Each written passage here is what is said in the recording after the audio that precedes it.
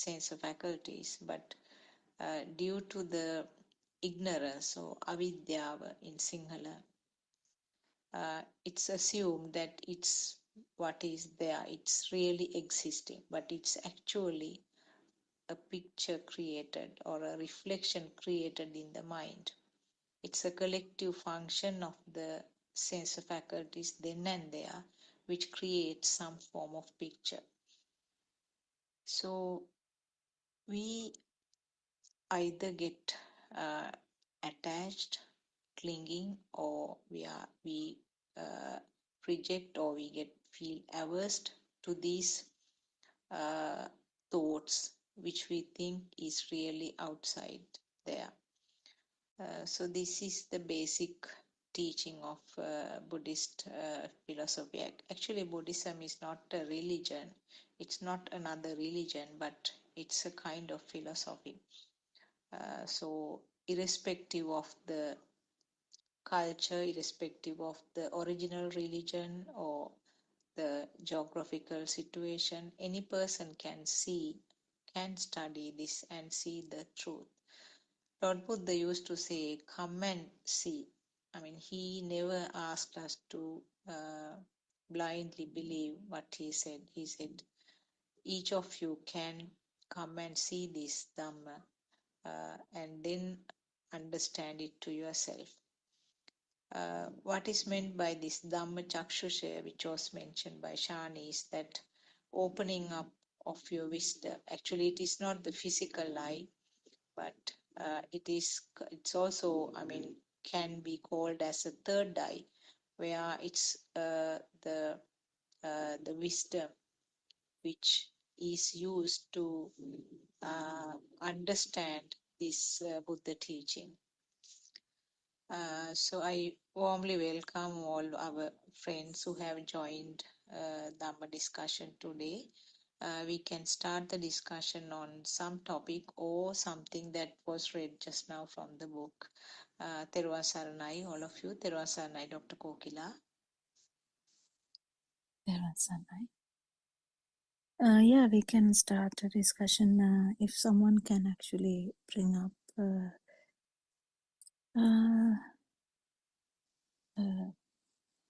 ideas. That's also fine. I think in the book reading, are we slowly going towards the field, or have we finished that bit? Yeah, we. Still, I think still we are just sort of halfway like of that. Still more to read on that topic. Yeah. So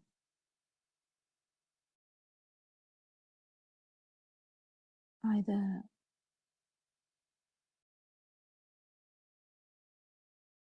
any one of you can bring up an idea. Dr. Kokila. Friends in peer worship to our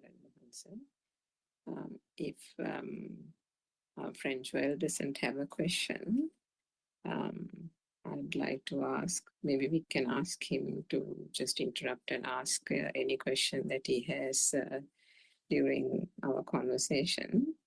But until such time, I was just wondering whether you can elaborate more on the mind consciousness and the feel, and the thing that we say, happiness without happiness and sadness without sadness, the distinguishing between the emotions and the feel. How when we try to discern the sensation arising from the sense faculties, we've discussed this, that the mind consciousness is the trickiest of them all.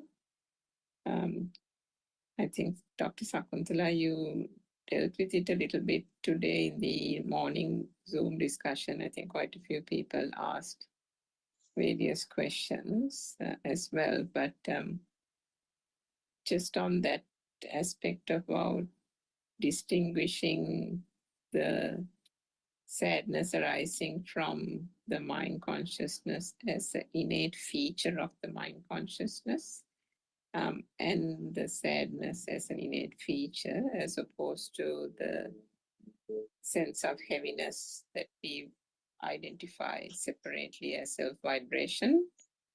If you can just give a few more examples than the usual example that we always give about the Buddha scolding the venerable Potila Thedo and sending him out of the thing. And the typical other example we give, like, when we meet a friend after a long time, there is an initial sense of happiness. But that is just in the periphery, or almost like a surface like happiness. It doesn't really, there is that calmness that is deep within that remains unperturbed. If you can just give a few more examples, because I think it would be good to clarify that a bit more, Dr. Kokila. Yeah, that's Hello, a very doctor. Hello, doctor. yeah, Sanai. I'm Joel here, doctor. Yeah. Connecting my question to Madam Surangika, what she asked about this mind consciousness. Yesterday you said about how to come out of the mind and live happily. I didn't understand that. So can you just give me a clarification on how to do it? Thank you. Yeah, they both are related questions. So, okay, going, I think Surangika won't mind if I start from Joel's question. No, of course So, not. yeah, so I think here, I don't know whether Joel can remember, I started talking about mind consciousness or the thought. It's a thought. So this I'll elaborate in such a way, I don't know whether that will clear this, but I'll try. So just imagine this current dream. What I call the dream is just this world. So when you wake up in the morning, can you see that the whole lots of things, like I have to quickly get ready, dress up and or cook something, send the kids to school, go to work. Okay, has to put the beans out, stuff like that. So there's so many things. They are just thoughts. So that is the mind consciousness. But the problem is, the mind consciousness has that, because it acts very fast. If you research about this mind consciousness is very, in the sense that anyway, the consciousness, when the word consciousness comes, you feel like as anything is existent because of the other way around. If you feel something existent, we call it consciousness actually. So the consciousness is where we feel something happening. So in that sense, the mind consciousness is that we feel like mind is existing. That is due to the very speedy occurrence of these stimuli. Stimuli, Joel, when we refer to stimuli, it is each and every thought. Because thoughts happen very fast. We even can't differentiate that we are driving as well as listening to music. Or we are reading a book at the same time. You hear the background, a noise in the garden. So, or anything like that, you're cooking, you're at the same time, you're concentrating on a podcast, something like that.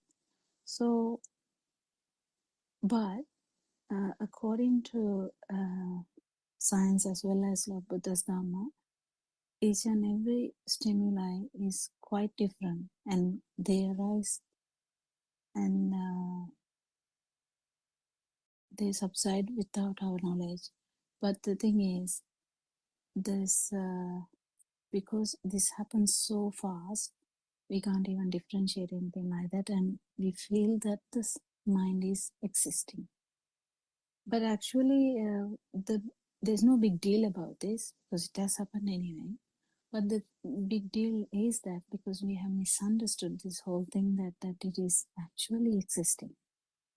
The misunderstanding or the ignorance is the main problem, that we feel that this is seriously existing, but it's actually not. If you can, you know that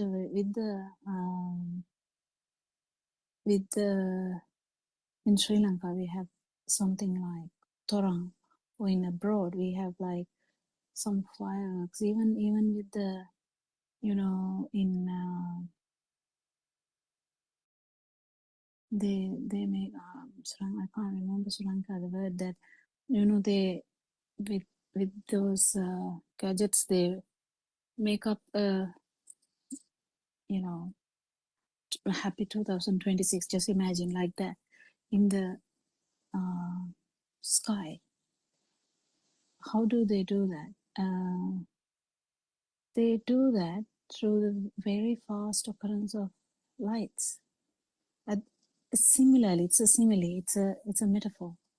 Similarly, that is what happens in our systems too. It's very fast occurrence of the vibrations in the eye that we feel as light. Very fast occurrence of the air. Actually, they are receptors. There's so much receptors in this body. That is why we feel alive. So those ear, when the vibrations happen so fast, that is what we call actually sound. At the same time, when these get activated at the same time, a thought process starts. That's how a child actually starts to think. If you go back to the child life before thoughts start, you can't remember anything. Why? Because that's the time that you felt. You just felt. But then thought starts to happen, and first thought may be mom, then second thought may be dad, or even bayang or something like that, because we use so many you know, different words. Or you may say in some houses they may say dada, mama, you know. It's quite different from each household, but whatever the words, whatever the perception, the idea is to identify something. So when we feel something, we try to identify. That's our human nature. So coming back to Charles' question, what we really do is we understand what happened. That's all what we do. So we understand that before becoming trapped in this mind, because it's actually a trapping, because you can't feel anything anymore. You just keep thinking, because you get up, you see the bathroom door, you know, it's a bathroom door, even though you're not even conscious about, you're not even, you know, thinking about it specifically. But if you were supposed to ask someone what happened in the morning, or what happened before the fall or something, they will definitely say, I was going to go to the bathroom door, but something was there on the floor and I just slipped on it. How did that happen? Until such time, they didn't pay much attention that they are going to the toilet and all that. But it is there underlying. So the mindful world, or the mind, or this dream, I usually call it dream because it's much easier to understand. So that the night also you might see a kind of a dream with all the perceptions. Can you see? If you see your, we'll take an example, you see your friend in your dream, you definitely know it is a perception. Perception is kind of gives you idea that it's not real. Even just by saying perception, you know that it's not real, because you saw friend in the dream, but you know it's not real. The problem in the real world is because you feel like living, because this skin is working, eyes are working, ears are working, tongue is working, um, you know, so and there's a thinking process as well on top of that. Now you feel like alive and you feel like you're inside a world. That's the thing. This has to be actually understood first. Understanding only leads you to understand that actually the duality that now directly in front of me is a door now at this moment. තෙරුවන් And සරණයි Dr. Kokila. There is an interruption from time to time. Don't know whether it's from my side. Others must be hearing. Is it Surangika? Do you all hear Dr. Kokila properly? Yes, we can hear clearly, Sudharma. Dr. Kokila, we can hear you clearly.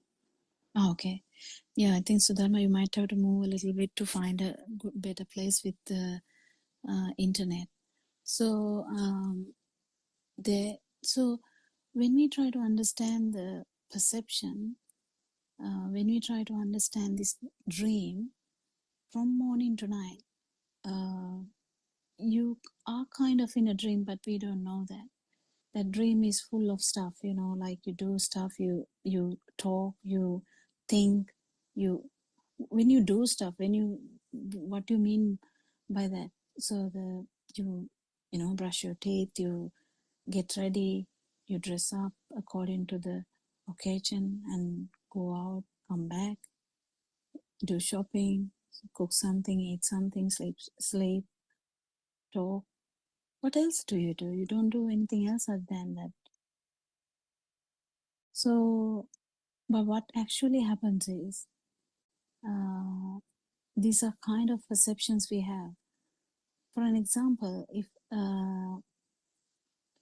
you are very old, you might actually forget. There's like a disease which can happen that you keep forgetting. That the perception. If you tell, could you please get up? They don't know what is get up means. They just stare at you because they don't know what is get up. Can you imagine that? If you have seen, you will not ponder.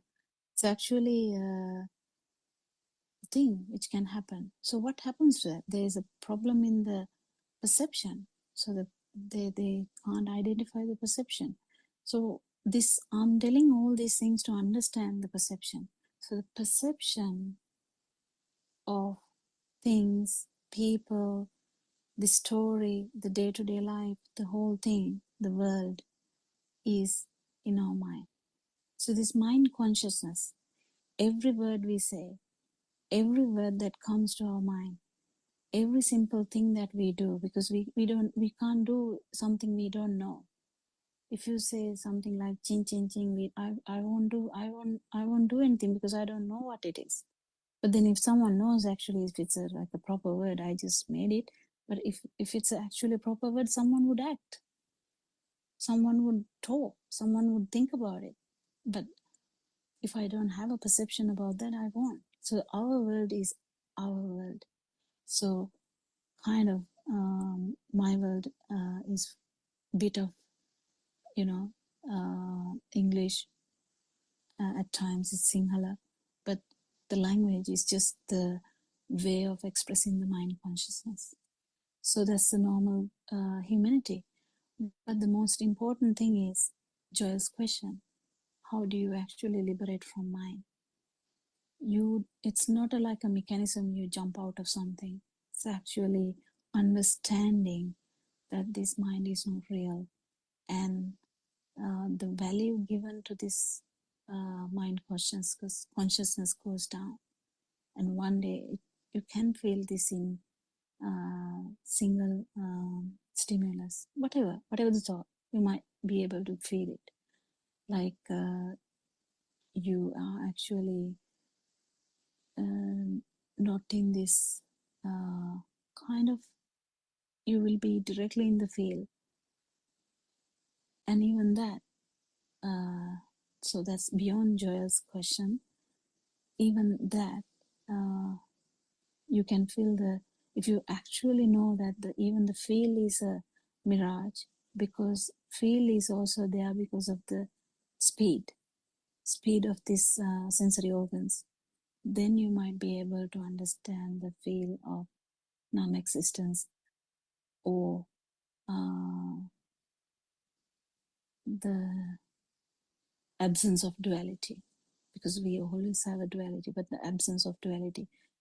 There's no big deal about this experience, but the main important factor of this experience is that you understand this continuity feeling we have that someone is existing is broken there, because you understand that actually if the stimulus is understood, that the power of the stimulus is not there, the feel of existence is also not there, and that is so blissful state. So that is the important message here. But the question again comes where how. That's a big question. How? Well, that's the whole Satara Satipatthana, that's the whole Pratipada, that's the whole Satyajnana, that's the whole truth. That's knowing this properly, knowing how this system works, knowing how humanity works, or even how an animal works, or how any, investigating on every aspect of living being, because every living being feels the feel of existence. Can be single cellular organism. We call them bacteria, but the bacteria doesn't know that it's a bacteria. But the single cell organism. But even that single cell organism have a vibration, so that there is some activity, so that also feels the feel of existence. But the beauty of the humans are the single cell or multiple cell organisms, or even animals. That we know animal world. Even animals, they don't have a expert mind system, so they can't really understand the mind as well, because the humans have a mind, yes, but they can actually understand the mind too. That's the beauty of that. So the understanding the system of mind, system of other 5 sensory organs, system of feeling existent, system of feeling alive. How does we get into the notion that we are existing, we are alive? That is how it is. That is how it is. And there are if you say 1, 2, 3, 4, 5, if you ask me how am I going to liberate from mind? There are so many factors into that.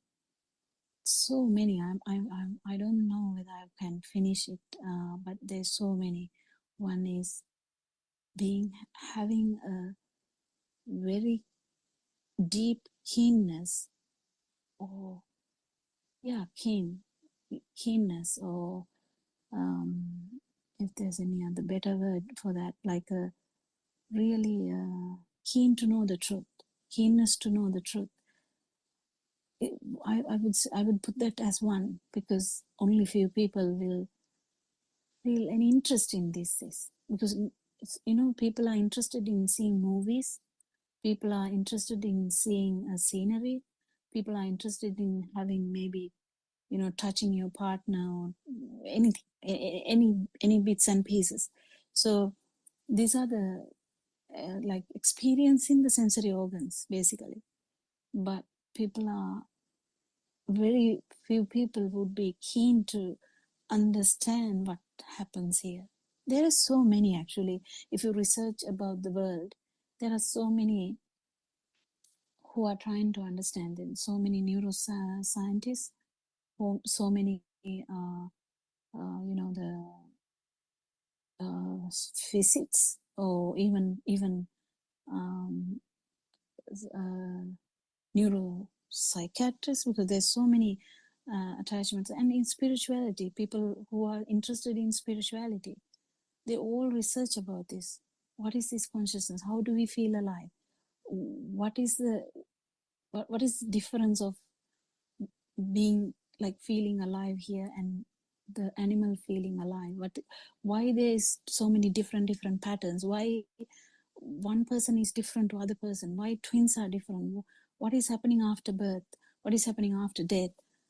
How is this power different? How can we kill someone at one point and cry with sadness in the other moment? How is our power changing so rapidly? How can we like be jealous of someone at one particular moment and also at one point say that I really love you? So how can we do this? How can we change so rapidly? There's so many questions out there. Nobody wants the answer. They just go on and on and on.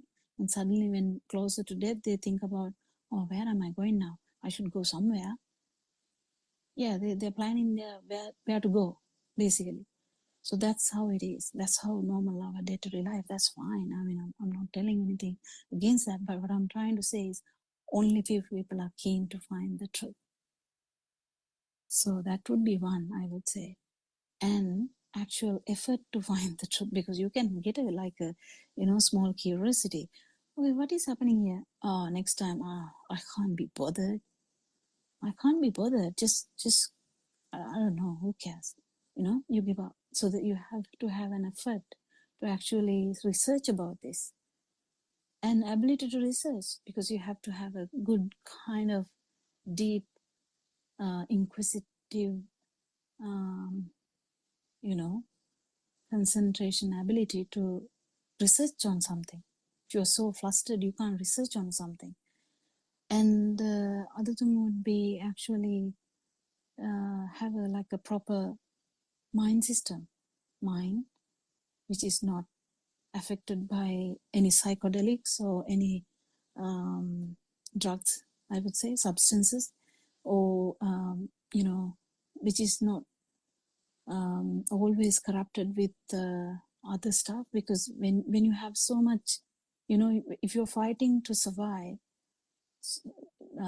or doing a job the whole day and trying to earn money and survive, that is the only only thing you will be concentrating on, because you don't have much time. So the time kind of I would say some physical and mental, some peace would be very much good for this. And ability to appreciate the different personalities, or kind of different entities, where there would be people out there who would feel better than you, kind of who would feel wider than you, that I would say, not better than you, because it's all our experiences are through our five sensory organs and the mind. But we have different abilities. They are different. They are very unique sometimes, and we have to appreciate that. And if someone is telling a kind of a practical thing, you can listen to and see. That's where we start to change. If there's something that you hear and you feel that it is kind of true, and you feel that, because if you have a good quality mind, without without any crazy ideas, needing to earn money, like you have to do something, or you are overwhelmed with some emotions. In that moment you can't do this. But if you actually have a small time for yourself, and then some calmness, that's enough. That's enough. You just have to have some peaceful moment to understand these things without any craving for any sensory kind of organ or a thought. So if you get all these things, you might not get all these things at one point, but you might get here and there, because you might take a leave, and then go for a walk. There's no big deal about that to anyone. No one would question, why are you going for a walk? I'm going for a walk because I feel like I have to have exercise. So no one would question that. And you would, as I said yesterday, you might start feeling also kind of the feel is not there much with us, but the feel is beneath us. Actually, it is covered with so much thoughts that we are not even bothered about the feel. So these things are all without right view. As I told yesterday, all these factors are without right view. But only one thing that Lord Buddha said was the noble friend. The noble friend who understood Lord Buddha, that's the Lord Buddha at one point. He understood that there is no self by experience. It's an experience. It's not something we only talk about.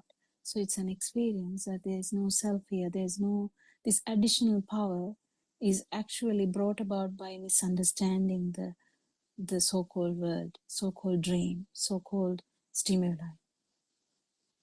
Basically, so-called our sensory organs. We completely misunderstand them and think there's an owner. I'm entertaining these things. So, but if we keep cutting these things, like even if you talk about your eyes, you're talking my eyes. So where's mine? This is the research. This research goes very deep and interesting, but only few people will find it interesting because it's a kind of a boring thing for some. So there are other factors too, being truthful. Someone like Joel, he had been very truthful about him feeling, recurrent thoughts has made him down. So he's so truthful about it. He's not hiding it.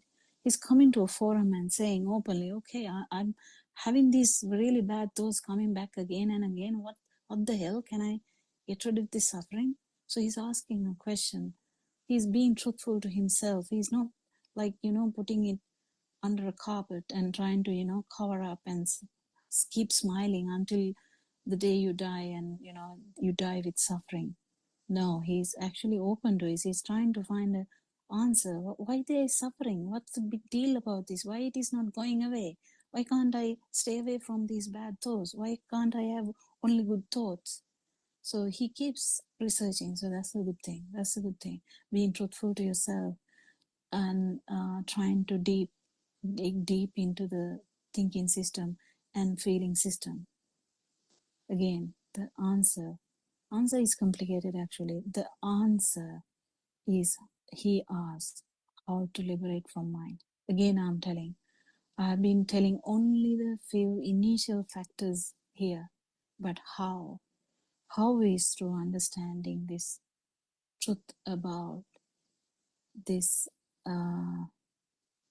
system of feeling alive. How do you feel alive? How do you feel existing? How this consciousness occurs? How this eye consciousness, the ear consciousness, touch, the tongue and the nose. Touch is a vast area. You feel cold. You feel temperature. You feel the pressure. You feel the depth. You feel the kind of light touch, you feel the deep touch, you feel the the liquidity.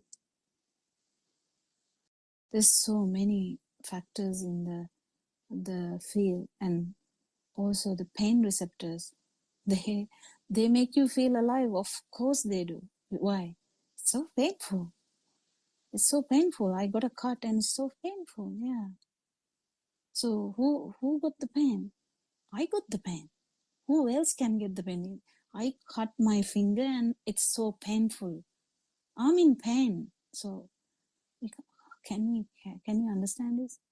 Who got the pain? I got the pain. Who got the pain? Who is I? then you keep digging into that. Actually, who got the pain? And we keep understanding. There's a belief that there is an I who is feeling the pain, but there is a pain. So that's the body consciousness. That's the point we are telling.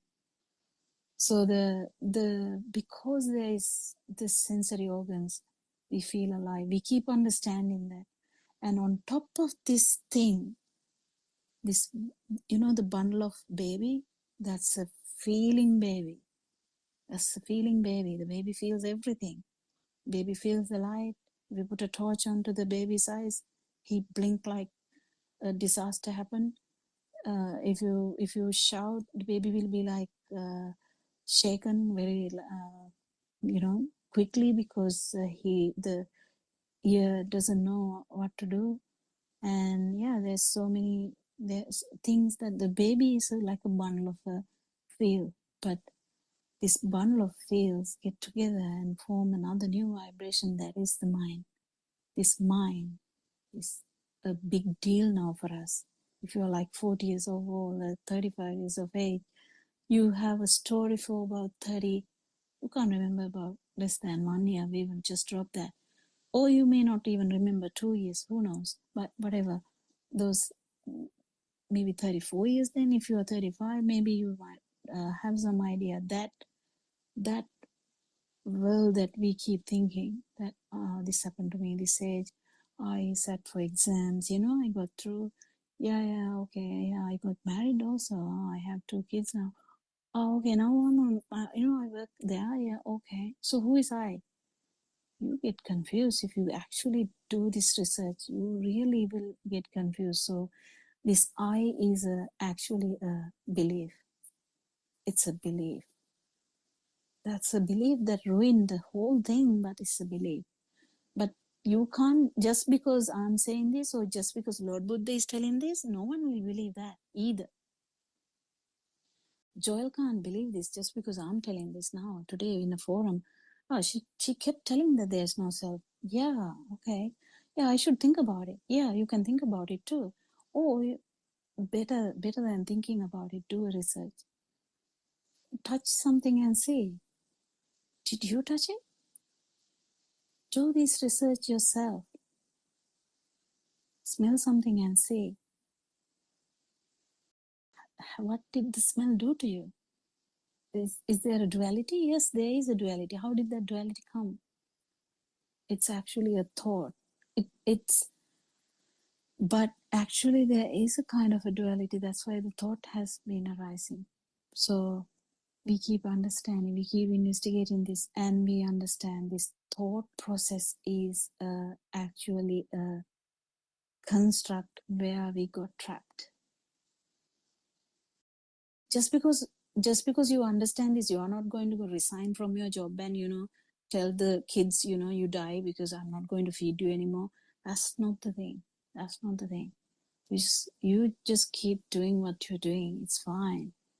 But in deep down that none of these things are actually true. Why? It's a manifestation. What's the manifestation of your puppy dog? Well, that puppy dog has a different manifestation, but it's the same. The dog can be in your room. So it's the same room, isn't it? So you sitting on the floor, the dog is sitting on the floor, same place, kind of really near. But do you think the dog's manifestation is similar to your manifestation? No. Oh, just imagine there's a cockroach also. What about the cockroach's manifestation? What is his world? It's the same room though. And there could be a fly also. What's his manifestation? What are his perceptions? But it's the same room. So it's really interesting. Just really interesting. Scientifically, that's why I actually got dragged into Aaron Vance's sermons, because I was kind of researching about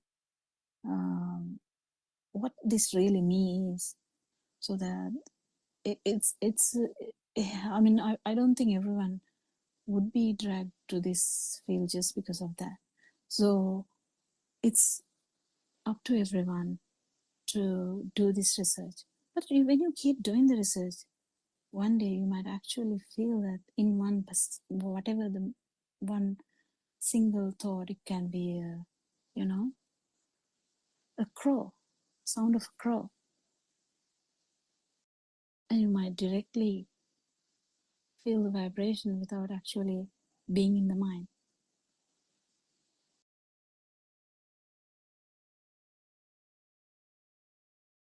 And you know that it's actually the speed occurrence of the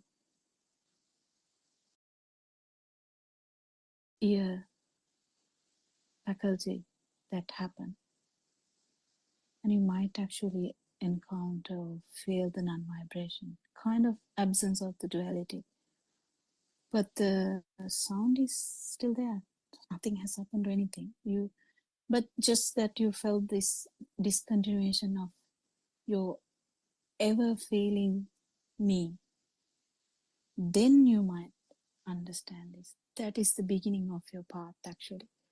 But this may be too much for Joel. But anyway, answer is complicated. Answer should be told slowly. But if you ask me in one sentence, can you tell me in one sentence? It's all about understanding how this, mirage or how this illusion or how this dream is happening. Does this make sense, Joel?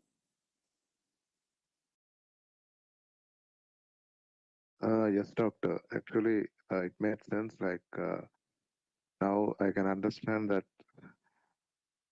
all these thoughts are kind of illusions, and we must not cling on to those things, and we must not get stuck onto those things, but see it from Actually, outside of ourselves. Joel, the you know what you said, we should not cling on to something. Actually speaking, end of the day, if you actually feel this truth, you will understand that what we call we is the mirage, because there was nothing to cling. We thought there is something to cling. That is the issue here, that we feel this, this as existing. So because the world is existing, we feel as existing. But if you don't feel the world as existing, your power here is also going to get zero. But that doesn't mean you are dying. That's the thing. This is so much blissful states. But you will be continuing your work without any burning inside your mind. But as you said, first we feel, when we hear this Dhamma, we feel that, then if we understand that, we will not cling to anything. But what actually happens is, we keep understanding that we was a misunderstanding. Whatever we say money for the clinging part, the money is a thought. Just imagine the thought. If we take thought, the money, if the money is a mirage, what are you going to cling to? So where are you now? So it's a kind of the two sides of a coin, because if you feel some value to the money, that is you. There's no separate you. So if you feel the crow sound, that is you. There's no separate you feeling the crow sound. That is a misunderstanding. Did you get the point? It's a bit too hard maybe for you, but if you get it just for fraction of a second, you might get it. And it just understanding this, any sensory organ sparking, if that has a value, that is you. There's a spark. Actually, life is spark, spark, spark, spark, spark, spark, spark. That is the life. But where here now we think, I should not like any spark. That is the wrong view, actually. There's no me here to like any spark. Actually, that value of the spark is the me.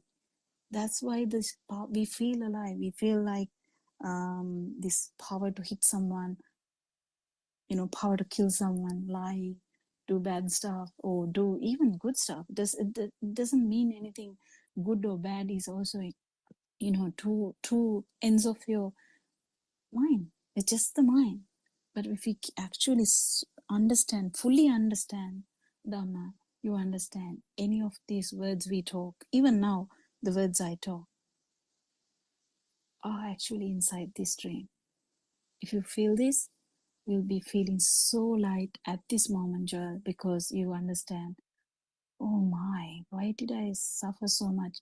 Actually, when I listened to Aran once say very long time ago, like 5 years ago maybe, I randomly came across this, no one told me about that, just randomly came across his sermons because I was researching in the YouTube. So he was telling that you have never touched your anything. Actually, you feel like you're touching something, but actually what you think it is you think it is something, like just imagine you are touching your car. It's a thought that you get that I'm touching the car, but what happens actually, there is a touch sensation. There is a touch sensation, but because also of the speedy occurrence of the touch sensory receptors. That's all that is there. But we feel, I touch my car, I wash my car, it's so beautiful, they have so much big story. That is how it is. Did you get the point that we clinging to something, that story gets dissolved anyway? Yes, doctor. Yeah, that would be grateful if you can actually get a sense of this. Do you have any more questions, Joy? I would like others to ask some questions, please. I'm trying to understand what you said. Yeah, okay. You would ask later? Yeah, okay. So coming back to Srangika's question, again, she's asking a difficult question too, because now I have to explain her how I feel the car,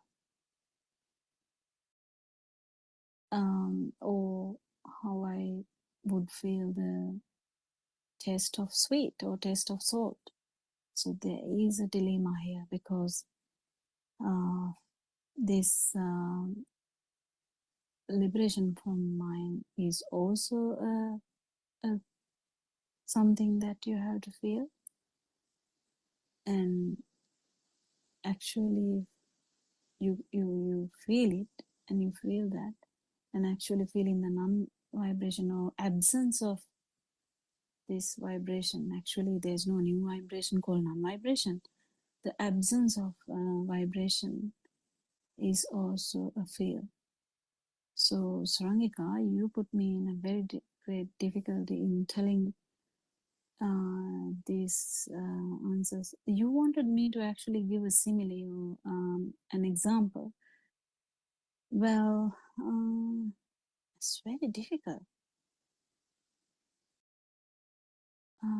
because the particular moment we say the mind is not there, so it's directly in the field.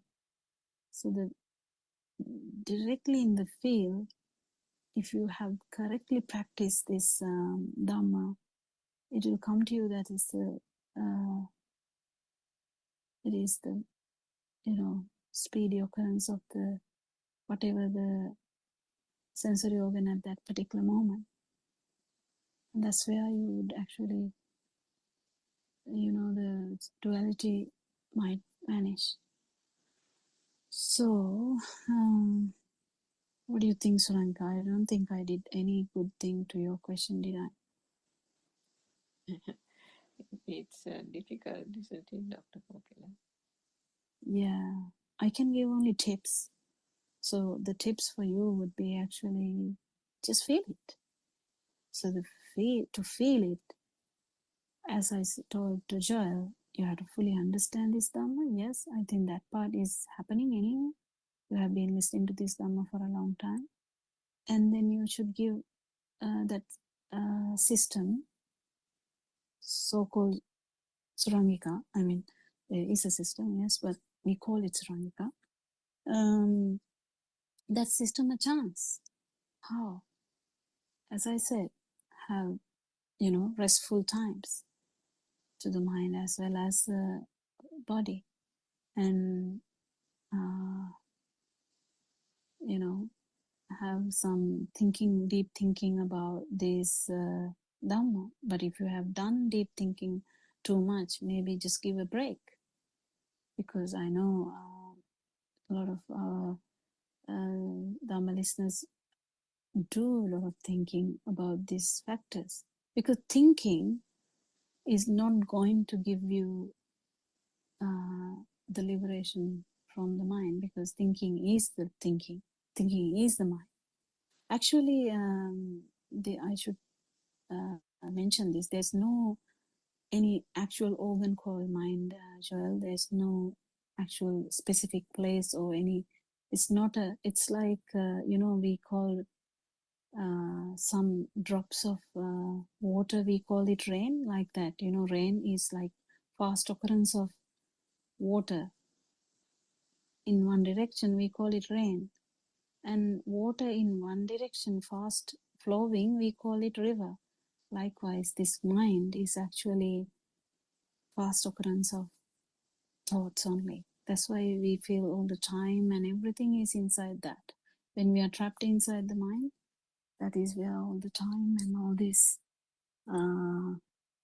misunderstandings are. It's okay. It's okay. I mean, you come back to mind anyway. It's just understanding this is so paramount that to come to this thing.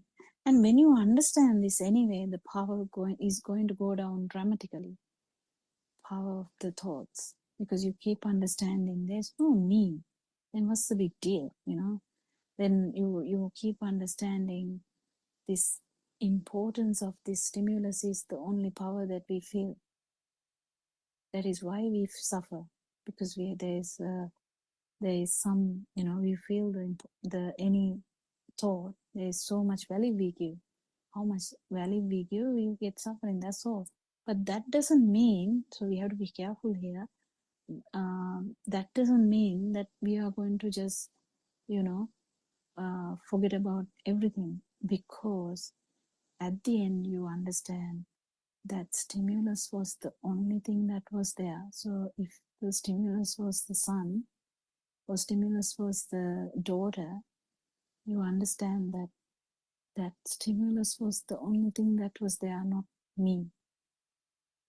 But we felt as there is me because of there was that additional power. Without the additional power, it is so easy to become the person in front of you.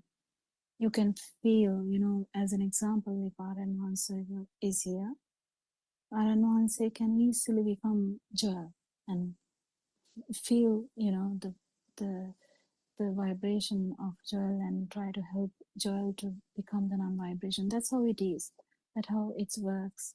Because there is no power at all in here, it is so easy to become the stimulus, or become the thought that you have, or become the main good thing is the word is the stimulus, because otherwise it gives you, because stimulus covers this value of the thought, covers the actual, the dream, the perception, or the perception of the, if you take the example as a chair, the value of the chair, and as well as the perception of the chair, and also the feel that you have the chair is existing.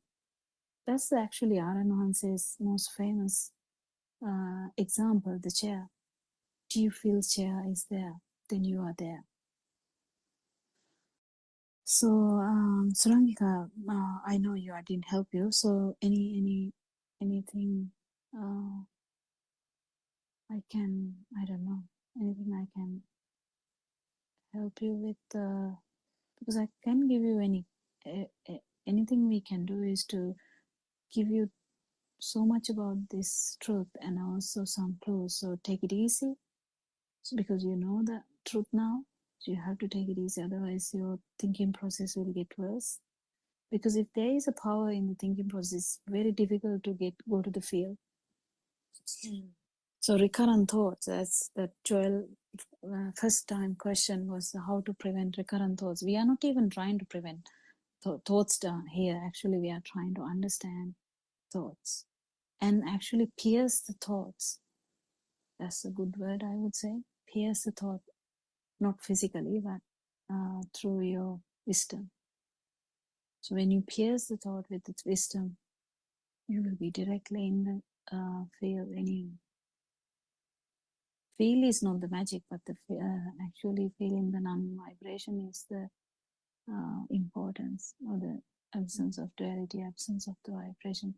Then you know the difference of the the other question of you. How do you differentiate between the feel and the non-vibration, or feel and the what your wordings were like? How to understand the these mental formations with the power and without the power, isn't it? Yeah, I think just the basic kind of sense of happiness when you see a friend seems to be, this could be, it feels as if that is easily distinguishable. And if, for example, if your favorite cat dies, or if you see somebody, something that is a typical sad event, you just feel a little sad, but that kind of thing seems to be easily discernible.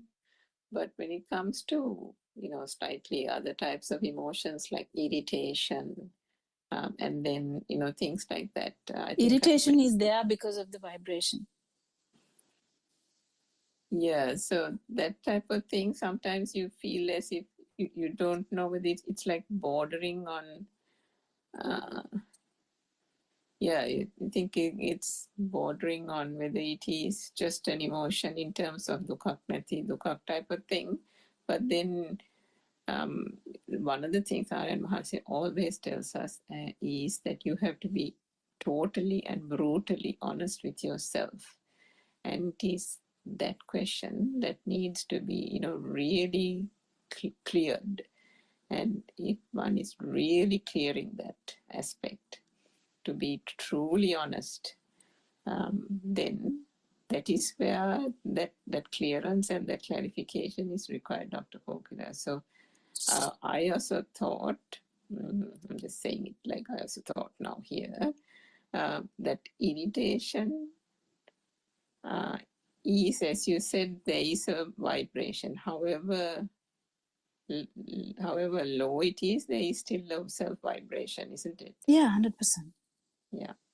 Until so like being that, an there could arahant, be, there would be a vibration, and slowly the vibration will go down, and there would be a stage where you don't feel the vibration, and there would be a stage where so I can't even remember now Nancy says, you know it better than me because I can't keep track with these words, Pali words, but you know that you initially feel it. That is the vibration. That is the most important part. You have to know the vibration, yes. But then you will feel that the non-vibration, and at the end, actually, you will become the non-vibration, so that you don't actually feel it differently. But what I'm trying to say is, what the confusion here is, if you don't know the non-vibration, because there is no confusion if you actually has felt the non-vibration, and now you feel the vibration, you know that you haven't become you are not an around, that's all.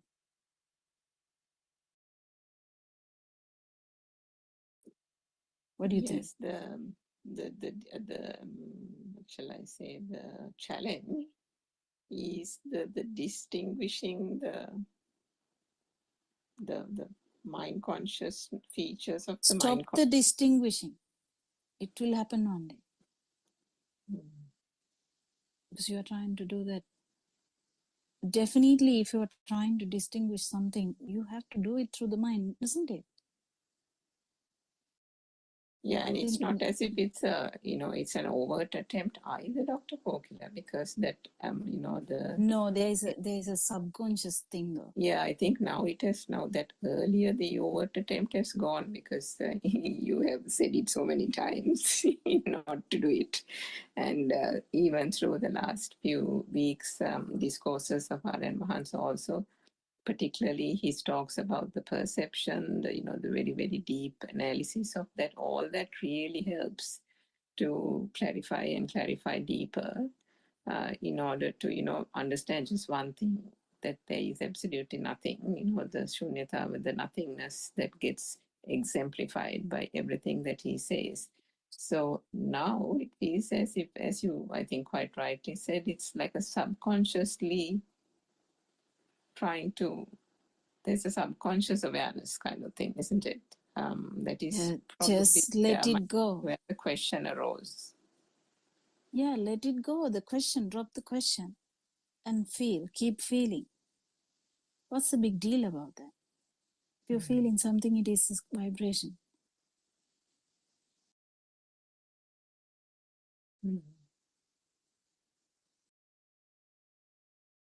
And I think that's being honest. Yeah, that was the part also, that was the thing where the just dropping it Okay, was now being I know the problem now, but because at the other side, the third thing is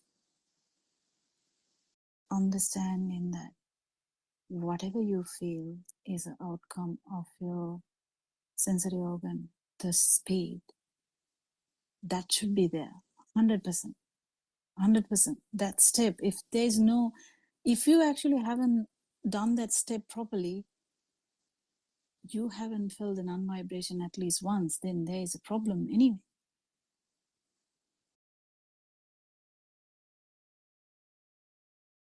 We have a challenge, 100%. We have a challenge. So the challenge is, one thing is not to do anything. It's a challenge because we always want to do something.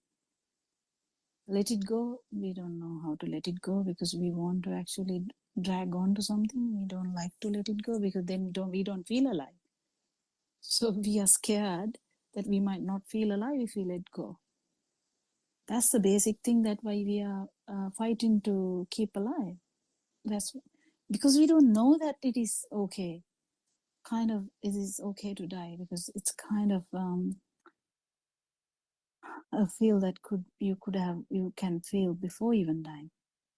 I think it will complicate the picture, but yes, I think it might, perhaps because we have new listeners here. yeah, because we are using these metaphors. Actually, they are metaphors because nothing is happening here. We are still alive. We are just doing all the the task that we are supposed to do. So don't worry. But it's a metaphor that we use, like why, if we are craving for the feel of alive, because we feel that we have to maintain this.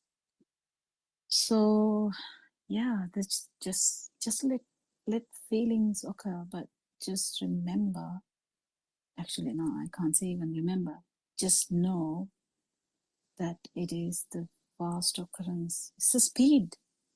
You're feeling something is the speed. That's all. Yeah. That will give you the non-vibration. That's all I can say. Yeah, I think that's a good thing, good point, Dr. Kokila. Everything. I mean, obviously, isn't it? After it goes without saying, isn't it? It's so Yeah. obvious that it's almost like colloquially you're staring at it, and Yeah. you don't see it, kind of thing, isn't it? Colloquially Yeah. speaking. Yeah. Yeah. If you Thank feel you, what Dr. I felt Kokila. just Yeah. now, that's it. Yeah. Yeah. All good. Yeah. Anything, Dr. Sakuntala and Sutama, anything to add? I think our time is, we have only Yeah, 2 minutes more. it's Yeah. almost 2 minutes, Dr. Kokila. Yeah, I was listening to that and it's very nice. And of course, this conversation to distinguish between feel and the mind, it's the biggest question all of us have. And I was also trying to understand it, Dr. Kokila. Just there's just 1 minute to I mean, it's the same question that Miss Surangika asked from you. So yesterday you said when you are in the mind, you don't see the beauty of the present moment. So That's actually, also a kind of a metaphor. the So don't get driven metaphor, by that, yeah, because yeah, if there's a person to actually see the see beauty, there is a person to see. So don't get carried then away again, by, because he's a newcomer, I can't put kind of all oh, the stuff there. But actually the metaphor I use for him is true for him. okay, okay. That's not applicable to you though. You have listened to Dhamma for a long time. Because actually in the field there is no thought involved. Dr. Kokila, is this feel is something more or less similar to the original sensation of the sensory faculty, like radiant mind experience? Radiant mind experience is that has this Is it sasava. something, yeah, The no, problem this, is yeah, understanding that's the Surangika's question. How did you yes. understand the feel without the chains?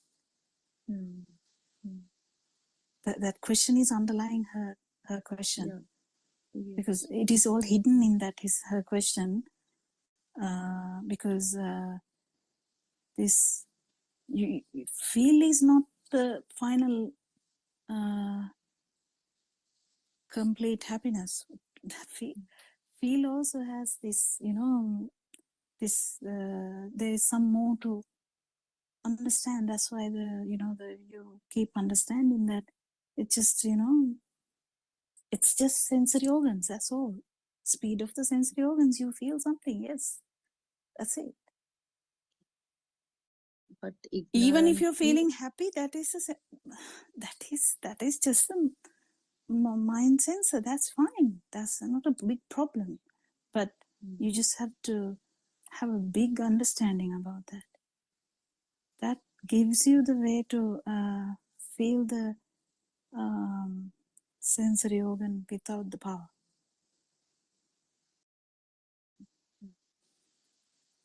But there is a problem because we can't actually say that, because even the feel can't be explained. How can you explain the non-feel? Isn't it? yes, that's where you say let go and don't be scared to let go and take time and patience, all those advices. No, even those words Mm, are wrong. If I say be mm, patient, that is also wrong. There is a person to be mm, patient. Actually, mm, let go has a deep meaning than that. Because mm, in our vocabulary, let go means, oh, I'm angry with that person, I'm letting go that, let him be, mm, I don't care. But mm, still, you know that, you still have the underlying grudge, but you have let go. mm, That's not that kind of let go. mm, It's in one stimulus that you that the complete letting go of the mind means there's no mind there.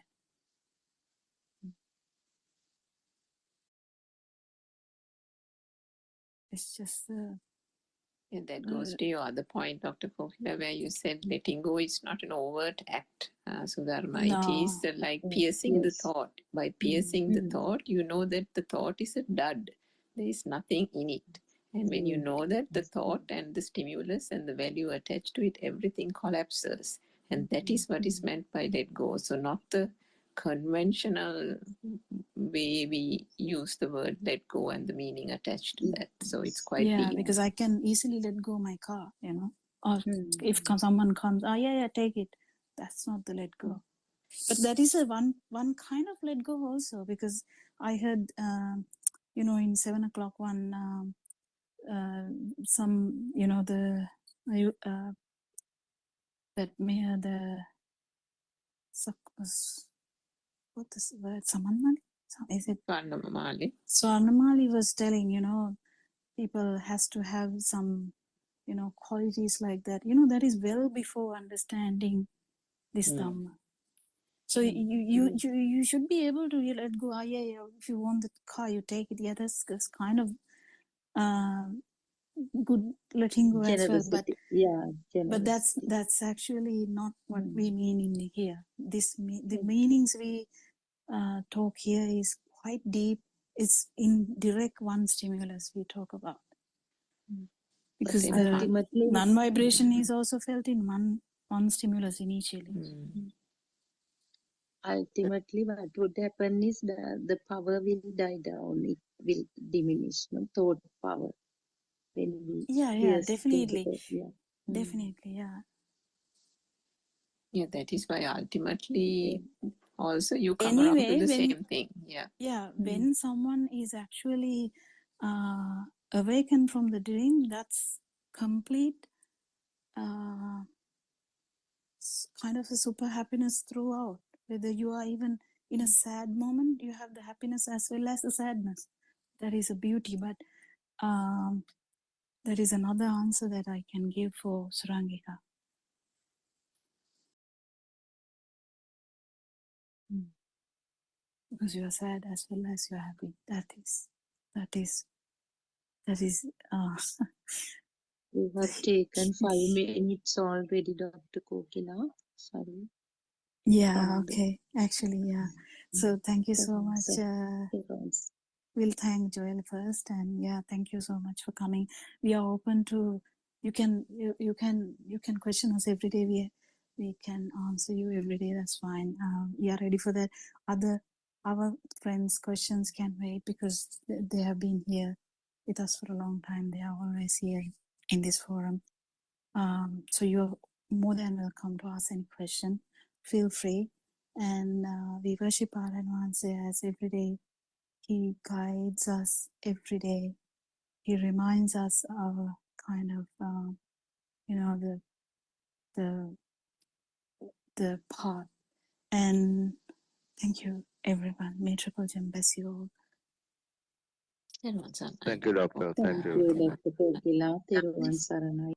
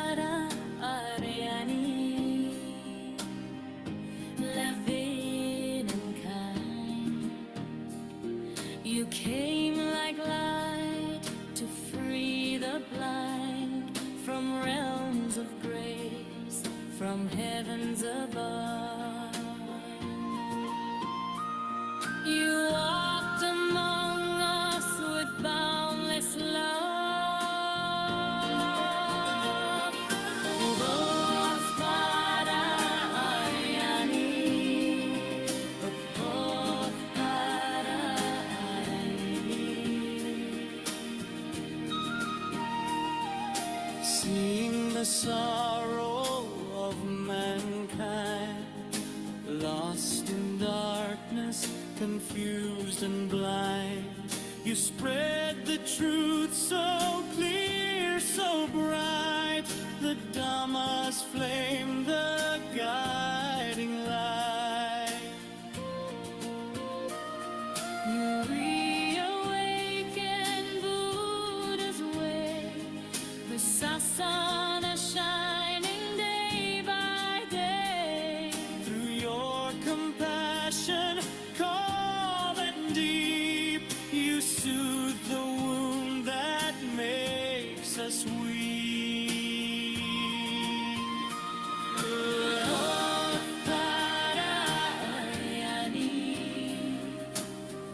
You show the path through gentle words and sermons vast.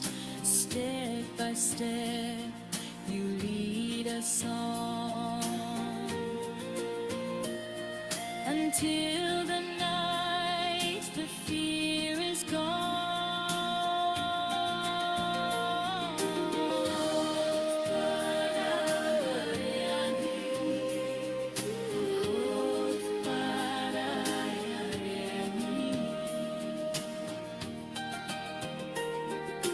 Nibbana now is not a dream.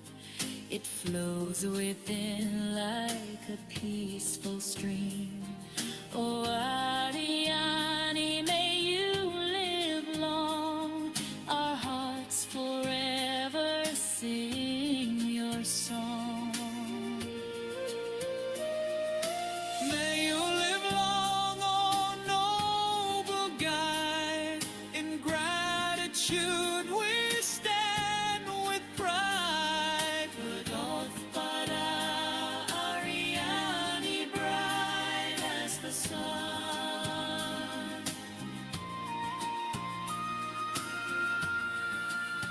May your holy work never be done. May your holy work never be done.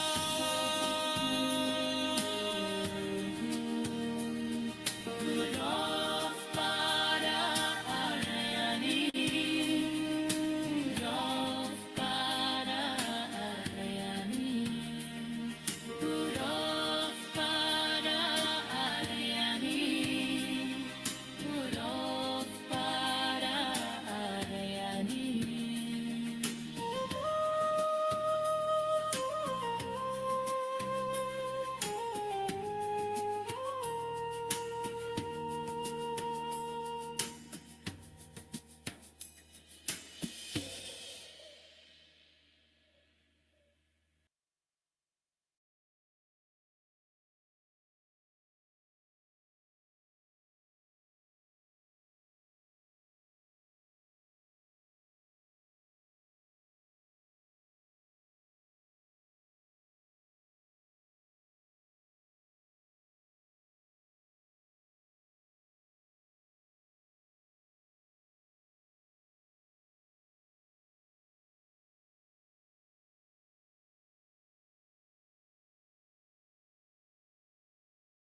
Good afternoon, everybody. Teruvan Sannai sir. Teruvan Sannai, everybody. Let's continue with the book reading.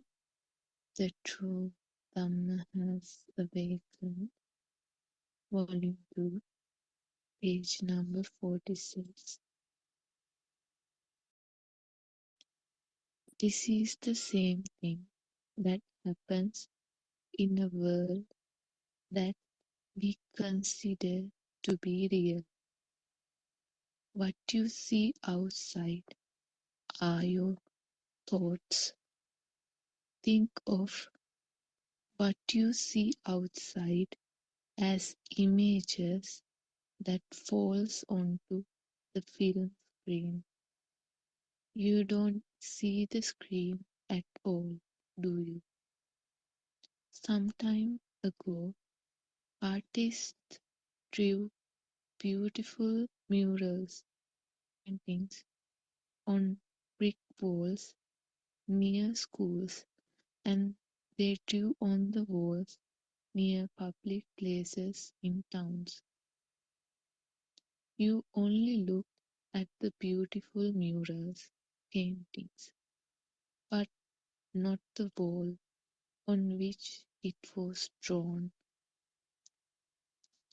You only look at the images on the wall and you try to figure out the story that painting was trying to teach us or convey to us. When you look at a picture on the wall, you only look at the coconut trees, the ocean, or any other image on the wall. But you did not notice the brick wall or the background on which it was drawn. The screen at the back can be considered as the pure, untainted mind, or Prabhashvara Sita. When you paint your own thoughts and images on this pure and untainted mind, you tend to contaminate and destroy the purity of your mind consciousness. Untainted means without callous, not polluted. There is a population of 800 billion in this world. Each and every one of them live in their own world, created by their own thoughts.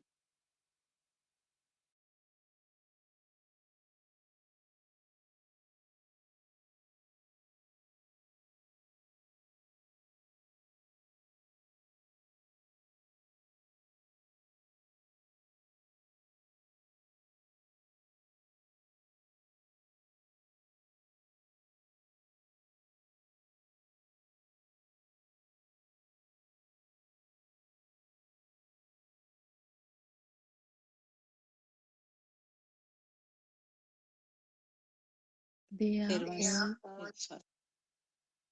mental worlds.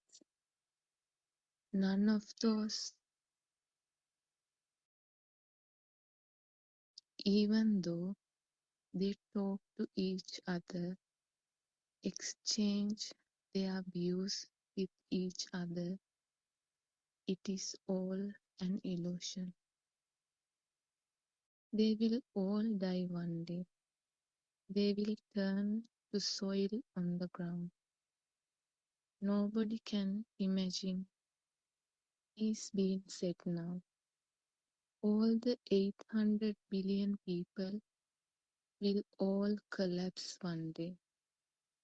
This will happen to them because they do not know the pure truth. Then what is the pure truth? Only a very few understand and realize this pure truth.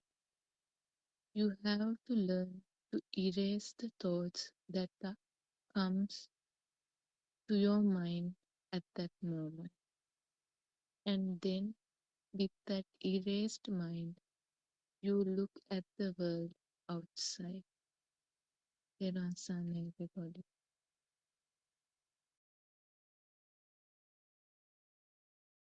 There was Sarna Shani. Thank you for reading and starting the session. Uh, Terwan Saranai, all Dhamma friends. We all worship Aryan Vahanse at his feet, who is our noble friend, who is guiding us on this path to understand the truth that was disclosed by Lord Buddha 2600 years ago. We warmly welcome all our participants. May you be blessed by Triple Gem. And also, we are very grateful to our friends who are helping us with our background activity with the technical side. Teruvan Saranai. So it's yet another day that we are starting our English Zoom discussion as usual. 2:45 p.m. Sri Lankan time, and we will be discussing for 1 hour and 15 minutes. So what Shani read was still we are trying to explain, we are trying to understand the basic things of this true Buddha teaching. It sort of gave an outline about what happens to the mind. The little baby has the radiant mind, which we can call as unpolluted, and uh, it's at the sensor level where the things are seen, heard, and felt, but nothing more. With time, when the thoughts are formed, that means there is uh, as a part of the natural sequelae, natural happening, these sensor functions will come together to form a different type of a vibration, which we name as thoughts. And there is the beginning of these defilements or keles in Sinhala. And each of the living being uh, automatically gets a thought bubble of his or her own. And this is where we are confined ourselves, and we take this thought bubble as real. So each of us have our own constructed world in the form of thoughts, which are different from each other. When we realize what is this mechanism, what happens, and how these thoughts are formed, little by little it gets disentangled from what we the confusion that we were in, and we learn, actually we try understand the real truth and what was taught by Lord Buddha, and what he invented, and what he realized within with that is actually some light was shed to a dark world where the living beings were enjoying, thinking that it is a true world. So we can see all our Dhamma friends have joined. Dr. Kokila, thank you. Teruvan Saranai, can you start the discussion? We can see our friend, our new friend Joel also has joined. So maybe he has questions to ask from yesterday's discussion. We can start the discussion, Dr. Kokila. Teruvan Saranai. Yeah, Sanai. May Triple Gem bless you all. Sanai and answer. Yeah, we can discuss anything.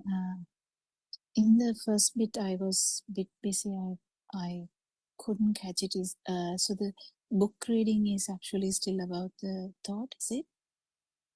Yeah, it is about the thought, and then a little bit about the radiant mind, and then Oh, okay. how So it's how going to the thoughts field are. now. Yes, yes. Yeah, okay.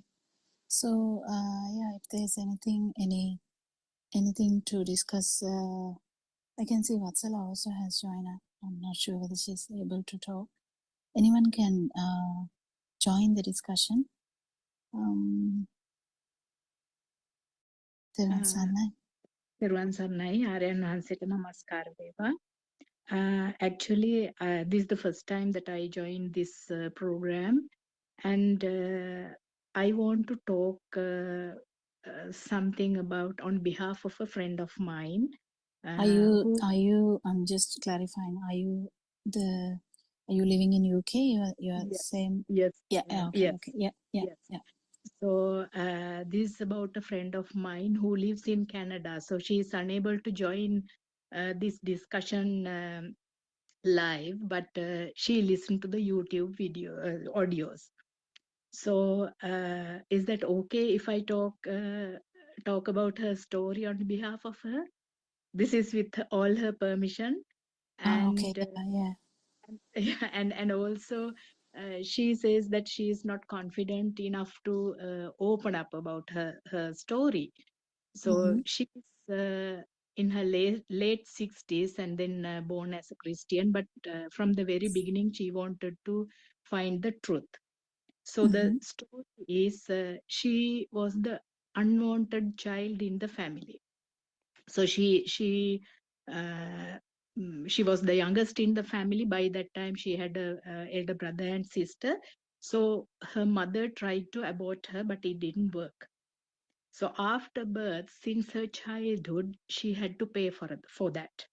So she was beaten, she was ill-treated, and then whatever the thing she did wasn't right to her mom.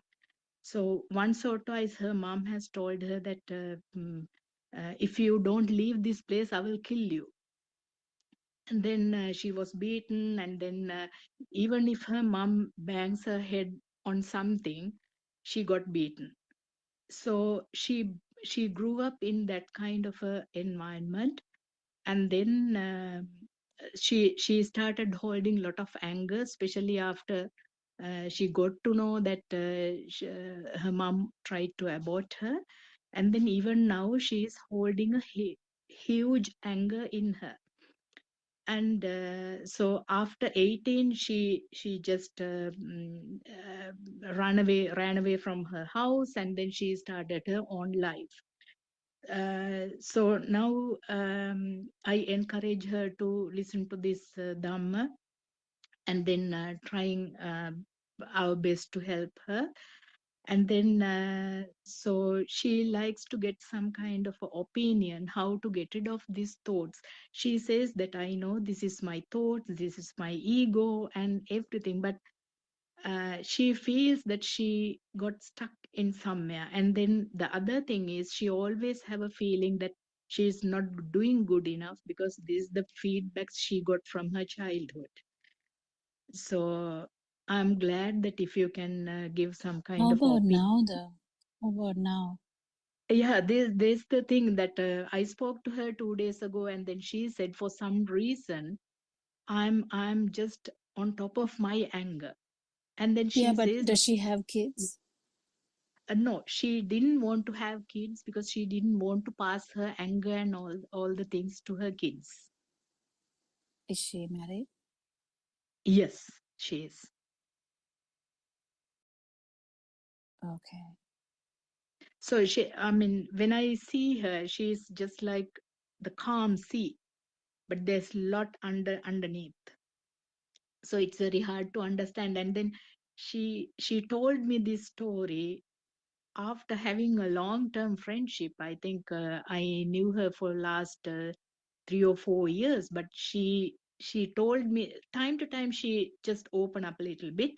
But 2 3 days ago, she told me this part, and then I said that okay, the best thing that I can do is to talk to the Zoom discussion, and then you can listen what are the opinions that you can get. Well, Vatsala, there's one thing I should tell. Yeah, When I try to communicate, the communication between you and me is different to communication between she and me. yeah, yeah, definitely. So, because what I can feel is you now. It's very funny to say, but I know, I know. But I asked her, so why don't you? but yeah, I'll come to that. I'm not going to make her disappoint, but I have to tell this because as soon as you open up to say something, the I feel you, not her. So there is an issue in there. Yeah. So if I say something now to you, I can really make it like crystal clear what I will tell to you. But Yeah. this is quite different. Yes, but we can talk about it. If the Canada time matches, she doesn't have to. She can join the Sinhala Zoom discussion if she She likes. she doesn't understand because she's a Canadian lady. She can't understand Sinhala. Okay, yeah, I got you now. That's the issue. Yes. Yeah, I got you now. So she needs to. Yeah, that's okay. That's okay. So I get her now because if she's Canadian, then I have to actually get into her thinking pattern and discuss this. Thank you. Yeah, but I wish she spoke to me. That's One day really. she will come to that place actually because I asked her, why don't you join? Then the problem is this is midnight to her. And the other thing that she says that if I try to talk to somebody about this, I will go for a like very quiet period for some time because I think she tries her best to calm her down. I think So it is the trauma. It's just a yeah, traumatic event, and I think we spoke about that yesterday as well. I took an example. She can listen to that yesterday one. I did a discussion with Joel. It was first time we met Joel yesterday through the Zoom discussion, and exact question he asked was, "How can I avoid a recurrent thought?" That was the question, and we discussed it. And she can listen to that particularly yesterday she discussion. yesterday evening saying that she listened to that as well. She did. Okay, yeah. Yeah. So she might get a little bit of it, but Yeah. the feel actually would be really much better if she can communicate directly with us. Anyway, Yeah. coming back to that. Well,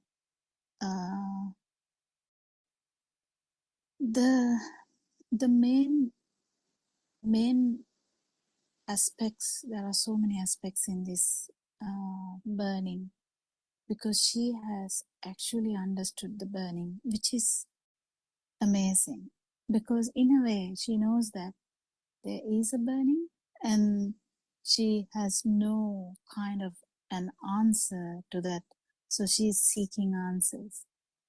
So the burning itself, it doesn't matter what is the burning is for. Like it can be anything which happened in the childhood, which happened in the young age, and examples are so many. I mean, this is just one. Examples are so many. I have heard even people, actually getting rid of their kids' lives, and there's no exact reasoning behind that. Even though there is a reason, like kind of reason they give, it's very difficult to actually point out.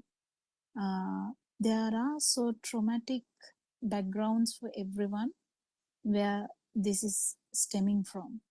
So she kind of did a very kind of an informed decision not to have kids. But even that mother, even that father, whoever, the humans, they're all humans. So the humans have so much patterns of thinkings. The thinking pattern is stemming from whatever the experiences we had. So if we go back, we don't know how. No, if I take this story to myself, if I'm going to be that child, so if I'm that child, just imagine that I'm that child at the moment, and if it is very difficult for a child to understand mother's perspective and how much trauma mother has gone through. And this, if you really dig into that mother's mother also, we are not quite sure what went on in these situations, like there are some relationships that are really uh, torn apart because that mother couldn't understand the pressures of life and how that is transmitted to the others because of the agitation in that mother's place. So the actually speaking, the mother, I'm actually speaking that her mother's time means there was no psychological help at that time. I don't know about Canada. Maybe Canada had much more supportive health system 60 years ago. I'm not sure, but I doubt it because there's so much stigma around mental health, so much stigma about getting treatment. So how much is this is stemming from her mental health, her experiences, her trauma is really difficult to understand. We don't know actually, because if there's specifically no one to talk in that mother's childhood, I'm not talking about ladies, this lady, I'm talking about that her mother's childhood. We never know what went through her life. We have understood through humanity, there's always an experience coming back. Experiences are being repeated. Experiences are getting as a habit. So there are so many waves also, and when the wave get affected, I would like to add here some difficult thoughts that a young woman would encounter, even when the partner is not loving.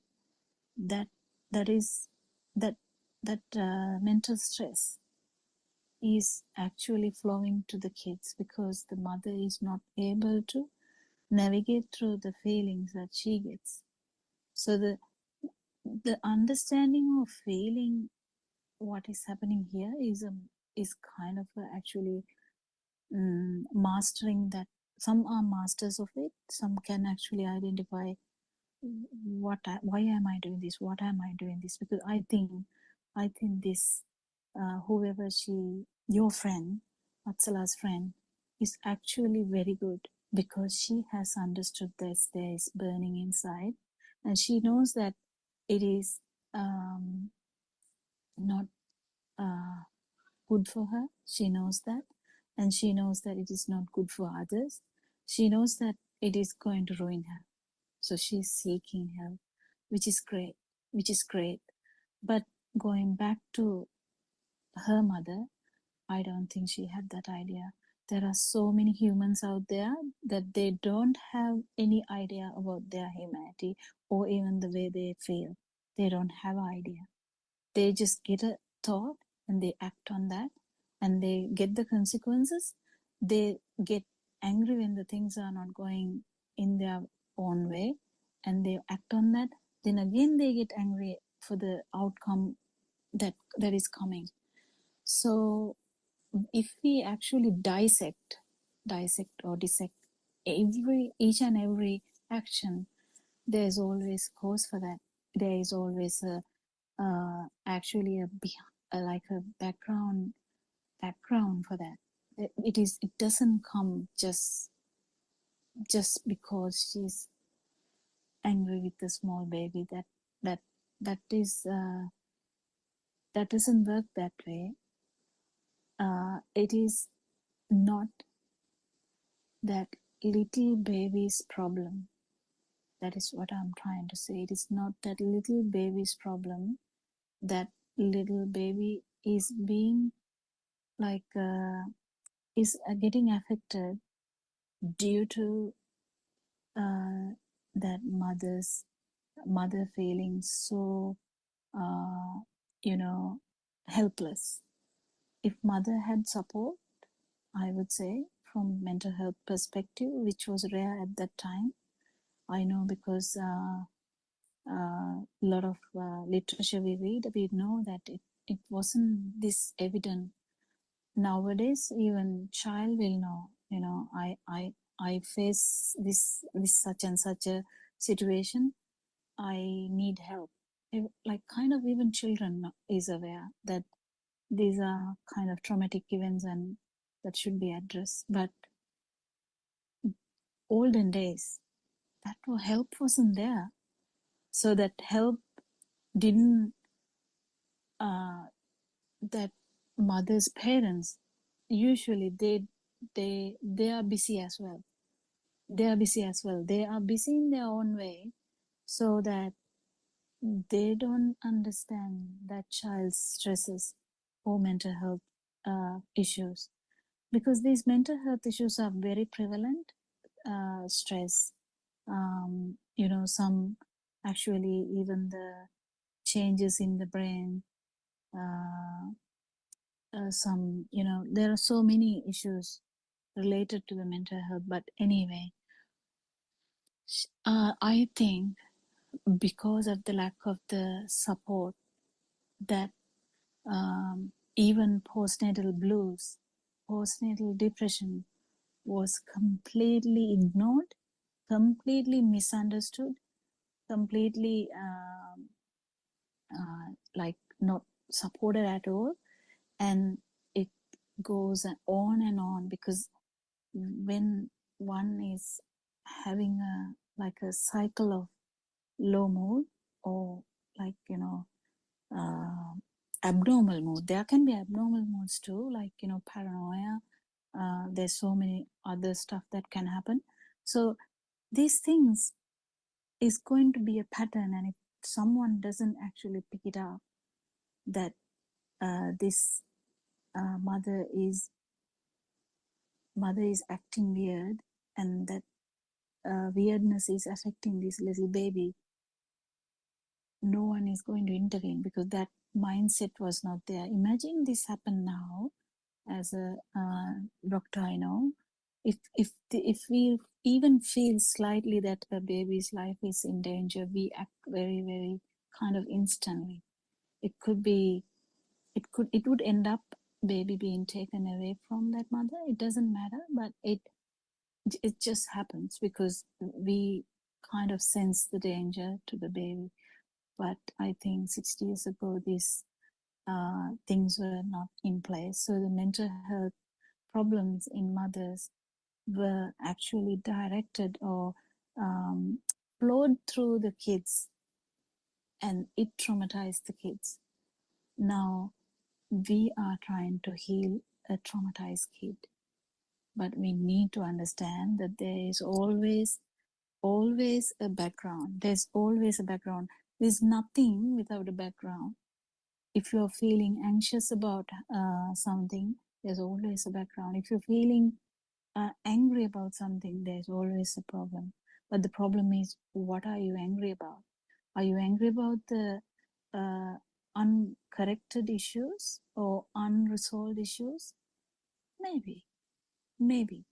But the thing is, it has gone until 18, when she decided to go away from home. And any child, not she, any child,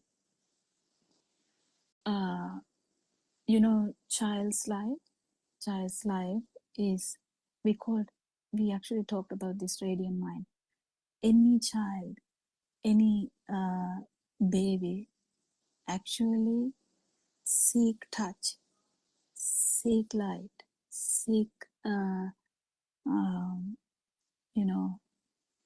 the everything. They kind of seek, when they grow, we know that they seek love. So they seek love mainly through touch, mainly through because it's a basic. They don't have a big mind, They don't understand the word I love you. They understand love by touch, love by, you know, getting getting satisfied each time that the hunger is there. Each time there's good sound system, like good uh, satisfactory sounds, not like bad words.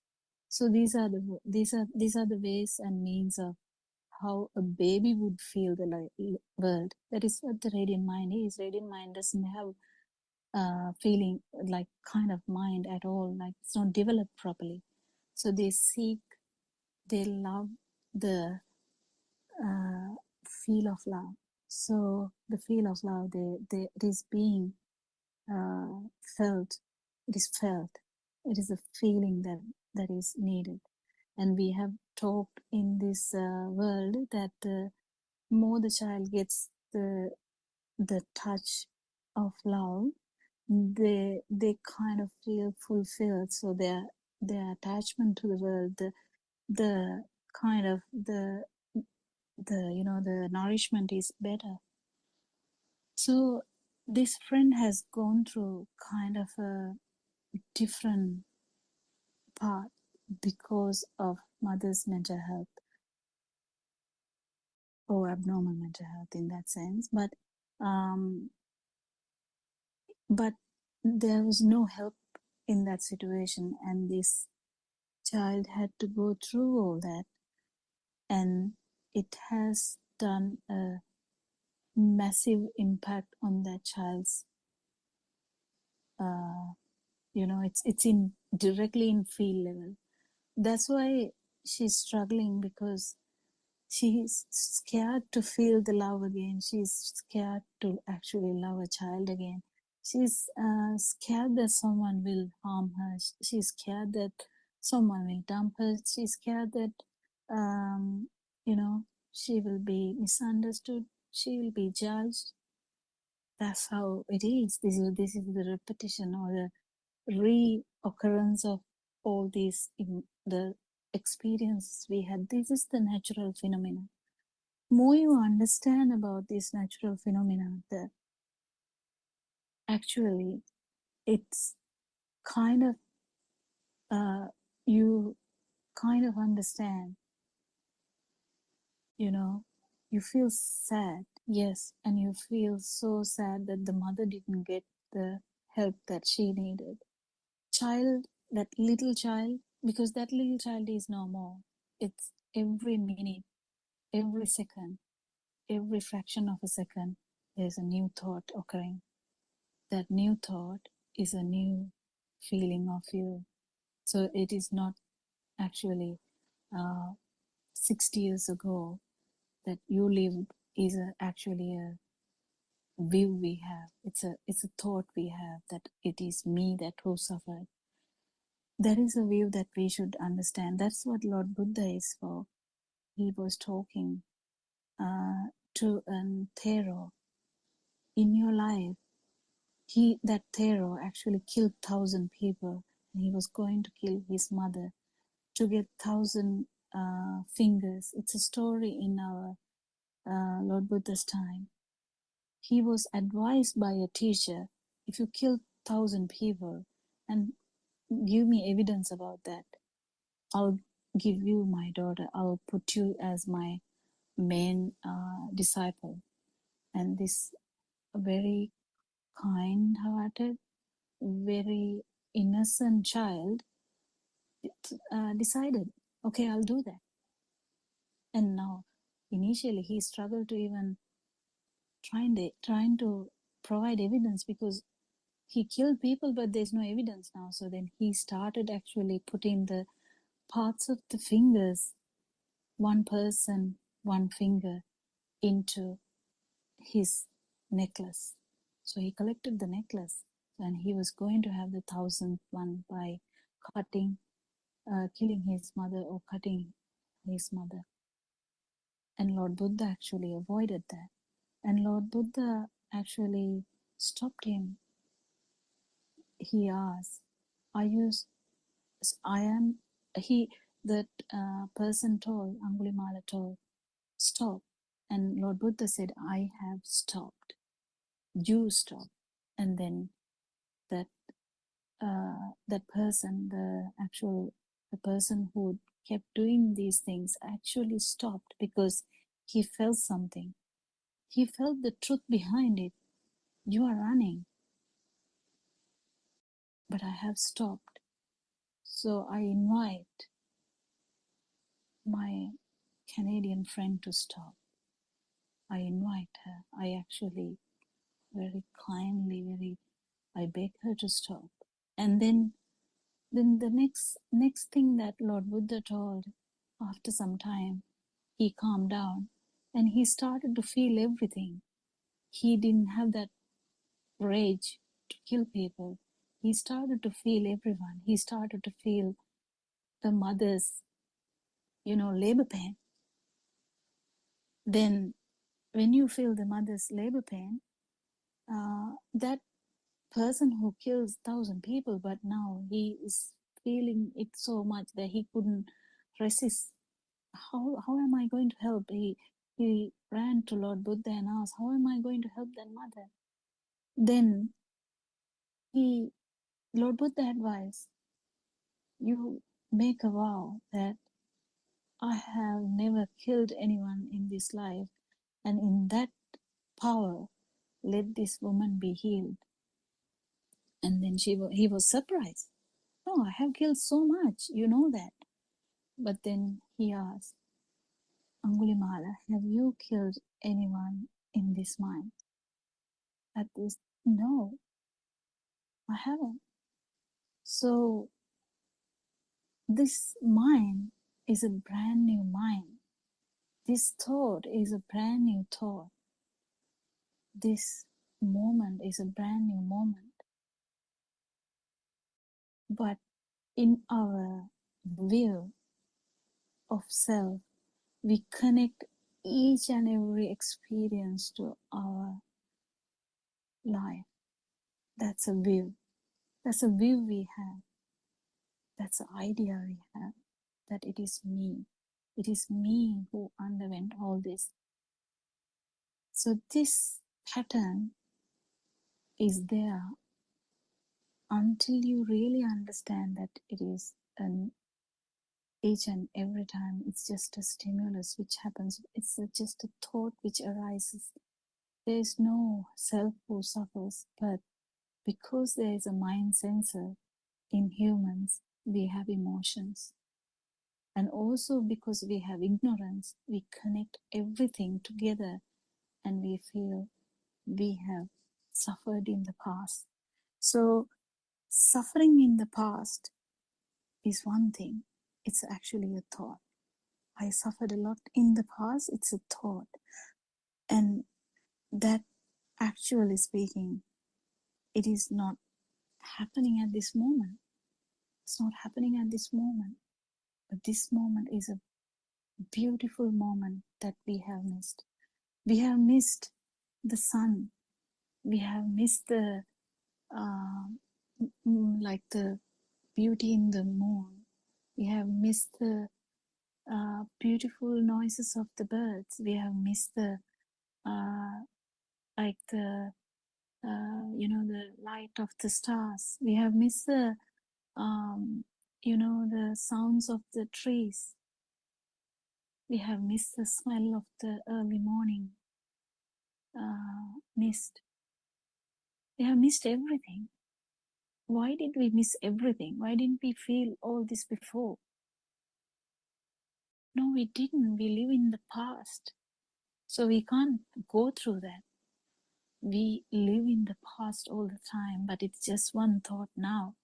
So just you have missed all these thoughts, just beautiful moments of awareness. Just you have missed the beautiful, every aspect because of this, because of the habit we have about living in the past thoughts, living in the past vibrations, living in the past episodes, they are playing again and again, and you feel like you are actually suffering, and the baby who suffered before 60 years ago is me. That's what the self view is. So Lord Buddha actually explained self view is actually a wrong view. That's a completely a wrong view. There is no self, but there is a feel, which happens due to the organs, sensory organs. Yes, you can hear, you can see, you can smell, you can taste, you can feel the touch, the temperature, you can also think. But we miss the whole beauty of that moment because of the, the self thought that we have, thinking that it is me who suffered. So there are so many aspects to that, and one aspect is we have completely missed the mother's, the no one has helped that mother, because nowadays that won't happen to any mother. I don't think if there is some help out there, if that anyone with common sense noted that this something is happening after giving birth, because after giving birth, whatever type of birth that is, any mother can get different mental health issues. It's very common, and it is very hidden, and the mothers suffer and the children suffer as well, and it goes on as a cycle because no one is getting help. And that's not a now we can't resolve it, can we? No, we can't. But if you can actually understand that these things happen, you can actually help help every person, or you can actually go and help other mothers. You can go and help other, pregnant females, or females who are just have given birth.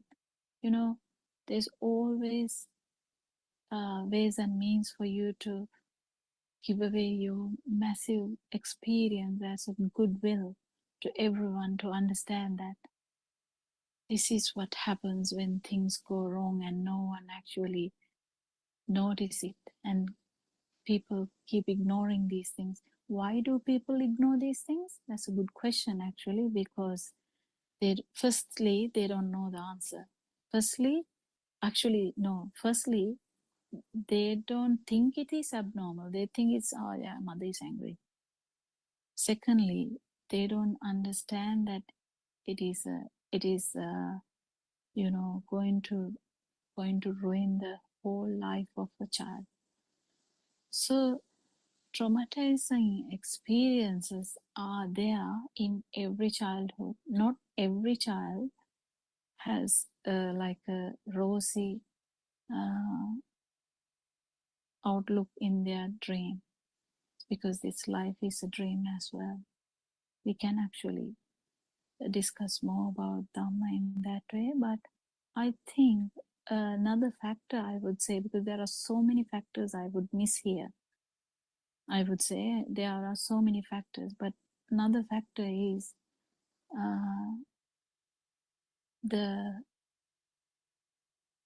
a child, like even a 4-year-old, manifests their mental health too, like the trauma they undergo. The 4-year-olds, 5-year-olds, 6-year-olds, 7-year-olds, whatever the olds, they also manifest these things, and it is being missed as well. So we are actually learning these things through experience, that the child's experience has been missed as well, because any subtle movement of the child, you can understand that child is traumatized. Child will be shaky, child will be hiding, child will be crying, child will be hesitant all the time, child will be scared to come out. So no one has noted even that. So it is tricky when we say, when if she asks, why did this happen to me? Then this comes back to Lord Buddha's Dhamma again. The me is a thought. It's actually some occurrences which happen, some experiences that happen. Yes, something went wrong, yes. But the experiences, we have a notion that it happened to me. It happened to myself. The experiences are mine. That is the thing actually Buddhism has come out with. There's no self, but there's a bunch of experiences. Are they real? They're actually not real too. But this dream is feeling so real because your skin makes you to feel the pain when someone hits you. Your tongue will feel when the food is not given properly. And your hunger pains, you will remember the hunger pains forever because you were hungry all the time. And the smell, if you were not changed or if you were not given good clothes, if you were not washed properly, you will remember the bad smells. And these are the experiences, these are the actual experiences of the sensory organs that you had. The continuity of this flow is what we feel as me, because we feel this dream is flowing. That is because this human mind is very fast, and because of the speed, we feel that this film is flowing because it's so fast we can't understand. Can you feel that we are standing on a rotating world? Can we even feel that?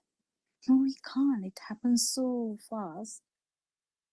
We can't even feel that. Can we feel that we are actually standing here because of the gravity?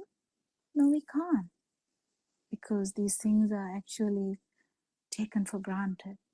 So this mind power or the mind, not the power, the speed of the mind is something that keeps this dream as alive, like dream as happening. So there's so many things for her to understand, but there are so many things that were missed. We acknowledge that, and we acknowledge that they were experiences. We can't erase them. They were experiences, yes, but whether they are actually happening to someone is a big problem that we have to resolve. This brings your friend to the basic question: is it me who suffered 60 years ago? Is it me who suffered this until 18 years of age? Is it me who suffered after running away, who suffered to survive? Is it me who suffered with scared to be judged, scared to be, to be able to understand what will happen to her? Because uncertainty kills us. Uncertainty kills us, and because there is a self always, the uncertainty kills us. So we don't like uncertainty. We want everything to be in the safe zone. That's what it is. I mean, that's what the continuity of feeling, that's what we call this, mirage or the illusion. This illusion kept us going, and the illusion is so real. You feel that it's so real that we feel that it happened to this body, this mind, to me. So there's so much, so that actually I would like her voice to come in some way, but It's okay. She can take time. She can try to understand what we were talking today, because there are so many feelings to understand. But if you actually dissect those feelings, you will understand they are all experiences that had been labeled as my experiences. Unfortunately, that is how we know. That is how we know. And if someone understands Lord Buddha's Dhamma, you will understand, yeah, there are experiences, yes, but that's just an occurrence that happened. We can learn from it. What do you learn from it? Well, you can actually be a person who teaches everyone, kids psychology. You can do anything. You can actually understand this Dhamma and help all the Canadians. Who knows? Who knows?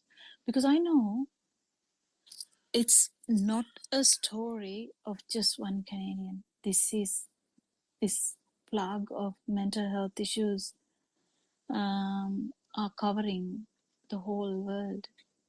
A lot of young people, whether they were suppressed or not, they have so much issues of anxiety, so much issues of depression, so much stress, so much, trauma that they can't even talk about. There's people out there with abnormal health as well, like abnormal mental health, where they perceive something completely different. There are reasons for that too, It's completely, something which can happen to any human. So if you love humanity, if you kind of have so much loving kindness for the humanity, the best thing you can do is understand about this humanity, understand how a thought arises, understand how this view of myself has come, understand how you can give happiness to everyone. Happiness comes through understanding. Happiness doesn't come through by suppression of your emotions. Happiness doesn't come through by just talking about your suppressions, by thinking about your suppressions, or just by doing something about those suppressions. Actually, if you understand the rationale behind these things, why these people do things and it comes back as in cycles and cycles and cycles. How did this happen? How can we stop suffering? If you really want to know how to stop suffering, you should stop. Just need to stop. When you stop, not physically, but stop and, just calm down. Because otherwise you will miss all the beauty of the things out there, what you can see, what you can hear, what you can smell, what you can taste. Water is so tasty. You will even miss that because of the tendency for you to go back to the past. Highly,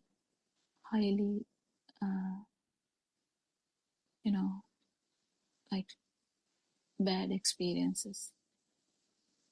So I think I would stop there.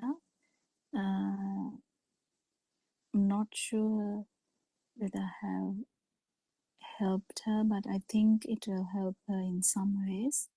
And I think one day she will have the courage to come and talk to us. We are actually very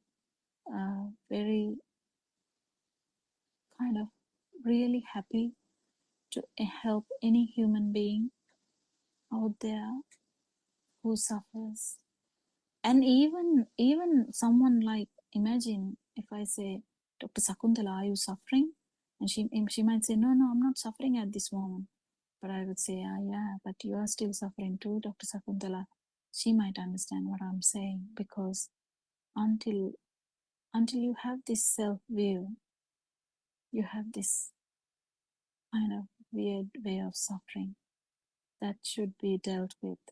And if someone gets the urge to deal with that, and the courage to deal with that, and the thought to deal with that, and if you start researching about this suffering, you will definitely fight it, and you can.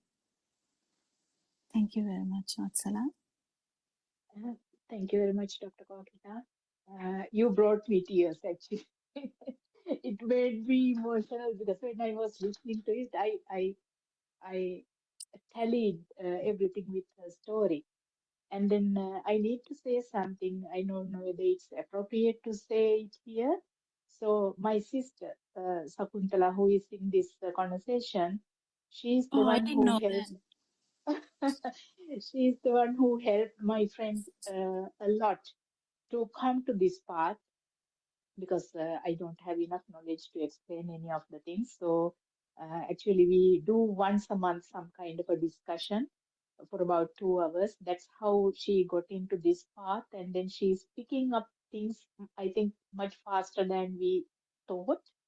And then now, what you explained will definitely help her. Thank you very much. Thirwan Satnam. Vatsala. Hello, doctor. I'm Joel here. Yes, Yeah. I was listening to your speech, and what really came to my mind is like, when I'm a young person, and I also had these traumatic experiences in my past life.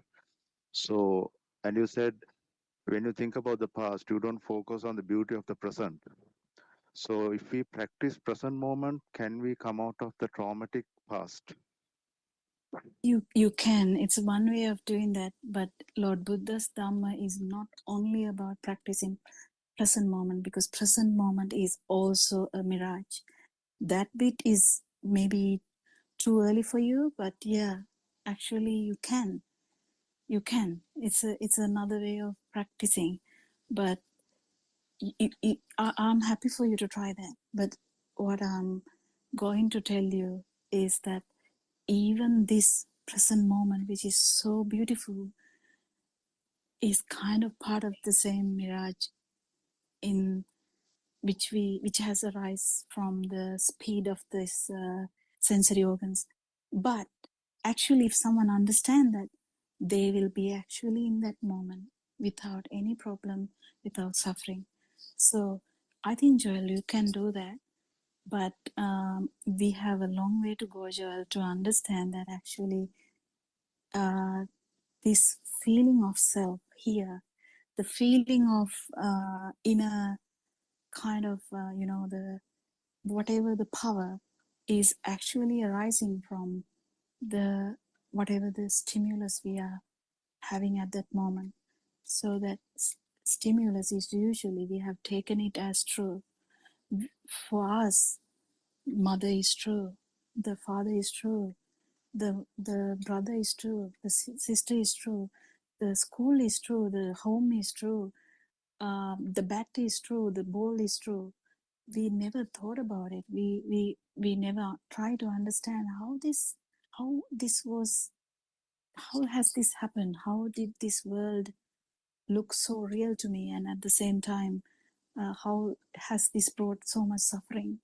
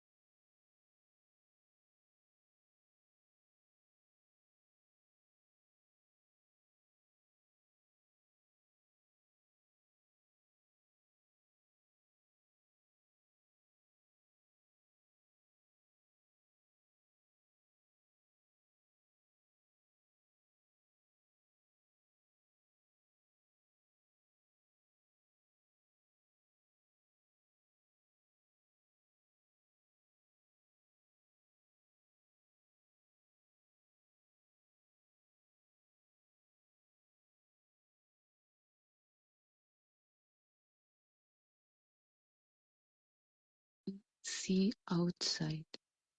We see the sky, the ground, etc. All these are thoughts. When you look outside, you actually see an image which has been created by your thought. But that image is not the truth. They are only thoughts. The sky means a thought. The mango tree means a thought. The table means a thought. The window means a thought. All are thoughts. If all the objects you think you see catches on fire, they turn to ash. The chair, the bed, the windows, all these materials made of the four elements, won't they turn into a gas and disappear? If the four elements exist, we should see them with our eyes. This talk is not about detecting the four elements in objects. We try our best to explain the philosophy of the Buddha using the language, but in many instances we fail to do so, as it is not easy to explain our experience of the realization of the pure truth using a language. We have already realized the pure truth, and we also want you to experience and realize the pure truth. Getting back to teaching you about how to go on the path. Imagine a screen that is in front of you in a film hall. When the projector at the other end of the film theater projects the light onto the screen, images appear on the screen. It is very similar to the television screen. Behind these images, there is a screen. But what you see is not the screen.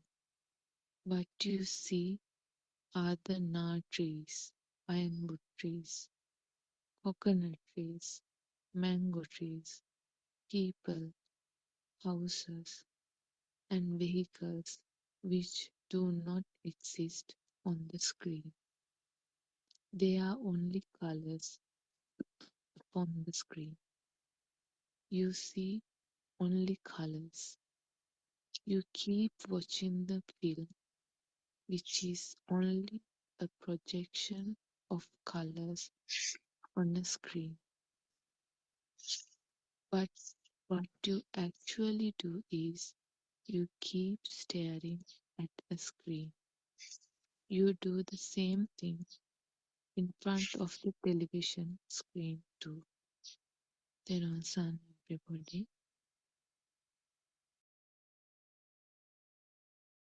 Therwan Saranai Shani, thank you for reading the book for us.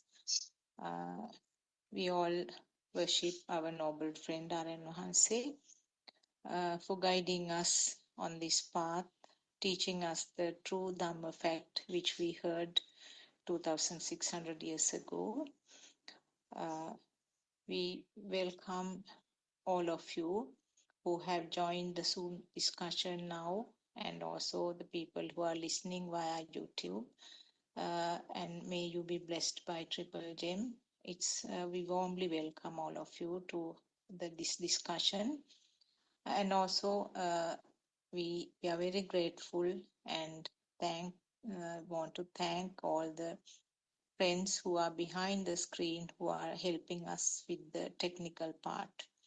So this is our regular English Zoom discussion of Buddothpada teaching, and as usual from 2:45 onwards we gather here and discuss the Dhamma facts. And Shani read 2 pages from our regular book. Actually, we have been discussing about the thoughts and the mind. And briefly, if I mention what she read for us, it's all about how the thoughts are formed.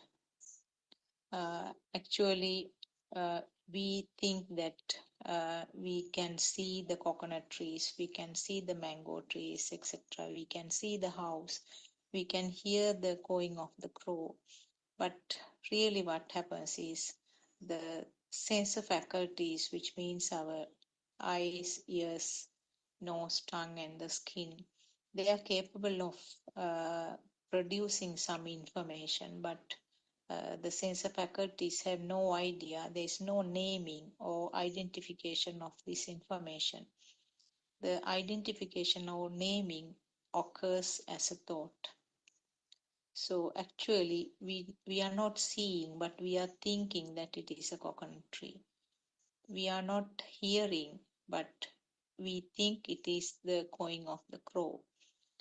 So like that, all 5 sensor faculties, they provide the information due to the fast vibration occurring at that level. And the thought will give some, mind will give the interpretation and then identify or name what it is. So basically that is what we are trying to understand. I can see Dr. Kokila and Sudharma Surangika all have joined. So Teruvan Saranai all of you. We can start the discussion, Dr. Kokila. If there are any friends who have joined, if any of you have any questions to ask, we can start the discussion as it is, because we are still at this discussion of the mind and the thought, very basic level. So if any of you like to ask a question, we can start the discussion from now, from that point onwards. Teruvan Saranai.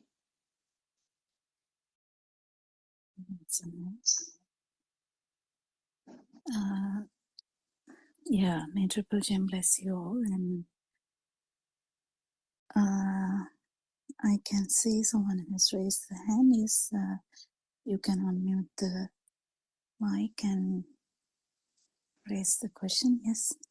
Hello, I'm Joel. Yes, Joel. I'm a Christian, but I joined today the first time. So I was listening about this thought pattern, and these thoughts have been created by 5 senses. So sometimes, for me personally, some thoughts, they just dwell inside me. So how can I come out of those thoughts that are just coming and getting registered in my mind? Any tips that I can get from you, ma'am? Yeah, actually, we welcome you to this Zoom discussion, Joel, because truth is, just truth. It has no limits. How old are you? Did you say? You didn't say. How old are you? I'm 34. And when you day-to-day life, when you work, what do you do? Basically, I was a counselor. So I Oh, did okay, yeah. counseling for the cancer patients. Yeah, okay. And now I'm trying to get another new job. Oh, that's fine. So between this So, resting period, I got these thoughts getting registered in my mind. yeah, we'll talk about that. So Yes, ma'am. actually, this whole Zoom meetings are depending on actual truth that how this mechanism has happened. So to actually if we try to erase a thought or kind of suppress a thought, you have basic idea that it comes more than usual actually. If you're kind of trying to do it more and more, it comes more and more. So this suppression of thoughts or kind of diverting into another thought, we are very famous for that. If you have a bad thought, just count from 1 to 10. We are very famous for that. And also we can say go for a walk, do whatever, some parasympathetic activities where you might feel your attention is on to different stuff, so that thought is just for some time it's gone. But as soon as the kind of anything that is related to that thought happens, that will come back again. But here in Dhamma, we are not actually talking like that. We are actually trying to understand how the thought has happened. Not really about actual content of the thought. We are not actually thinking about the content of the thought or what pattern of the thought or what, because the pattern of thoughts are actually different to 8 billion people. I mean, my pattern of thinking is not similar to my colleague's pattern of thinking, or it is not even similar to, if I had a twin, that is not even similar to twins' thinking pattern. Pattern is very variable. It matters. It changes with the genetics, the environment. It means from childhood to now, how things have evolved. So the experiences, basically, the thought patterns are mainly due to the experiences. But we are not actually trying to change the pattern. We are trying to understand how this thought has arisen in this system. So, I mean, we can say that in different ways, but I would say, going back to your, you may just imagine you are a 6-week baby. Just imagine. I mean, you won't remember anything about being a 6-week baby. And that is also interesting why you can't remember, because you didn't have a mind at that time. So the mind formation starts a bit later. How does the mind formation happen? Mind is actually one thought, just a thought. How can a thought happen? Lord Buddha has explained that a thought actually has all the features of 5 senses. If we had only 4 senses, that would only have all the features of 4 senses, but we have 5 senses.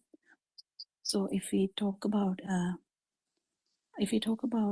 basic first thought like mother, the baby is not going to get meaning of the word mother directly, but perceptions are there.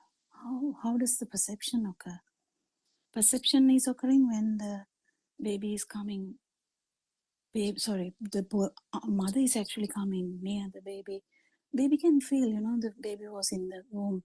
Baby kind of is sensitive to the mother's voice, because that similarity is there. Not that the baby is aware that it is mother's voice, but the same vibration is coming. So that is kind of feeling safe for the baby. And the smell and the outline of that picture, and the if there's a taste, yes, milk maybe, and sound, the eyes and the smell and the taste and the touch. Of course, touch. Babies are very sensitive to touch. If mother touches the baby, if they definitely know it is very, very different if mother touches, baby sometimes stops crying, but it is babies are very sensitive. So, but mother has not occurred to the baby yet. But Lord Buddha has explained as these perceptions are there initially, but when they appear, synchronize at the same time, it's happening same time. So the sound comes, the mother is talking, and the picture is also coming at the same time. This humanity or kind of human system has the greatest ability of getting them together. So all the perceptions, actually the vibrations become like a kind of coalesce, and you have like a new idea that there's something. And if you see videos of babies talking, the first word, that first word, the baby is uttering the word mother, not knowing that it is a big deal, just because mother has been repeatedly telling. So that is the beginning of the thought, the mother. Can you see the mother has all the features, that smell, motherly smell we get. It can be even the milk smell, the visual outlook, and the sound, and the taste, and the touch, all together. Now there is a mental picture. This is the mental formations. So these mental formations or thought is the powerful weapon of humans. It's very powerful. At the same time, it can actually lead you to have the worst outcome as well as the best outcome, because if you hear them, that is also initially understood by the mind. So the mind, what is mind? Actually, is there a mind? Mind is not anywhere. Mind is not located in the heart or near the heart. You can't actually call it like that. But what happens is, fast occurrence of thoughts, it doesn't happen immediately. The child will slowly adapt to this new kind of understanding. So they had perceptions separately, and now the perceptions are actually coalescing to form another perception, mental formation. So that mental formations are going to get more and more, because that's how they adapt. It is a normal thing. There's no self there. Just it keeps happening. So the baby will slowly start to understand daddy or tata or brother, family, that anything in that sense, anything, any word or any thought. And slowly the child's world is going to get all these thoughts, and thoughts starts to happen very fast, and it becomes a thinking world. Because imagine you getting up in the morning and you see the ceiling and you see the surroundings of your room.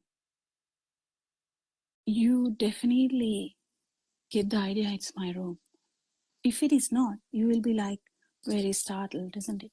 You'll be really scared. Where am I? But no, if you are inside the room, you know that's the surrounding. But inside the room is a kind of a perception. It's a mental formation. But that's how we are. We are in mental formations.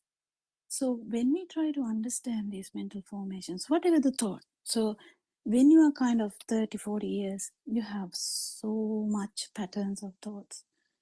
I mean, from school, from friends, from family, from the upbringing, from job, whatever. There's so many things you get, and all are having like a view. Imagine like living in Asian culture, you have separate kind of stuff. And if you are in Christian family, that would be having a different outlook. I'm surrounded by them. I mean, maybe to the whole this area, I may be the only different thinker, but the thinking pattern is different. There's no change in the way they feel. The way they feel, in the sense the way they feel is also different because their vibrations are different. But actually, the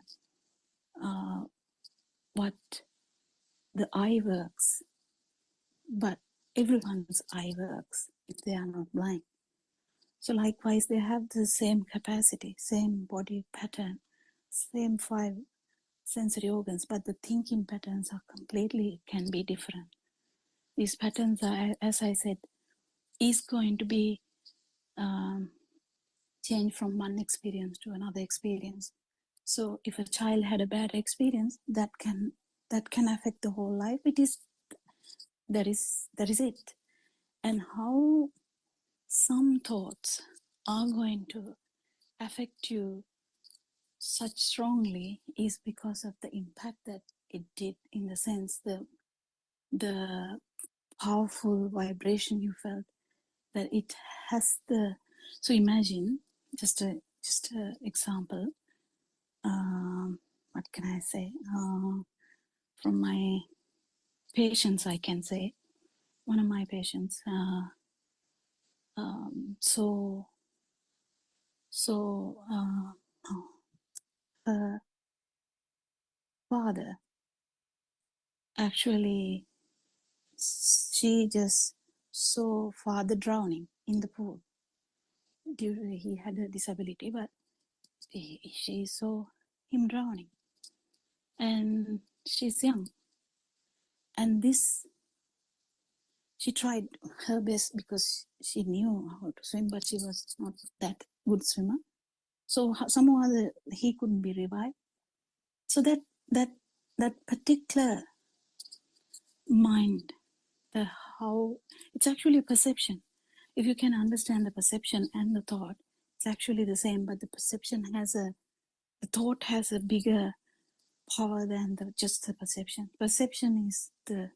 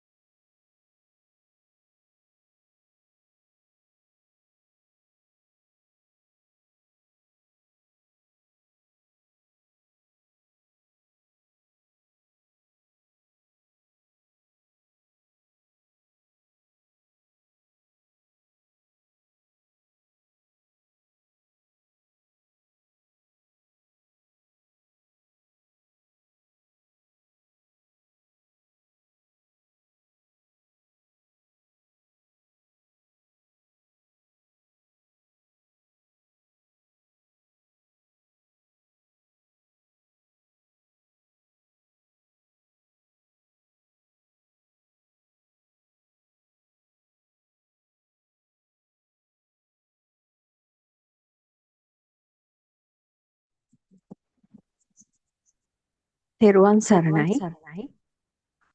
I worship Triple Gem respectfully.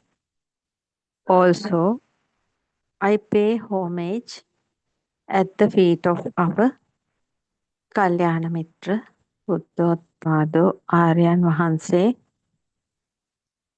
May Aryan Vahanse live long to spread this Dhamma to every corner of this planet Earth to end the suffering of all human beings.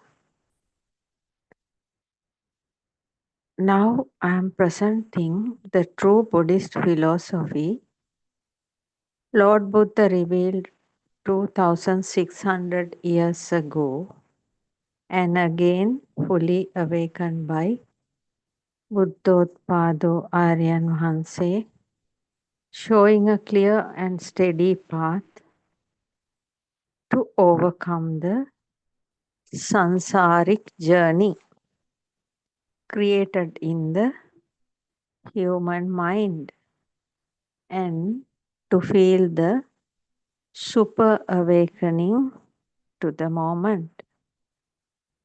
This is the continuation of Sermon 8, self-translated Darshana Samapattiya, true Buddhist philosophy, preached by Buddothpada Aryan Vahanse 5 years ago. Theruvan Saranai Dhamma, friends.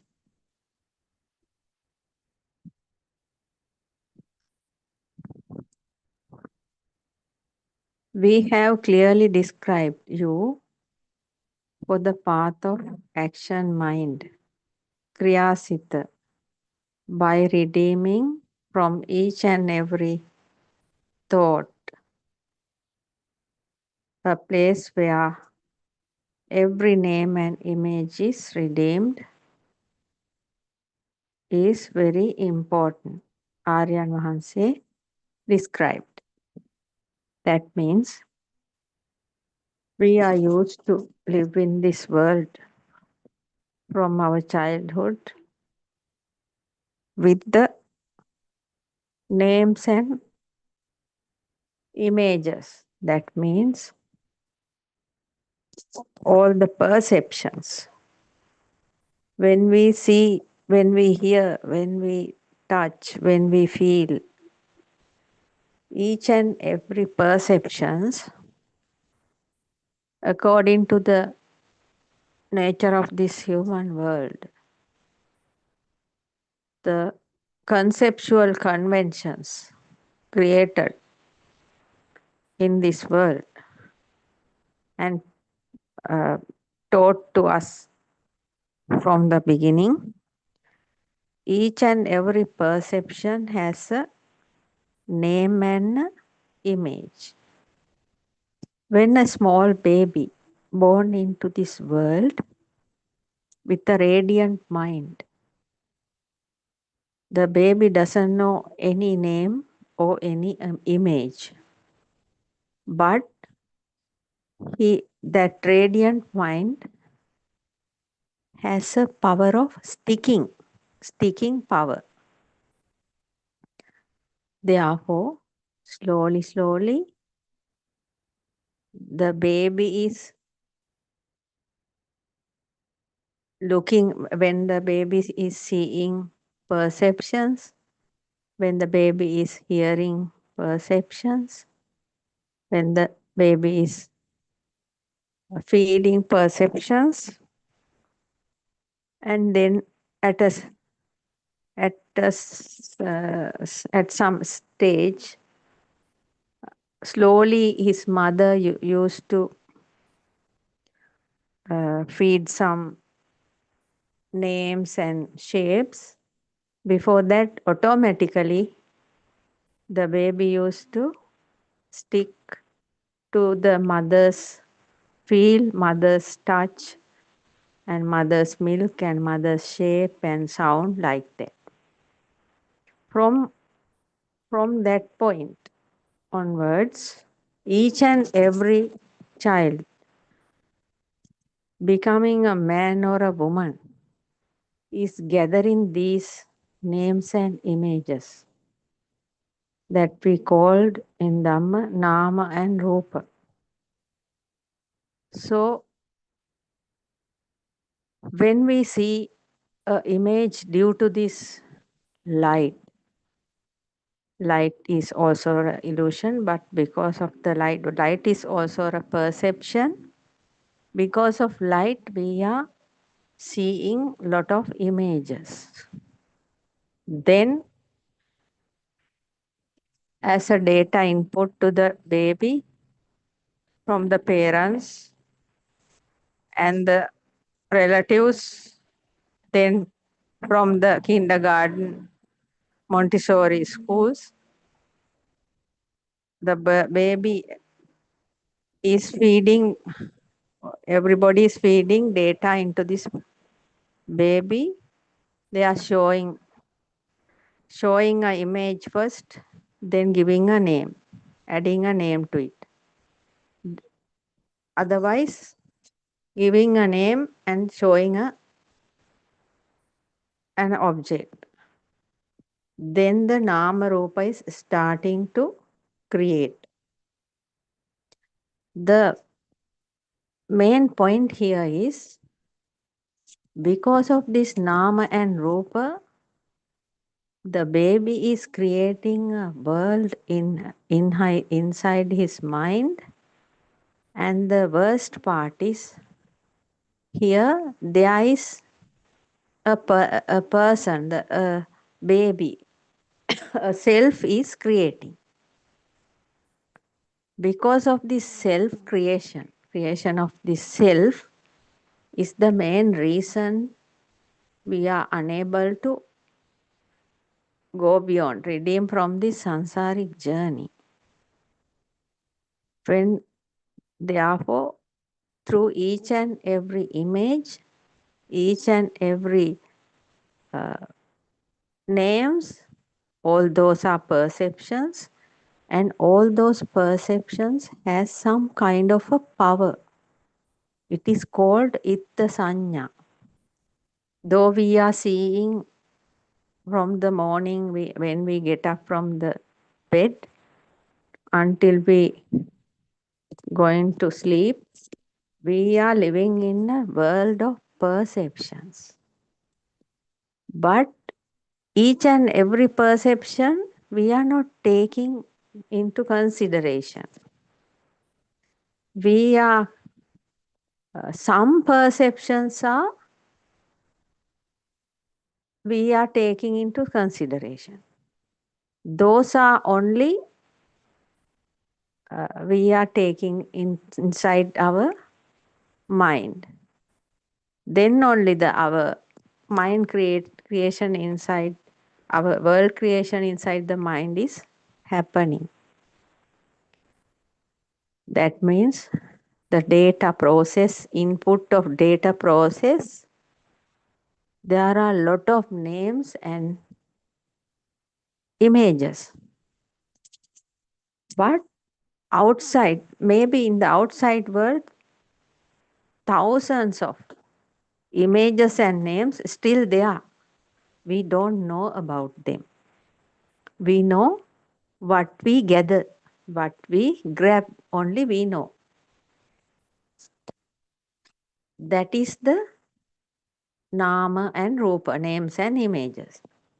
When the Nama and Rupa, the perceptions of Nama means the names, perceptions of Rupa means the images, they get together and tidying up, binding with another power that is also called the mind power, thought power.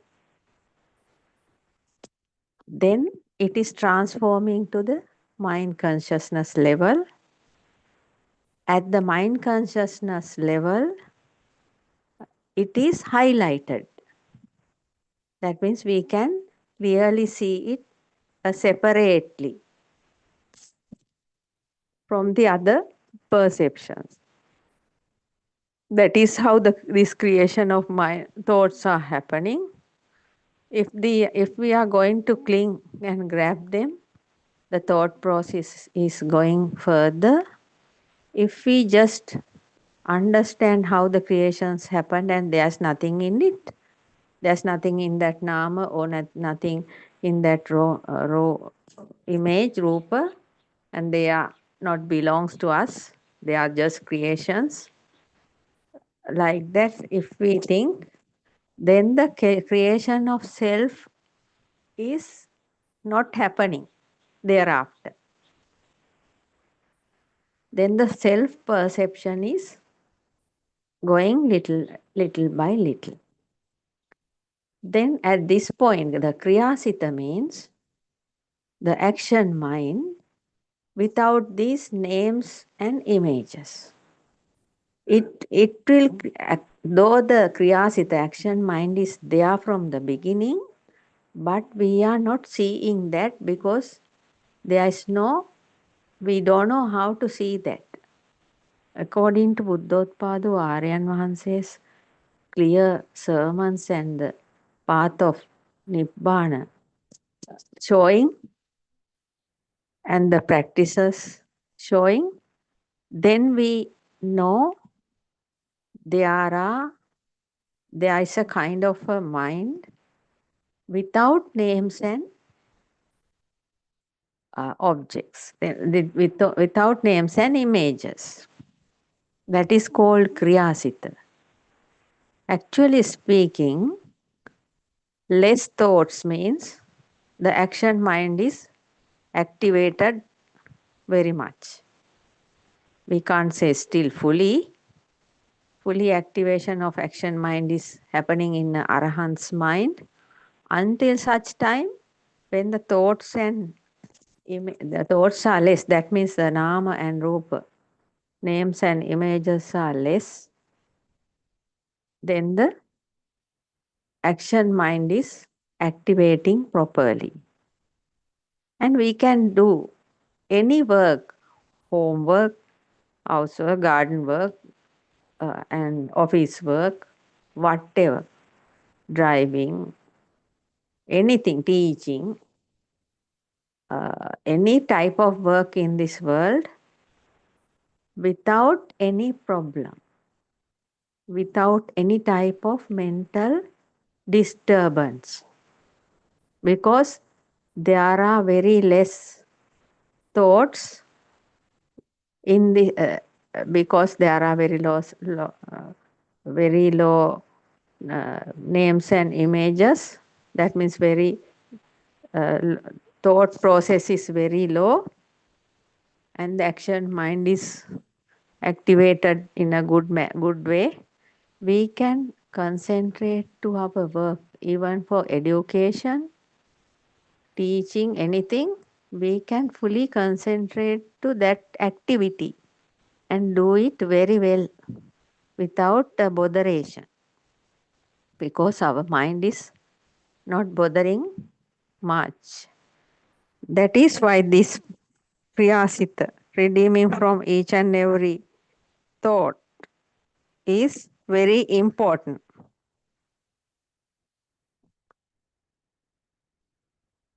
If somebody say a name, an image is formed. A form is created because if there are images in your mind. Yes, if somebody say a name, somebody say a bus, then an image of a bus is formed in our mind. A form is created because there are images in our mind, because we know there is a data input.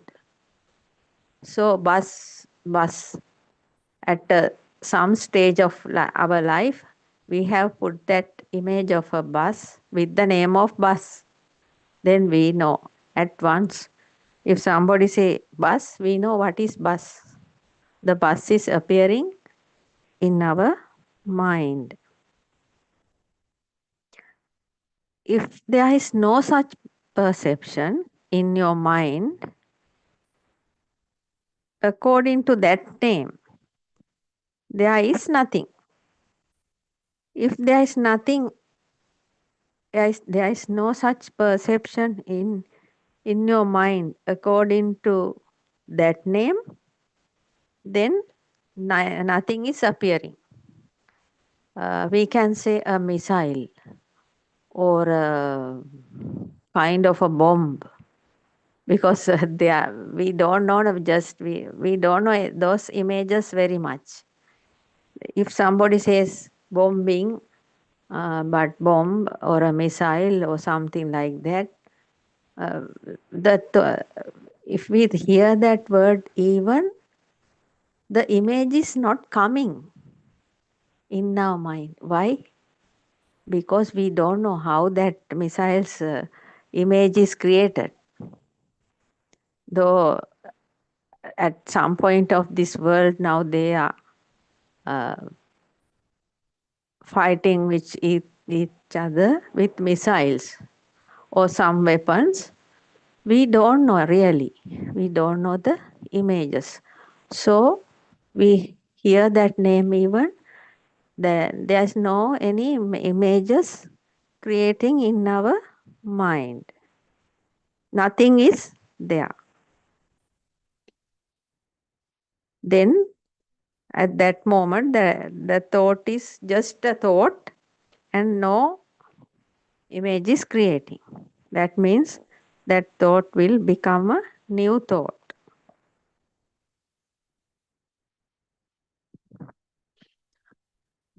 It will gather, accumulate as a new conceptual convention.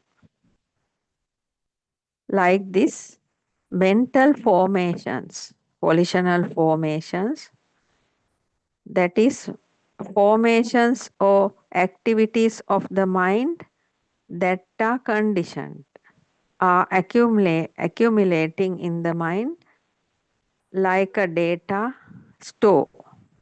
This is a small view.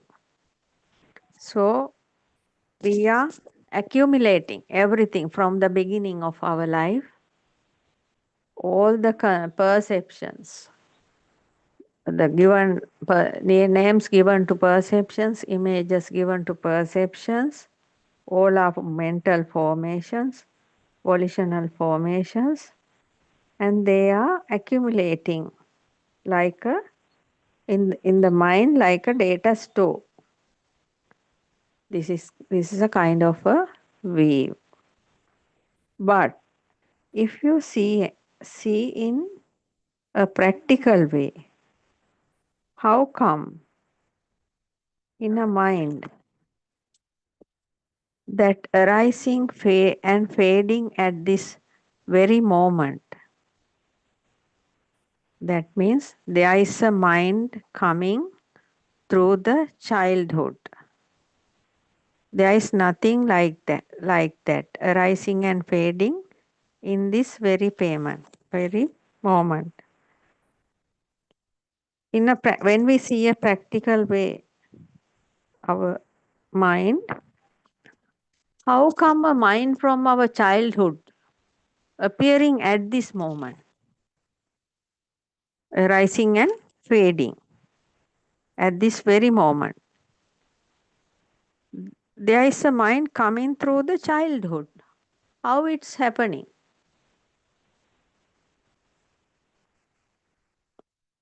But Aryan Vahanse is telling there is nothing like that. There isn't a mind continuing from the childhood to and up to this level. Arising, fading and fading in this very moment.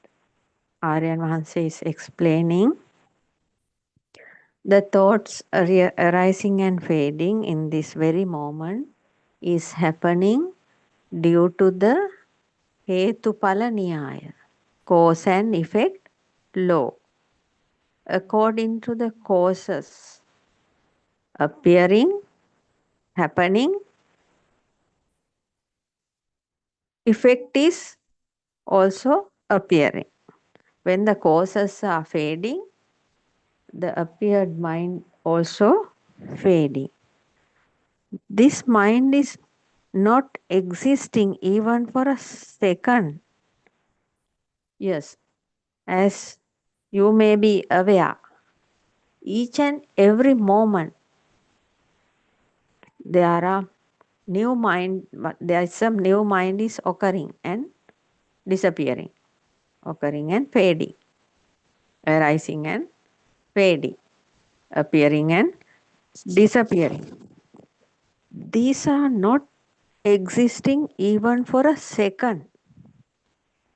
We can't see that. We can't see that mind occurring and disappearing because it has a speed. Its speed is very high. In this universe, the highest speed has this mind power.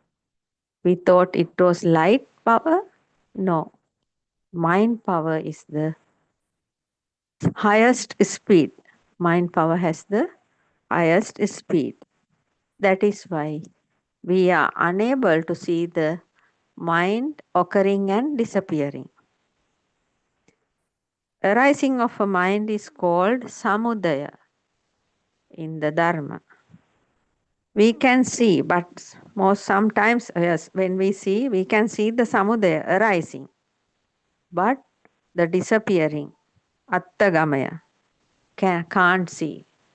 In such a speed, it's coming, appearing and disappearing, arising and fading in such a speed. So we don't know at what point it has disappeared. Coming. We can just feel that thoughts are coming without an end. And that is the thing, it gives a human being a very big frustration due to this thought process. Nowadays, most of the people in this world,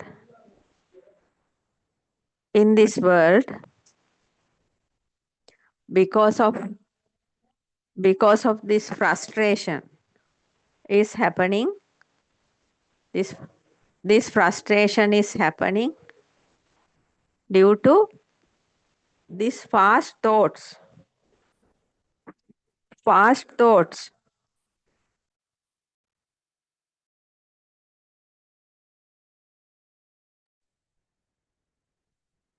The fast thought process is the problem for each and every human being. Udayavaya jnana. In the Dharma, Satya Dharma, it's called Udayavaya jnana. Seeing this appearing and disappearing of this mind. Udaya means arising, Vaya means fading. The ability to see that appearing and fading is called Udayavaya jnana. It's a kind of a wisdom. It's a kind of a wisdom able to see the appearing and fading of the thoughts.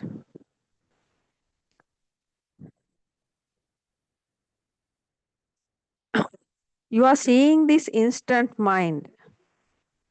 Actually, in the Nibbana, also can see this instant mind. Aryan Vansa is describing in the Nibbana also, this instant mind can be seen. How come this instant mind you see at this very moment is also a past mind? How come this instant mind you see at this very moment is also a past mind? We think we live in the present moment, and we think the thoughts are creating at this present moment. But actually speaking, this instant mind you see at this very moment is also a past mind. Because we can't actually find the present moment such a speed, this moment is going back to the history. That means going back to the past. In such a speed. See the objective you receive at this moment. That object is a sound of a crow. See some objective creating in your mind. We'll say it's a sound of a crow. That crow sound is hearing. When the sound is hearing, we are just hearing a sound. But at once the sound is hearing, at once the mind is creating the crow's picture, crow's image. Then we understand this sound belongs to a crow. That is how this process is continuously connected with names and images. Where was the crow? It was in the past memory. At some point, we have seen a crow's picture or a live crow, and somebody may be mother or sister or somebody has shown us the picture, shown us the crow and telling that is the crow. Then that name and image get together and taken into the data. Whether the objective comes to you is a past memory. Any kind of objective creating in your mind, it is completely a past memory. We are living on past data, past thinking patterns, past memory.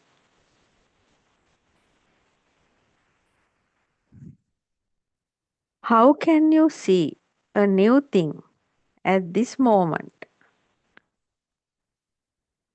Only the past conventional concepts are coming to your mind. As I said earlier, if a new thing, if new kind of a machine or a new kind of a bird or some strange creature appeared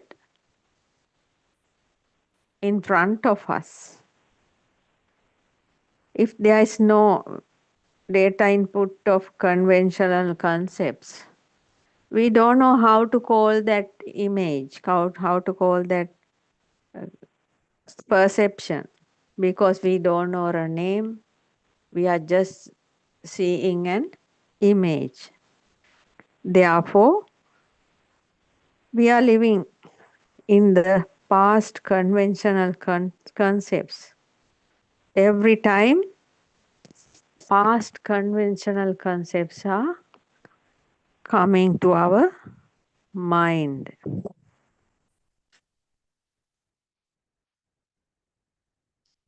සංඥාවට විතර්ක කරනවා කියන්නේ පෙර මතකයෙන් ගලපනවා කියන එකයි. In Dharma, it is a saying that සංඥාවට විතර්ක කරනවා. That means to apply thinking, vitarka, to perception means matching it with past memory. Or every time there is a perception, we can see or hear or feel. We are trying to apply into the memory, past memory. That is how we are the awareness happening. Thinking about the perception means comparing or relating it to previous memories. Yes, every time If every time we are thinking about perception means when we think about ice cream, that means we are comparing or relating it to previous memories, and then only we know how is the ice cream and what is the color, what is the taste. Everything we came to know with matching the cons- perception with the past memory.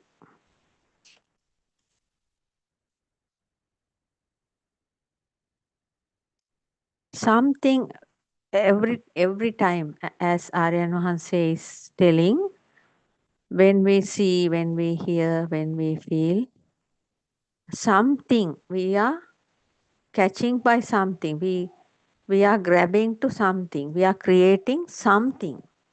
Then only the problem starts. If we can live without grabbing to anything, any perception, there's no problem. When we are starting to grab things, a creation is happening. Something is creating through feeling, විඳීම් හැඳීම් දැනගැනීම. Feelings, recognition and knowing. Always there is a thing. If there is a thing means there is always the feeling and the recognition and the knowing is there. Then only that will become a thing. දෙයක් වෙනවා. Aryan Mahanse is telling all the time, දෙයක් වෙනවා. A thing, becoming a thing because of feelings, recognition and knowing.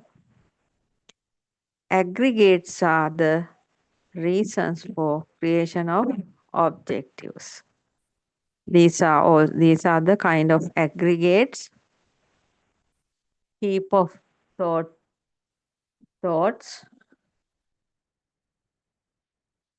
are the reason for creation of objectives. We actually living in the past. Present moment, we cannot meet the present moment because we live in this world thinking about the past and feeling about the past, and the present moment very small kind of very can't even recognize because that moment is the present moment is just happening and vanishing. Then we cannot meet the present moment. Therefore, we are living in the past and we cannot meet the present. This story is very deep. We think now we are sitting on a chair and now we are watching a television, but during that period of time, without your knowledge, the present is becoming past and again the present is becoming past. Like that, it's so rapidly happening. This story is very deep because if somebody happened to really understand it with the wisdom only, they can understand this. Otherwise can't. The mundane people can't feel it because the Dhamma knowledge should be there to see this difference. That is why this story is very deep.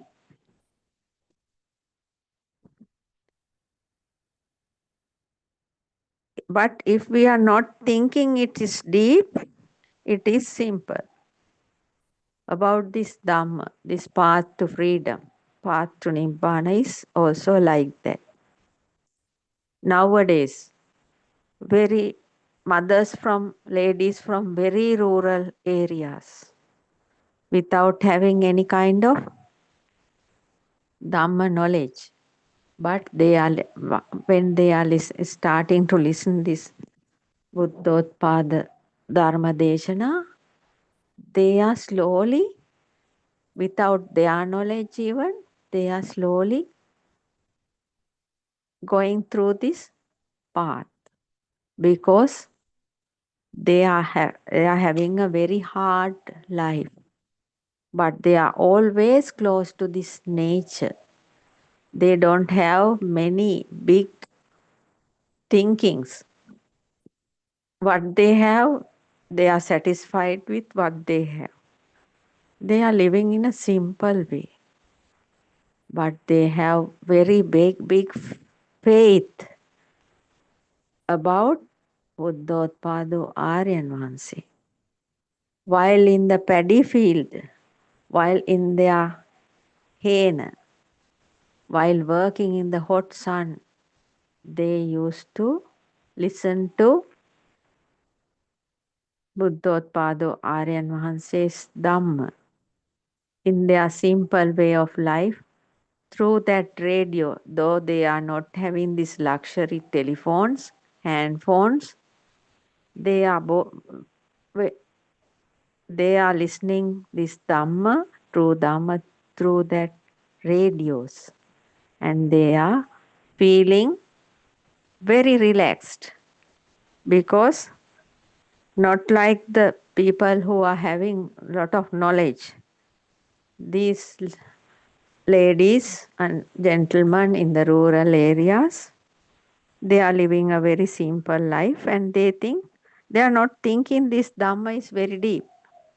They take it in a light way and listening to Dhamma while living, while working in their day-to-day work. They are slowly realizing this Dhamma. It's depending on the way of thinking. Some are thinking it's very deep, it's difficult to understand, because we were taught that 84,000 Dhamma skandha is there to understand. But Aryan Vansi is telling all those 84,000 Dharma skandha is in this present moment, in this present moment, in this mind. Therefore, there's nothing to worry about. It's if we are a human beings, if we can hear, if we can think, if there is a knowledge to understand, now it's the time to understand this Dhamma, to end suffering. Maybe maybe the listeners are in any other religion. It doesn't matter. This is the truth of the humanity, and it should be listened by every human being on this planet to understand what is the creation of world inside their mind, why they are suffering. And easily now 24 hours they are through this pure TV, Dhamma sermons and discussions are happening in English, the universal language. Then everybody, most of the people in this world can hear and can understand such a simple way this Dhamma is telling. And according to that village ladies and gentlemen, anybody from any corner of this world happen to listen to this Pure TV 24/7 channel, and they will slowly redeem from their sufferings, and they can live a very calm and wonderful life.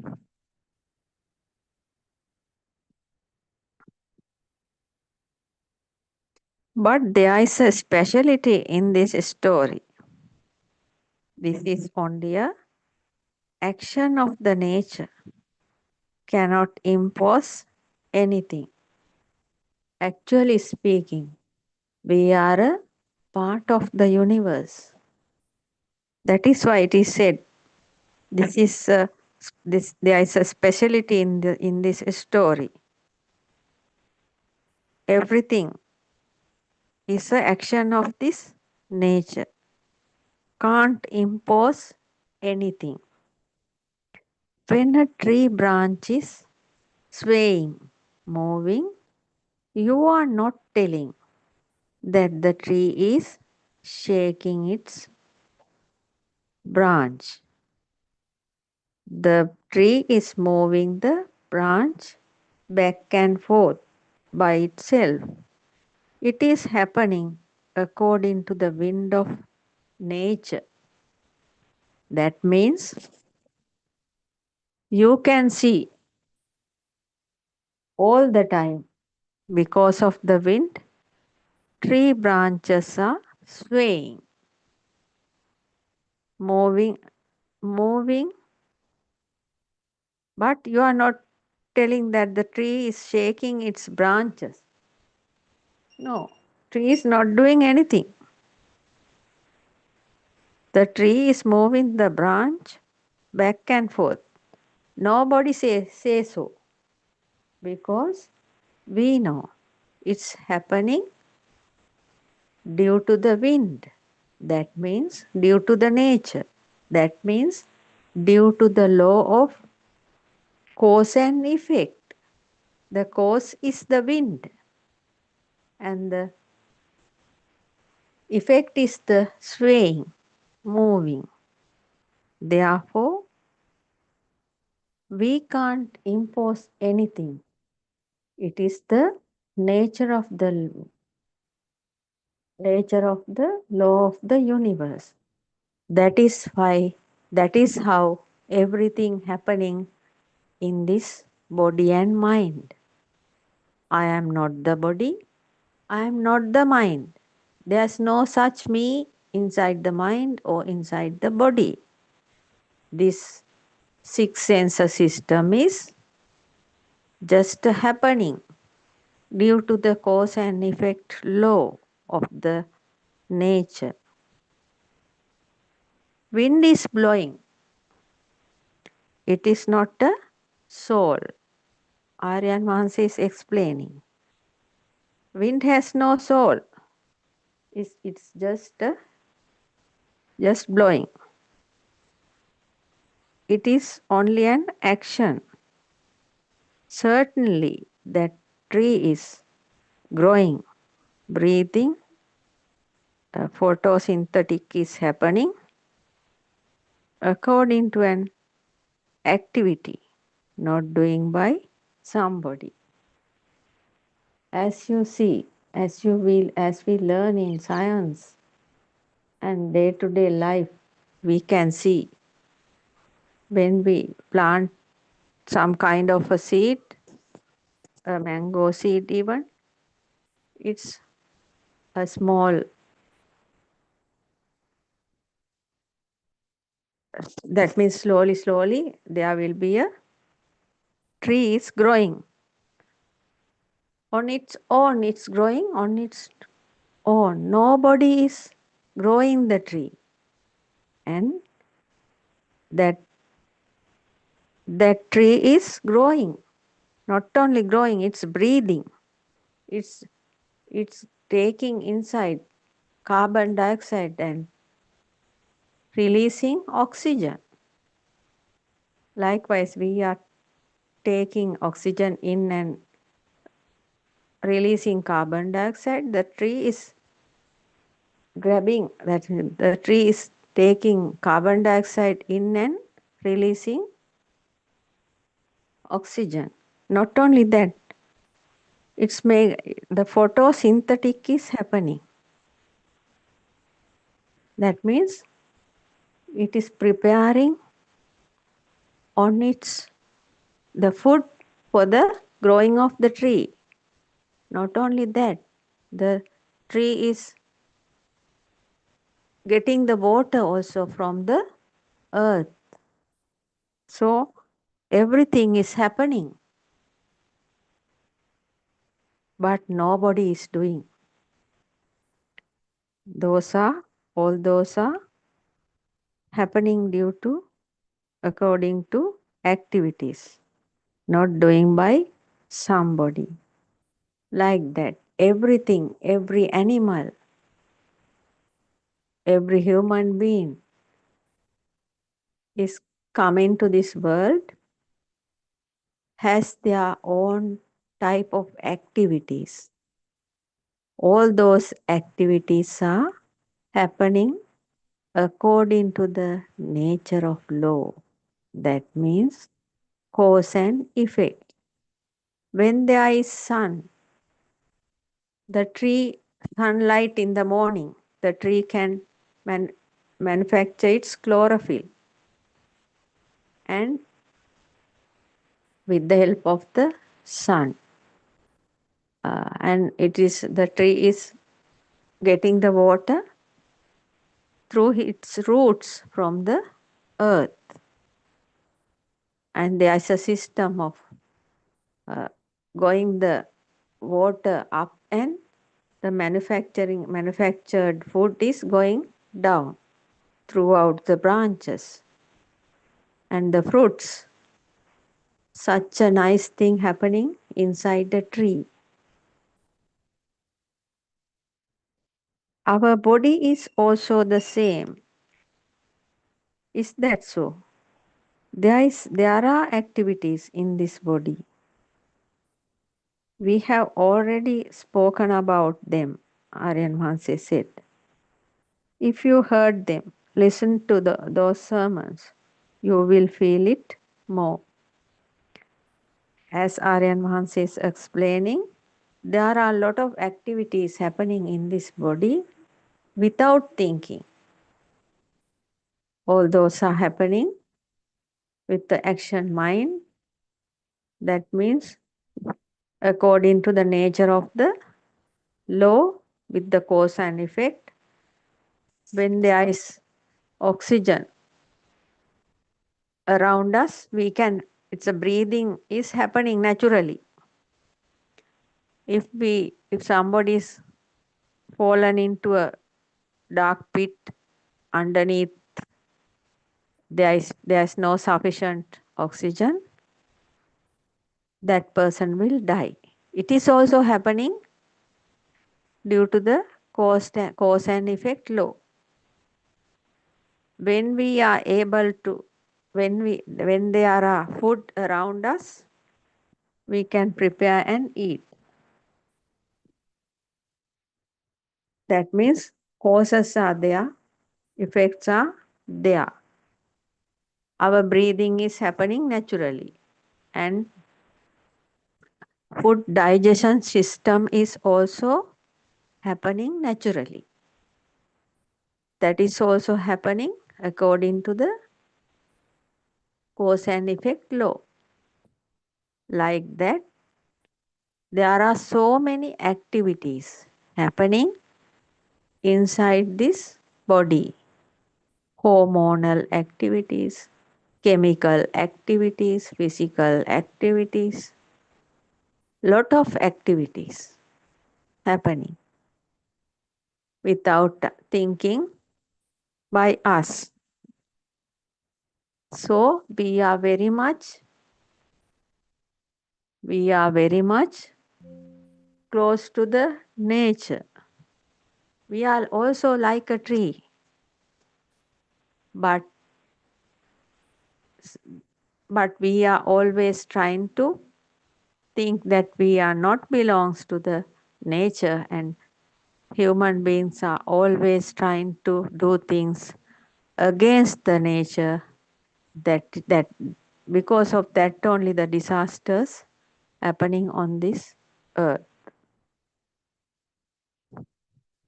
There are different types of disasters, natural disasters and man-made disasters happening. Everything happening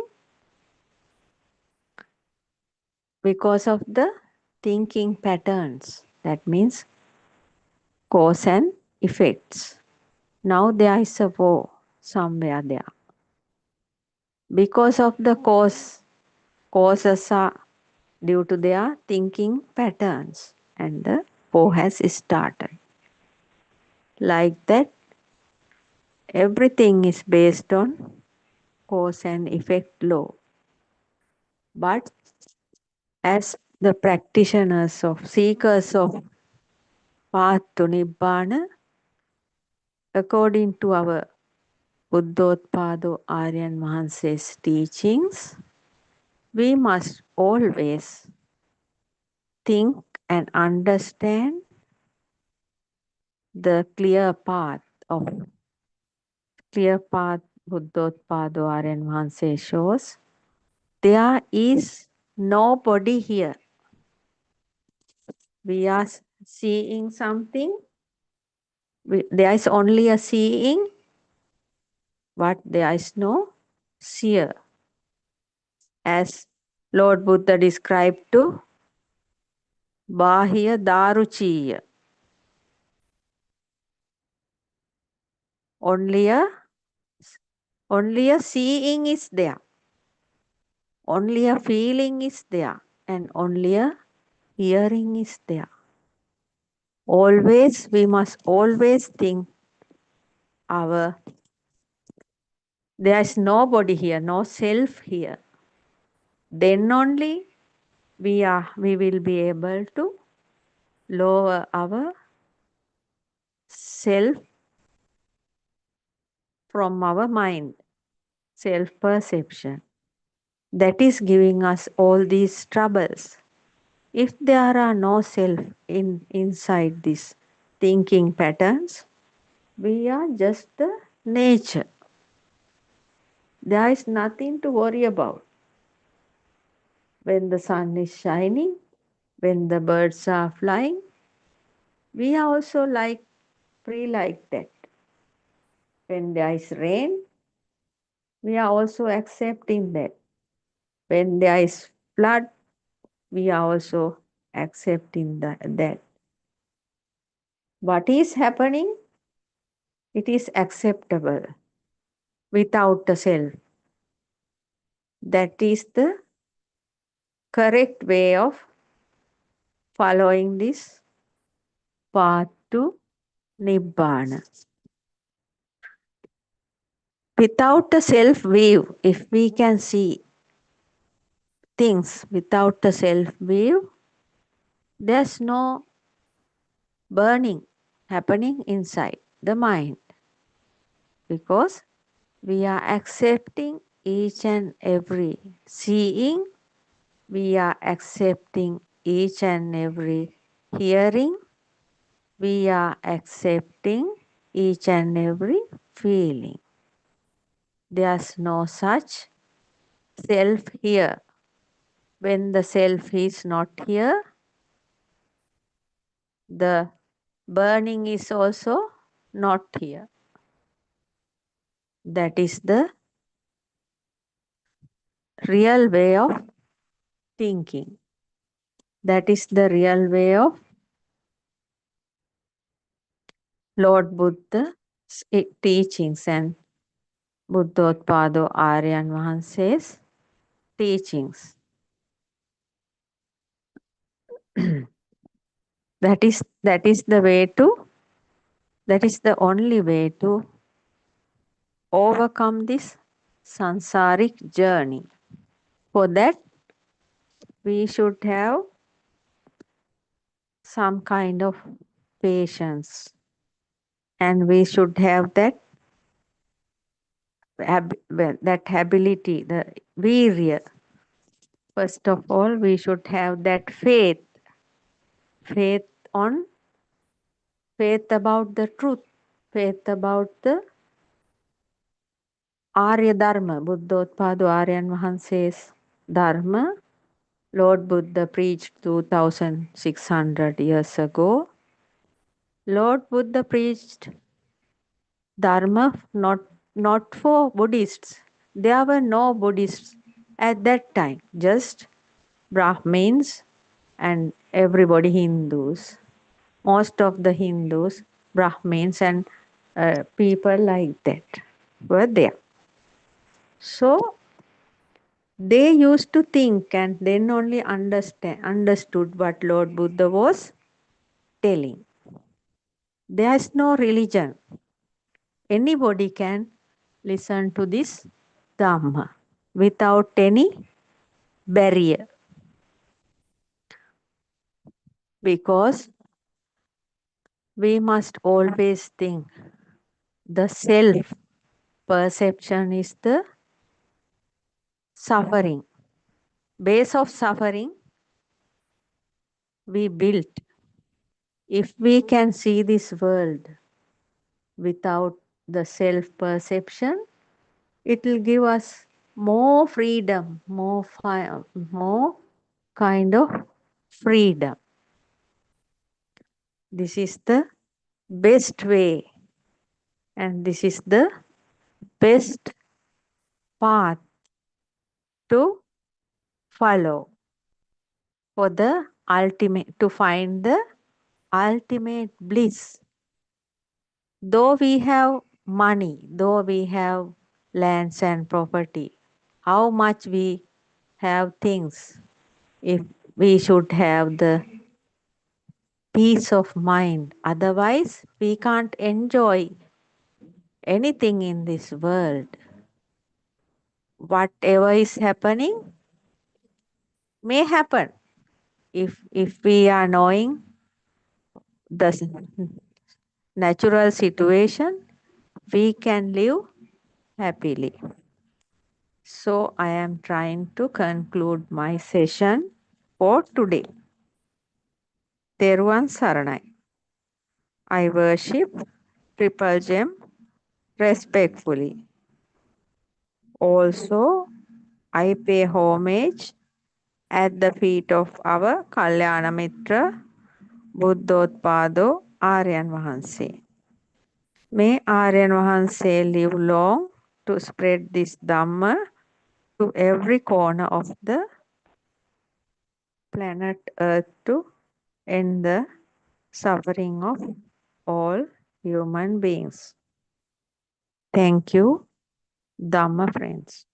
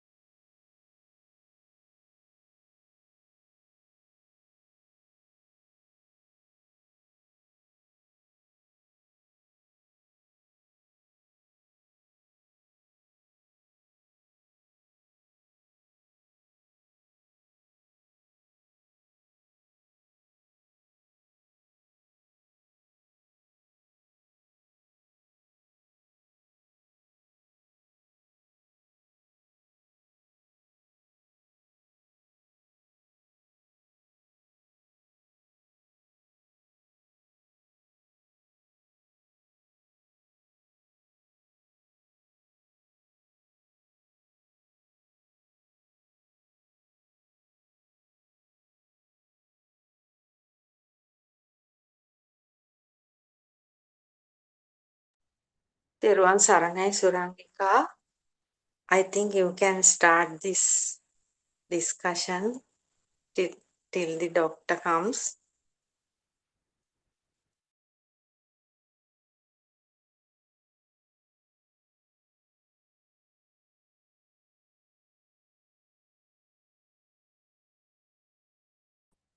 Teruvan Sannai Champa and Teruvan Sannai Jewel, Teruvan Sannai Dhamma friends.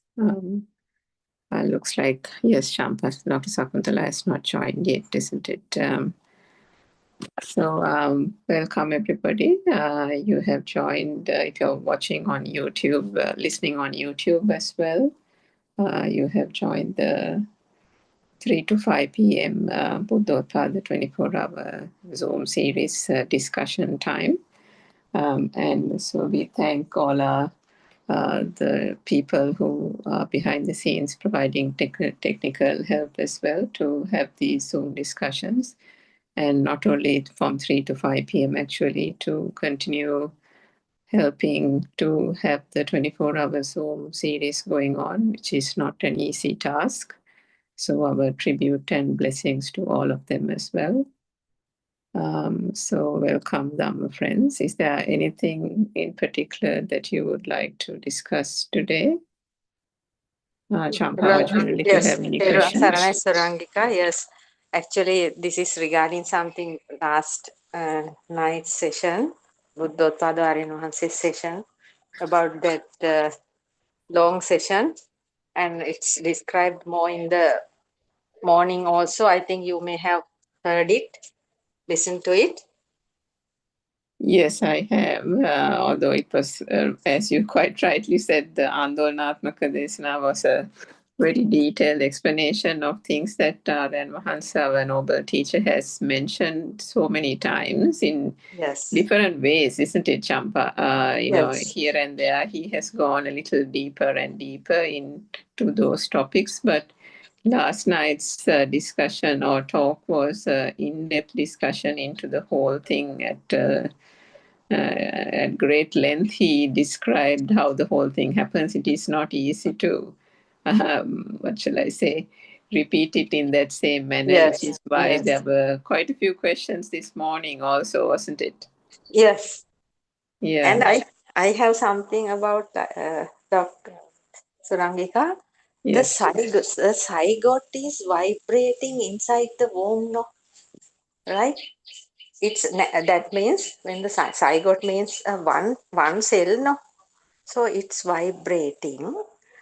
According to that telepathization, another some kind of vibration is somewhere there, and when those two are vibrating, some kind of a power it comes here like that. No, I understood it that way. I don't know whether it's correct or not.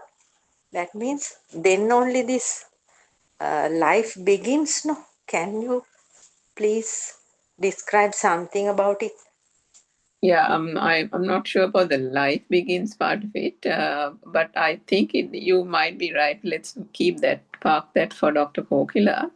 But now I think the way R.N. Mahansa said it, if I am recalling it right, the parents' DNA, RNA come together to form that in the first place. Okay, so to that extent, that part is there. No one is disputing that. But then That's the structural part of it. Oh, Dr. Kokila is here. That's good. Yeah, that's the structural part of it. So the structural part is even today morning he said that there's there's nothing to deny in that. There's a structural part of it, yes. But the vibratory this is actually what you said was not wrong. I mean, what Champa said was not wrong. It just has to be understood. And no one does this. That's the main problem here. You know, the main problem is we look at it. Even this, we might look at it as another story. But we are actually talking about the whole we have to become that and see. That's the problem. The main challenge is that, but when we talk about it as another story. So imagine we can say Kamala and Champa went to the temple. They plucked some flowers. They fell to a pit. I'm actually making something. Just to we can say a story, isn't it? We can say a story. So the story is kind of true. Now this what Aranhanse says also can become a story to everyone, but the thing is this is the life. This is much more complex than that in that sense, because this talk is about your power, your vibration. So in that sense, not your vibration, but actual reason why you thought that you are there. But there's a misunderstanding. Why the misunderstanding is there is you felt something here. When you say here, because you can't really distinguish where it's here, but that feeling is coming with a misunderstanding, with the misconception, with the ignorance that is someone here. That itta sanya, or the feel of existence, is due to the sensory function, yes, but no one knew it. Actually, when the zygote is what? Zygote is two cells coming together. It becomes a new cell. Any cell has a vibration. Don't forget that. Any cell has a vibration. Even the unicellular organism, the bacteria, has a vibration. But this one has the potential, specifically like a Bijanyama, this one has the potential to become a new life. This power, which is due to that, because this structural part of it, DNA, RNA part of it is undeniable. We don't have to talk about it at all because it is there. But the synchronization part of it, actually it takes over. That is the final. The power and the whole samsaric journey is from that vibration, which synchronize.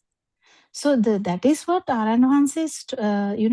Every time he tells, you can't say a difference, because when the synchronization happens, that previous vibration is here now. You can't. There's no difference.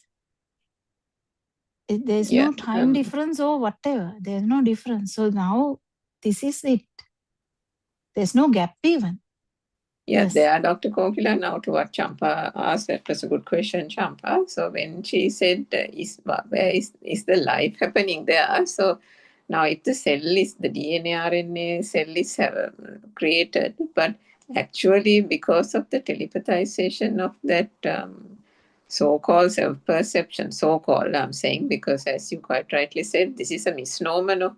The misnomer is being explained by R.N. Vahansa. So if somewhere else the body is dying and that what do you call it, self vibration is not coming here, but it is telepathizing to the vibration here if it is equal or equal frequency. And so if only it is at the point of it telepathizing into an already formed cell, only the life actually begins. No, I'm trying to explain why some are stillborn, which means it is not vibrate and something has not telepathized to it. The stillborn thing. Yeah, why Lord Buddha is not telling that the birth is not there means that actual person is not born yet. Yeah, actual person is not there, but as R.N. Vahansa says, for that cell to start growing, yes, for the 100%. cell to start sustaining itself, growing and feeding, taking the nutrients from the mother and all that thing, the push comes from that vibration, that other vibration telepathizing. Yeah. So then, I mean, from a conventional sense, not from the Buddha's Dhamma side, from a conventional No, but way. Lord Buddha actually said no about all this. He's the most scientist ever, Okkanti isn't he? Gabbanti thing, no? Yeah, Okkanti Gabbanti thing. No one ever even said anything about that. You know, this is really, I mean, Surangika and someone who has studied Buddhism in the old-fashioned way will understand. They used to tell, I mean, I don't know, I used to understand that there is a gap between I don't know, it may be my foolishness that I got it that way. There's a gap between the Kanti Gabbanti part and the the moment that another being die, like ends the life. That was the I mean, I can laugh now at what our understanding was. I mean, my understanding at least, that even when they say Gandhabba, that the idea we get is all Savinyanaka, that we feel like yes, someone, there must be some kind of form, some kind of thing that is waiting for a place to go, kind of thing. But yeah, this, I think I had that same view. I'm sure maybe Champas had that same view, isn't it? yeah, so Gandhabba, Yes, I also heard it that way. Yes. yeah, that's the thing. No, that's different. No, That's different. This is the thing. The avinyanaka, that is non-self angle, is so unique that we can actually really understand everything, because when we try to put it in all in self angle, everything becomes a active, real story. But like it's actually happening to somebody or something. yes, Yeah. but the power, when the power is zero, actually it becomes nothing, basically. Becomes nothing. Actually, nothing happened like that. It's just if there is a matching vibration, matching frequency, we, from someone looking from outside, we can say there's a baby growing. But what actually happens is there's a kind of the what actually happens to that particular cell, you can't really say, because it's a feel only still, there's no story at all in that level. Until about 2 years of age, we can't recollect anything at all. There's no duality, nothing there. We have to, why Lord Buddha said was the birth is from the birth of the I, means because of the perception. Only when the perception starts, like mother, father, whatever, any perception, when the perception starts, only the duality starts and the story starts. Until such time, it was only a feel, but the whole, still that power is there. Even the perception starts, that's the whole today morning story. Actually, I think hopefully that answered Dr. Sakuntala's question that day, because Dr. Sakuntala's question actually made me to wonder what she was asking. Because she was asking about, okay, an arahant, if there's no that power, what happens to the body, kind of thing. But actually, that's why there's two types of nirvana. That power is not there, but still the bodily functions will continue until this bodily functions stop working. But they are, Dr. Kokila, the push to grow. Now, the way RN once explained it was that cell form through the DNA RNA, but the push is only from that power. Push is from the power, so it was the push that actually propels it for the physical sense faculties to mature. That push to is develop. not there in Rahatan Wahanse. That's why Aran Wahanse always says it's like a tree, but the tree still works. So the bodily functions and the mind formation is there. Only that push is not there. That's why there's two types of Nibbana. I can't remember the two words, but Yeah, but the yeah. push is the thing that made the push is the thing that made the sensor faculties not only develop but also to start grasping at things as well, isn't it?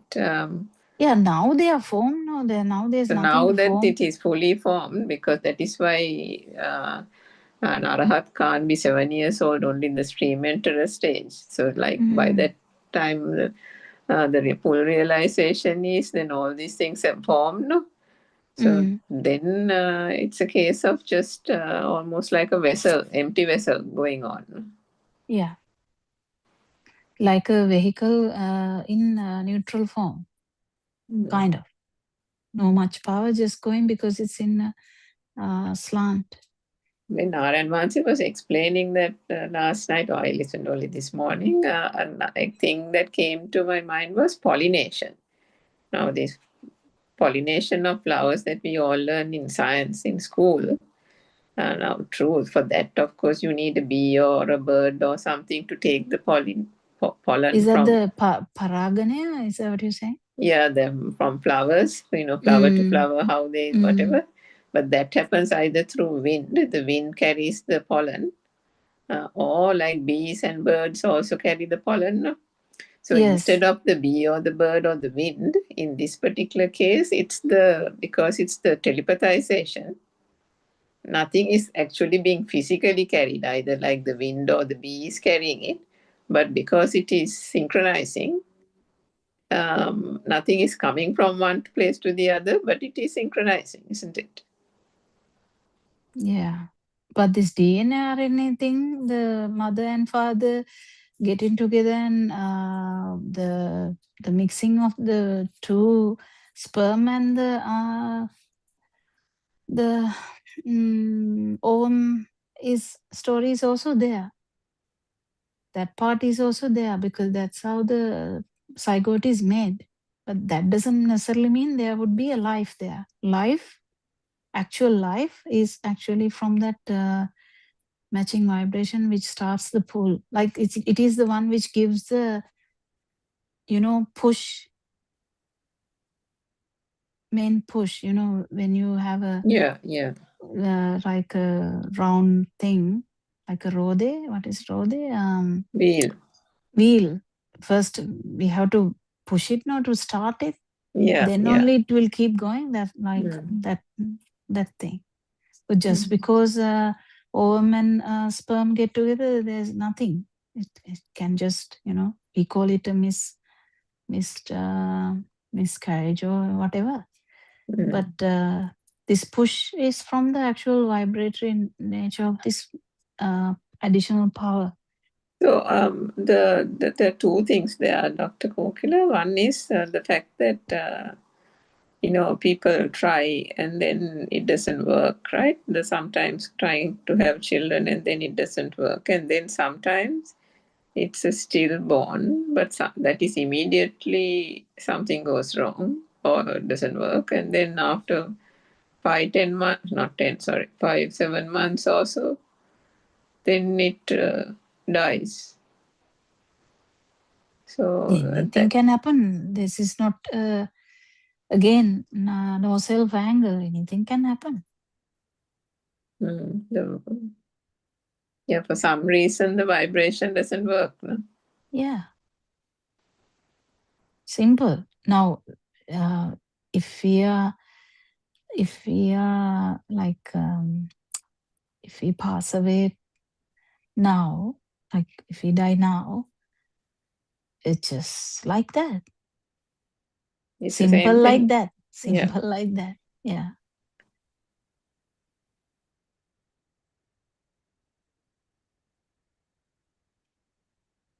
But imagine the sorrow if we feel like I'm dying.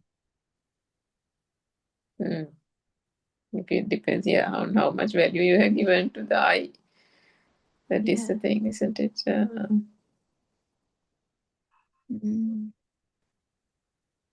It was a really good way of showing that how this whole thing is just a mechanism.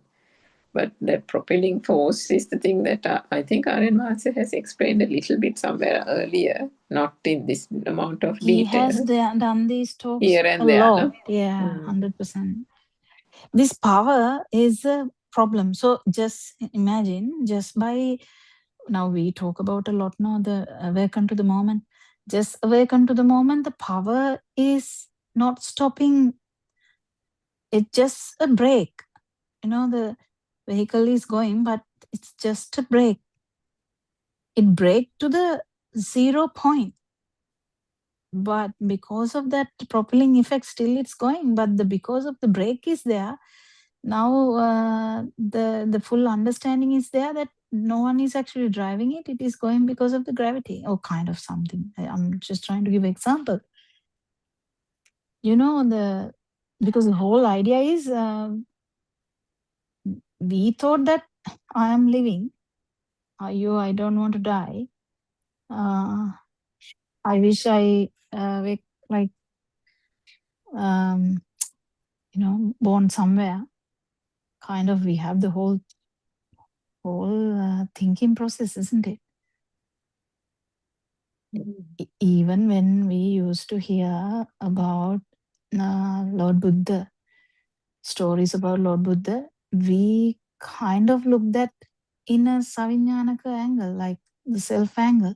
Yeah, so true. Lord Buddha was born this much time and this happened. So in a story, to a storyteller view, it's actually, we can say like that. Even now we can say like that. We can say the person who is who he had the most problem, who was that? The person who tried to kill Lord Devadatta. So the story between these two, but what Aranasa is trying to say is, it's not a personal issue. It's in the, I mean, really this kampana pratikampana kind of thing. I don't know how to say that in English. How can you say about pratikampana or the vibrate? No, actually that's not the actual thing. Kampana and pratikampana. Sinhala words are really beautiful. Don't know how to even say that. So it's a kind of a reaction, isn't it? Yeah, some kind of reaction. Yeah, like, but it's when we say reaction also, it feels like someone is reacting. Yeah, it has that Savignanaka self-view lens, isn't it? Always, because if we wear the lens, it always gives that idea. But if someone is listening without that lens, it's all happening with even that someone harm you, and long time ago we used to think this must be karma. I mean, I used to think, so this is karma. This must be something I did coming back to me. In a way, it is not really wrong also, but the problem is the way we took it is the problem. Problem is, I am here, someone is doing this to me, and I have done this before. That is why it is happening on. Everything is surrounded and circulating around me. Never took it in another angle. But actually, Lord Buddha said this action and effect is useless, because you are not actually understanding this. You have to understand it in a different angle to understand what really happened. And unless you do that, you are never going to stop that cycle, even action and effect. If you come to this angle only, you will actually stop that the factors that we were talking about. So even if we fall down, we can say, such a karma, I fell down, I broke my hip or something like that. I must have broken someone else's hip in past my lives. That's what we used to say. I mean, I'm exaggerating a bit here, but that's the attitude that we have. And where is it coming from? This is all coming from the self view and the whole thinking pattern we have. So you are there, I am here. That kind of view. And even if you fall down here because the floor is slippery, you are like completely looking at it in a different angle. But you can't really say no also. But if you look at it in a different angle, cause and effect, cause is the self vibration.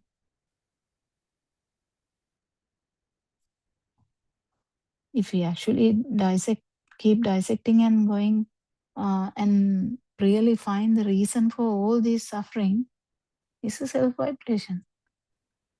And if we really fully understand the self vibration and feel it and feel the non vibration as well, the absence of the self vibration, there's no way that you will look at this whole thing in a self angle.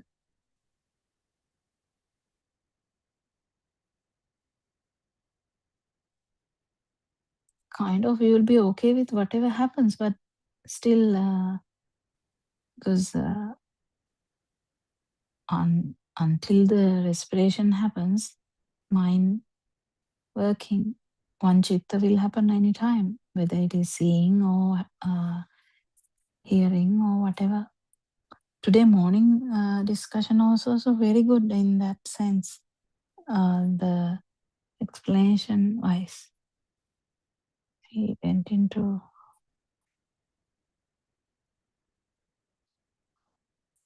because he has told all this, it's just a repetition, but still it is good because there are so many new people also listening.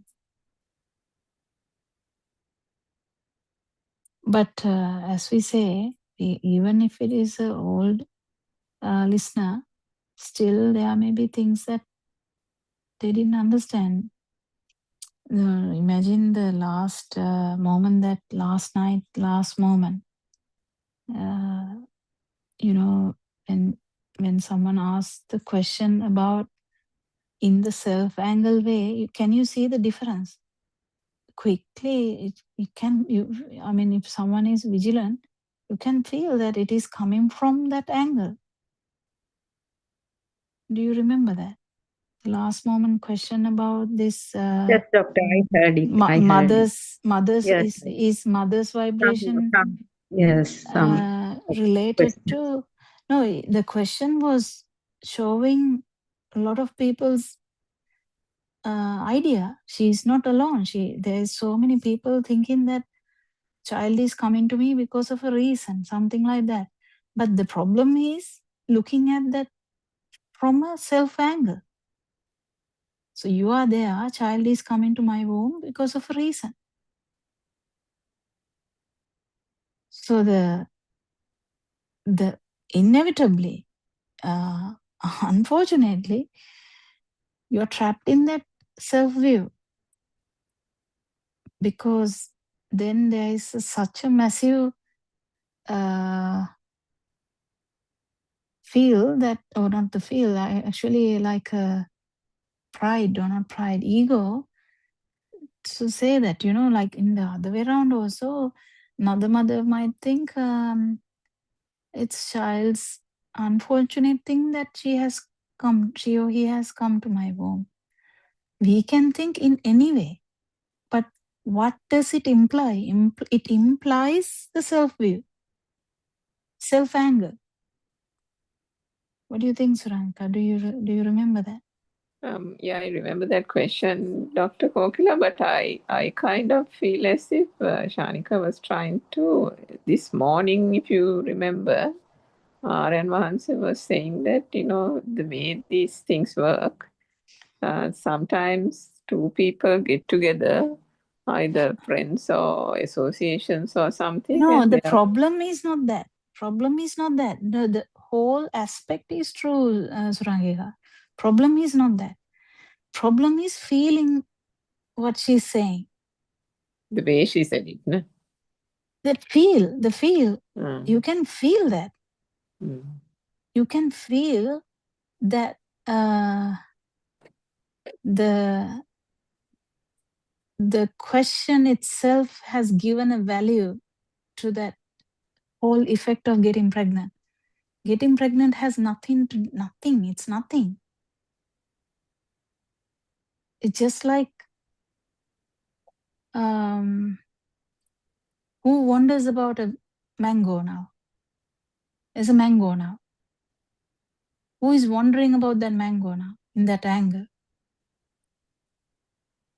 So much that the mango tree is so much involved in that, producing that mango.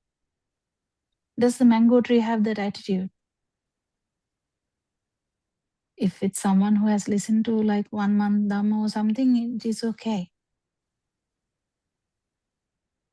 But the question gives the thing, like question gives slightest feel that the gravity or the gravity of the situation or the underlying effect.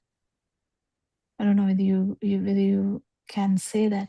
So the underlying aspect is Lord Buddha said mothers never deliver children. So if someone listen to that Dhamma and say, is Lord Buddha going crazy? What is he saying? No, it's a different anger. It's a different anger. But if you put any value to that, you're not actually seeing that anger.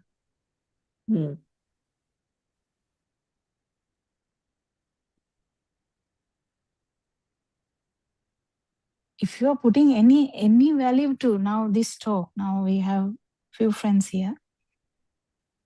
If you're talking something and if we feel that there is some value in this talk, then there's nothing. It's just it's not that way. But if someone is feeling that, that's the problem with that feel. If there is a thing, the same thing. If there is like a human massacre, we try to prevent it, but it's kind of same thing, like yeah, it's a bit tricky to feel it though. Yes.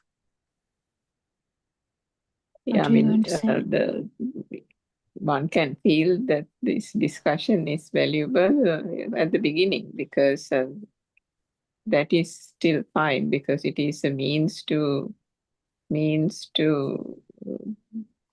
come out of the sensual and all that kind of thing. And it's a pathway to non-vibration. But ultimately, this whole, the discussion, the talks, the act and the contemplation more than anything else, this real tendency and habit, it has almost become like an addiction sometimes. Not an addiction, but something that is can't be gotten out of. Has to be understood also in that light, that that is also can't be a thing. Yeah, now when Lord Buddha said Vatyo no hamati, how can you say that in English? The wind is not blowing, kind of thing, yeah? Wind is not. See the depth of it. How can you say wind is not blowing? But something like that. There are so many meanings to this also. So we can say that in different angles. But giving a value to one episode, okay. The death of a child. Death of a child, if it is like the just imagine it is the certificate office. What that office is? The registrar of birth and deaths. Birth and deaths is just one number. one number statistic. Yeah. Statistics. But then when it comes to the Mother and father. Yeah. it's a complete different angle. And to the actual baby, it's a complete different another story. Everything is different and each and unique things. So the main message here is stop and try to feel your own vibration and the non-vibration. That's all you can do. But you have to get this angle properly.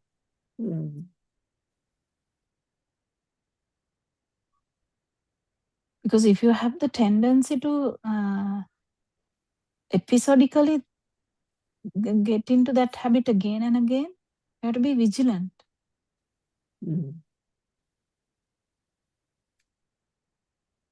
But I think yesterday before Aaron Mansi was saying about the Israel, the war, and how, you know, all these things only take a second to be destroyed. One moment it's this luxury apartment complex or a high rise in Dubai or somewhere. Next moment it's ash. Next moment it's in,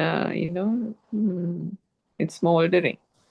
And that's all it takes. And he has said this countless number of times in terms of the earth and everything. That all, if you take a match to it, everything will turn into ash in a minute. And that is all everything means, just that, nothing. And then he was saying about the tree and, if a branch breaks or the tree dies or something happens through disease. It just happens, isn't it? The tree is not complaining, the forest is not complaining, no one is complaining. So human body also, there is disease, there is sickness. With age, there are wrinkles, all that kind of thing. And then finally, it will drop off. So why are we putting so much importance to this happening to the human body as opposed to this natural occurrence that is happening all over in nature? So from that also, it's so obvious, isn't it, that this wrong self-view is the thing that is carrying on and causing the suffering due to ignorance.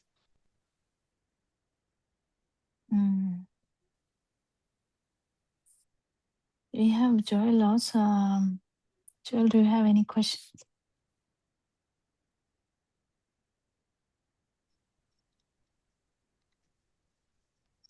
Yeah, like just listening to the conversation about this psychode and all those things.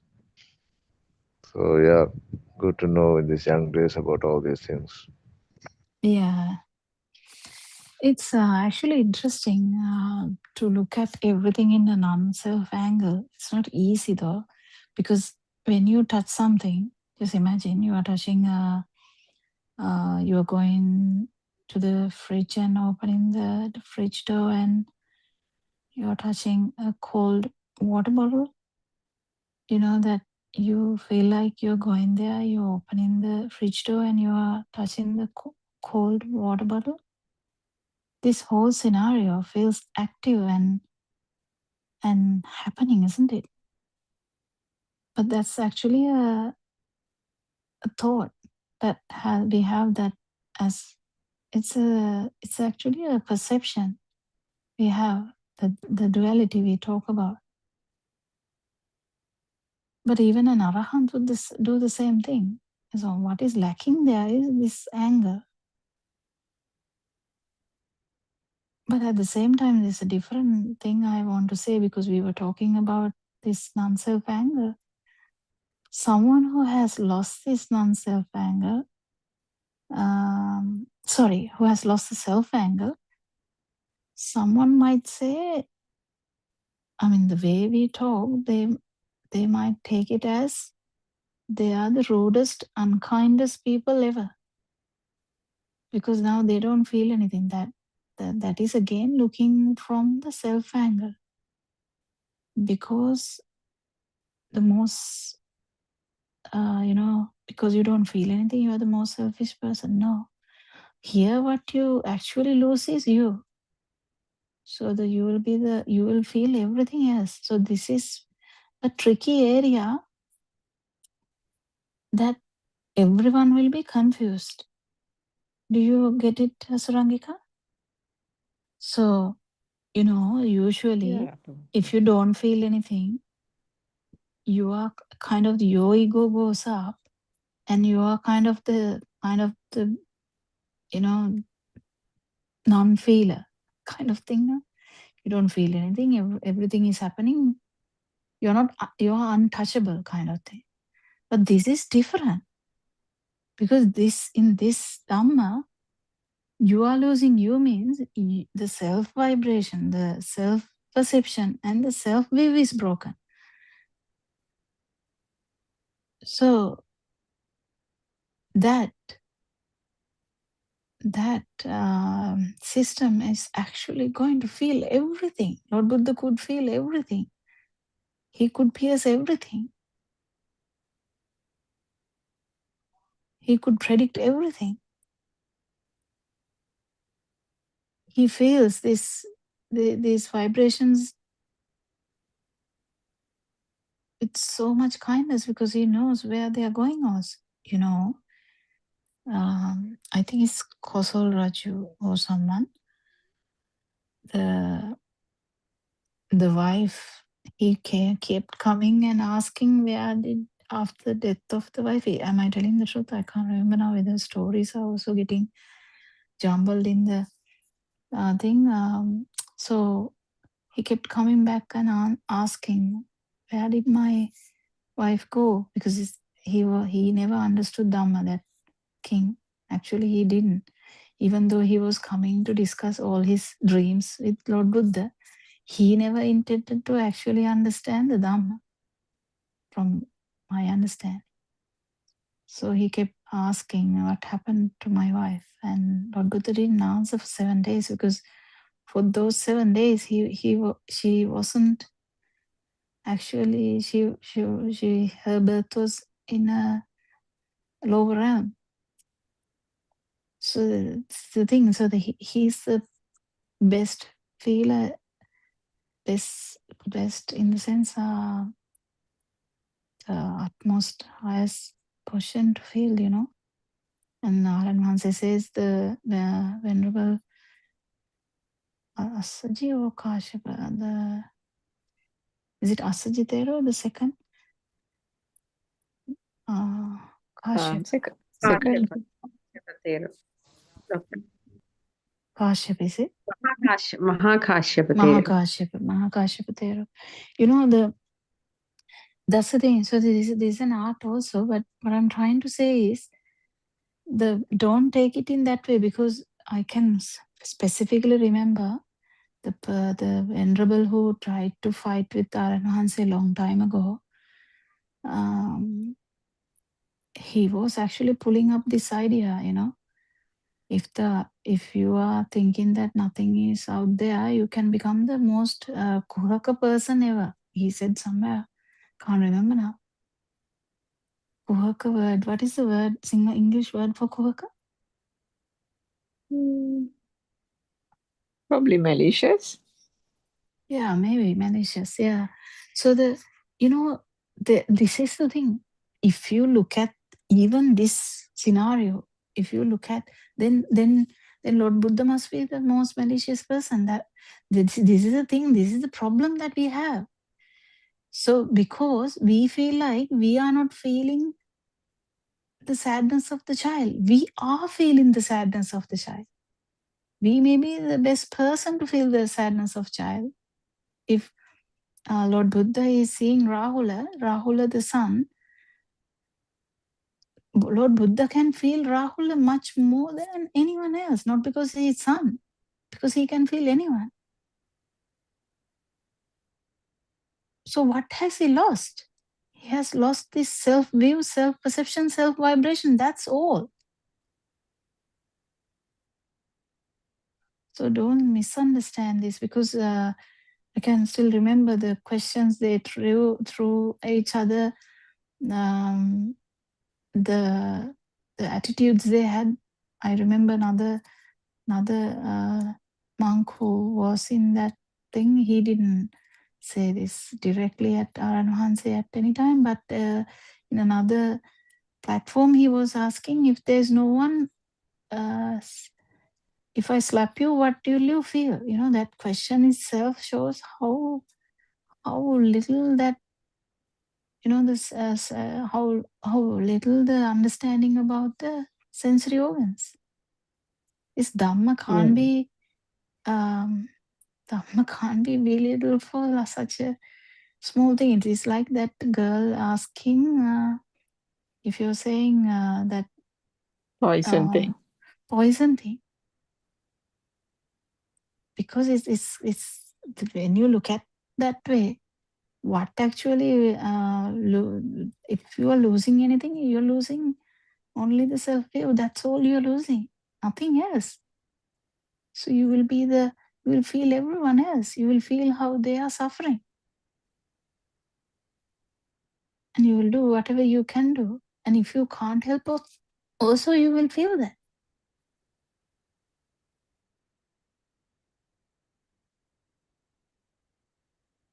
And you will know when to give up also. Whether to give up or when to give up, or not to get involved at all, like Lord Buddha did to the one who was selling meat near his temple, monastery. Chundasukara or somebody. Chundasukara, yeah. And he didn't get involved with him because he knew if he tried to, he will definitely go to a worse realm than now. So he can feel the vibration, he can feel the next vibration, he can feel everything.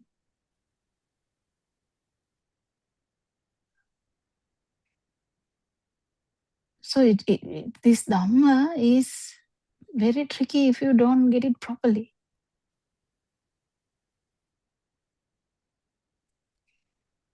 What do you think, Champa?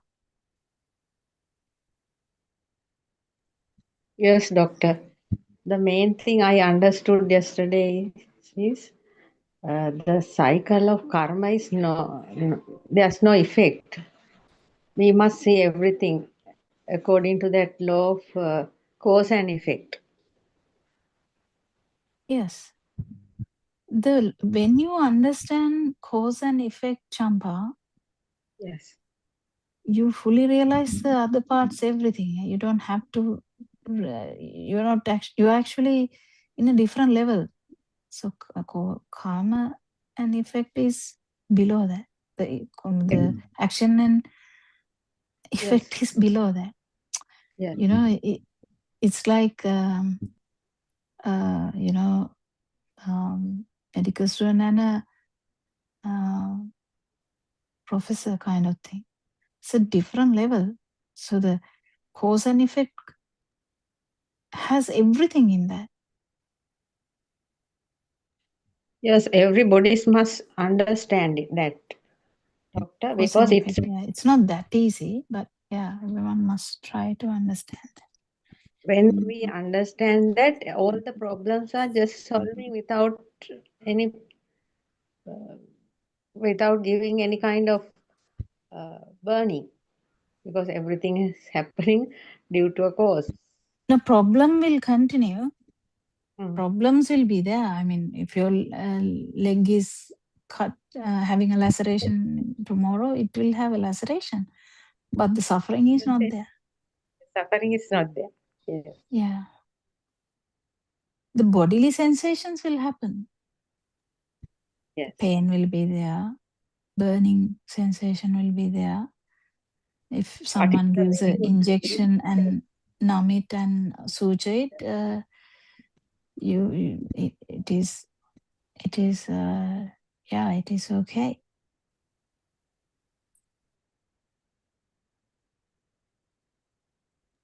That means we are thinking according to the nature, and the burning sensations are no more. In the sense, the physical burn will be there, physical pain will be there, actual self Self suffering, is the suffering in the sense, this power, the Yeah, the second actually, layer. Mm. because Aranansi says you are not happy in that moment, because when your leg is getting cut, you are not over the moon about that. But it's not a thing. It's very tricky also, the sadness without a force. But in this path, you will realize everything slowly. But the first thing to go is a self-view. That's the most important thing we highlight every day. We try to bring it up every day because that's the most important thing for anyone, actually. If the self-view is broken with confirmation, without any doubt, then rest yes. of the thing follow anyway. So the power of this stimuli will slowly go down. Power is coming from the habit. It will slowly go down.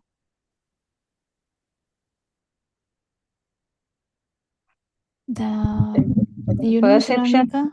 Yeah. perception power is behind everything, not doctor. Power Yeah. of perception. Yeah. Self-perception. The self-vibration is a power kind of thing. Surangika, that gentleman in Som asked, what is the difference between Sasava and Asrava? When I thought about it, I actually didn't remember the Asrava word. What is the Asrava word used? Aranvanse, where does he use that? Ashrava is cankers, no? Yeah, but what is the English definition of that? What is cankers? Cankers is the further development and magnification of Shasava. Because Okay, Shasava is yeah. at the zygote level, no? And Yeah, then yeah. That is the base. what do you call it, the sense faculties develop, and then these new things are grasped, and then those become real, and value gets attached to it through ignorance. That is where the clinging, the aversion, all that happens, isn't it? The desire. So with that is those are the cankers, the So the defilements. pains and cankers. Pains is more for the Sasava. Yeah. point. Defilements, mental impurities. Impurities also is used. Cankers is used. Taints is, I think, at the beginning. Yeah.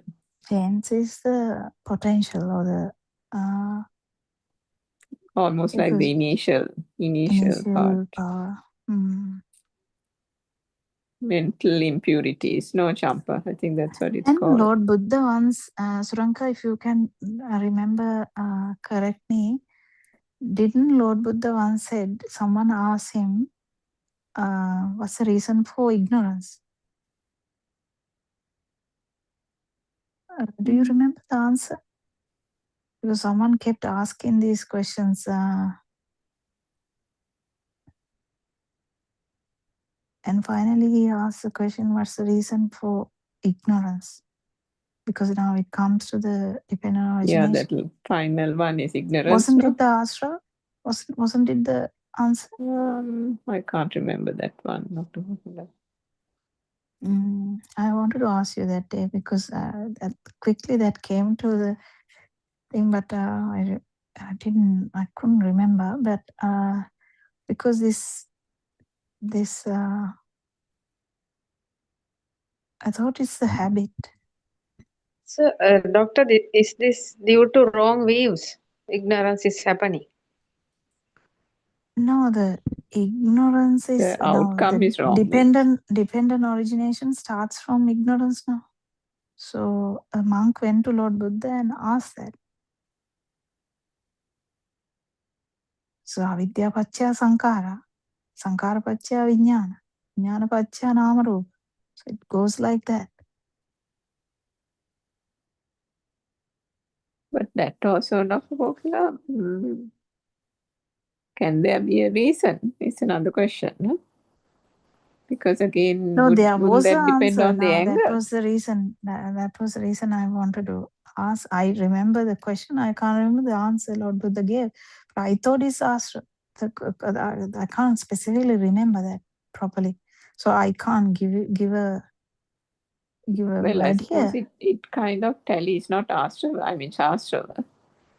Shastrava will probably tally in that sense from what Aryan Mahansa explained yesterday also, because if the entire samsaric cycle's power is in this 1 second, one vibration, the self-existence, the sense of existence, the existential perception is in this vibration, isn't it?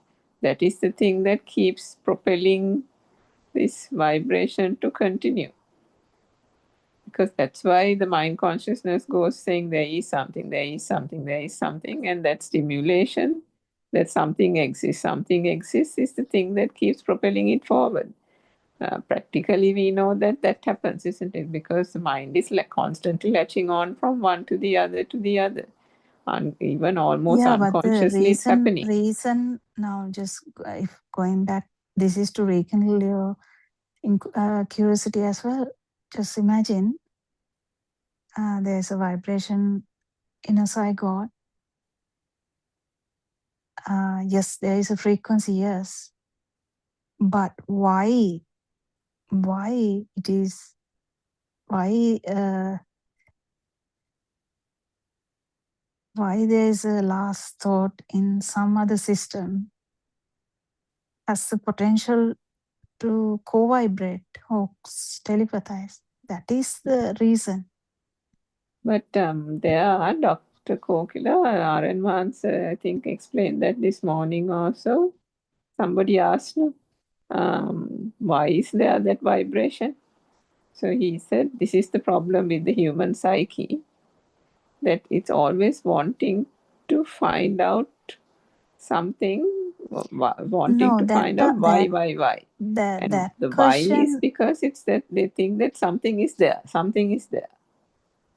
No, that vibration is there in the sense there's always vibrations everywhere. Okay, so the everywhere there are vibrations. We are not worrying about all these vibrations. We are not worried about all these vibrations. So even if there's millions of zygotes, okay, millions of or billions of zygotes, or actually billions of, not billions, actually we can't number, because there are vibrations everywhere, even a drop of water. We can't say that there's no vibration there, isn't it? Even a fleck of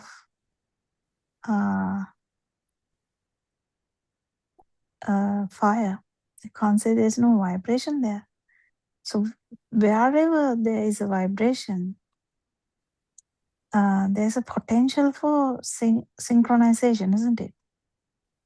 There's a potential for synchronization. That's what is stopping here. So Yes, so when we understand this Dhamma, any human being, only human beings can do this. Only human beings can do this. So that's the beauty of being a human. This human has the potential to fully realize this, the whole system. Why? 31 realms, any realm in that sense, any vibratory level, any frequency level is in this one single thought.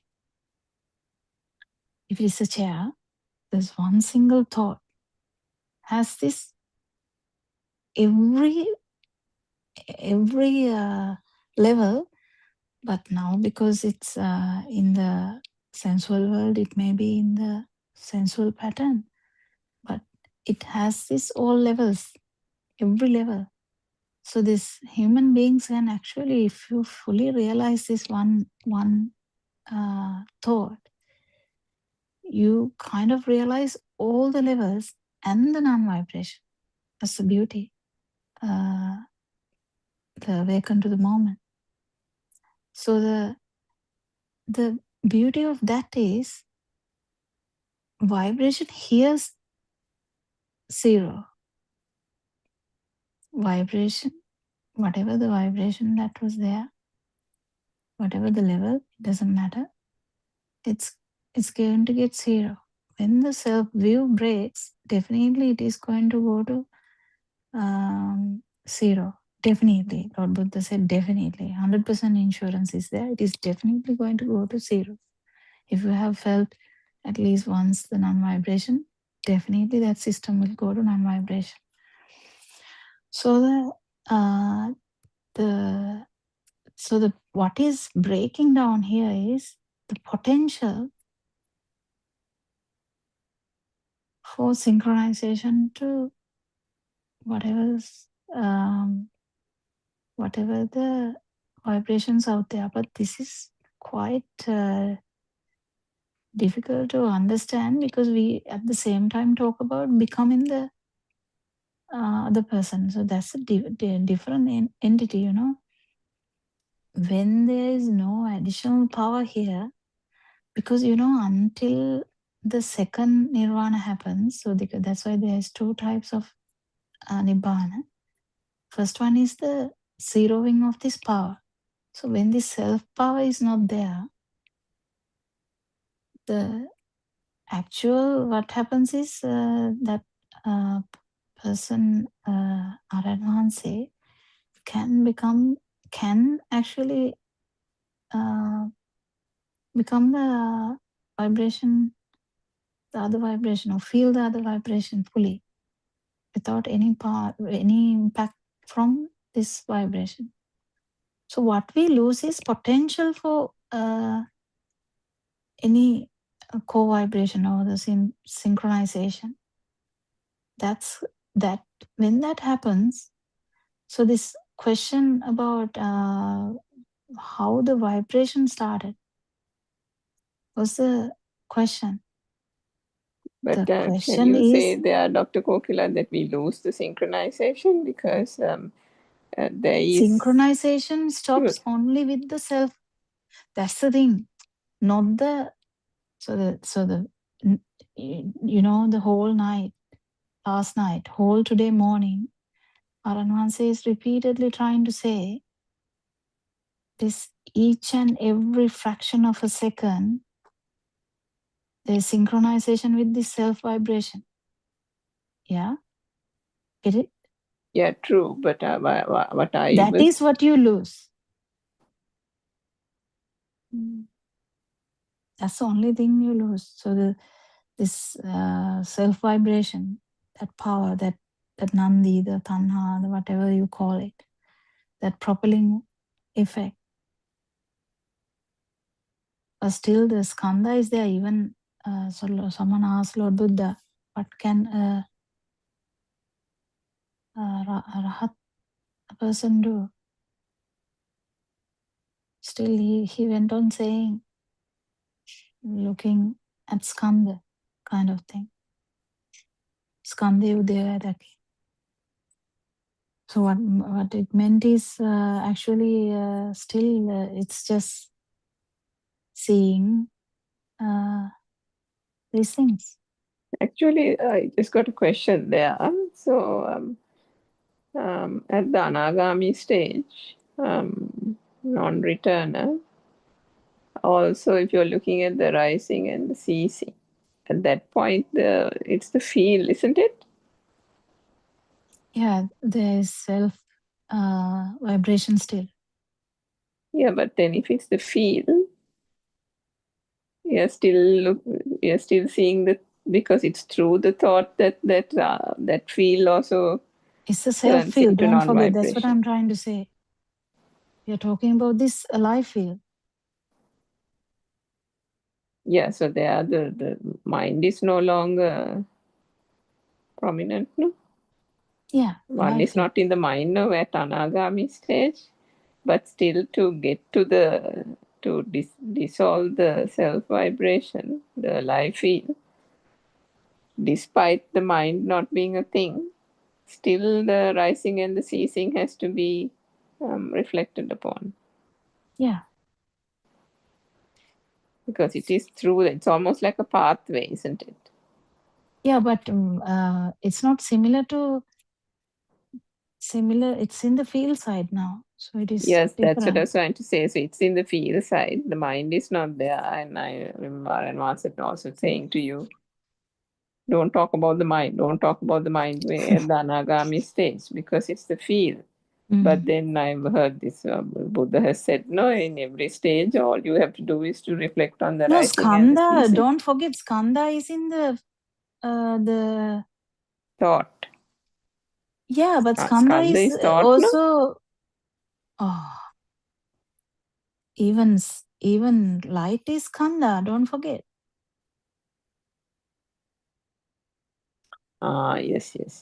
You I keep forgot that forgetting part. that. Yes. That's right, Dr. Gokhale. That was what I have been telling you for a long time now. So that is probably what is being skanda there, because I mean, I keep remembering R.N. Master saying skanda is aramuna. Yeah. Aramuna, but at that stage, the thought is not the thing. It's those basic Consciousness. vibrations. It's consciousness. Yeah, consciousnesses, basic consciousnesses. Even mind consciousness. Consciousness is fast occurrence of the whatever the thing. So even a thought, there's something called mind consciousness. Don't forget.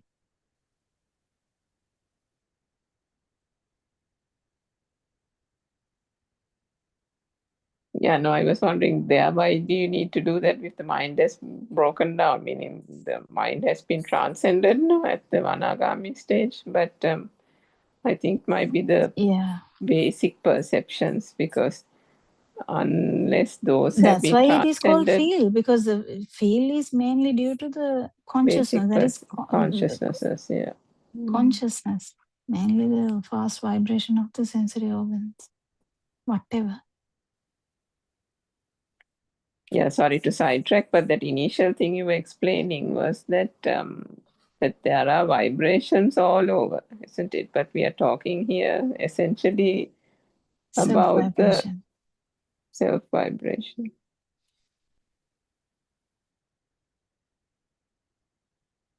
So I was actually trying to come to that. So the ignorance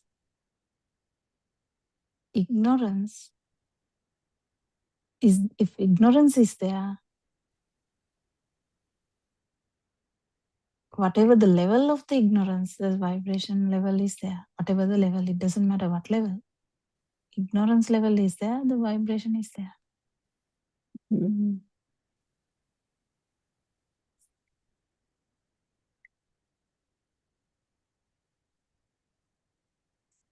Before listening to Buddothpada talks, I remember there was a very lengthy explanation from the ignorance point. That what is the cause of ignorance, and then it was something, and then what was the cause of that, then it was something, and it kept that particular talk, it went backwards. I think might have been based on a sutra, but I can't remember whether it was what the name of the sutra was. But when it kept going backwards, Dr. Kokila, one of the things was again not having the guidance of the spiritual teacher. Yes. Yeah. That's what I'm saying. Just imagine now, now so-called kokilas, this vibration.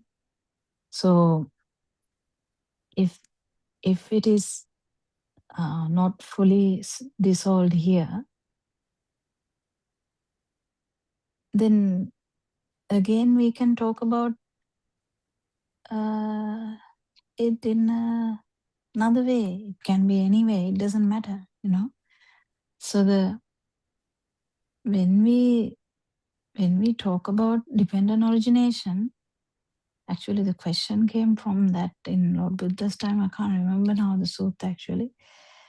When we discuss a dependent origination, we are talking in a structure that is already formed now. You know, the baby has formed.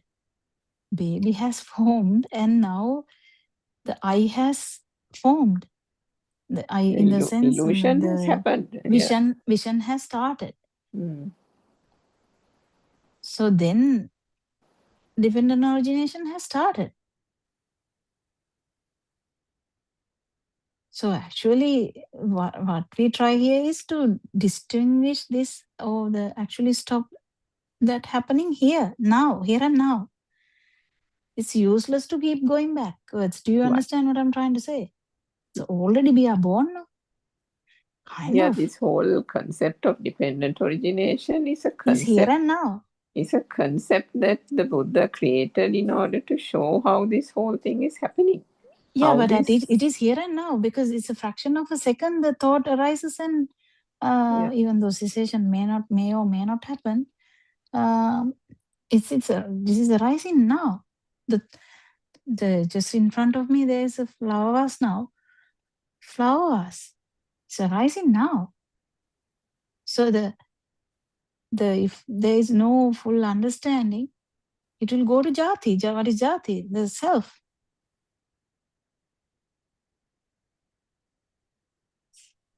The becoming, the birth. Becoming is the bhava. Yeah, the bhava has to happen of a jati.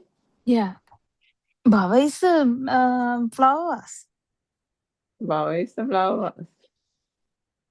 And yeah, the that's view, what I'm and saying. the If self. you're going back and back and back, where to go? Because it's already now we can only resolve this problem now. Yes. So dependent origination is actually shown in order to unravel the deception. Deception here and now, though. Here and now. Here and now. That's what Aranhansa is trying to say. The tendency to think backwards and try to find a bug, or like in a in a computer we try to find the bug, something like that. Likewise we are trying to think, okay, maybe the long time ago, maybe that is not the thing. It is here and now. That's the thing. Yeah, but for here and now to be resolved, Dr. Kokila, the three wisdoms have to be arisen. And one of the three 100%. wisdoms is going back and seeing how did the vase become a vase. Yes. Yeah, 100%. The Dhamma should be understood. How did the vase happen to the vase? Didn't come just from nowhere, no?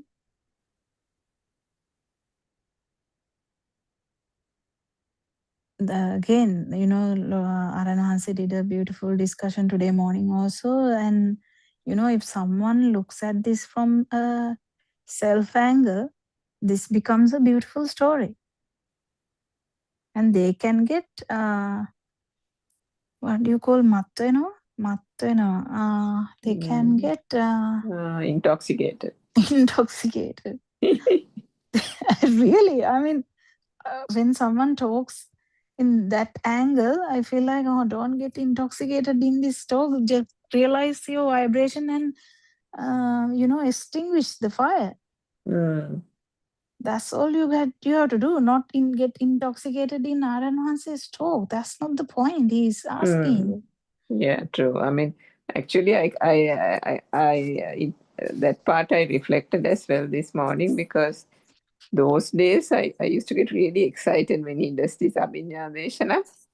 And so the reaction was quite different.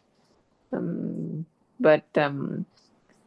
then the line of questioning also that arose this morning, also you could see that there were people who were really grappling with the concept and not being able to figure it out. So there was that. And even last night, there were some questions about not understanding the, what was it, Dimbaya or something? I don't know what you call it in English, but is it the zygote? They were talking about the uterus also.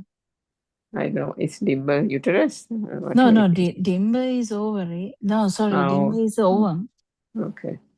ovum and the sperm coming together is a zygote, but someone was asking about the uterus, and Alan once he was like, mother has to jump up and down. That's right. It Yeah. was so funny, but I don't think anyone actually caught it properly.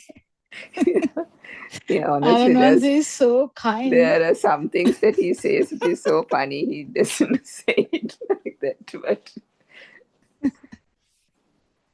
because the mother, I think it was a mistake from mother's point of view. I think she yeah. said the vibration of the uterus, and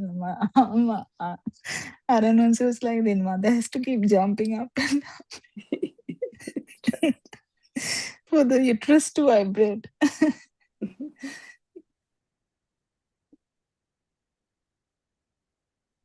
I remember asking him about the twins, and then he about a couple of months ago, and he scolded me, I think. But somebody asked about the twins last night also. He said Yeah, different vibrations, different frequency, telepathization. yeah. Even if you have 7 babies, it doesn't matter. It's just 7 vibrations.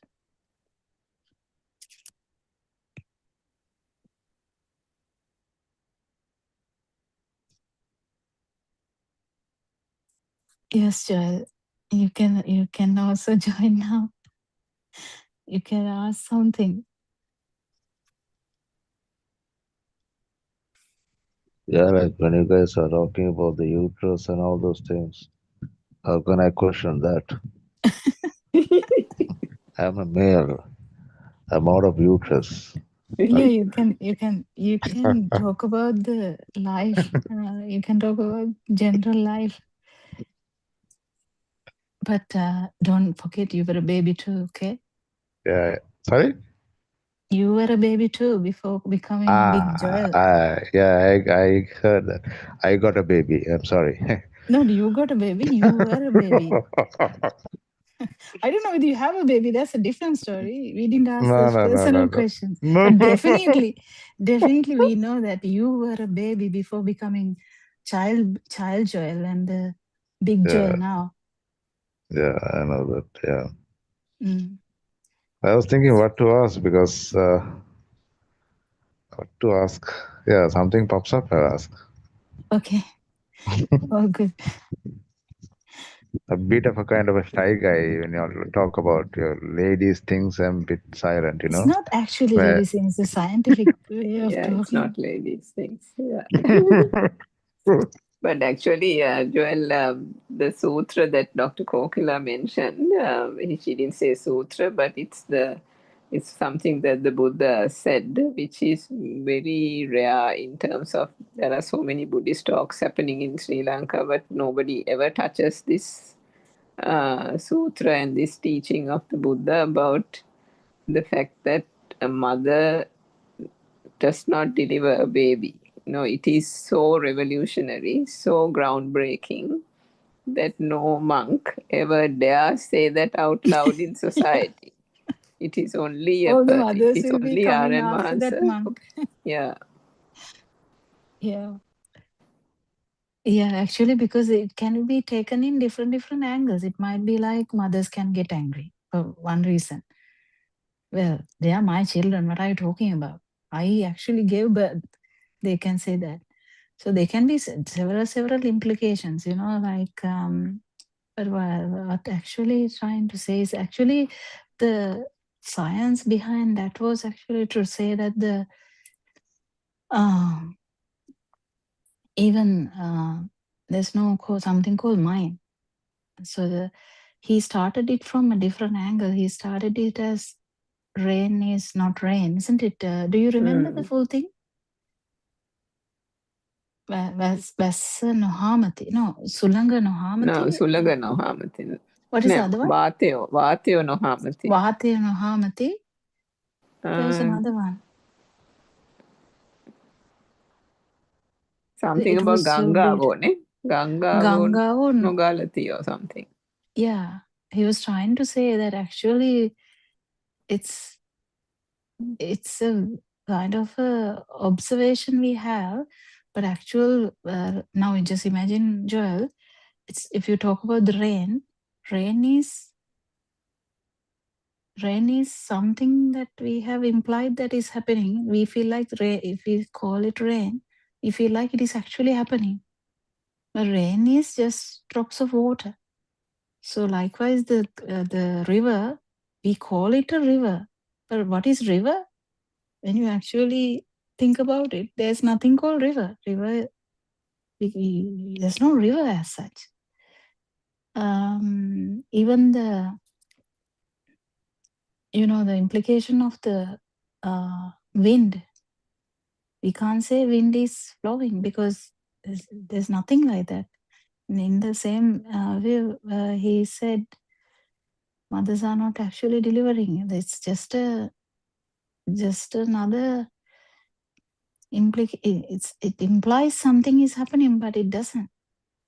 So this is like now and it's self-anger. the Buddha said they are all misconceptions, no? Yeah, misconceptions. So another thing that should be understood is even though we call this mind is flow of thoughts, nothing like that. So there's nothing called mind. Actually, there's nothing called mind. So another way to put that is there's nothing called self. Self is just this alive feel happening at each and every fraction of a second. The alive feel coming because of the existence field. So you can actually correlate this to anything and everything. But when we look at it in the self angle, everything is happening. Everything feels real. So that's the beauty of Dhamma. And in 2,500 years ago, imagine telling, even without this nothing about scientific stuff. No one knew about the ovum and the sperm and the zygote and nothing. I don't think they were like actually teaching this in the classrooms and stuff. But still, Lord Buddha was directly saying these things. He was talking about Okkanti Gabbanti and all that. Directly saying all these things in a scientific way, even the synchronization. The vibration talk is only now. If there is a vibration, there is definitely a risk of getting synchronized to that. If there is self vibration, synchronizing to anything in that sense. Whatever the level of this frequency can change. It doesn't matter, but the vibration is there, power is there.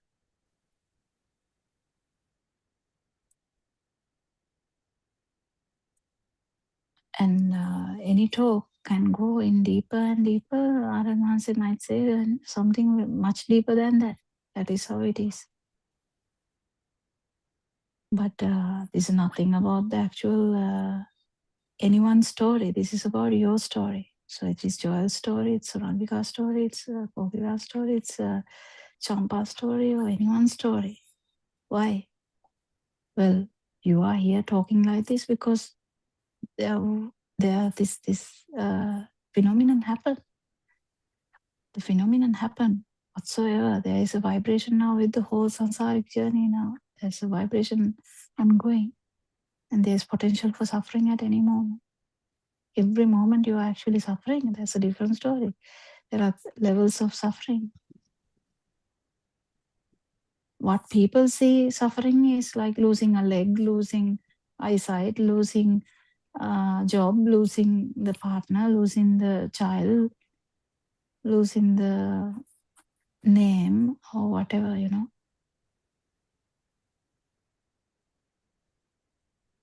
position. That's what people think as the suffering. But suffering has also different levels. So life feel itself is a suffering. You have to feel it, otherwise you have to feel the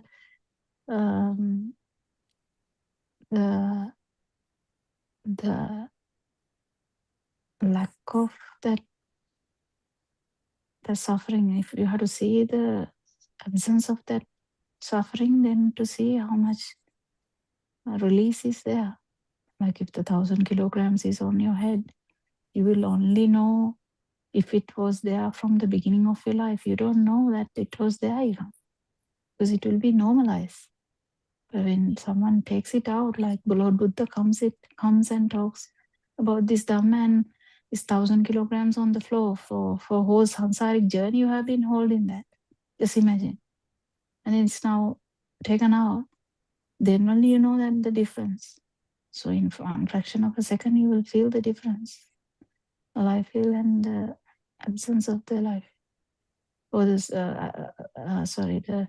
this power, this force,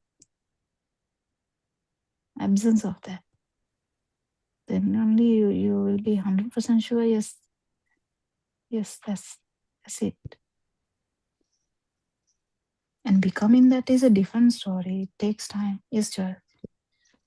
Yeah, I just want to ask a question with this childbirth and all those things. Then how do these disabled children be born, doctor? That's a DNA RNA problem now. You can relate it to the vibration as well. There can be, that's what Aranwanti was saying even today morning. This is related, but you have to look at it in a non-self angle. So the DNA RNA part is coming from the ovum and the sperm, yes, 100%. The actual power, the propelling effect is from this vibration that is synchronizing into this. That's why there's quadruplets or triplets or twins. As the children are different. Yes, one child may have one leg, something like that. Can't really explain that, can you? It can be a defect in the actual structure, but the actual effect of that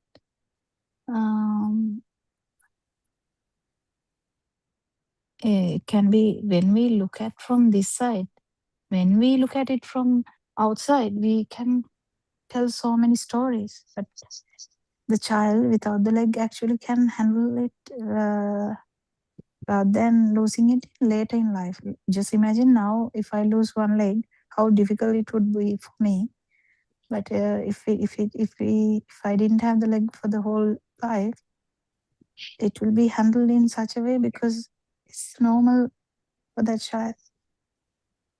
So even autism is also related to vibration. Yeah, 100%. Oh, it can be. This is the thing. It can be the genetic part. It can be the environmental hazards to the genetic part.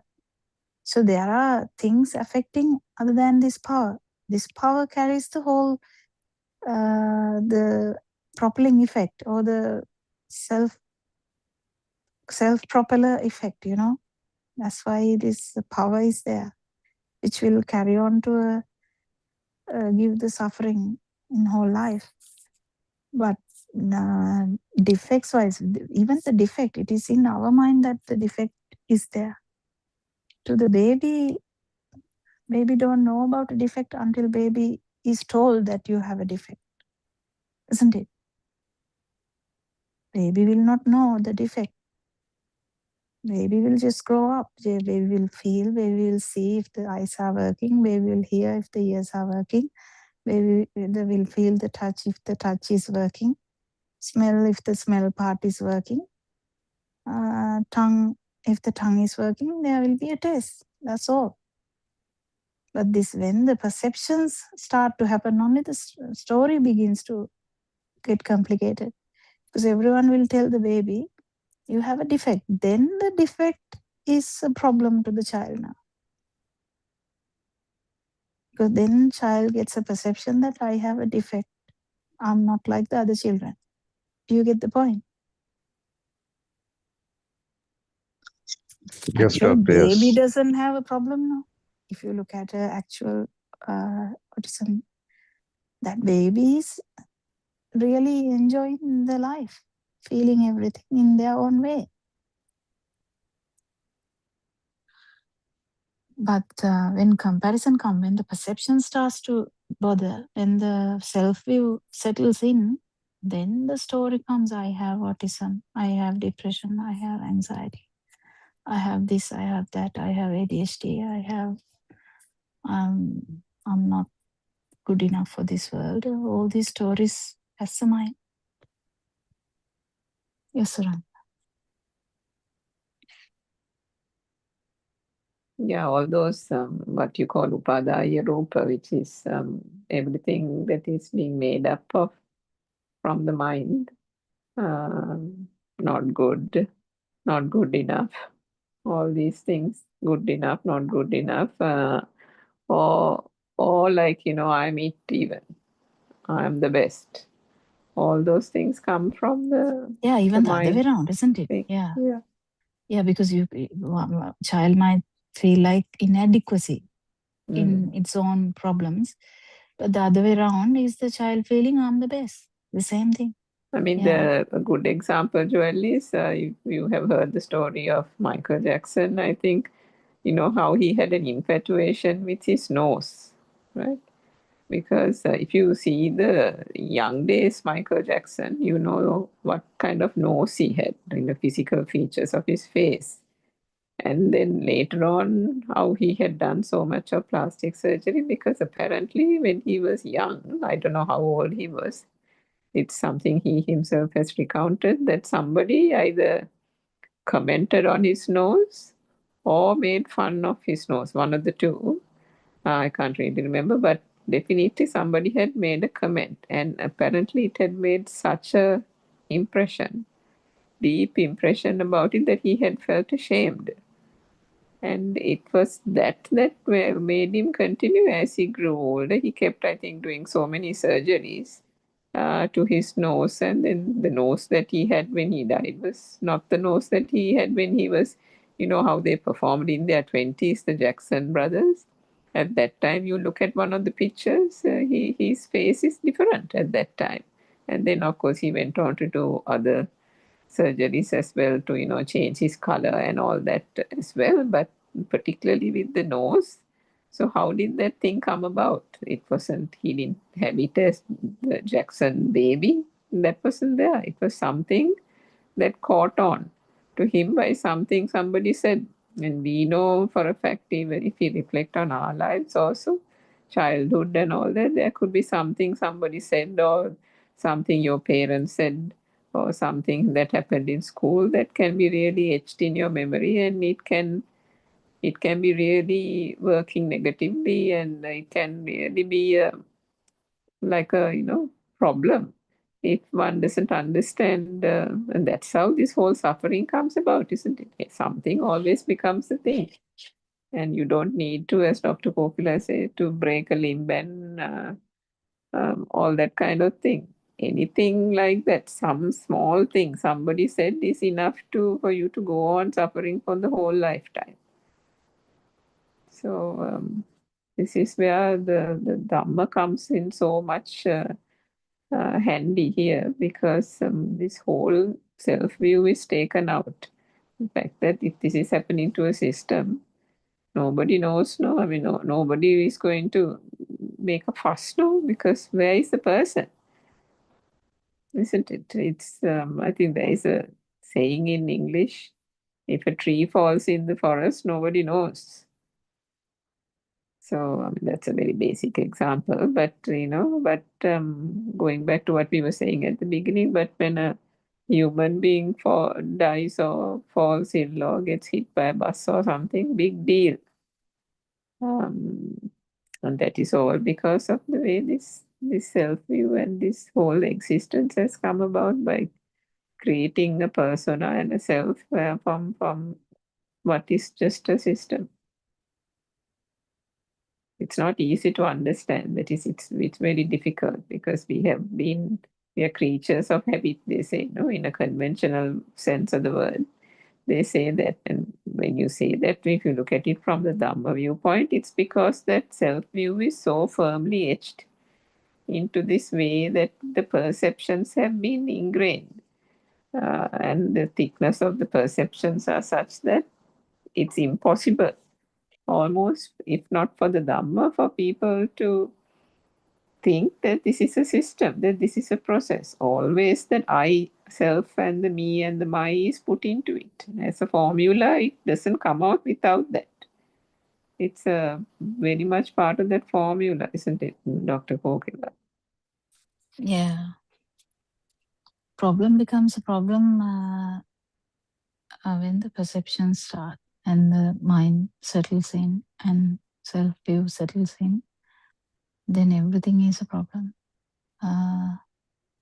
Whatever people say about you, if it is good, then you can feel happy or elated. If it is bad, then you feel sad. It's how this mind works. When you take Self-view, this example of a match, even this is also another thing Aryan Vase has said, but I'm sure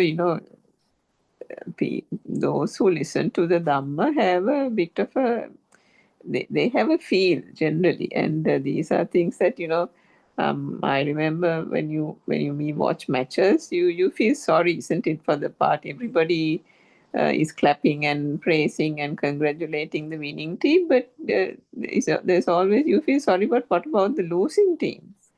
And they also have worked hard, played hard, sacrificed a lot to get to wherever they are, right? So I think I remember Aryan Vance also saying this thing in his talks. Why does it have to be, winning for one and defeat for another? I mean, when it comes to the truth, and that's why he says that. That's why he makes such an effort to share this Dhamma with the world, because the truth is something that, irrespective of religion, caste, creed, and so on, everyone is entitled to. So there is no party that's winning, there is no party that's losing, and therefore that is your fate and get used to it type of thing. The truth which can help everybody transcend suffering is an entitlement to everybody. And anybody who realizes this Dhamma will do their utmost to help everybody.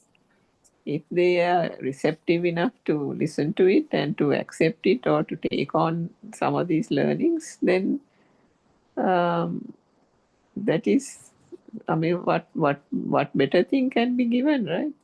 Then there are no losers. Everybody is a winner, isn't it? It's really amazing. yeah, and when children feel so inadequate about themselves, their body, sometimes it can be a kind of a disease level that they get. They keep thinking about something which is not even suggested, something like eating disorder and stuff. But mostly it is usually told by someone else that that get ingrained in the system that that person said, I'm not good enough or something like that. So even perceptions that get into the system, as a child you have to do this or something like that, and it becomes the whole target for the life. That is normal. I mean, this is what normally happens, but self-view, no one has to even say that. It is already there because the duality is there. When you look at a chair, no one is telling you, no one is teaching you that, see, if the chair is there, you are the one who is seeing it. Can't you understand? No one is teaching you that part, but just involuntarily, it is felt that way. The duality is felt that way. If the chair is, if you really believe that the chair is there, which happens because of the consciousness, mind consciousness mean the mind perception is a chair, but it feels as a thing. It feels as a thing. That is the mind consciousness. So the chair is felt as a thing. As soon as the chair is felt as a thing, inevitably, just it, uh, this self is also there. Self-perception is also there. So that is the thing, self-view is almost happening at each and every perception. So if the table is felt as something, as the light, as the sound, mental perceptions are also felt as a thing in mental consciousness. So when you fully understand this system, you understand anything. If it is felt as something, the self-perception is there. When you understand this system, this power goes down. It's fully realizing what this system is, that's all. You're not doing anything here. You're just realizing what happened. So the ignorance goes down, the power goes down, vibration goes down. And when the power is zero, the vibration is zero.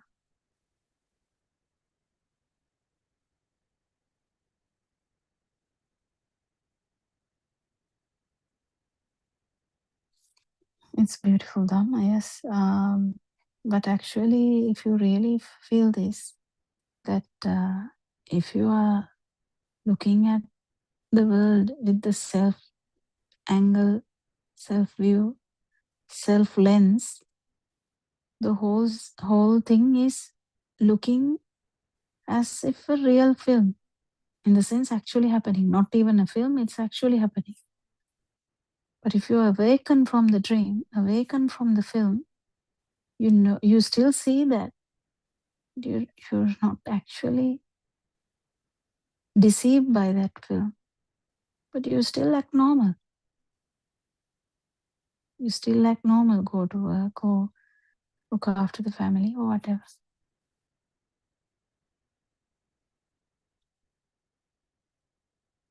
That's the beauty. You continue to do the same things, but you awaken from the dream. If you are trapped in the dream, you feel like it is real. You know, from the morning to night, if you are feeling that everything happening around you is real, self-perception is real as well. Same basics. Very basic. If the film is not felt as real, you continue to function, but still it's not felt as real. Self-perception is not there. But to become that takes time, but at least feel it once is beautiful. If you start feeling that, you might be able to feel it most of the time.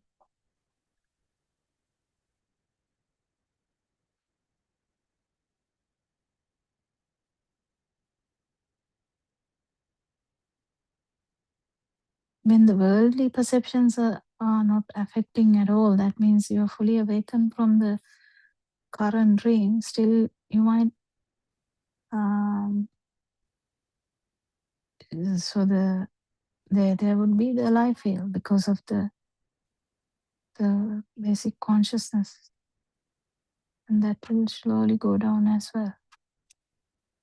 But don't forget, nothing is happening to the actual system.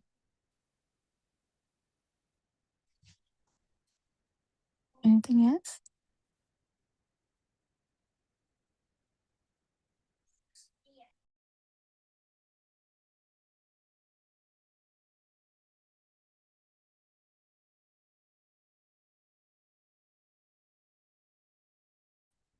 Maybe Champa has a question.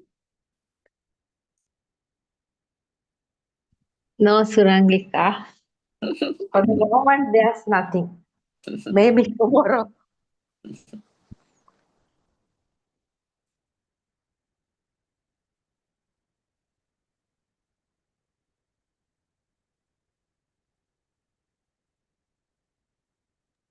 We are learning best science of this universe, I think. Yes.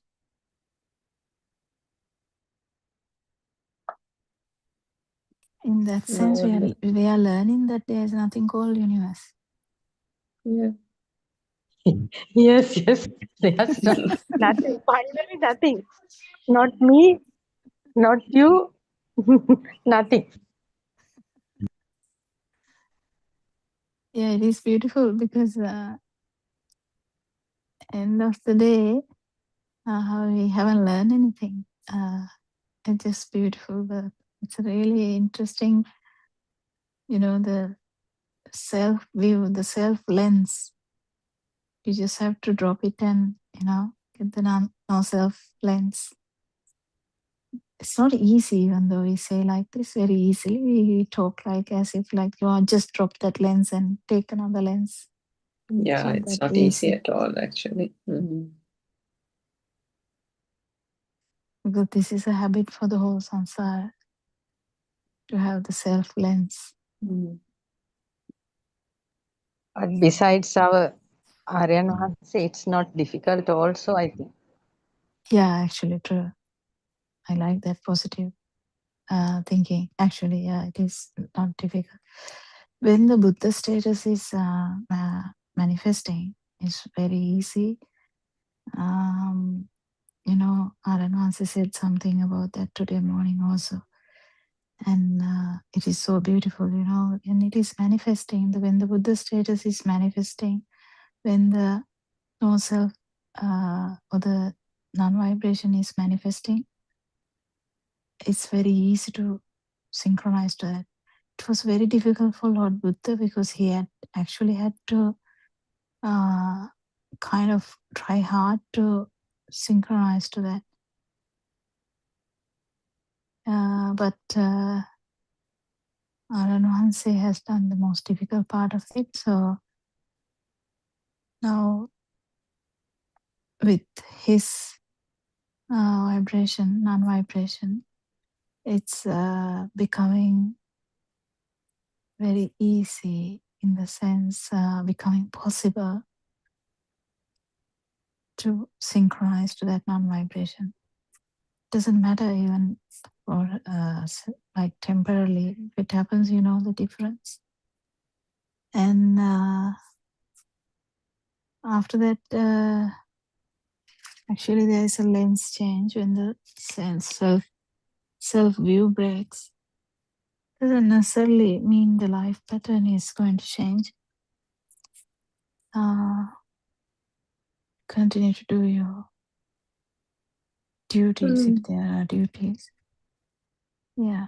Dr. Kohira, this what happens with this forgetfulness thing? Are you forgetting things? Tend to, yeah. I'm going blank all the time. I don't know, it's I was wondering whether there was a explanation. I'm actually having a board to write down the tasks because the usual drive can be not there. So I usually write down the kids' tasks or in the board so that I don't miss them.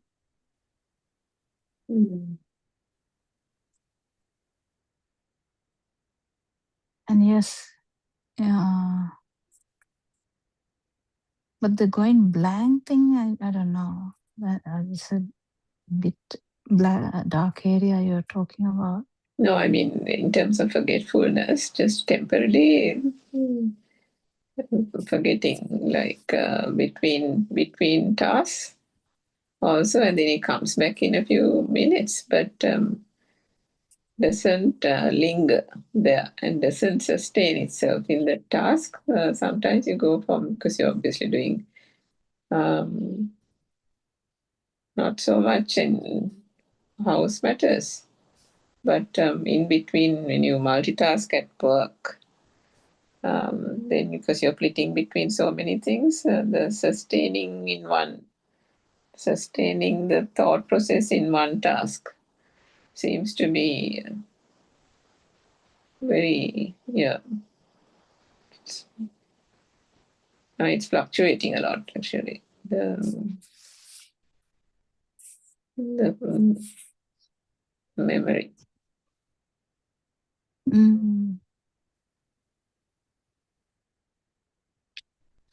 I can't really say that it can be a feature because Aranhansi is quite different, you know. Yeah, that's what I was wondering, multitask because so much. these can't be from, that's what I wanted to distinguish, which I thought I'll ask you, because if it is something else, then it probably needs to be addressed separately.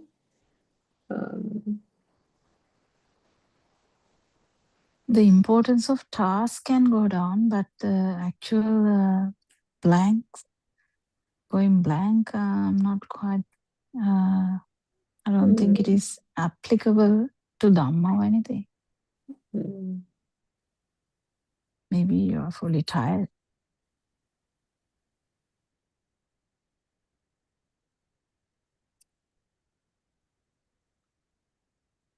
Because I think Aranhansi is a kind of a multitasker who does so many things. He might tell Dhamma in dreams also, because sometimes he feels so tired. He's so sleepy, he still says the Dhamma thing. Yeah. I don't think Joel has listened to that. It has happened sometimes, you know. Yeah, we've heard it so many times, isn't it? You know, when he is, and sometimes you wonder at that time, because people who are not attuned to it still continue to ask questions at that time. But sometimes he revives and answers very well. He actually answers. Yeah, he actually answers. He's not sleeping enough anyway, so must be because it happens. But that's what I'm saying. Whether you are tired or sleepy, could be anything. So we're overworking. Probably all of the above. Yeah. The life is a bit more hasty, you know. You can feel that it is not keeping because the actual when this race wasn't a problem before. We actually got involved in the race. Actually, I'm talking about myself. We were actually engrossed in we thought we were inside the race and we were actually racing. But very much part of the race, yeah.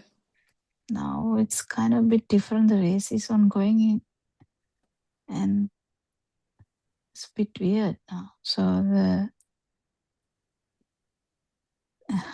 as if Lord Buddha said, you know, even though we haven't fully stopped, Lord Buddha said, no, I have stopped. Can you stop? To Angulimala. So he's not part and parcel of this running anyway, Lord Buddha.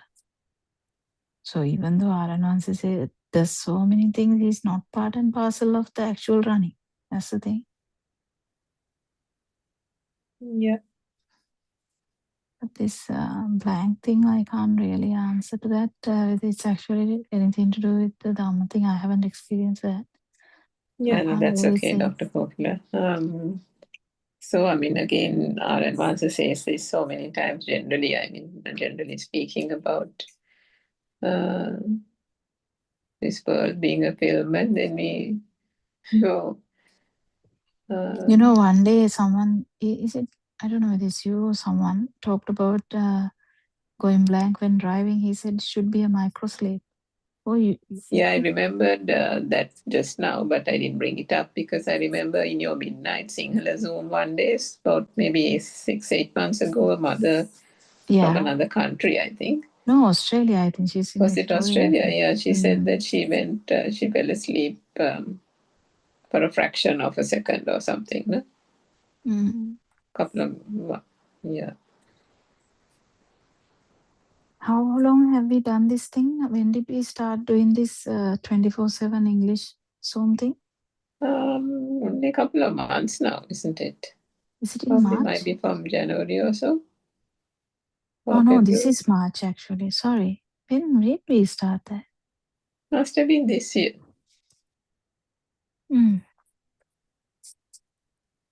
Yeah, time flies actually. Time, yeah. So we invite everyone to come for the discussion. There's no much, even the who is participating are running out of questions now. Don't blame. You don't blame. We try to keep this talk active. Actually, we try our best to keep it going. It's really beautiful to talk about Dhamma anyway, so we don't get bored. And 24/7 Zoom sermons are also there. So from Sri Lankan time, 3 to 5, friends, mothers, fathers, children, there's a Zoom discussion. You can come and ask a question and have a healthy discussion about, about anything about Dhamma or the self view or the correct view or the truth. People, anyone, any person is welcome, unless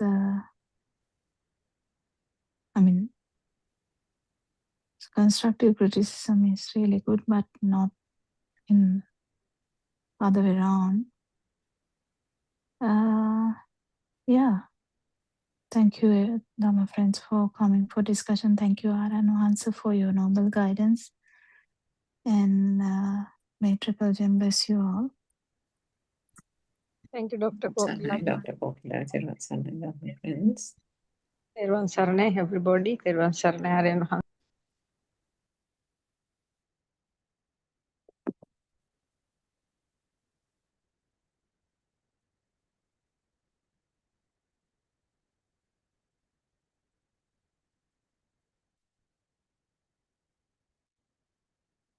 Thiruvon Sanai, Dhamma friends. So let's continue with the talk for the next 1 hour.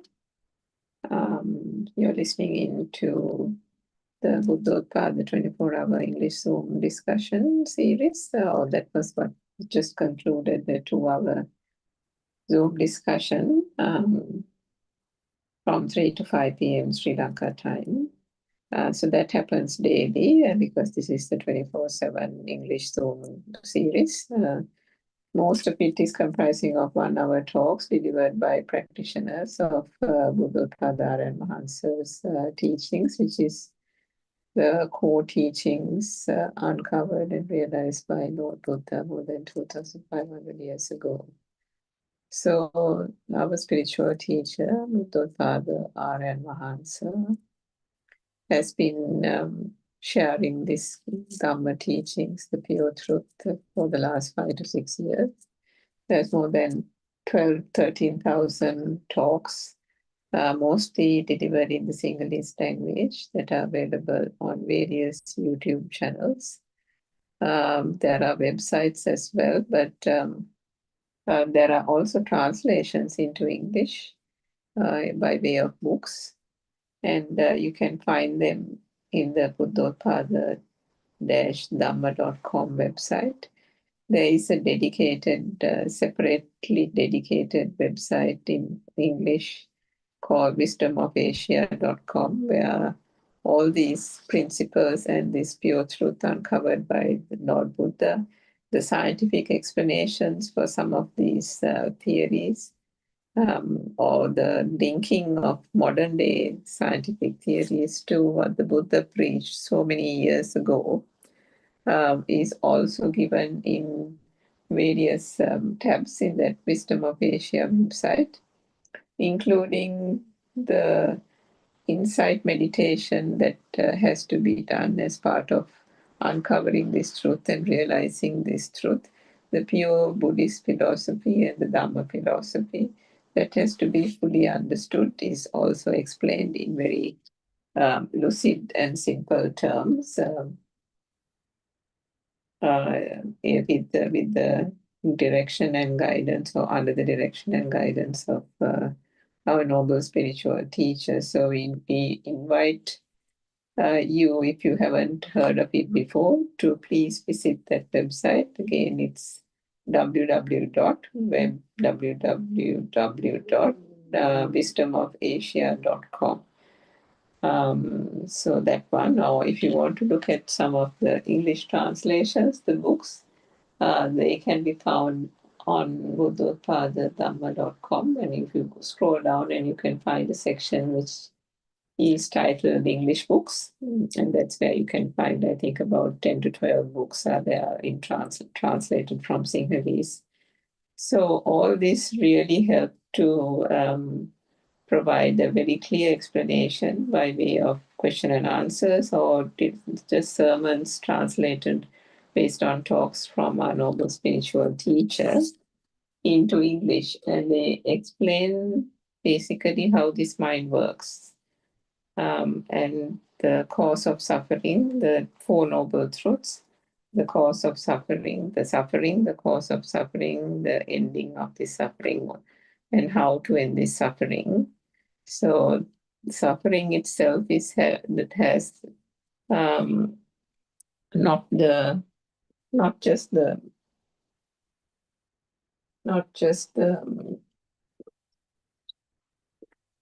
basic sense in society, the way one has understood it to be.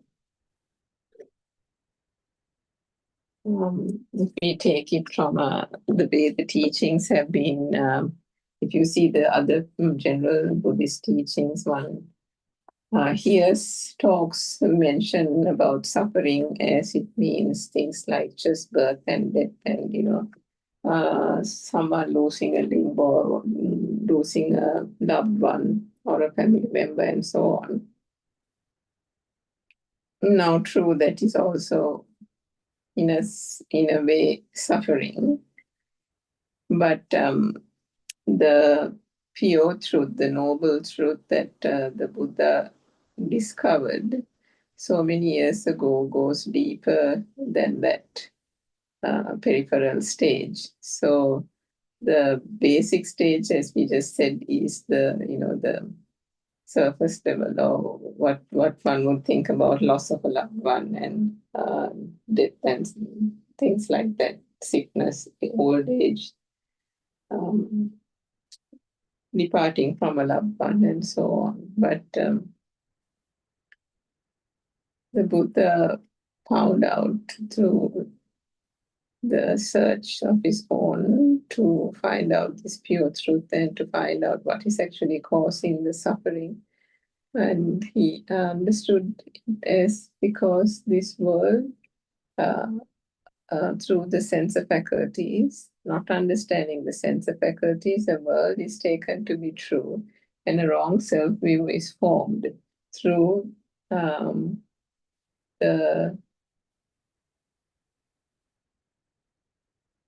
through ignorance and delusion. This is taken to be true, and with that comes the suffering. So the other stage of suffering he explained was that it is this sense of faculties that create a world, and it is by believing this world to be true that a whole lot of suffering comes upon beings, living beings.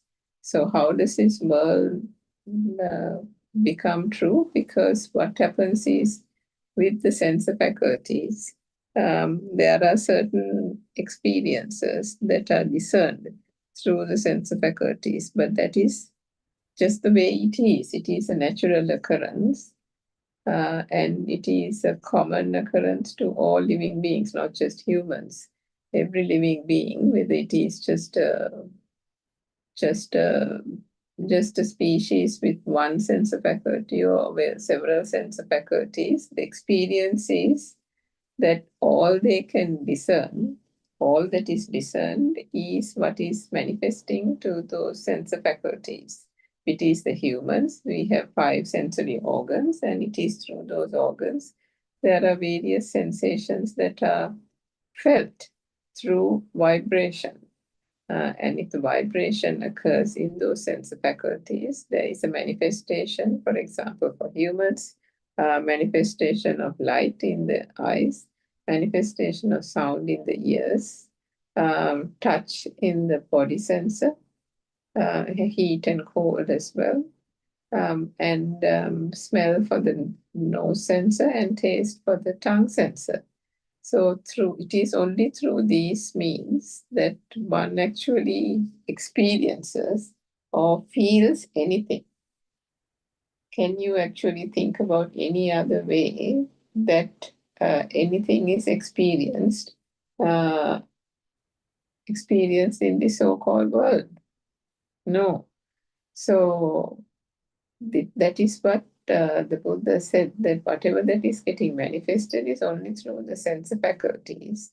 But what happens is that through ignorance, man does not realize that what is happening in the sense faculties. They do not understand the full mechanism of how the faculties work, how perceptions occur, and that the perceptions are only arising out of those manifestations from vibration, and that these, because of the happening of it at speed, is then taken as being there, distinct from everything else.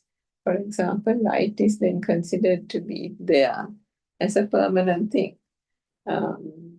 It's taken almost for granted, isn't it? Because now, for example, if you go out, if you get up in the morning and there is light, you automatically expect there to be light. That is why you call it night and day, isn't it? That is why when you wake up, you assume that there's going to be daylight. And by evening, you assume that it is going to fall dark in an hour or so.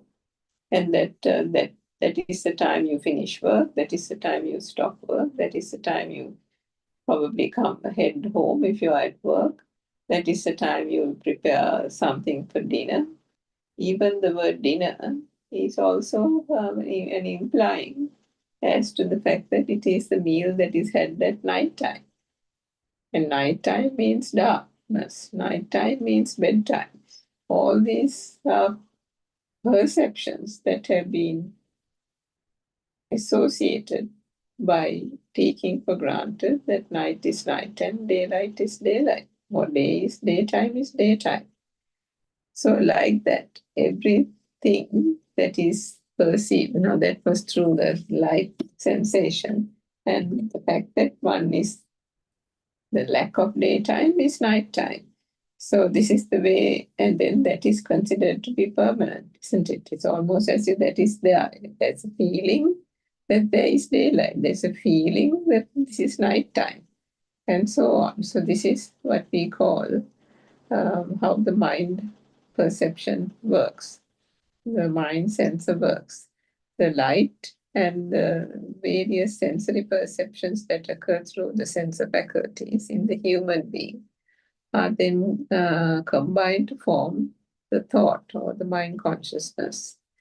But even if you take any other creature for that matter, say for example the worm has only one sensor, that is the body sensor. So in that sense, it can discern, it can experience sensation of heat and cold, which is why the worm likes to get inside the dampness of the mud. It wriggles itself into the coldness or the dampness of the mud because that is the preference. So the feeling of wanting to be in the dampness, the feeling of being comfortable in the dampness comes about how? It comes about through the sensation that is felt by virtue of the body sensor that the worm possesses. So in the way the mechanism works about the cause and effect Dhamma, it has been discovered by Lord Buddha. All this happens according to the law of cause and effect. And in that part of the cause and effect, the phenomena of the mind is very much also part of that cause and effect and the way the mechanism works. So the cause initially is the vibration, and the vibration that is occurring in the sense faculties then gives rise to the light perception, the sound perception, the touch, the taste, and the smell perception. So these are light is a predominant one, sound is a predominant one, and then the other three, which are the ones that generate the feeling or the sensation, is the sensation of smell, the sensation of taste, and the sensation of heat, cold, or solidity. So those three faculties give rise to a feeling, different types of feeling, but that's called feeling in general. And so feeling and then light and sound, these three come together, get combined. Now all these are getting generated from one vibration. One vibration is having different wave patterns. And because it is the sensor faculties actually work like different channels. And the way it is, the vibration is manifesting through these different channels is what we call light occurring in the light, a manifestation of light. Now, what we have to remember is that it is only a manifestation due to the speed of the vibration. Lack of speed is not going to generate light. If you take, for example, the olden day light bulb example, because it is happening, the light is flickering, the spark is happening at so many seconds, so many times per second. That is how we assume, because it's happening at speed, that there is a permanent light. But scientifically, it is proven that there is no permanent light. It is sparking happening at so many times per second. So in that same manner, the spark, the vibration that is occurring in the eye is then, because of it telepathizing with another vibration outside with equal frequency, similar frequency, that gives rise to a sensation or manifestation of light. But for the ear and the eardrum, when it vibrates there, it doesn't give out light because that is just a different channel. And in that, it is the sound. And if the tongue, it is the taste. And if it is the nose, it is the smell. So different channels, different output, but all originating from what? One vibration.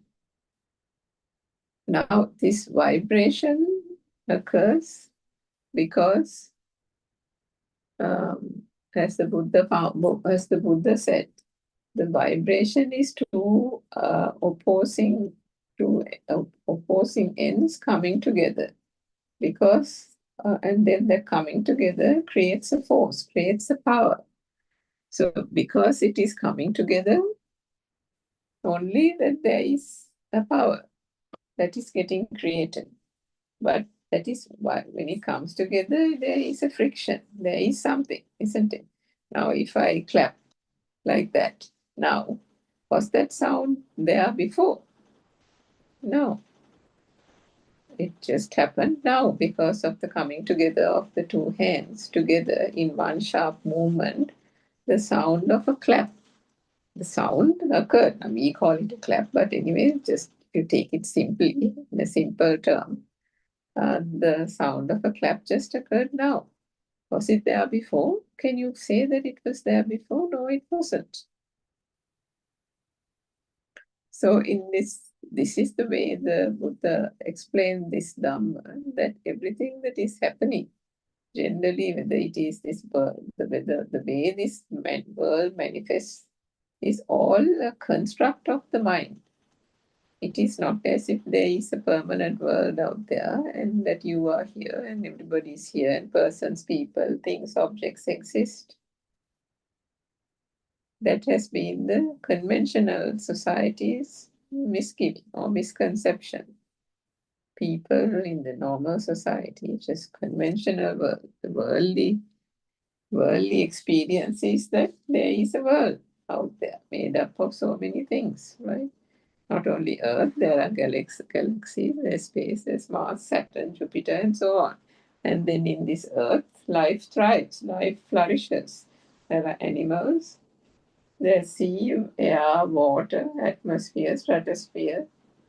There are deserts, there are oceans, there are forests, all these kind of things. There's the Arctic, the Antarctic, the South Pole, the North Pole. There are developed countries, developing countries. There's the African countries. There's famine in certain countries, wars being fought in some countries. All this constitute this so-called world and worldly existence, isn't it? This is what everybody believes that is happening around them. What is actually existing around them. And so because this is real, this world is taken to be real, everything that is happening is considered very much real, isn't it? Your life, if you take your life, for example, you may have, say, a husband or a wife or a spouse or a partner. You might have a couple of kids. You might have a house. You might have a very comfortable lifestyle. Maybe you have a job or you could be retired. If you're retired, you could probably say that you had a good career, you had a good education, you had a good career, you worked hard, and now you have retired. You might feel a sense of pride about your work. You might have grandkids and grandchildren. You might be having a great fondness towards them. But then there's always this sense of belonging, isn't it? Belonging in the family, belonging to the children, belonging to the grandchildren, belonging, the house belongs to you. You belong to a neighborhood, you belong to a community, you're in this country, you have pride for the nation, you have a sense of patriotism. You feel for things that are happening which is probably unfair, unjust. You feel as if you are doing your bit to be a good citizen. All these things, isn't it? So, I mean, do you feel as if you don't get up and have the notion that this world doesn't exist or anything like that? Do you know? The thing is very much here and there. But with that, what happens with this whole thing? You know, everything is going on as long as it is good. But the good also is on the belief that everything is existing. But does the good last in that sense? As we talked about suffering in various layers, various forms. So the initial form of suffering was when we typically think that there is sickness, there is death, there is parting from a loved one. So, you know, sorrow in that sense. Various sicknesses befalling anybody. These are, you know, in that very peripheral sense, suffering and things that can bring sorrow and grief and lamentation and so on. But the Buddha showed two more profound ways in which suffering is actually occurring. The suffering that is prevailing or prevalent to the entirety of mankind, which is the thing that causes this samsaric cycle of birth and death to go on and on, is because out of ignorance, man takes this world that is getting manifested only to the senses as real. But science has already proven that it is not possible. So it is not that it may not be possible, this and that, but it is categorically not possible for there to be any world experience out there unless it is, except insofar as it manifests in the sense faculties. So what the sense faculties manifest is what the basic light, the basic sound. But this is only due to the speed of vibration. So it is a manifestation, it is a creation. what was there at the beginning, just a vibration. One vibration is now manifesting because we have these different channels that we call sense faculties. They are manifesting as light, they are manifesting as sound, touch, smell, and taste. But then the mind mechanism. So we are explaining the phenomena of the mind. It's a natural phenomena of the mind. The fundamental core tenet of the Buddhism that the Buddha, the teachings and the truth that the Buddha imparted was that this is actually has to be viewed as a no self dhamma. There has not been a self here. There is so the no self view is the fundamental part that has to be gathered and realized through insightful meditation. When one understands understands this truth little by little, and then that has to be put into practice. So, in understanding that these sensory perceptions are just occurring only at the speed due to the speed of vibration. So, the cause is vibration, the effect is this sensory perception, basic eye consciousness, sound consciousness. So, this is the light that gets sparked, is then there is a perception of light, and the speedy occurrence of it gives the feeling that light exists. Same thing with the sound, the fast occurrence of vibration happening in the eardrum causes a vibration, which then telepathizing with equal vibration outside gives the notion, the experience, the sensation of sound. So the sign that is given to it is the perception is sound, and the speedy occurrence of it gives the feeling that sound exists. So the sound consciousness, or the ear consciousness, as we call it. So what about the tongue? The same thing. The taste occurs only when something is put into the mouth, isn't it? There is no taste. Can you say there is no taste in any other time? You might. But how about if we say that, ask you to remember something really delicious that you had in the last 1 week? And you might say, yes, I remember I went to my friend's place for dinner one day, and they had this really, really good, what shall we say, some really good curry. So maybe it was a vegetarian curry, and so that was a really good curry. So, and then if the moment you say that, you will probably remember the taste of the curry. You'll remember the spiciness of the curry. If there was some gravy and the color of the curry with various vegetables, you'll recall the colorful nature of the curry. So, in that sense, did the taste occur then? Did you actually have the curry at that time? No, you didn't. But the taste perception arose at that moment, didn't it? The light perception also arose at that moment. Now you can vividly see the curry that you had that your friend prepared. That made up of different vegetables. There was gravy in it. It was spicy and it was really nice.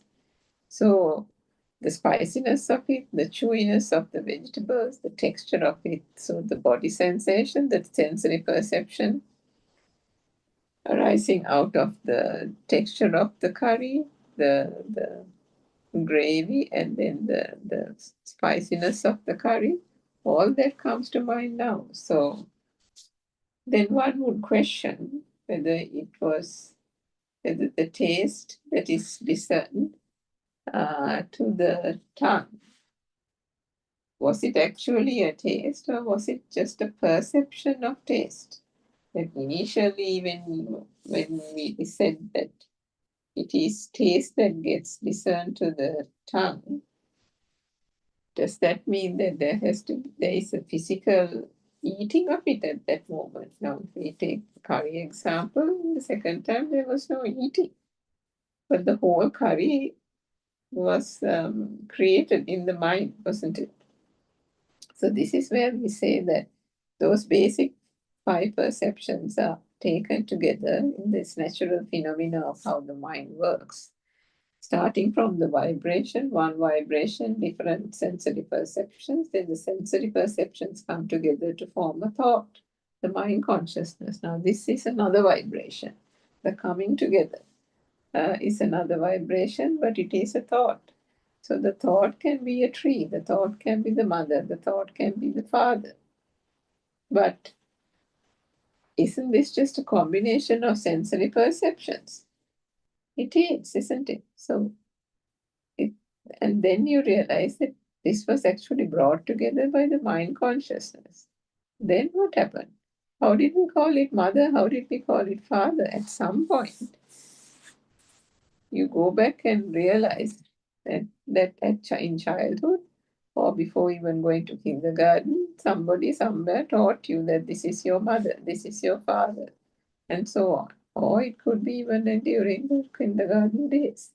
Not just mother and father, but various other things start to be taught to the child. And gradually, these are taken in. But whatever that is being taught, whether it is by way of sound, all that the child can discern is sound occurring or manifesting in the eardrum. All that the child can discern is light manifesting and occurring in the eyes.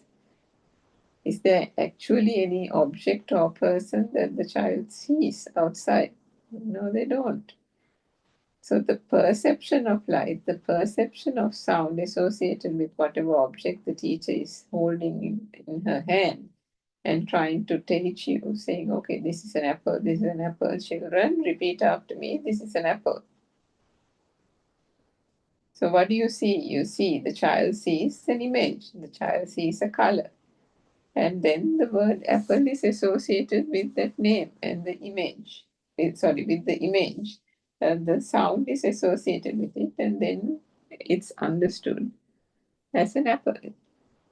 So the apple only got created in the mind, isn't it? In the mind sensor. Did it exist outside? No. All that was seen was color and an image. And that's it. Nothing else. How did the color, the light perception, become an apple? It's the question, isn't it?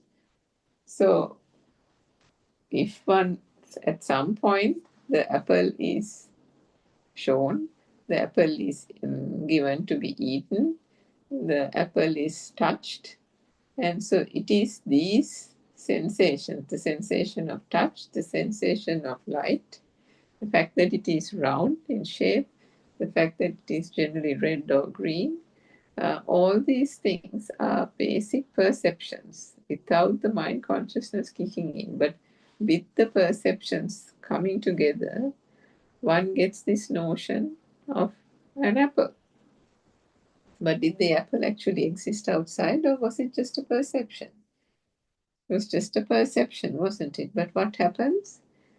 When these objects, people, persons are given names and labels and taught in school, this is projected outside. The eye has the ability to project it outside.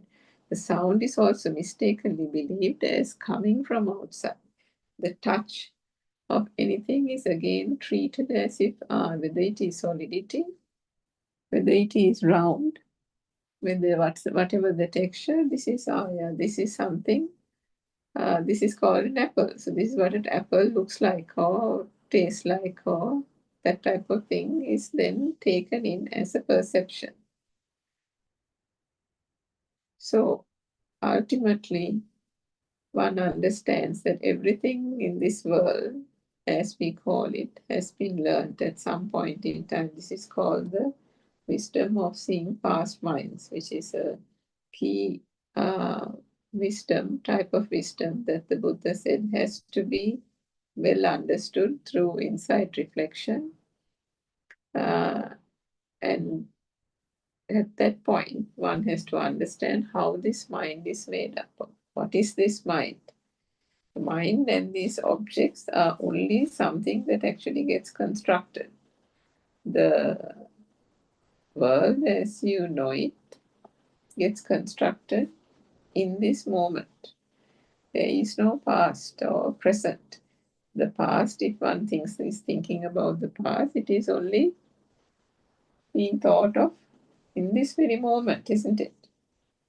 You can't go back in time to the past and then think about in the past and come back now. No, it doesn't happen like that. Whatever that is being thought now is a thought now. It is not something about something that was purchased or something that happened last week or during last year or something like that. So the thought that is occurring in this moment can have different stimuli. So this thought can be a chair now, and next moment it can be the table. Next moment it can be something that you have to go and buy from the supermarket. Next time it can be something your mother said. Next time it can be something you have to do for a meeting that you have to prepare tomorrow morning. So this is the way the stimuli occur, one after the other, isn't it? But then when did the table and the chair become real? Now these are real for you. And say something that you have to prepare for tomorrow. Now that becomes very real for you, isn't it? You have work deadlines or something, and then you have to prepare this overnight. It bothers you. Till it's done, it is a problem. It is worrying you, and you can be even annoyed sometimes that even in the weekend you can't relax because you have been given this thing that has to be delivered first thing on a Monday morning, just hypothetically speaking. So this is how stimuli or thought becomes real. But was there a notion of job in the thought? Was there an actual task that has to be performed in the thought? No. All this has been learned. All this is a perception. One after the other, everything is taught in the kindergarten days, and then later acquired even through education, through one's upbringing, the neighborhood and the upbringing they have had at home. These are ways in which perceptions are taken on gradually over time, and then there is this. It is through these perceptions that a world is believed to exist outside. In the moment the world is believed to exist outside, comprising of various objects, people, and so on, the sense of self and I, a duality where no duality is prevalent, but this false sense of duality occurs. And with that false sense of duality that occurs, this world is considered to be true, and with that, not only is the world full of worldly objects and things which you can name, because it has been learned at some point in time, like data fed into a program. These are all learned through various names and labels coined. But ultimately, what happens, this world is then considered to exist. So the vibration then continues with every object that is taken to be real. All these are then felt in one moment as if the world exists. It's not as if it is in disparate thoughts that exists, this exists, that exists. The feeling that gets generated is that there is a world. There is a world full of all these things. There is a world that is there where your family is there. You have a job, you have a family, that has become a thing. So that is a feeling. So the existent feel that the world exists gives rise to an alive feel, a sense of aliveness. So who is a person or a self that is created because of the wrong belief out of ignorance that a world exists outside. And that is crucial. The word on the delusion that a world exists outside. Not only is there a creation or a manifestation that there is a world, but it is also equally out of ignorance and it is considered to be outside. So the suffering that occurs with the Buddha said it's a deeper level, is the suffering when things that are considered, when one understands, when one doesn't understand that this external world is not true, then things that happen in the external world are all, if something bad happens, then there is sorrow. If there is something good that happens, then there is happiness. But that happiness also is transient, isn't it? Because anything can happen. If there is something, anything can happen. But if there is something, there is always a person here. That is what has happened. If something is taken to be real as existing, then there is a sense of value, clinging, desire, aversion, whatever it is that is felt towards that thing.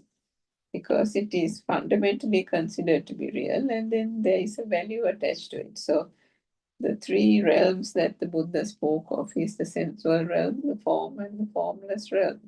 An object can be discerned, can be experienced in all these different three realms. So if one has a house and one likes a house and one has sacrificed a lot to build the house, now the house can become a real thing. It doesn't have to be even something big as a house. It can be even a little pencil in your pencil box. It starts like that anyway, isn't it? You think about little children in kindergarten, the little pencil box they have is so precious for them. They like the different colored pencils, the different colored crayons and things like that. And their school bag with a nice picture. These are things that make up the little boy or little girl's world and the kindergarten days, isn't it? Nice new flashy shoes, nice school bag. These are things that keep them happy. These are the things that make up their world. But gradually, these needs, the worldly objects, also change in shape, change in value, change in the significance attached to them, depending on what stage one is. But the issue here is this moment the world is taken to be true, there is a false sense of I, false sense of self that gets created in that one thought. So if one understands that this thought is only a perception and that there is no substance to it, it is not something that is experienced from outside. The thought is not something that is thinking about an object actually that exists outside. If that was the case, it's a different matter altogether. But here what happens is there is an ignorance that what is perceived only to the sense faculties is existing outside. Some actually believe that things are there, that things exist outside. And then when they fall, when they break down, when something like a loved one is lost, someone meets with a tragic accident, because this world is true, isn't it? The persons in the world are true, the family members, the house, your job, promotion, everything is true. The moment something happens to one of those things, what happens? You're immediately affected. You're upset. You can't you're so upset you want to go and see the person if they have fallen ill and they're in hospital or they've met with an accident, or if something happens to your house and house burns down, you won't be you'll be beside yourself in grief, isn't it? All your personal belongings have gone, so there are things called personal belongings, then there is value attached to it. Over the years, by perception after perception, the thickness of the perception has become thicker and thicker over the years. And then this thing has become valuable. The house, the various memorabilia, all these things have become so precious. And there is immediately a burning feeling, a sense of heaviness, sorrow, when, say, the house gets burned down or the dog dies or something like that, which is something that has been that an attachment has developed because of taking these things to be real. But if one understands that this whole thing is just a mechanism, that there is nobody doing anything, the power that was there in the one single vibration right at the beginning, as we explained, is the thing that actually caused the perceptions to occur in the first place. But these are basic sensory perceptions that has to be understood. But what happens? These are combined to form the mother, the father, the teacher, the tree, the house, the mortgage, the family member, the daughter, and so on. One has forgotten, or one doesn't know really, not forgotten, out of ignorance, because these are not things. The Dhamma, the pure truth, is not something that is widespread, is easily available or accessible or known to people in society. Indeed, the Buddha said that those who actually realize the Dhamma and achieve the stream enterer, the position of Sotapanna, which is where there is no going back. There is, from that point onwards, there is no such thing as anybody taking this external world to be real. Because through piercing the thought occurring in this moment and the stimuli, any object where the world has been taken to be true is pierced. And meaning it is well understood that there is actually nothing in that thought. It is only a perception that a house exists, perception that there is a mortgage to pay, and so on, a perception that the house has not been burgled or whatever it is.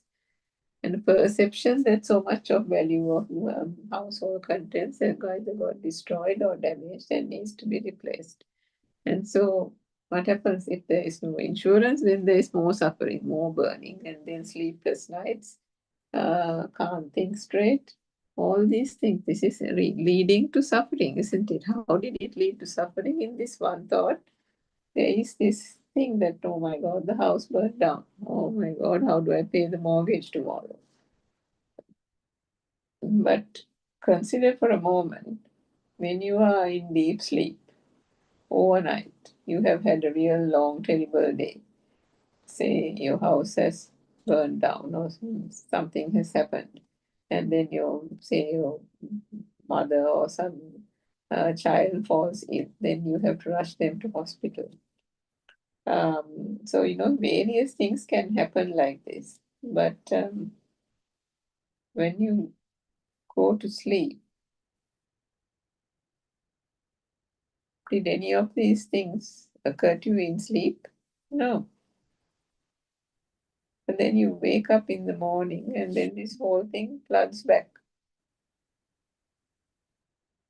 So do you think then that, now this is that same problem, the house problem, the mortgage not being paid problem that is now occurring?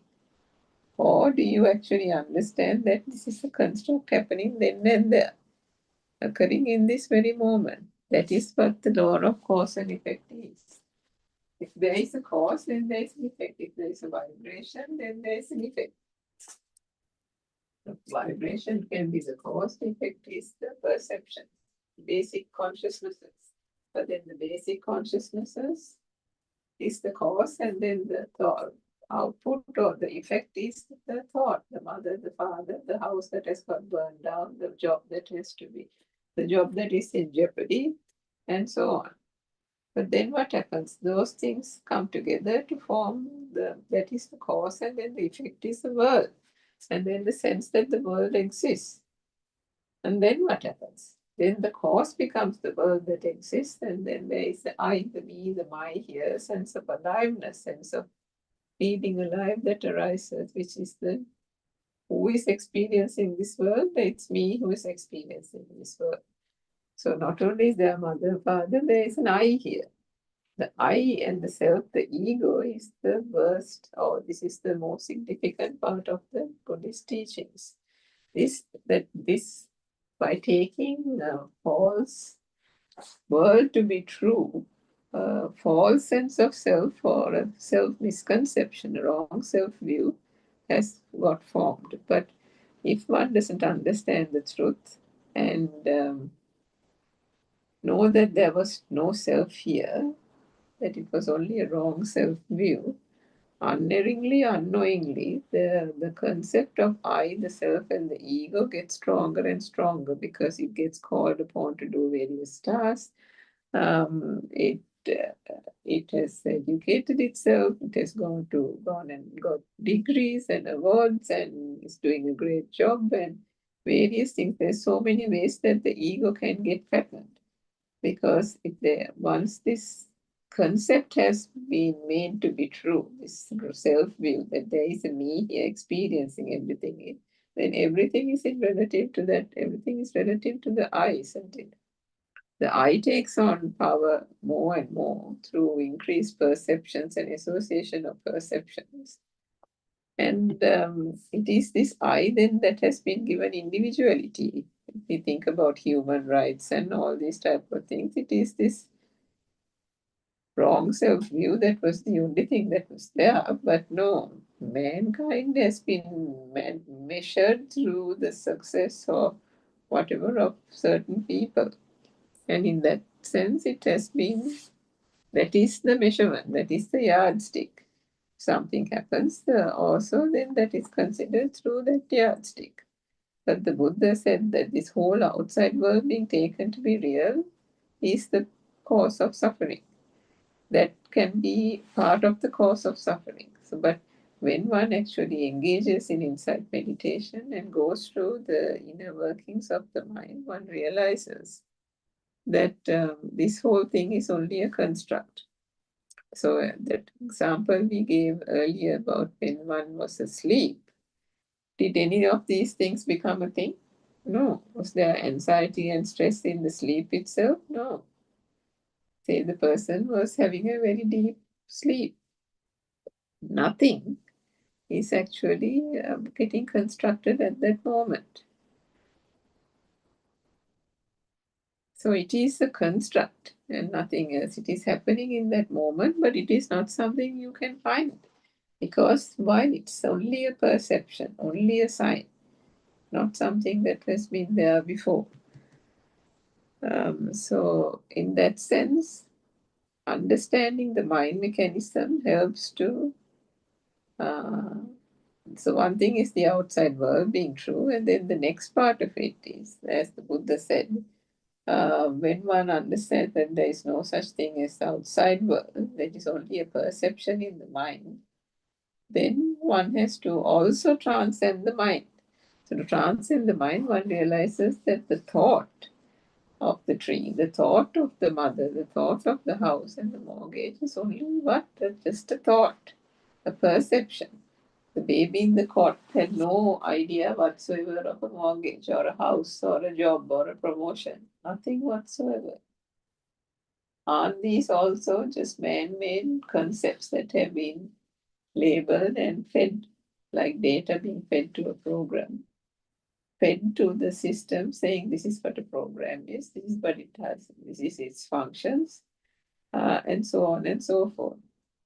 But the data that is being put are the perceptions that are getting manifested, that are getting used in order to provide and lived experience. But when you see how this whole thing unfolds, the realization is there wasn't actually anything of substance on that on the thought, in the thought. And if there was no substance in the thought, then the realization of that. So first one has to understand it like by understanding the true Dharma philosophy. This is how the mind works. These are the sensory perceptions. The sensory perceptions are only as a result of vibration. Happening at speed will give the notion that these things exist distinct from each other, like the eye consciousness, sound consciousness. But the coming together of all these things will form a thought, which is the mother, the father, the job, the promotion. Equally, just like the perceptions having power, like the vibration has power, believing that there is a house, believing there is a mortgage, believing there is a promotion becomes true. The desire for those also then becomes very real, and the attachment, the clinginess to these things, and the distress that one feels when something happens to them is also equally significant. This is the first part of the suffering. The second part of it is then considering that the perception that is occurring in the mind has also no substance. It's just a combination of form and sound, or taste and sound, or color and sound. Was there anything of substance there? No, again, a construct. So the example that we said about if you're sleeping for 8 hours straight and then you wake up in the morning, during that time in the night, was there the problem of the burnt house? Was there the problem about the job that you have to do these tasks for? No, because it wasn't, there was no perception of it at that point in time. The world that gets constructed is getting constructed moment to moment, depending on the stimuli. So it's stimuli that is getting created in this moment, and in that stimuli, in the notion of something being true, the I is automatically born then and there. And that is how this whole thing works. So the I cannot be separated from the identity. The stimuli itself, if there is ignorance, becomes the I, becomes the self. So if a child is sick, for example, you are beside yourself in worry. And so what happens? You are basically the child. You identify with the child. But the Dhamma here is that this is a natural process. So was there an individual or a self or an ego here? No, there wasn't. We have used that word, we use it in a very colloquial sense to be able to communicate this Dhamma only and for no other reason. But having seen this mechanism, the way it occurs, how can there be a person? How can there be a self? It is only an extension due to vibration that the senses perceive something. And that is also a creation. The light is a creation, the sound is a creation. That manifestation then turns itself into a thought called the mother, the father, the job, the promotion, the house, the mortgage. Or even other things for younger people. Maybe it's just the next exam, or the degree that they're studying for, or the relationship that they're having with some person. Or, who will win the next match, whatever it was, with this cricket or rugby or whatever it is this coming Friday. These are the things that go on in people's worlds. This is what constitutes their world. But when one understands that the world is constructed only in the mind, then one turns to the mind. When one examines the mind, the realization occurs that there is nothing of substance in the mind either. There is no such static thing called the mind. The thought that occurs in this very moment is the world. And it's a thought, the stimulation, the object, the mental picture is something that is not understood through the Dhamma as being just a construct. Then there is a deceiving about it, because in the deception, the wrong notion is taken that it is existing outside, not inside, not in the mind, not in the way the Dhamma is practiced. So transcending the second stage, the mind, and the seeing through the perception itself finally brings an end to the entire suffering process, because of the layers in which it has to be understood.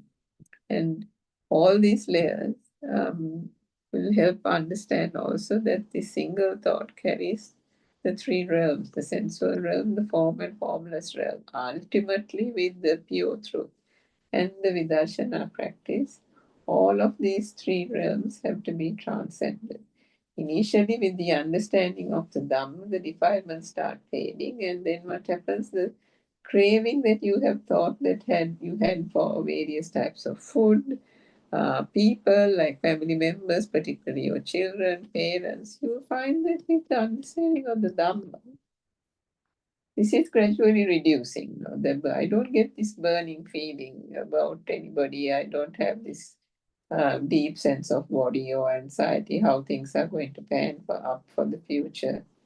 So on and so forth. So gradually there'll be a noticing that this heaviness,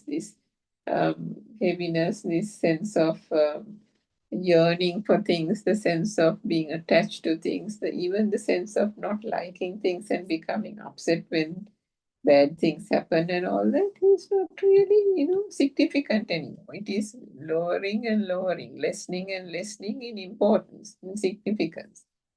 True, the things are still there, but that underlying burning is no longer there.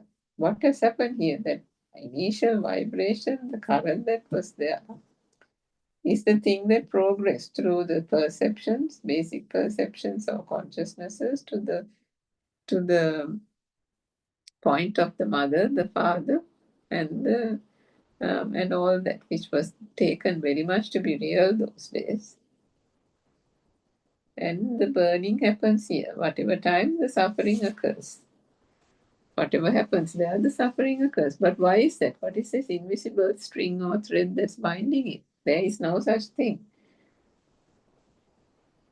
When the mother and the father is considered as only something that has been created in the mind, then that wisdom is the thing, the inner rising of that wisdom is the thing that causes the defilements to gradually fade away.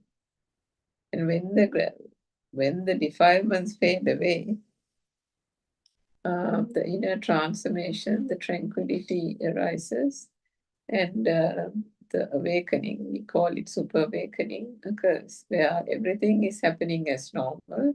You get about your daily routine, you get about doing your job, doing whatever obligations towards your family members, none of those things change. So this is not a plaything or a teaching or a practice where you have to, go to a monastery or go to the jungle and far away from society and family and so on, leave your family obligations behind and go to a jungle. No, that is not what the Buddha said. The Buddha talked about shunyata or nothingness, but he pragmatically said that the nothingness that is described here is not nothingness by divorcing yourself from everything out there in society or in family, in the family setup. No, this is only through wisdom, seeing that there is nothing here, seeing and understanding the mind for what it is, and understanding the truth of this moment will provide the inner realization and the inner awakening that there is no burning, because there is no self here to burn. There is no self here to identify with anything, because there is no thing. And when there is no such thing in this world or worldly objects, then the concept of a self also collapses. And this wrong self view, when that gets eradicated, then all that is there is the self vibration, which over time and through continued understanding of the Dhamma gradually dissipates for the non-vibration to arise. So I hope you got something out of this talk for the last 1 hour. If there's anything that is unclear or needs clarification, the explanations are only to the extent of the understanding of the practitioner. And there could be further aspects that can be explained and unraveled with more clarity. If you do like to discuss any of these points, please feel free to join the 3 to 5 p.m. Sri Lanka time Zoom discussion. So, Thiruvan Saranai Dhamma friends, and let me pay homage to Buddothpada and Mahansa for his noble teachings and guidance and direction every day, and and may he go from strength to strength and have the best of health to be able to impart the Dhamma in this most compassionate way to all living beings who are basically suffering. to help them end the suffering and help them to come onto this path where they see the truth for what it is and help themselves in this suffering and this samsaric cycle. Therwan Saranai.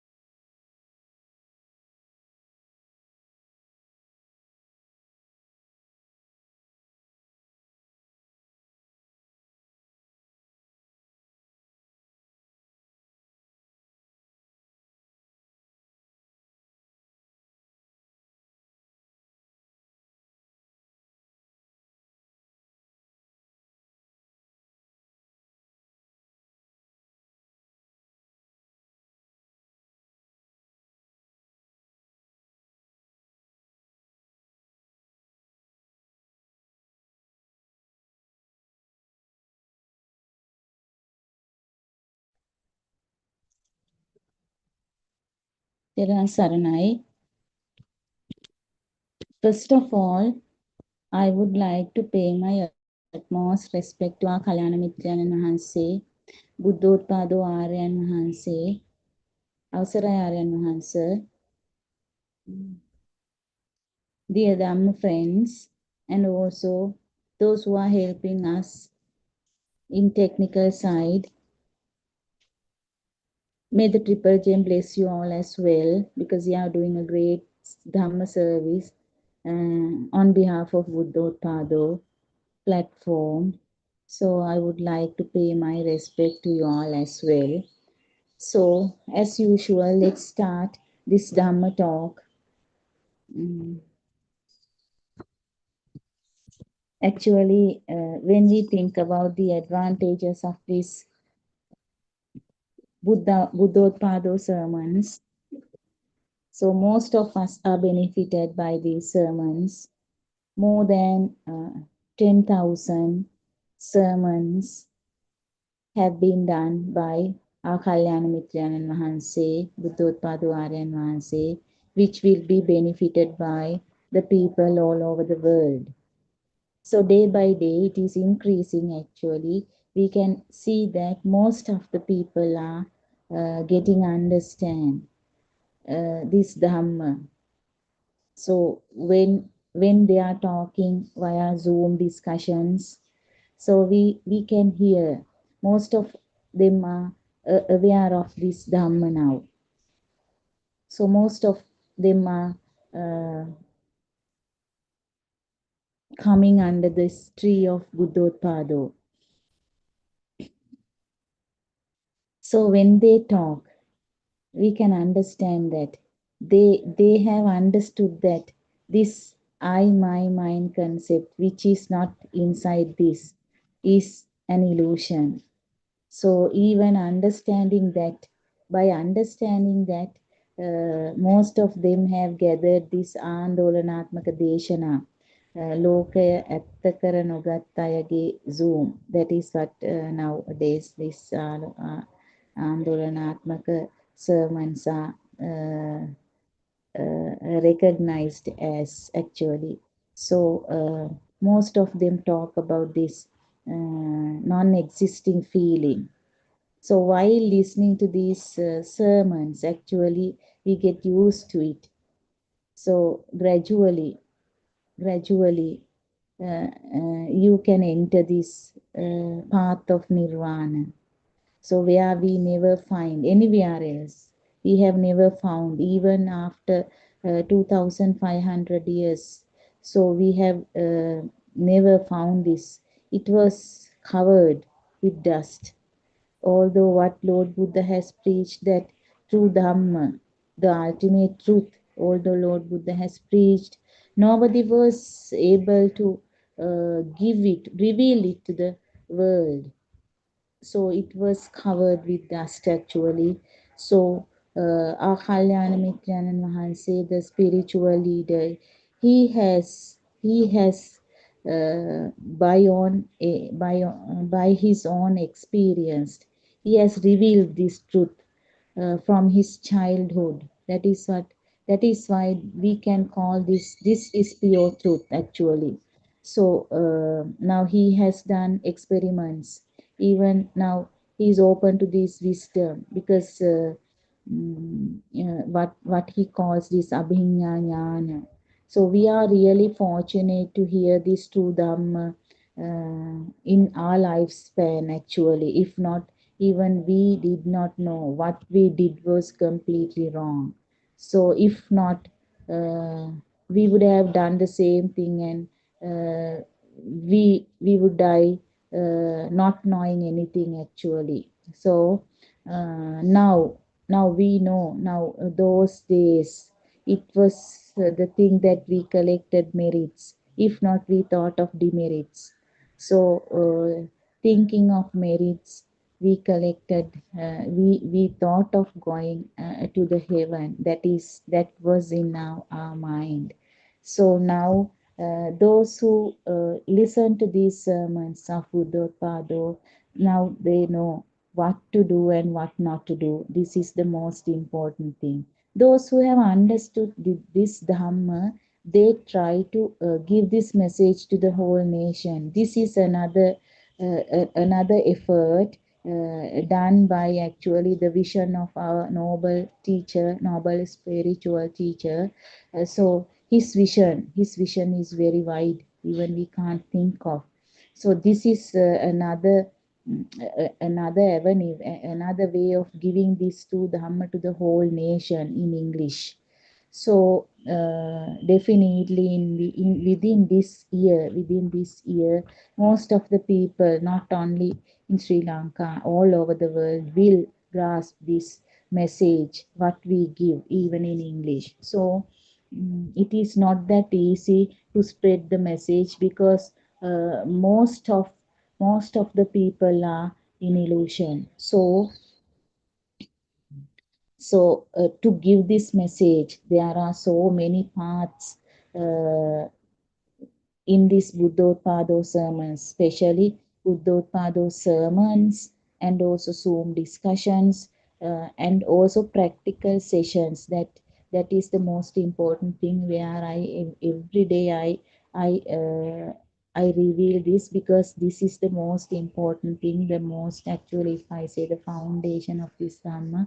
So where we did not find anywhere else that prayogika pratipada, the practical Buddha Darshana Saptanyana. So that is the most important thing. If somebody wants to find out what true Dhamma is, you have to start from the beginning. So that is the start actually. So starting point is very clearly given in step by Buddothpada Aryan Vahanse. So nobody can touch that actually if they do not have that knowledge, that experience, especially the experience. That is that practical side.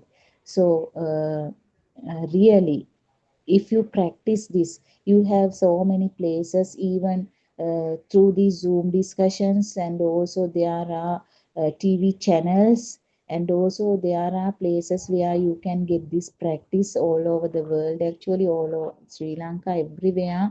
Now every day there are centers opening, day by day centers are opening. Those who have understood this Dhamma, they give the message to the others, their friends, their peers. So this is another way of giving this Dhamma through Vivekashrama or Meheni ashramas, where with the guidance of established with the guidance of R.N. Mahanse, established in different places in the country.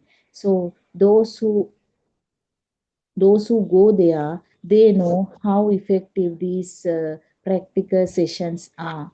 Maybe once a month, once a week, they go there, they practice, and even next day they tend to go because they get some kind of actually, if I say, the result. So they get the result. So they are how to recognize this thought. It is thought, the thought that which we have never thought of, actually, the thought, because of this thought we are in illusion. So to understand that nobody nobody is able to describe this because they don't have the experience. They just read books, they just give sermons, and they go away. So when somebody is asking a question, even monks, nuns, so those who are so-called spiritual teachers, so they don't know how to recognize the question and how to give the correct answer because they don't have the experience. So that is the most important thing. So they just talk with their knowledge. Actually, this is not the knowledge. Even you do not know anything, even Pali, Sanskrit, or anything, this Dhamma is open to you. What Lord Buddha has said 2500 years ago, the same thing with the same wisdom Kalyana Mitrana Maharaj is preaching. The most important thing is that. So the same thing, as we can say, the present Buddha, actually we can regard him as the present Buddha, we can worship him actually. So that much of wisdom he has. What he says is, I am talking about only a small thing what I know. So I can reveal the rest in near future. He will reveal. Nobody can reach that. Definitely. What he is telling that is that Acteria Vanetiana kilometer. That is what he says. So he is telling like that. So it's a challenge to anybody. So uh, nobody is able to face that challenge actually. He himself says this. This is only that if we say that forest, that Acteria Vanetiana kilometer. That is how he explains. Really marvelous. So definitely he will really relieve the rest of the forest in near future. If somebody asks him a question, there is nobody to ask such a great question. That is the problem. So because we are just followers and we are going behind him, so nobody is going in front of him. Nobody can think beyond this Buddha. Actually, that's true. Beyond this Aryan Mahanse, beyond our noble Kalyana Mitranan Mahanse. So we are fortunate to hear, we are really fortunate to hear such type of Dhamma, true Dhamma in our lifespan.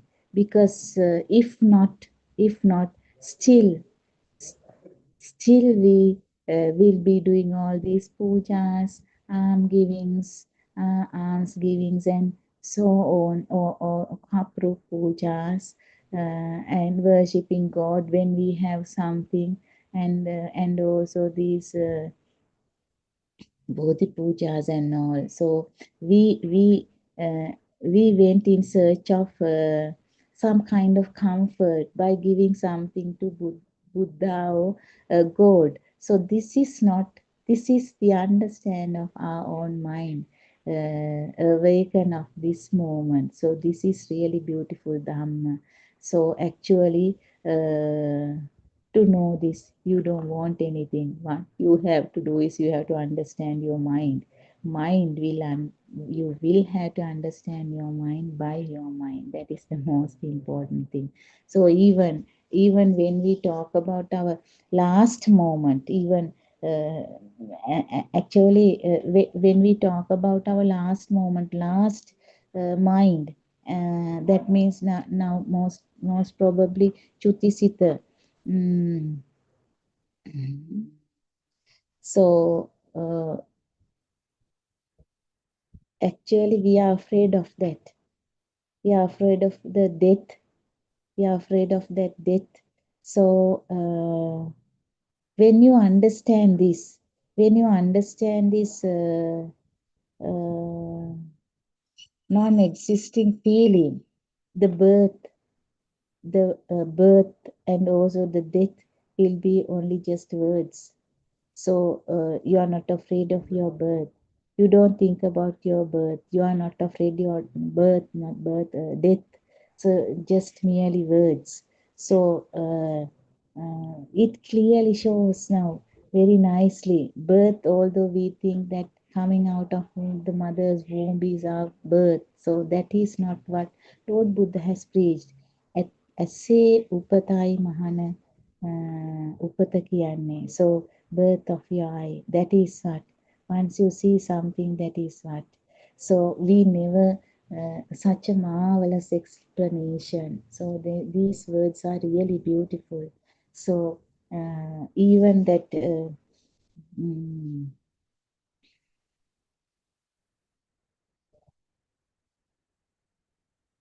if we think about this, I just want to tell this last moment, actually last mind. If you cling to that now, because that is, we are afraid of that last moment. Now we are thinking about that the death is permanent. Now it will come one day for us. So we are afraid of that. So once you understood this, it is just a word. It is just a thought actually. So if you clinging to that feeling, your mind is getting contaminated actually, because you are thinking about, oh, what will happen to me at the last moment. Then you may be suspicion and scared about about the place we are going actually. We have, oh, where will we go? Because if you have done so many things, you are thinking about that, but we don't know it at the last moment what will happen to us. So definitely we are scared about the destination where we are heading to. If you don't think anything about this so that and stays no thoughts, uh, then you are heading to a desired place. That is what. So, but every moment you think, your perceptions are getting triggered. When the thickness of perfect perceptions is increased, it leads to undesired places. The thought to be born in a desirable plane is not coming from you. It comes from the perception of self driven by the greed or desire within you. There is no self as such. That is why we always say we need to understand Dhamma correctly, leaving the clutter in your mind.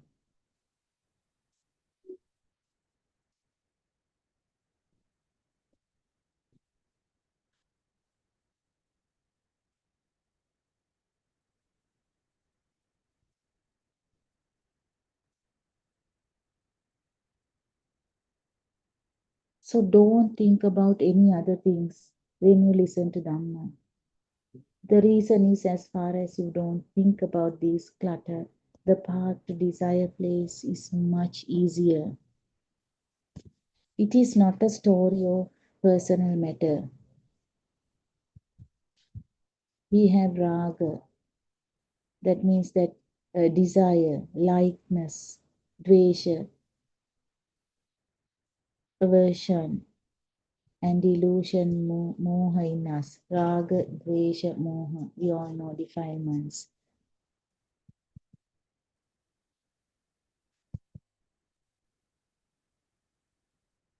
This determines where you are heading to, desired or undesired place.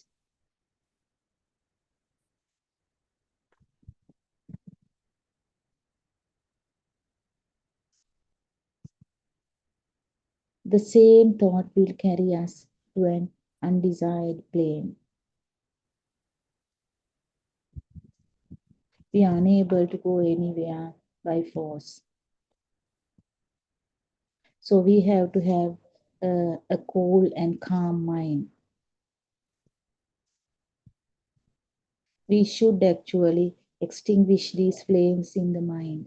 So that is Raga, Dvesha, Moha. We should try to put out these flames in our mind. There is a very nice story where Aryan Mahanse is always telling us, although we have heard these stories of Angulimala, Kisa Gautami, Patachara, so they were just stories actually. We didn't consider about this much. So, how Patachara attained Nirvana, how Kisa Gautami attained Nirvana. Although they are not monks or nuns, they have understood this Dhamma. So, in our case, we were thinking about the attire actually. If I say the attire, the robe, monk should be there, nun should be there. But how can it came to this Patachara, Kisagotami, Angulimala and all? So all these things are very, very important, which the monks or nuns or somebody else is not pointing out a lot, because uh, if that thought is given to the society, uh, they will lose so many things. So nobody wants to show these things to the people, because ordinary people, actually Aryan Vansi is the one who has revealed this truth. Ordinary people or anybody, If you are a living being, if you are a human, you can attain this nirvana. That is one stressful. He's telling it. He's preaching actually. He's preaching it. So, in the story of this Angulimala, he murdered thousands. He murdered thousands actually, but he did not go to the hell. So just imagine now, if we do a small sinful deed, how much we suffer. We are suffering a lot. So we are suffering a lot. Maybe with that suffering, we die.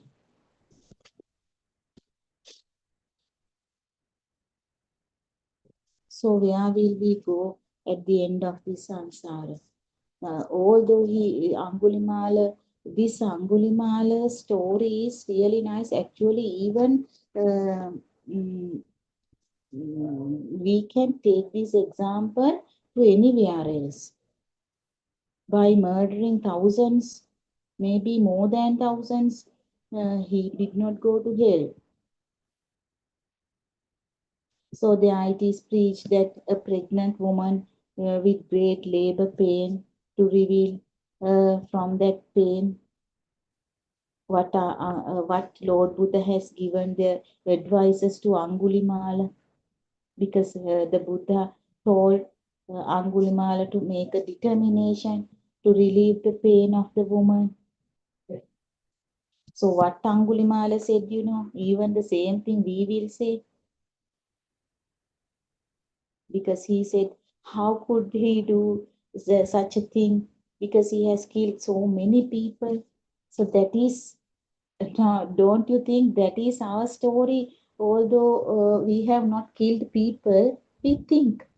So maybe we have killed these small animal and ants. So we have done such things which we are suffering. We have done so many things we are suffering, which is belong. It belongs to the past.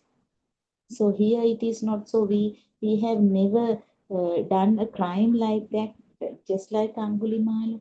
But what Lord Buddha has told him, after you become a bhikkhu, you have not killed any living being. Have you done such things after you becoming a bhikkhu? So then Angulimala said, no, Bhante, oh, no. So what a nice conversation this is. It's really a nice conversation. It will be an example for anybody else's. It will be a very nice example, this Angulimala Thero's story. Even when we explain something to somebody, we can take this. Why can't you do this? Even if you have murdered. So they say, how many, how many, how many people have done such murdering cases even in prisons today. So if they get this nice message, will they have that relief at the last breath even? So that is what. If they understood this pure truth given by this Buddothpada sermons, so even this story will stop their samsara. They will attain that nirvana. Maybe they are. So actually, that this Dhamma is really beautiful. This story itself is really beautiful. This is what Aryan Mahansi is telling, that which I always take this as an example. You are not murdering people. You have not murdered anybody. So such a small mistake, such a small error you have done. So don't think about this. That is in the past. So after realizing this truth, you try to realize this truth.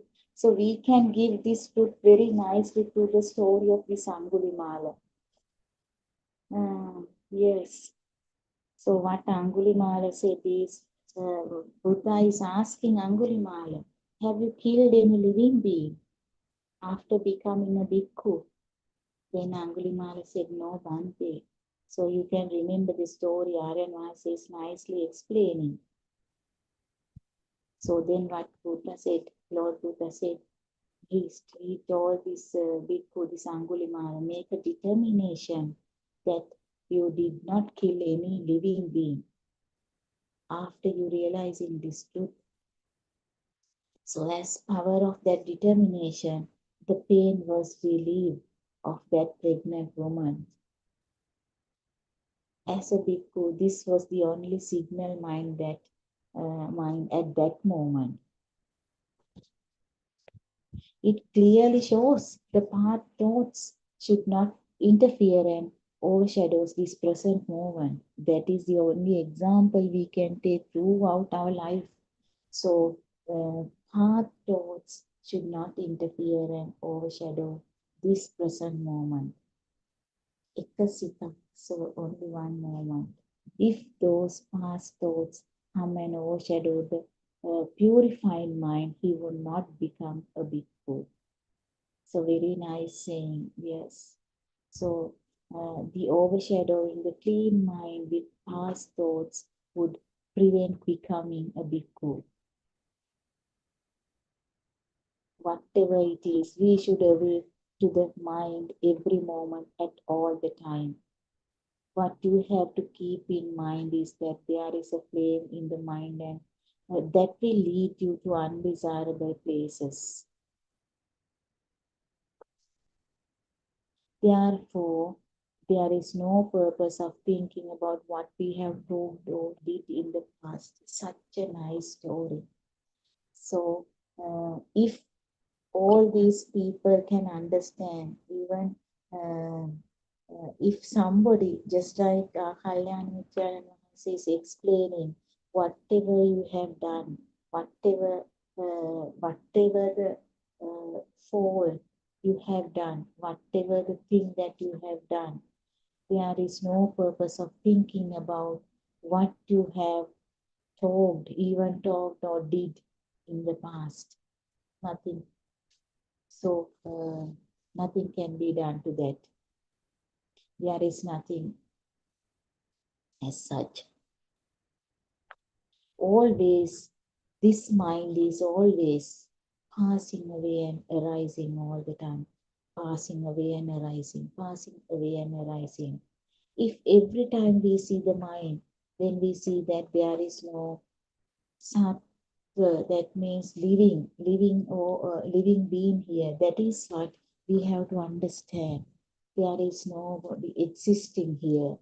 There is no I, my, mine concept here. So that non-alive feeling or alive feeling, there is no alive feeling here. So the most probably to understand that is that from the very beginning I told you, to understand this, that Pratipada program is there.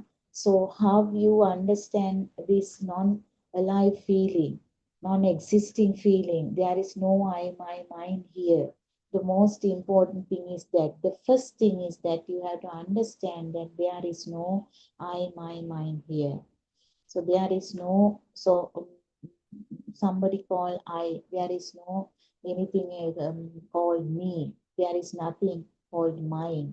So that is what you have to understand. So to understand that, there is a nice program, actually nicely programmed, because you can practice it in this at day-to-day life even, because this is not that difficult. Once you get the knowledge, you can practice it at home.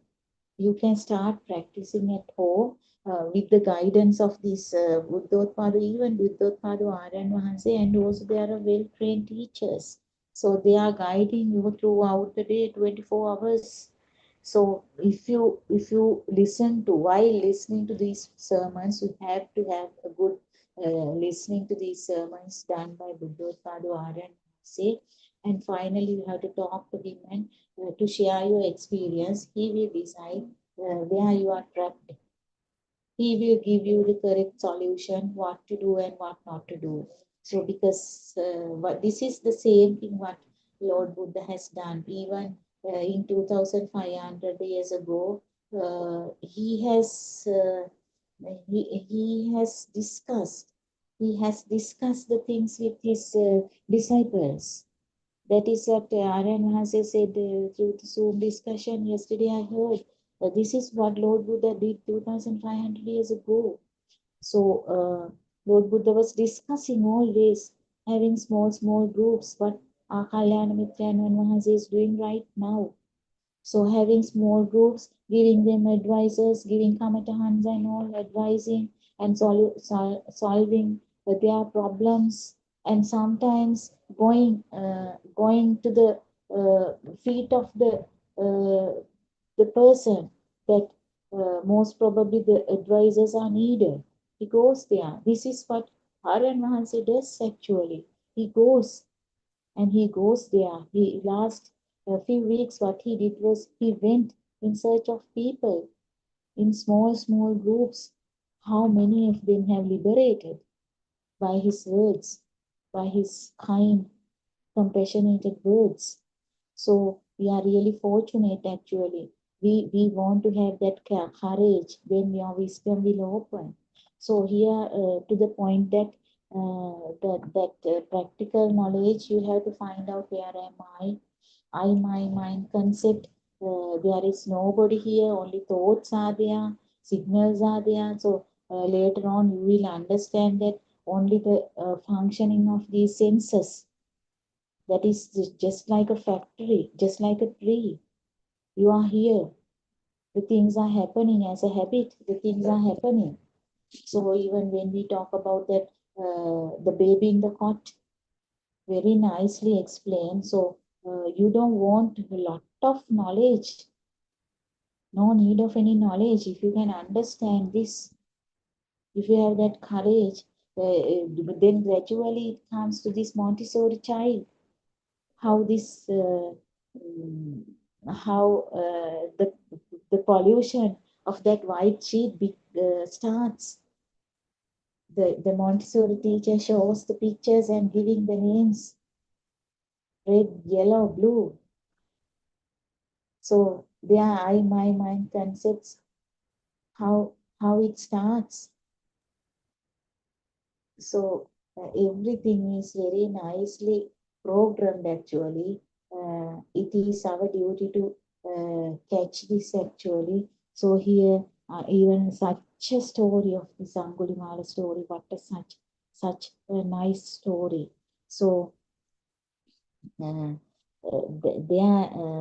the mind is always passing away and arising all the time. So what we have to understand is there is no living being, there is no human here. So only that faculties are working, sensory faculties are working. Atmiya Aropan Bale, it is the most important thing that we have to understood. We have to we have to break actually, please listen to these sermons carefully. If you listen to these sermons carefully, this story will take you to the path of nirvana with the knowledge of this non-existing feeling. To understand this, you have to have that non-existing feeling, because some will understand just like that Angulimala, he understood it. But for some people, it takes time to understand that only the faculty, the sensory faculties are here.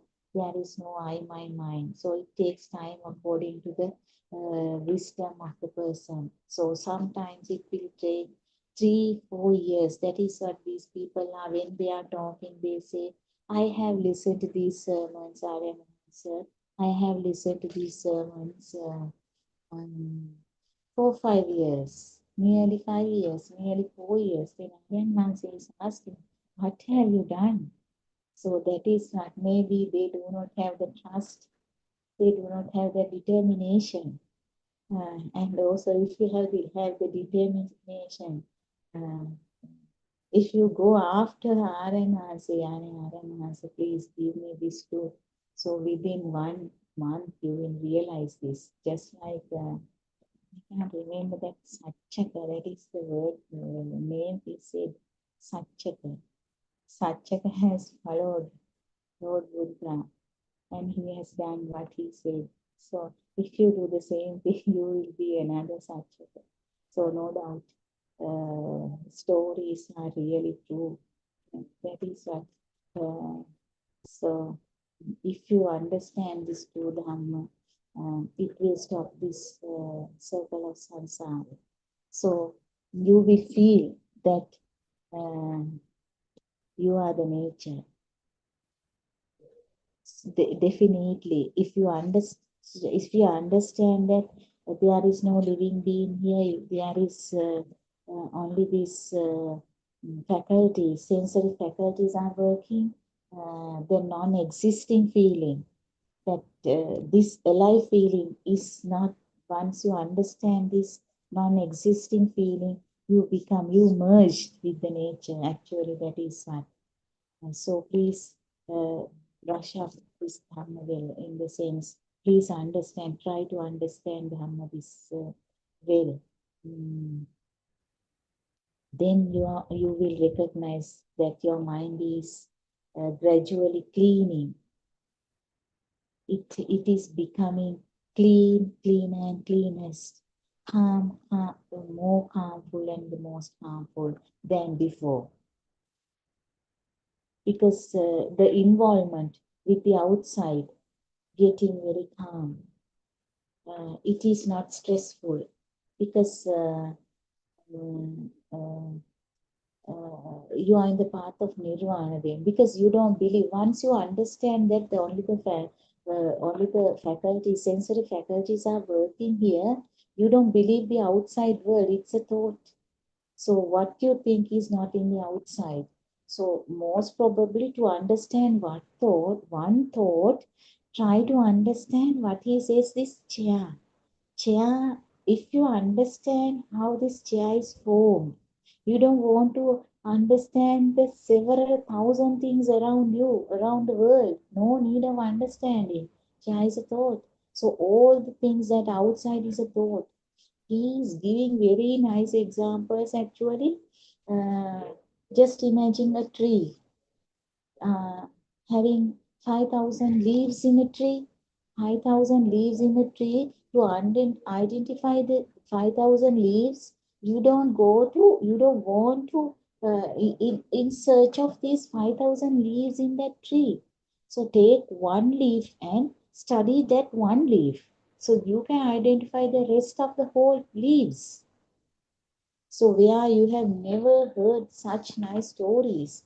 So that means if you understand that one leaf of a tree, you understood the whole 5,000 leaves of that tree. Such nice stories he is giving. So why can't you understand this nice, beautiful Dhamma? So if you understand this, there is no person here as yourself. So you are awakened to the moment. There is no outside, inside. There is no duality. Only the nature remains. No duality. If you are here, outside is there to you. If you think the tree, the banyan tree or mango tree or whatever the thing that outside is existing, you are existing here. To see that, there should be somebody inside. So if you are here, you see the things outside as a reality. If you are not here, you don't see outside as a reality. So that is what you have to understand here. You become the nature. You become the bird flying in the sky. You will become a bird flying in the sky. You will become water. So how can we explain this? It is a feeling. Feeling cannot be explained. Even it cannot be shown. So once you understood this Dhamma, this true Dhamma, this nice noble Dhamma, if you understood, you can't show it to somebody. You will discuss with your noble spiritual teacher, noble spiritual leader, our spiritual leader, Buddothpada. Other than that, you can't talk, you can't cannot talk this situation with anybody else, because nobody will understand you, nobody will believe you. Only thing that you have to have a discussion or have a dialogue with your RN and say nothing else. He will tell you that where you are. So that present Buddha actually, even he will tell Buddha is not outside. Once you realize this true Dhamma, nothing, emptiness, that is power to the thought. If I say this, power to the thought becomes zero. It is a feeling. You cannot show it to somebody. If you tell somebody, yes, they will not. Definitely, they will not believe you. So you have to have that realizing that Dhamma, you will live in the same world with mundane world, if I say, with everybody. This is really nice. So you feel free like a bird flying in the sky. You become the sky. You watch these, the rest clouds and everything. So you become water. That's right. Because you merge to the nature. There is nothing here. At last, emptiness, nothing. So that's all. This is that much of beautiful. This Dhamma is that much of beautiful. We have to worship Aranvasi for revealing this after 2500 years. So nothing else. Every day we worship Aranvasi. We have that much of noble respect upon him, just like our present Buddha. That's right. That's all. Um, it's time to stop, wind out this Dhamma talk. Um, as usual, I would like to wind up this Dhamma talk like this. May we have the courage to look deeply. May we have the wisdom to let go. May we awaken to the moment, and may all beings be free from suffering. That is my last wish. May all beings be free from suffering. No doubt these Buddothpada sermons will help you to stop this samsara. No doubt. That's true. So thank you very much for listening. May the Triple Gem bless you. I want to worship Aranhanse, my noble spiritual teacher, my spiritual noble leader, your spiritual noble leader. පාද නමස්කාර කරමි ආර්යයන් වහන්සේ අවසරයි.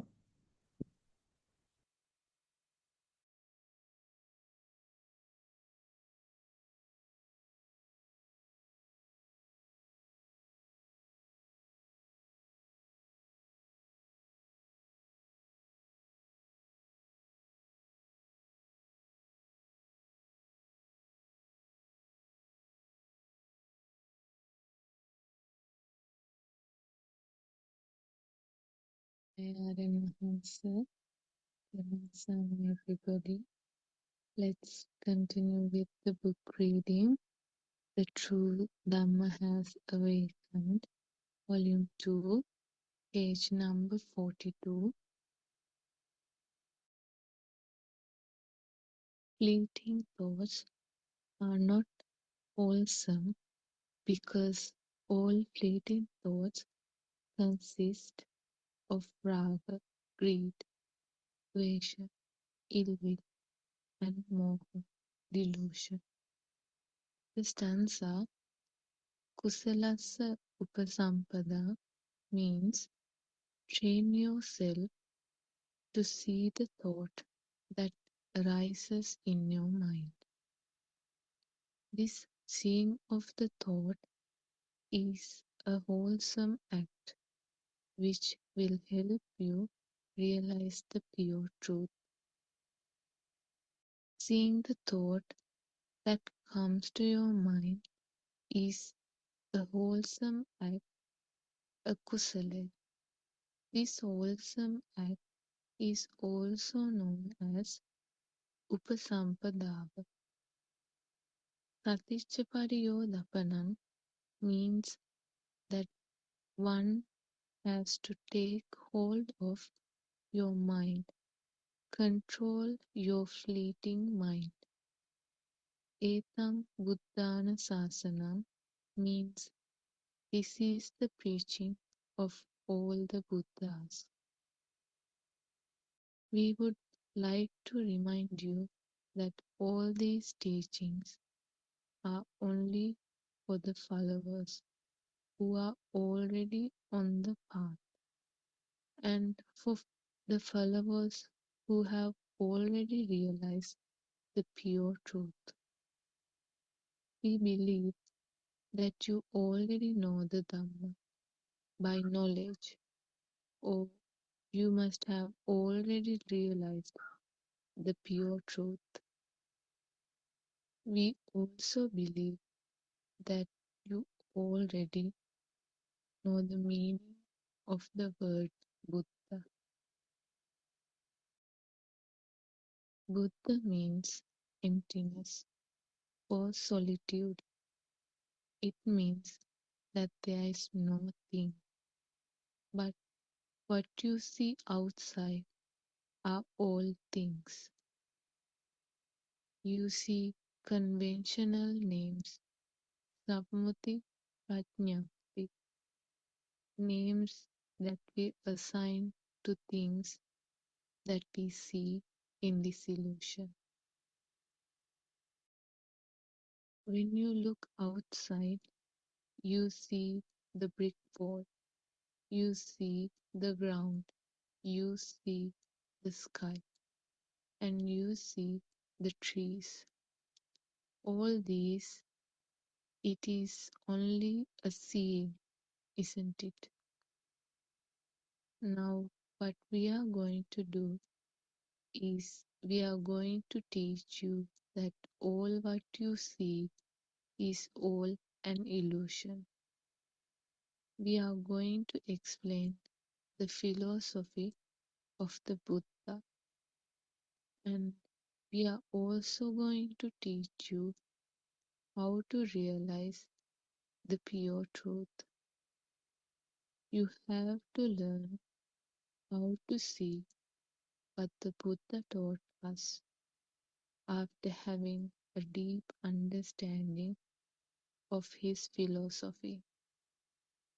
When you look outside, you see things around you, don't you?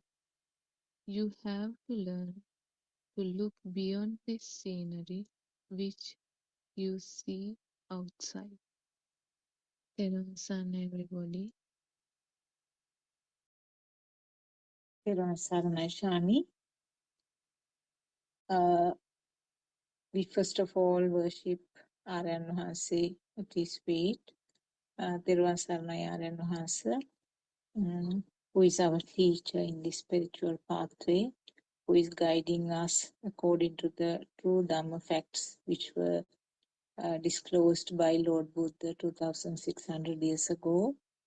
And we also worship all the uh, monks and nuns who have joined us via different means to listen to this Zoom. So we all pay our homage and also warmly welcome everybody who have joined the Zoom and also who are listening through YouTube. And very grateful to all our Dhamma friends who are helping us with the technical aspect of the Zoom discussions. And on behalf of our Dhamma friends, we all welcome all of you. So it's just another day, 2:45 p.m. from Sri Lankan time, English Zoom discussion, which we are going to discuss some matters from the book, books written under Buddothpada teaching.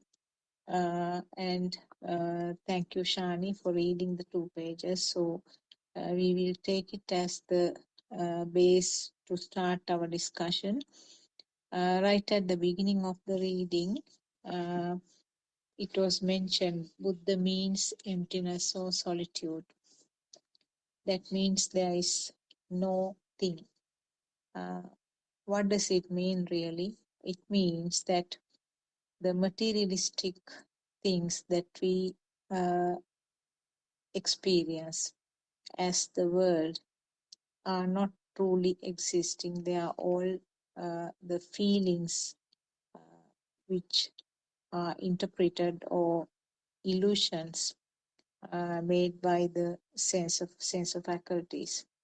So once there is a story in the Buddha teachings in the history, a person asked Lord Buddha, who are you? Are you a human being? And Lord Buddha said, no.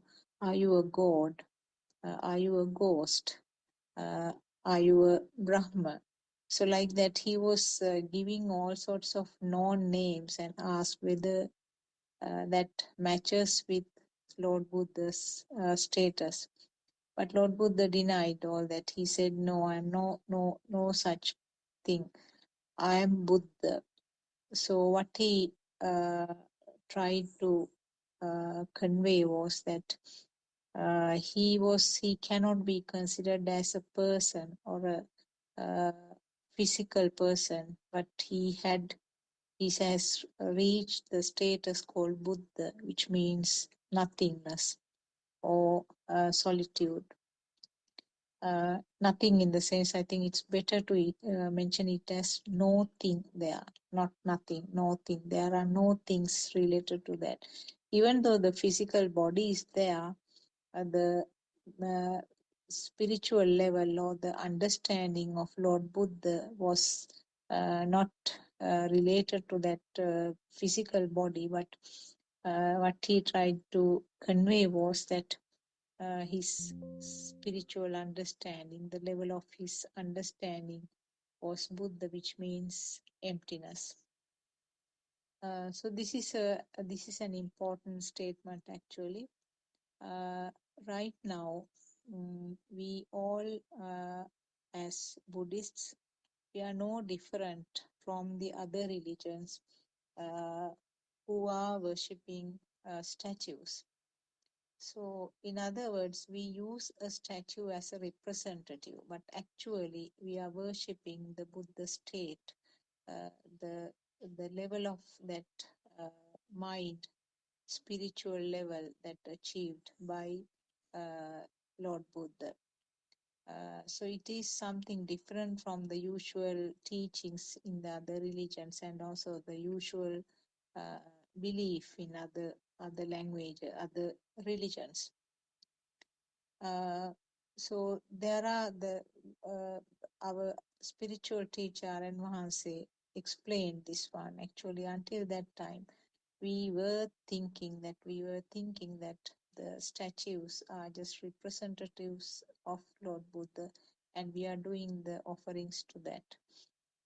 So it's much deeper than that. It's much more advanced, I would say, to understand that what Lord Buddha mentioned, tried to convey to that person who asked, "Who are you?" So we are worshipping to the Buddha state or the uh, advanced level of mind that he clarified and understood with internal transformation, inner transformation. So in this book, it starts actually the contents of the 2 pages that Shani read just starts to explain what is meant by this outside world and how the outside world, so-called outside world, is created in the mind. So the story is very interesting actually. The fact that we depend the systems, or I would rather use the word systems. Systems always depend on the capability of the sensor function. So it highly varies from species to species. Even within the same species, there can be some variations in the sensor functions. So color blindness is one of the examples for a variation within one species, that means within the human species. So when you go deep into these facts, uh, which we have not actually researched by ourselves, but now that we have been given some clues about how this world is created, we can research and experiment ourselves and see how the world is created due to sensor functions, and when the sensor functions are not there, that uh, creation changes. Actually, the created world is different. So for a person who is blind, that means there is no uh, eye faculty function, the world is different from a person who has all five senses, sensor functions. So little by little, this book takes us deeper and deeper to the pathway and letting us do the research by ourselves. Lord Buddha used to say that you cannot depend on another person to understand this Dhamma.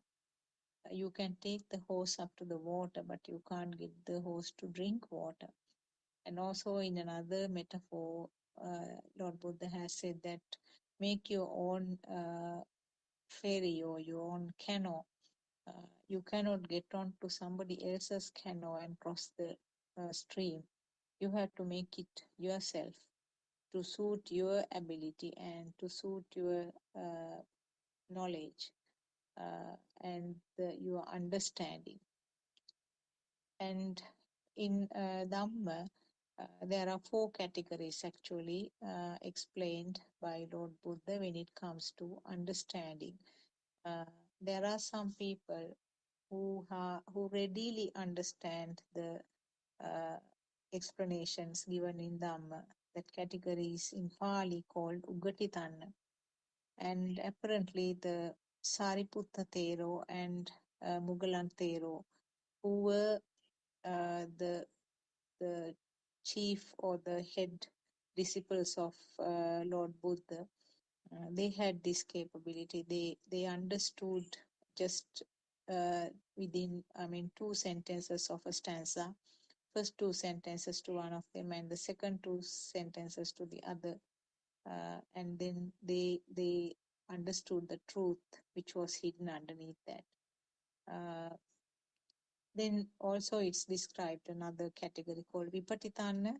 Uh, they will need a little bit more effort. They will have to listen to Dhamma, and they will have to do a little bit of research by themselves. And then they will understand with a minimal effort. And then there is a further, it's described a Neya.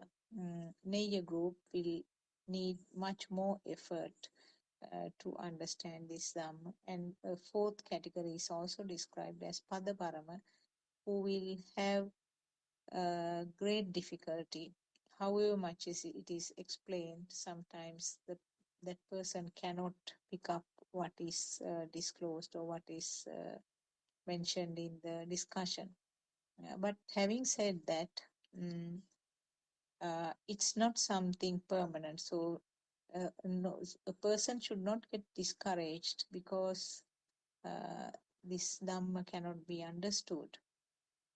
So always what our Aryan Mahasi, our noble friend, has said was that these things are applicable to the individual thoughts. So in one thought, if a person cannot understand anything, uh, the next thought, it will be completely different and will be able to understand. So there's no need to get disheartened or discouraged when you listen to this Dhamma. Always keep up with your courage and keep up with your experimenting and researching of what is mentioned, and continued listening to Dhamma discussions of Buddothpada teachings is the path, and that is what you have to do. Okay, I think Dr. Kokila, Sudharma and Surangika have joined. Thiruvan Saranai, maybe you can take over from there. I just gave a little introduction along with some other additional facts. Thiruvan Saranai. Thiruvan Saranai, we worship our say before starting the Zoom discussion every day. And what was the actual part that, what was the underlying message in what Shani read? Because I joined slightly later. What was the main message in that?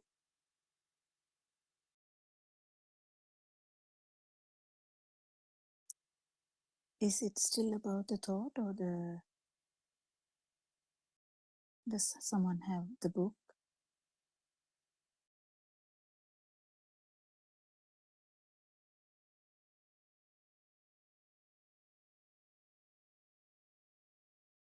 Teruvan Saranai, Dr. Kokila, I have the book, but actually I also joined a little later and don't know the exact pages written by her. Mm, okay, Shani, Dr. Saranai, Shani, do you Dr. remember the page?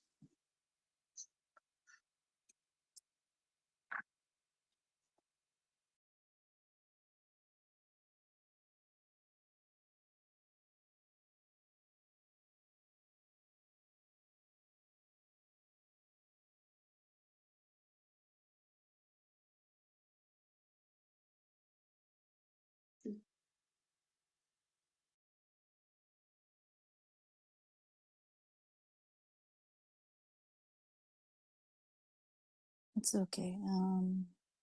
Page 43 and 44. What was the main message? I just wanted to ask. What was the Uh, main? Was it Sorry, about the actually, thought, yeah, or I have spoken with my mic muted. Sorry about that. Yeah, page 43 and 44.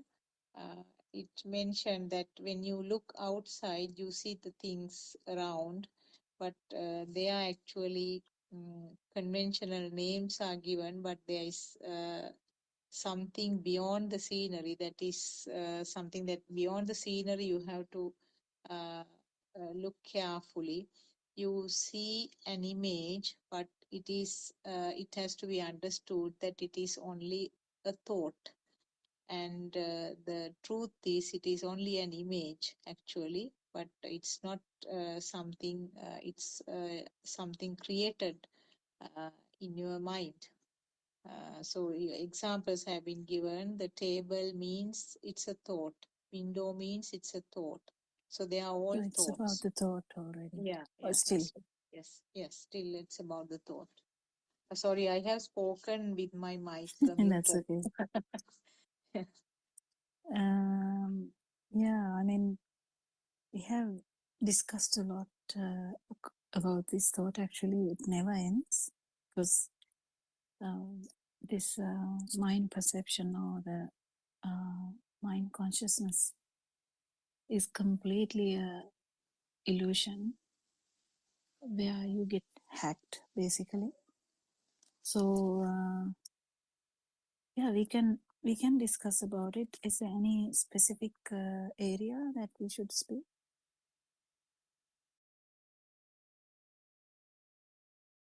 All Teruvan Saranai, Dr. Kokila. So although initially we identify all these as thoughts, they are mere perceptions, isn't it? So if everything that we associate with are, all are perceptions.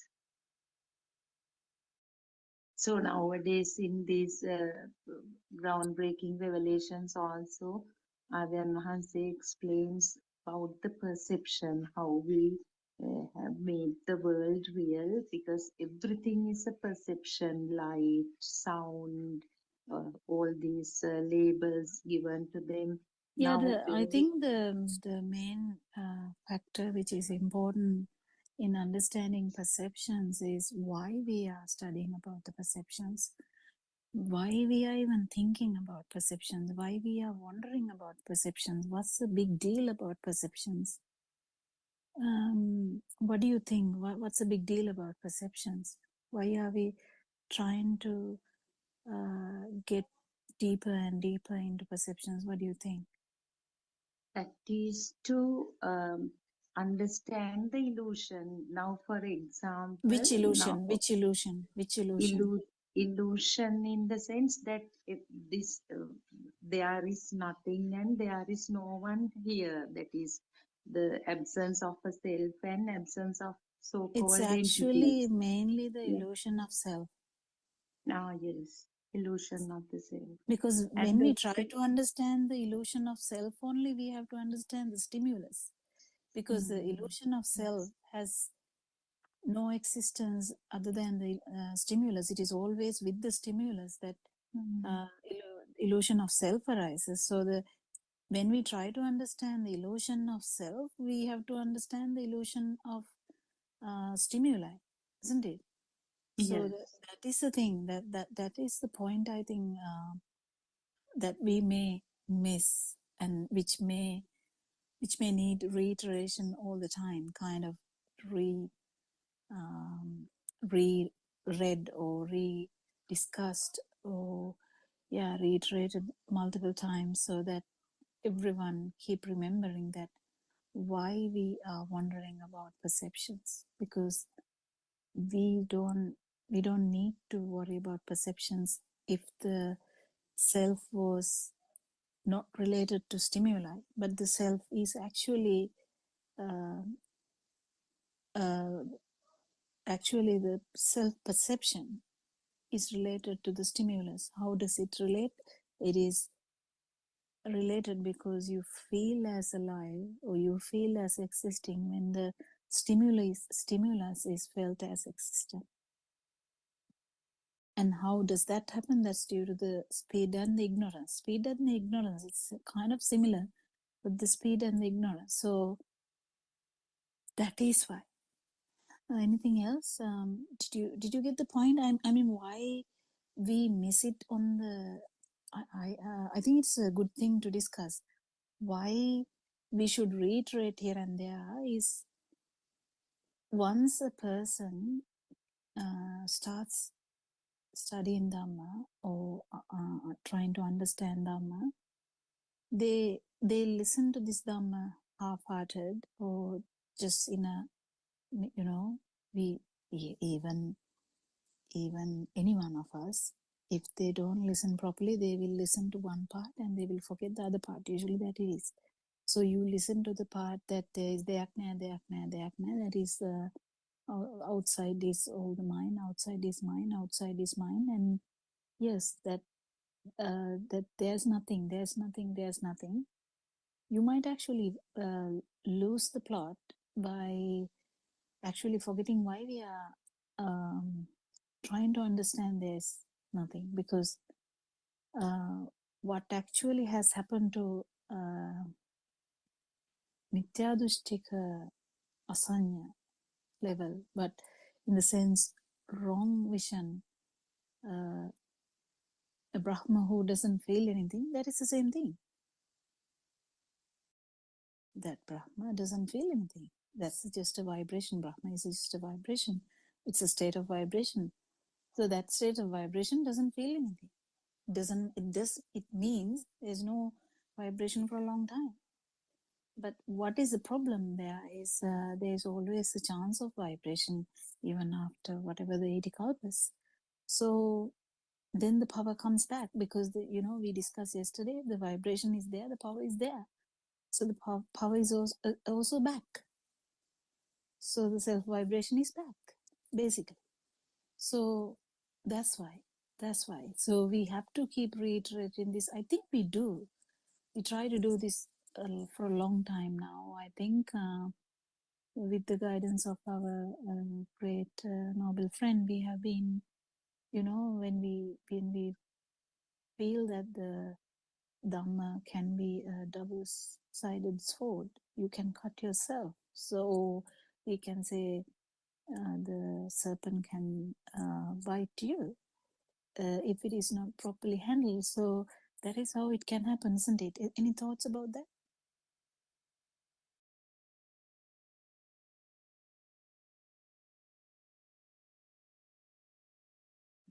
Yes, Dr. Kokila, I can share some personal experience I had yesterday. I was waiting last evening. I was waiting to pick my daughter-in-law actually from the workplace, and I was waiting in the car, and it was late evening, and whenever a shadow appears this from this side, that I mean that perception happens that it should be this girl, and actually it was not her. So several people from the distance, the perception occurred that it's her, and ultimately she appeared and I recognized. So there, I was kind of self-experiencing that, how this illusion occurred then and there. Well, that is actually a part of the illusion. Hmm. That is actually part of the illusion, but the actual self, illusion of the self is also there. Did you see that? On this side, no, I actually, what I saw was the perception, yeah, the big Oh my God. mistake, yeah. Yeah, that's funny, isn't it? Mhm. Yeah, that's the And Dr. thing. Kokila, another beautiful thing, another thing that I was someone who is really scared of darkness because of the ghost stories related to me in my childhood by my cousins. And when I step into the darkness, always the dead people's faces appear, and it, it I visualize them and I get really scared. But you wouldn't believe, now by 1 o'clock, 1 a.m., I all by myself, I go out to pick my daughter-in-law, and actually if somebody hears, it's so scary because roads, no one is there on the roads. But at once it comes, this darkness is also a perception, nothing but I used to penetrate through those perceptions couple of months ago. Now, without any fear, I open the doors and go. Like so, such changes in my behavior I experience. It may definitely it should be due to this some impact of the true Dhamma. So Yeah, but that is something you had and you yes, thought abnormal. yes. But every human Mm. is feeling that the self perception is normal. Um, What you explained was, considered to be abnormal. No, you know definitely that it was a shadow, but you get scared. mm, You know that definitely there is no dead people, but you kind of there's kind of an imaginary illusion. But imagine that 24/7 we have a self perception, isn't it? yes. Yeah, that is what we are fighting with. Isn't that beautiful? To Yeah, note and that. Dr. Kokila, at that time I was thinking if I happen to walk on the roads by in the midnight, Now, even the, without yeah. getting scared, now Mm, this is a bit tricky when I try to say this. mm, Even without getting scared, so getting scared is 35,000 watts. We'll say yeah, yeah. it's just an explanation. So you don't get it now, Mm, but still,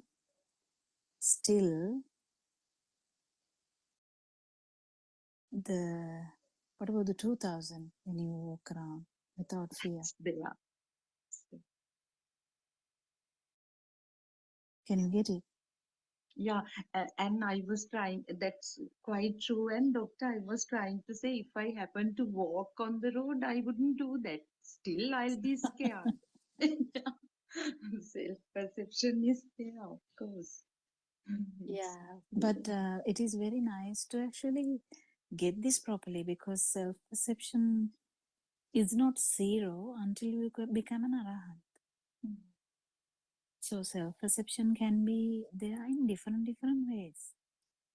Self-perception can be in the so imagine the darkness. So when you see the darkness, you get so many thoughts about it. That is completely the Kamaloka. What is that? Sensual world. You know, Sensual. it's like the, you know, the, if you like, if you have, you know, imagine as a thing, I take 5,000 rupee thing. If you have a value for that, and you can use this for that, all that story is in the sensual world. Like that, likewise the darkness, we have a like a very big story now. I see this and that. Um, you know, we can say a lot of stories, but the the value of the story is in the sensual world. Now you don't feel that value, but there is still the drama, isn't it? Still the Yes. dream, Yes. Yes. Yeah. still inside the dream. If you are awakened from the dream, that is slightly different to the being in the dream. That is something interesting to feel, actually. Yeah, I mean, anyone else to add something to this discussion? I mean, it's just a discussion that going on with Sudharma's experience, which is, I think, beautiful, because we are talking about perceptions today, and we are actually talking about real perceptions. We are not even imagining things. So we are actually talking about perceptions. I have I can remember vividly, really well, how I used to faint for every you know, if someone is crying in pain, I used to faint. And now I don't do that. But I don't do that in the sense, I don't do that after about you know, when I grew bigger, I stopped doing that. But both times I'm I'm uh, I'm like a wrong view person. I'm a view person with a wrong view. But what happened? I got used to that.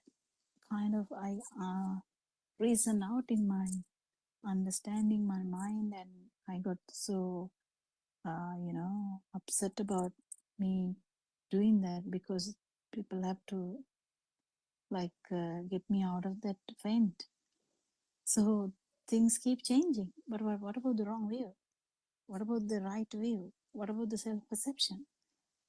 It has persisted, and the self vibration, it has persisted. How long, we don't know. We don't know. Can we? I mean, Lord Buddha has told Sarasankhya Kalpalaksha. Can we even have an understanding about that? Not really, can we?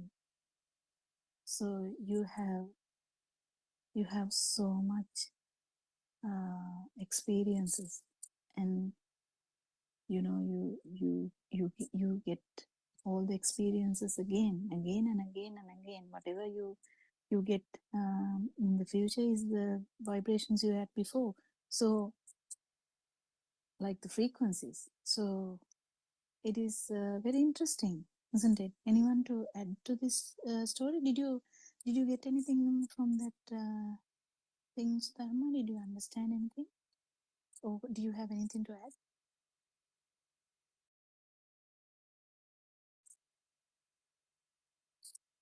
Your mic is mute. I don't know, anyone is talking with the mic mute, because I can't hear anyone talk, as Dr. Sakuntala did just before. Yeah. Yeah, actually, the pattern of perceptions, as you mentioned, changes, isn't it? Now, if a person feels scared of anything, basically, not only the darkness, even fear of illnesses or whatever, uh, the it indicates the self-perception, isn't it? I mean, the self feeling of existence. And even without that fear, there's Mm. again there is the self-perception. Yeah, that's right. Yeah, that's what Actually, I was trying to tell. Even mm. when I was fainting, I had the self-perception. Even I'm not fainting, I'm still having the self-perception. Mm. Yeah. Only this truth can change you. Only Satyajnana can change you. Only Yeah. Darshana, what is Darshana in English? I don't know. Like the actual this truth can change you. Nothing else. No concentration, meditation, nothing. You just have to Philosophy, understand that. Dr. Poppy. Yeah, the Buddhist philosophy. philosophy. Yeah. So the only this real Buddhist philosophy about this self vibration can change you. That's the importance of understanding. Not halfway, not midway, not three quarters. You have to understand the full thing. Why we are trying to understand this full thing. That also has to be felt. If someone is not feeling any sadness, and actually they don't feel any other person's sadness, how come they are going to go for a resolution? Lord Buddha felt everyone's sadness, including his, and he went to find a resolution. He did the research by himself. He didn't wait for someone to come and do the research for someone else. But at least now the truth is out there. We invite everyone to do the research, to try and understand. It's a bit difficult. I don't think this Dhamma can be heard by everyone, or Dhamma will reach everyone. They will try to find the flaws, and like whether this person talk correct English, or whether this person talk proper grammar, or whether this person talked nicely with some manners, or whether this person talk with too much humor or less humor, or an attractive voice. The truth has none of these. If someone is actually attracted by those factors, you won't hear the truth, because there will be so much vitaka behind. Like subconsciously, you'll be having so much thinking. Oh, this person's voice is too much. Oh, this person laughs too much. Oh, this person is not knowing how to tell anything. Oh, is he loud? Because then you don't get the message anyway, isn't it? So there's so much barriers for anyone to listen to this Dhamma, and these are only few people who have listened to this Dhamma. And actually, if someone is understanding this no self angle, that is so amazing. I mean, that's the word I can use here, not exactly, but it's really important to understand this no self angle. And why, if you have felt the suffering, the answer is with you. If you haven't, you won't seek happiness. You won't seek this super happiness. You won't seek the tranquility if you haven't been flustered. If you haven't understood that you are flustered even. So people out there, if they feel that there may be something that would help you, we hope that this will reach you in one way or another, isn't it? Surangika, are you able to join the discussion today? Yes, Theruvan Sarnai, Dr. Popula, Theruvan Sarnai, Dhamma friends. Yes, that was related discourses from yesterday have been, I think, turning people's, even with Archana, 360 degrees, isn't it? I don't think people fully appreciated, and this is the beauty of having a noble spiritual teacher, constantly almost shaking us to the point of wake up, meaning if you have been contemplating, that is nowhere near the contemplation that is required to be done on the path, because every aspect, every facet is being opened up.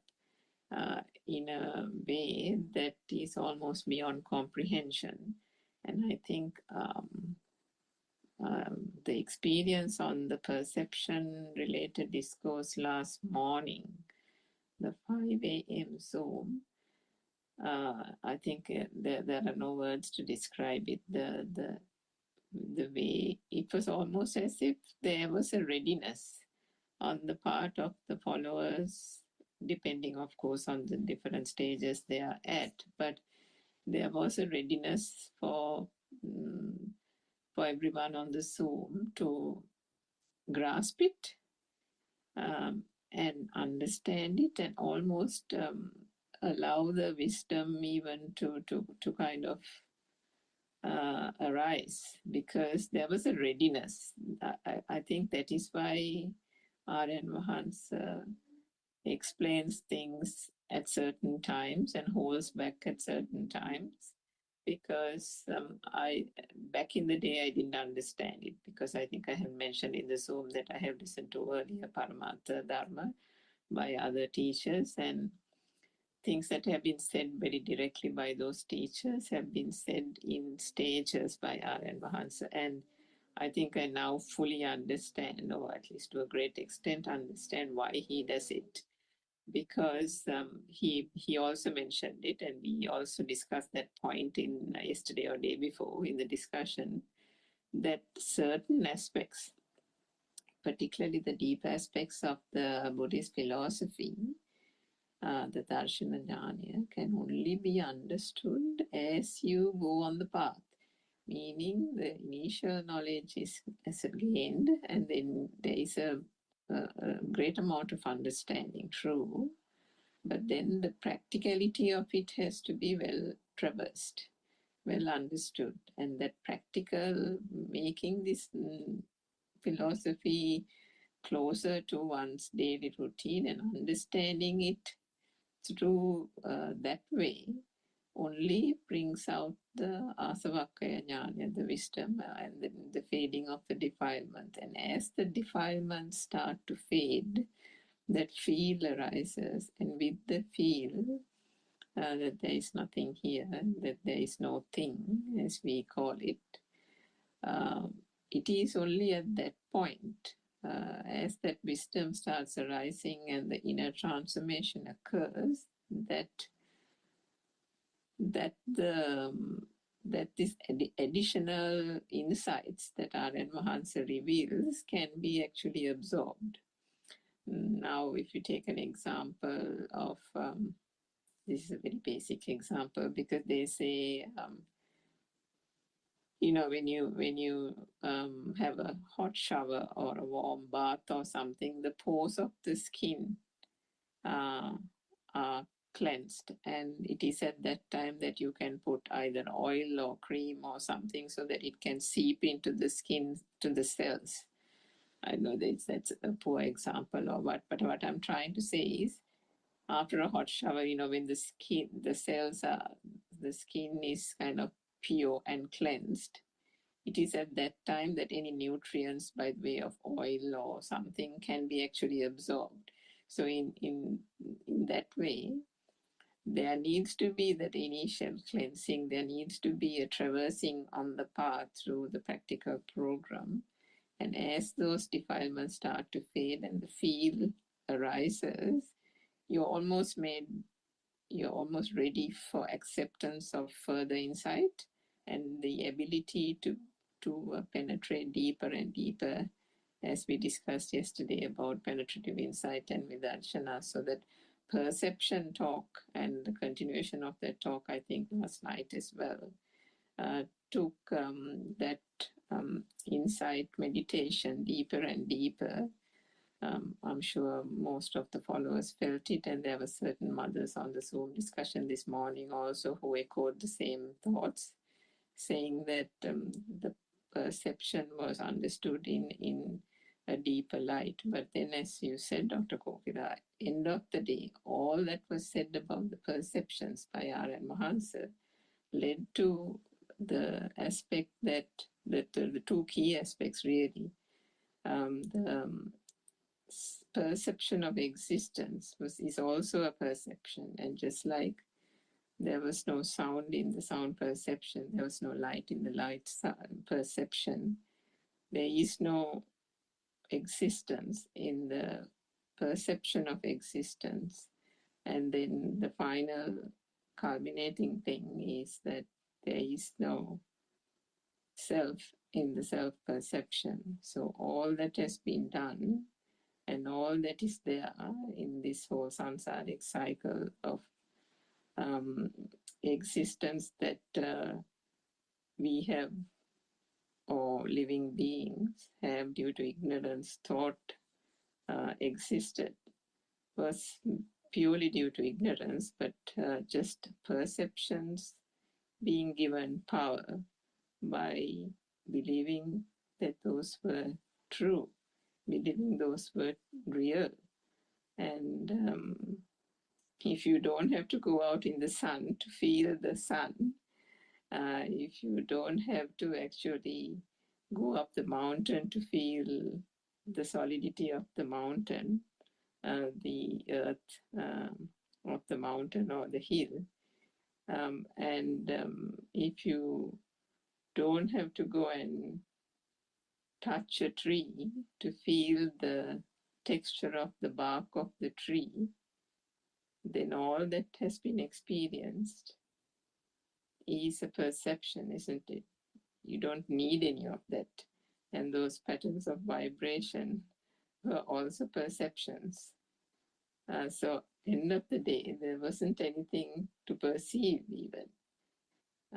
And if there wasn't anything to perceive, then who was there to perceive as well? So yes, it was an incredible talk, and there's lots and lots. I think there is still lots to reflect on this path, I think. Yes, Dr. Kopila. Yeah, actually, now imagine the thing I told to Sudharma changes then.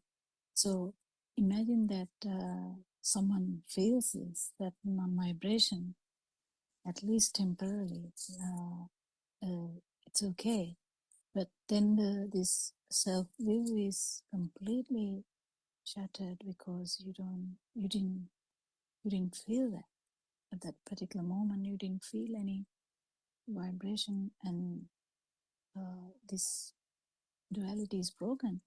So in that perspective, then that person walks in the dark, even if she is frightened or whether she is not frightened, that person has no self-will. That is the importance. That is the importance. So what I said just before changes, the story changes now. If someone actually feels this, the self-view is broken, that person will open the door, start walking in the darkness, will be feeling the frightened feeling or not feeling the frightened feeling, doesn't matter, whatever. Or you will be singing a song and going, you don't feel anything. Children, some children, they don't care. They just, they don't even have that perception that darkness is bad. Someone will have, someone will not. It's all due to past experiences. It need not be this birth. So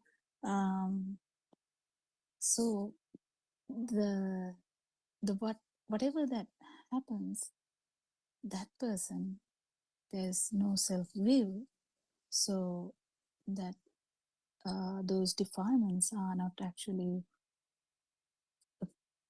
taken as a self thing, but that person is fully aware, yes, this is the self vibration. Yes, whether you are not scared or whether you are scared, there's self perception.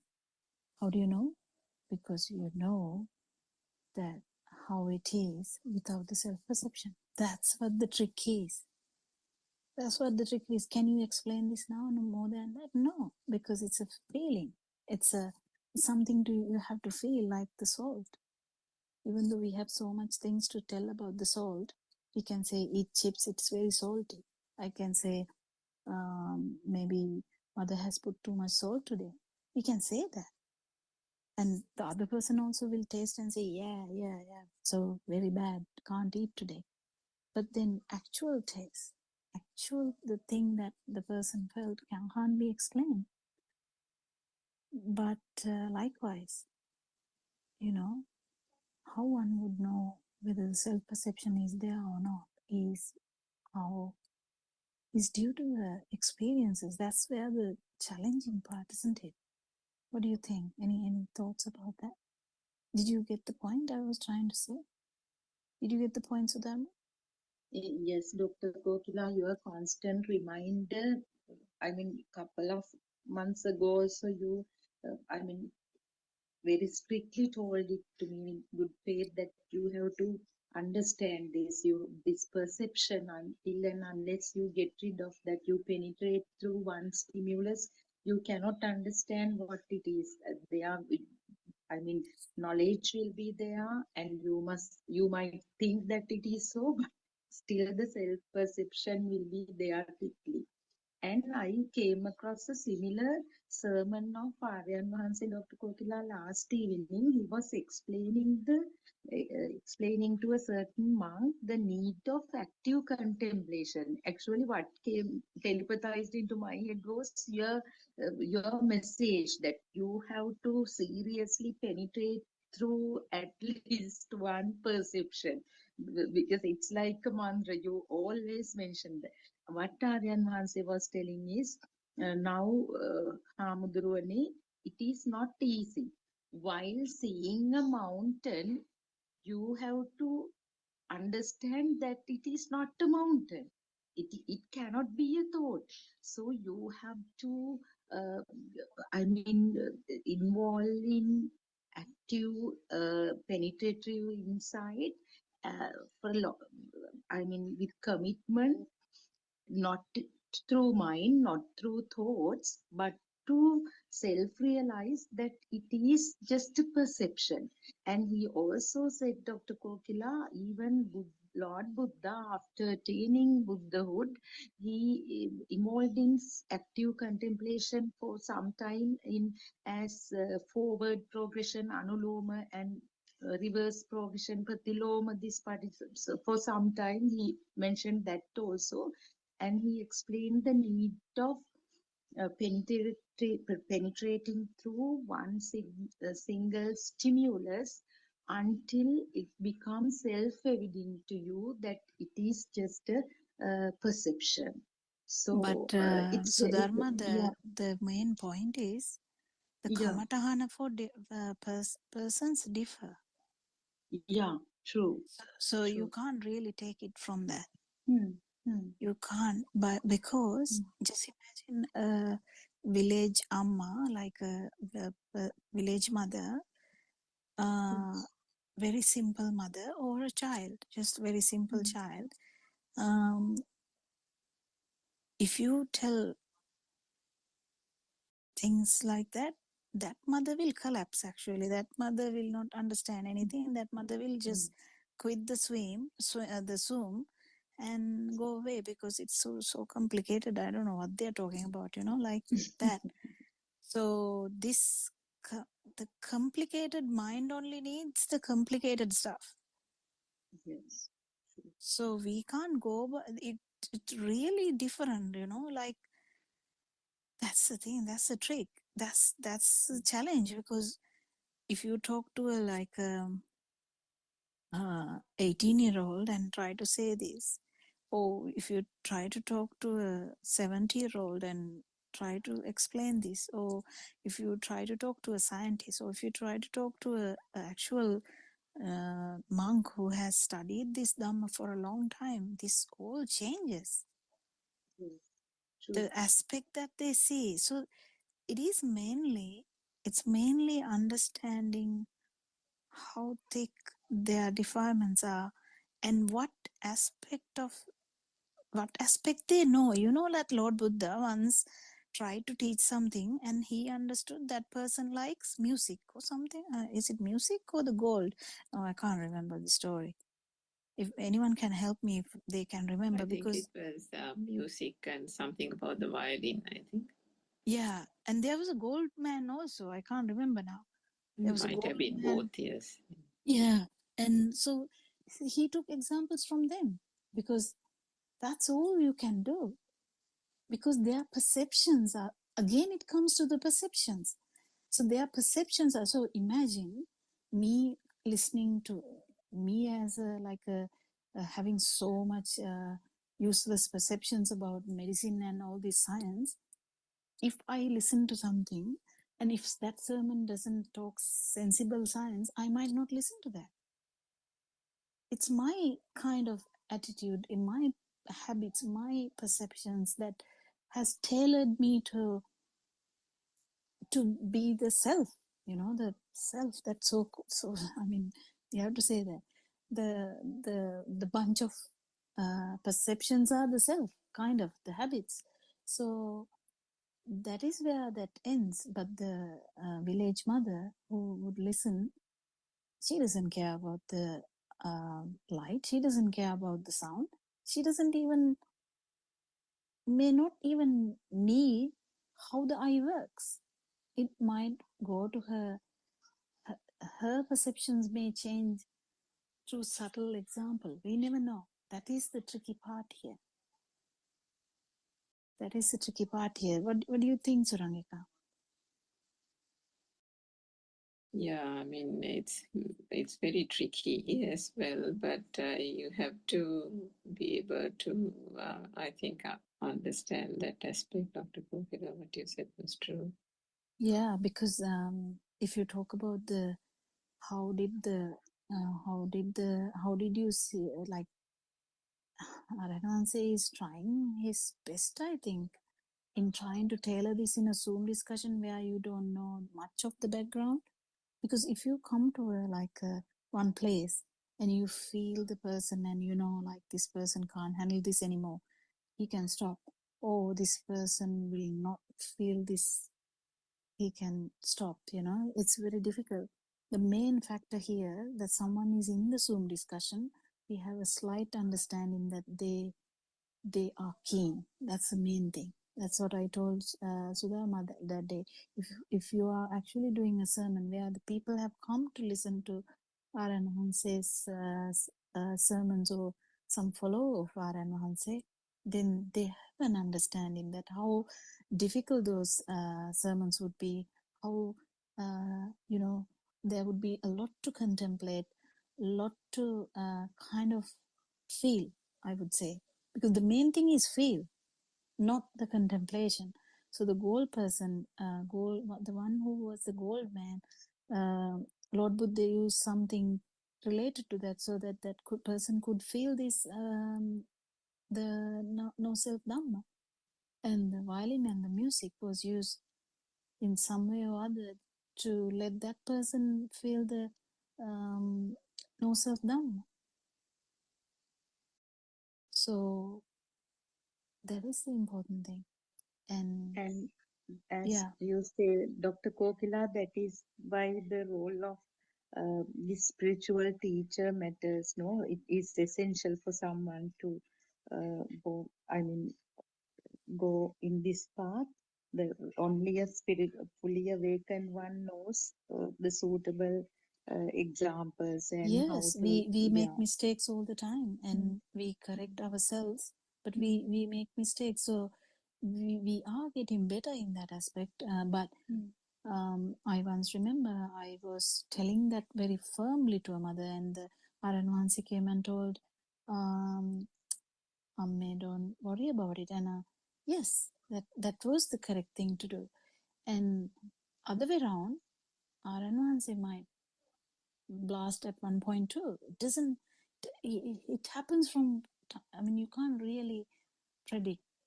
Can't really predict. And he might actually do it purposefully. So to feel that that's maybe that's he felt that he must do. You know, the everything is just an occurrence, but we put much more effort into that, and the self, if the self is there, it is very difficult. The spontaneity, we have lost the spontaneity, didn't we? As a child, I remember my mother saying how spontaneous I was. I I I will talk so openly that my mother sometimes has told that they get ashamed. And now I'm thinking that spontaneity, what has happened now, actually we are trying to get that back, isn't it? in a way it That's is. honesty. Yes, that's Yeah, like we are actually, no, even not honesty, because that's not the, I mean, that's from our point of view that the honesty story comes. To the child, it is that then and there, the just occurrence. the Because feel, isn't it, yeah, doctor? it's a feel, Yeah. it's a feel. Mhm. So the child feels something, child tells that. They are basically close to the, what thing, Nature the of the no, original origin. kind of, you know, the childhood mind, the radiant mind. Radiant mind, yeah. So they are close to that. So there's no underlying mind. It just goes on, you know. But with the mind, we have lost the spontaneity. We can call it honesty, yes, because we have so much words about these things now. But the basic thing is why. Why is because of the views. We have so much views. So much views means that person might get hurt. That person. But Lord Buddha has reiterated, give Dhamma. So that is the main task that was given to all the Arahat Venerables. So that's all in their system now, because it's a system now. And they will do that.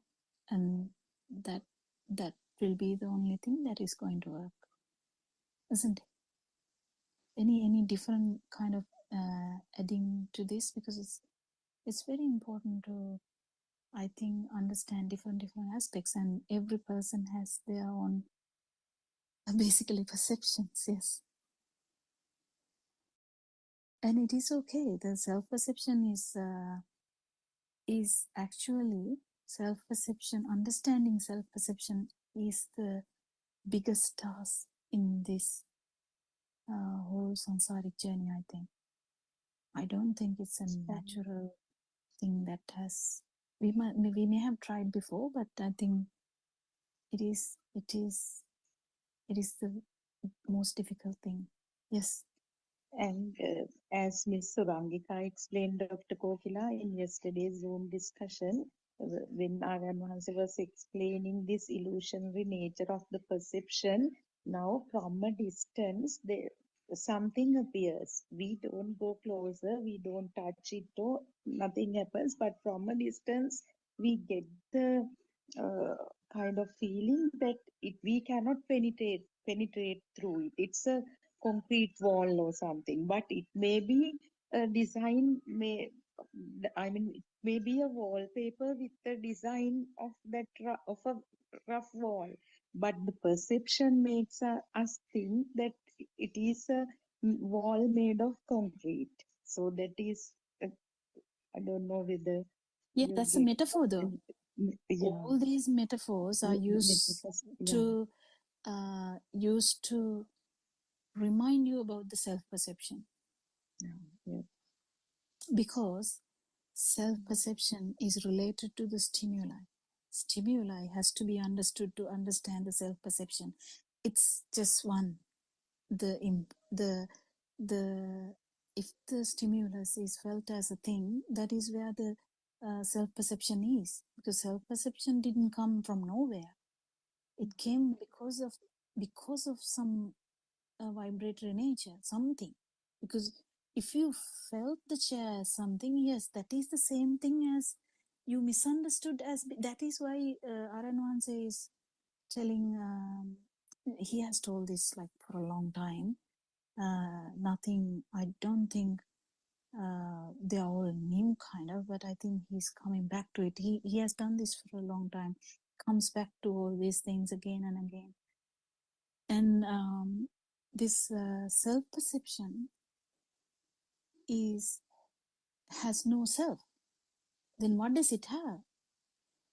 It's actually the stimulus which was taken for granted. That's all.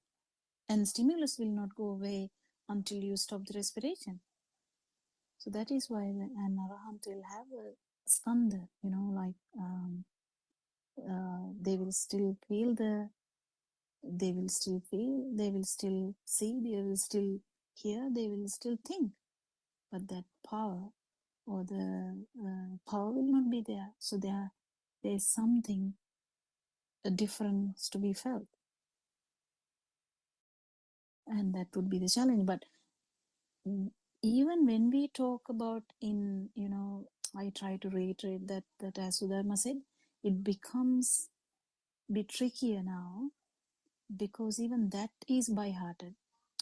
Kind of, yeah, I can feel it. There is a trick in everything, we when a professor tells something, we usually by heart it first. But if you can actually feel what he was trying to say, that's a different thing, isn't it? And the the amount of some, I will take an example. How can you say, we feel some people can feel others more than others. Like some people feel imagine a nurse managing 60 people in the ward. Very difficult managing 60 people at night. That nurse, if that nurse is actually a person who is used to feel, would be so kind and so open to everyone's changes. It can be exhausting to that nurse though.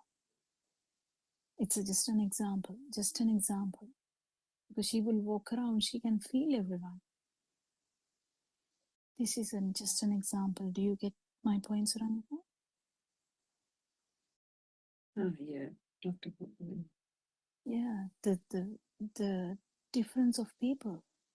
Some won't, some would. Likewise, this Dhamma also, someone would completely feel it and someone will take time to feel it. It's kind of similar, but not similar, because we can't really think like that, because the person who killed 1,000 people didn't feel anything at all because he was clouded by that thought. Once that thought subsided, then he started to feel even that mother who is trying to give labor. Can you imagine? Can you imagine the person's, we can say heartless person, or feelingless person who was trying to kill 1,000 people and even kill mother. When that thought subsided of the killing and getting the daughter and all that subsided, now the drive is gone. Now he's feeling everything. He's feeling that woman's labor pain, isn't it? What do you think? Anyone's thoughts? Yeah, Suranika, you can add something. So I think even the issue even with different societies also that can happen, isn't it? Because yeah, sometimes, COVID. How did the COVID change people? Yeah, that's right. Yeah. It's So they didn't feel any problem. Exactly. So they didn't even know that there is a problem. They thought that the oxygen is free, the air is free, everything is like, taken for granted.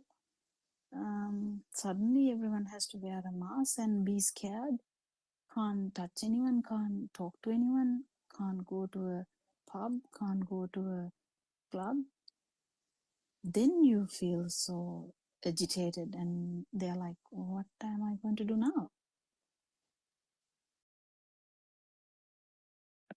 This would happen if you just imagine, this is just imagination. Don't think too much about it, but one day just imagine all this internet is gone for maybe 1 hour.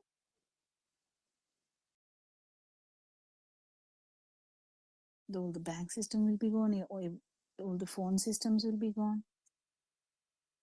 People will feel it to the, I think, to the core. They will get scared.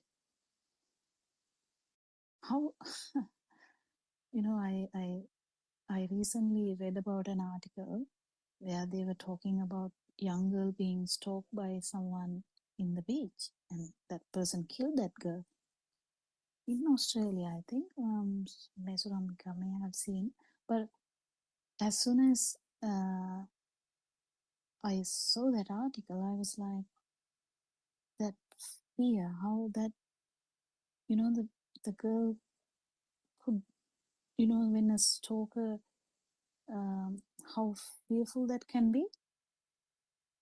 It's really interesting, you know, this self, how self can go to that 35,000 level. We can catch it when it goes to 35,000 now after hearing a lot of Dhamma. But yeah, but it was there anyway. That was the point I was trying to say in the beginning. But later, when you understand Dhamma, you will see as normal, you will hear as normal, you will talk as normal, you will do things as normal, you will think as normal. Nothing is going to change, but without self-perception. Yeah, anyway.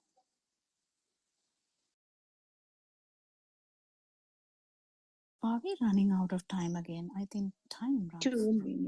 2 minutes more. And Yeah, in yeah. Angulimala's story, Dr. Kokila, it is the power of the initial thought Thought, yeah. that made him go on killing, and so that It becomes Abhisankarana a habit. It becomes a habit. habit, more and more powerful. And it's a normal thing for him for after some time, because the first few fingers got rotten. He had to find another way to keep it counting. How can you imagine? The whole mind, you know, people start earning money. That's the same thing. What do you think? You think that killing 1,000 people and getting a necklace of that is funny, but it's the same thing as earning money. You get that perception into the head and you go like crazily into that. And at the end of the day, when you start understanding that you are dying, you are like, what am I going to do with that money? You know? Chasing goals, isn't it? Whatever Yeah, the context, that same is the thought. scenario. The perception. It's a perception. It's a perception coming from anywhere. It's a perception from anywhere. It could be, you know, you were very poor in the beginning and you get that perception, I should have some money. You can, you know, some people will be like feeling very hungry. They might feel the food is the best thing to have. And some people might feel very controlled and, you know, being under an authoritative family, that child might feel the best thing is to run away. Anything. The perceptions are, I mean, we will never stop talking about perceptions, so we'll worship Parananse for his guidance, and we'll stop the discussion for today, and we'll continue the discussion tomorrow, isn't it? Anything else to add? We run out of time, I think. So thank you, Dr. Yeah. Kokila and Thank Teruvan you. and Thank you Dhamma very friends. much. We had a good discussion on perception. I think the subject is, I suppose there is no end to it, but No end to it. definitely Yeah. well worth the discussion and continuation, of course, tomorrow. Teruvan Sannamayi. තෙරුවන් සරණයි, තෙරුවන් තෙරුවන් සරණයි, Dhamma friends. සරණයි. තෙරුවන් සරණයි all Dhamma friends.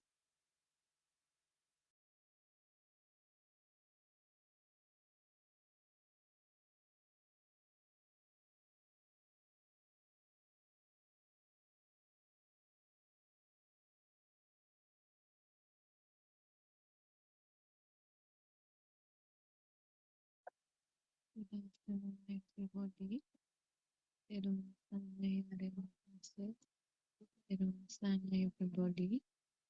Let's continue with the book reading. The True Dhamma Has Awakened, Volume 2, page number 38. But what if you see the pure truth in that thought? Then the book ceases to exist, and you will realize the pure truth in that moment.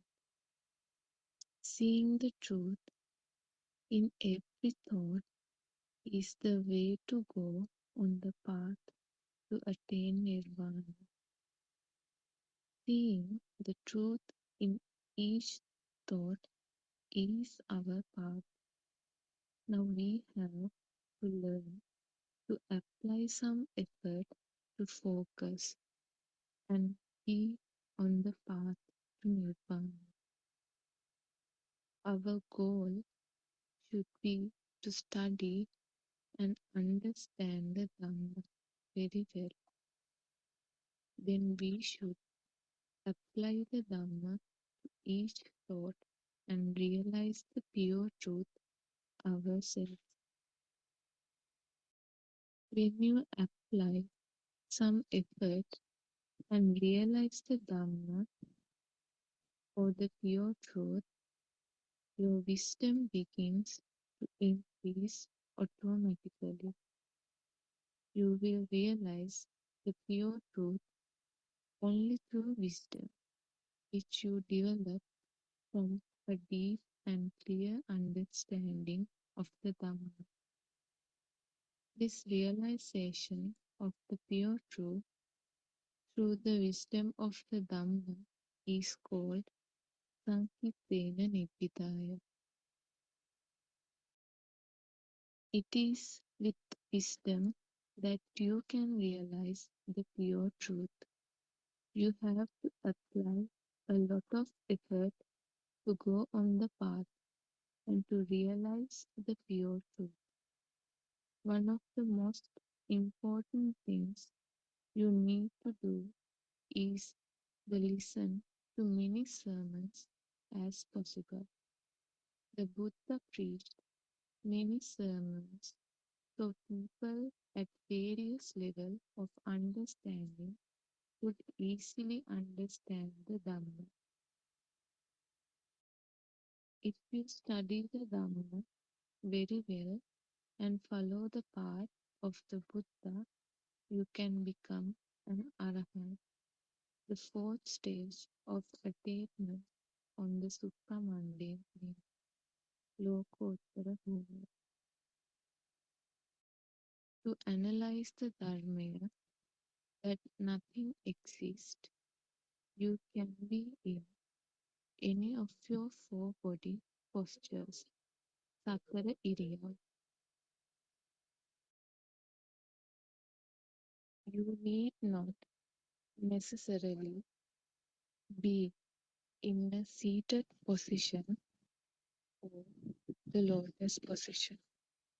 Actually, analyzing your thoughts could be considered as the only meditation which will help you to be on the path. You should learn to see the Dhamma that nothing exists. In all the four postures, while doing your day-to-day work, that is, while standing, walking, sitting, or lying down. Stand everybody.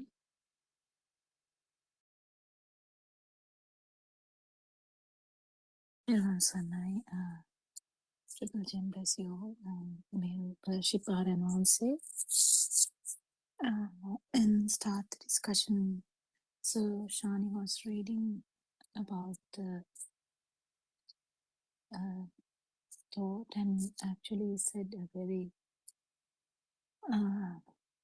important thing in that where Atar Anse has talked about is what even Lord Buddha has told is that if we have to understand Dhamma, we need to listen to Dhamma as much as possible, yes. And because in the beginning, you might not even catch the depth of it.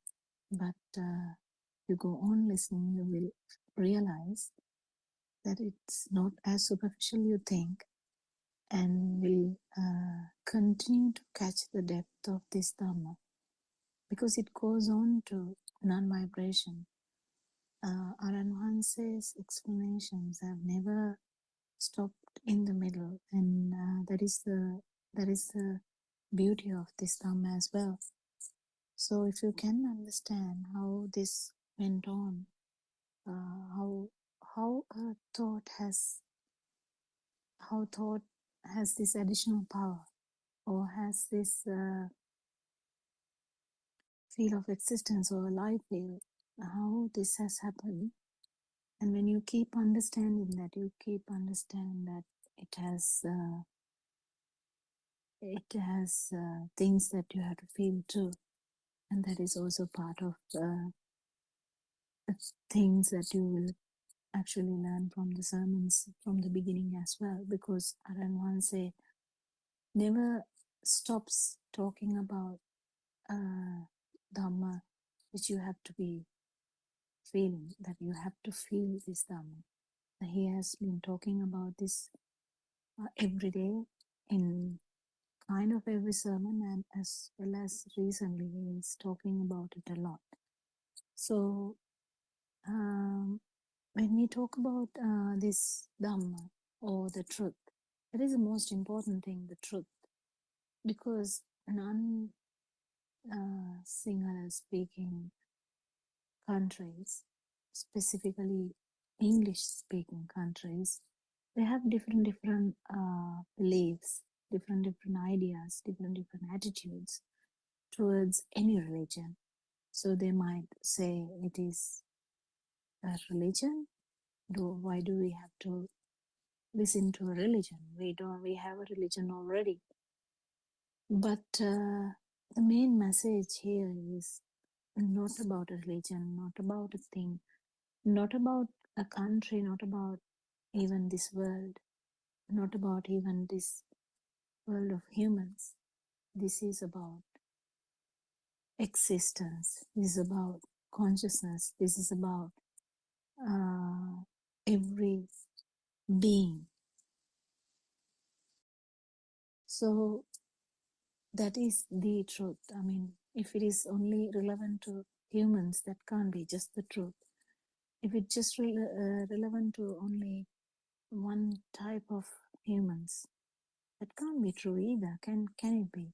Can it be just the truth? Can it be only true to Buddhists or only true to Christians or only true to Muslims? That can't happen because truth is truth. Truth can't change according to the groups, according to the anatomy of the world. Can't change like that. So truth doesn't change. Truth is the same. So what is the truth? Truth is about how consciousness has come to this, has this extra power, and how we feel that it has a thing. How this self-perception has begun. How this extra power has made this self-perception, and how that has brought this self-view. In self-view, we have the view that there is something. And of course, if there is something, there's always the idea that the viewer or the person who feels it will be there. So if you have if you're seeing something, definitely you are there, even though you don't have to even tell that, because that is the perception.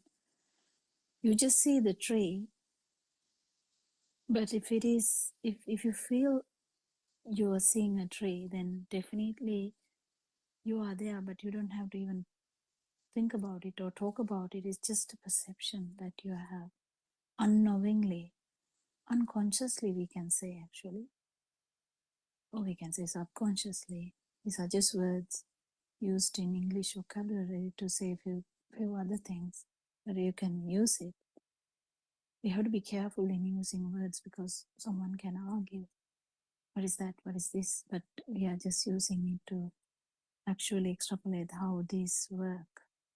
Because self-perception, when it is a self-view, we can openly talk about it. We can say, I am so and so, I'm doing this work, I have these things to for me, and I have a family, I want to do this in my future plans are this, and yeah, I want to die like this, and I want to be reborn like this. Or you even can say, I don't want to be reborn, I'm not having a rebirth. It is according to beliefs, you keep saying these things. So it is very easy to get carried away by your thoughts. Very easy. I mean, very easy in the sense it is like our bread and butter. It is very easy thing to get carried away by your thoughts. So what are the thoughts? Anything. It can be tree, it can be chair, it can be mother, it can be father, it can be river, it can be moon. You name it, you have it. Every thought.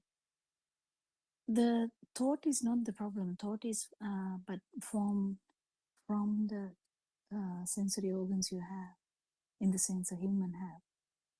Human will have the eyes, the ears, the touch sensory receptors, and the nose and the tongue. And the skin has this touch as well as the temperature and stuff. So when these act together, they actually performing as another organ together, and that gives you the best illusion in the world. Lord Buddha has actually told about that. That's the best illusion. Is not films. In that time, he was talking about Chalnachitra, but I think it is similar to the best film ever. But he is talking that the mind is much better film than that because it's so vivid. At one time, it gives you the colors. At one time, it gives you the, the sense of thickness, sense of fluidity, sense of tallness, shortness, sense of length, sense of what else? Sense of sadness, sorrow, sense of happiness, sense of being okay with that. Everything is happening. This dream or this illusion is the best illusion ever because it maintains that illusory world. Imagine looking into like a film which captures your attention, and you start being in that. With the 3D glasses, you would understand that, sometimes with the 3D glasses, you see the film, you feel like everything is coming to your body, even though you are sitting in a film hall. That's how they have built those goggles. So when you put the goggles on, whatever you feel, whatever you see is quite different to what you see without the goggles. So easily you can understand it is here that is changing, not there, because nothing changes there in the projector. Nothing changes there, but here, if you change something here, it changes the whole output. So likewise, you understand that the eyes, how does the eye work?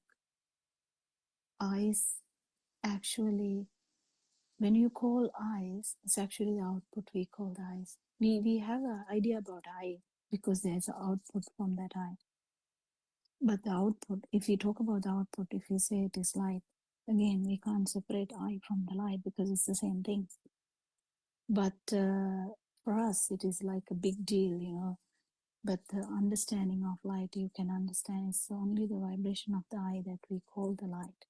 Because when we try to separate them, when we try to think about these things, we have to separate them. It's a nature that we separate each and everything that we feel differently.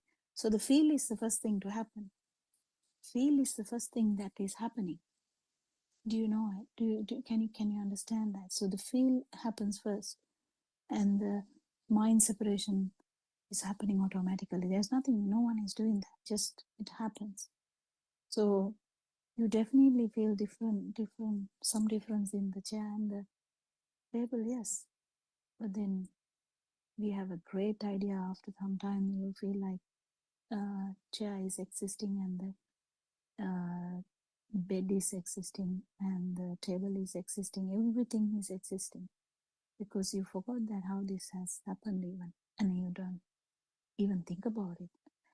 At the same time, some people start thinking about this dream. How this dream come true? Only few people, like for an example,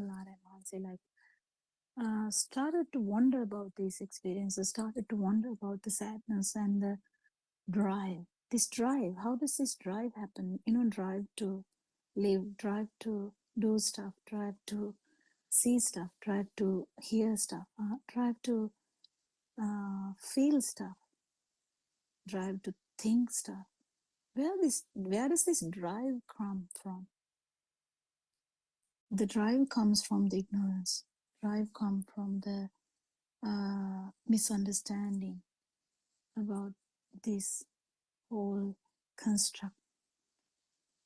The dream is a construct. Can you feel it? It's very important. If you can feel it, it's very good. Trying to communicate in English language may be different, but still we are trying our best.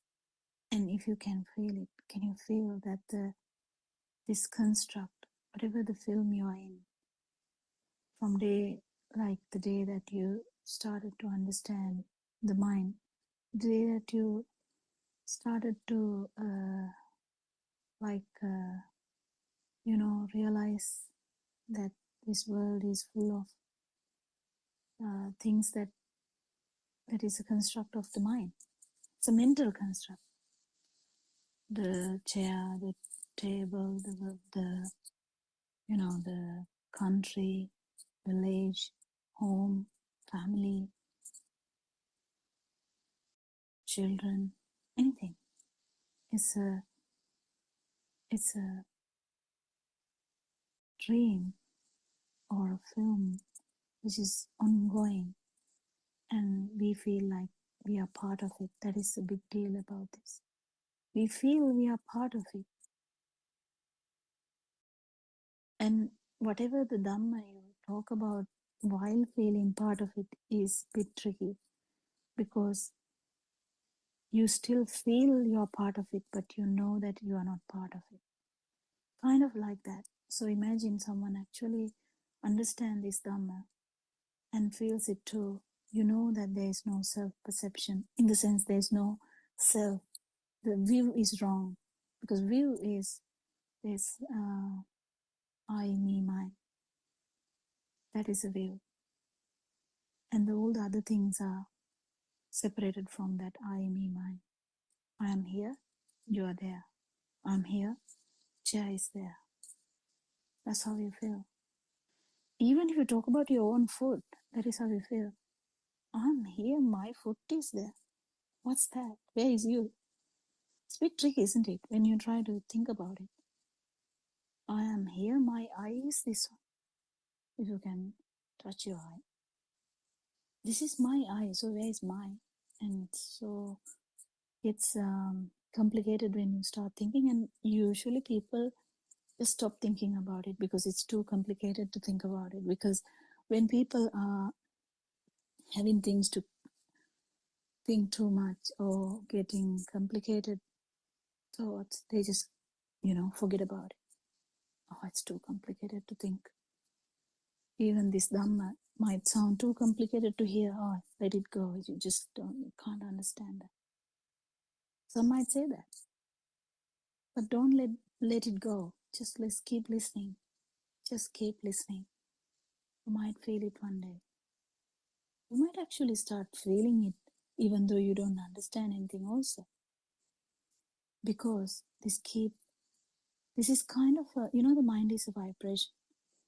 Mind is actually kind of the production of the everything you hear as well. Because you think in your own language. And if you know another language, you might be able to think in that language too. But can you think in Spanish if you don't know Spanish? You can't. Can you? No, can't. So what does that mean? So actual mind is kind of the reproduction of the or re-vibration of the ears.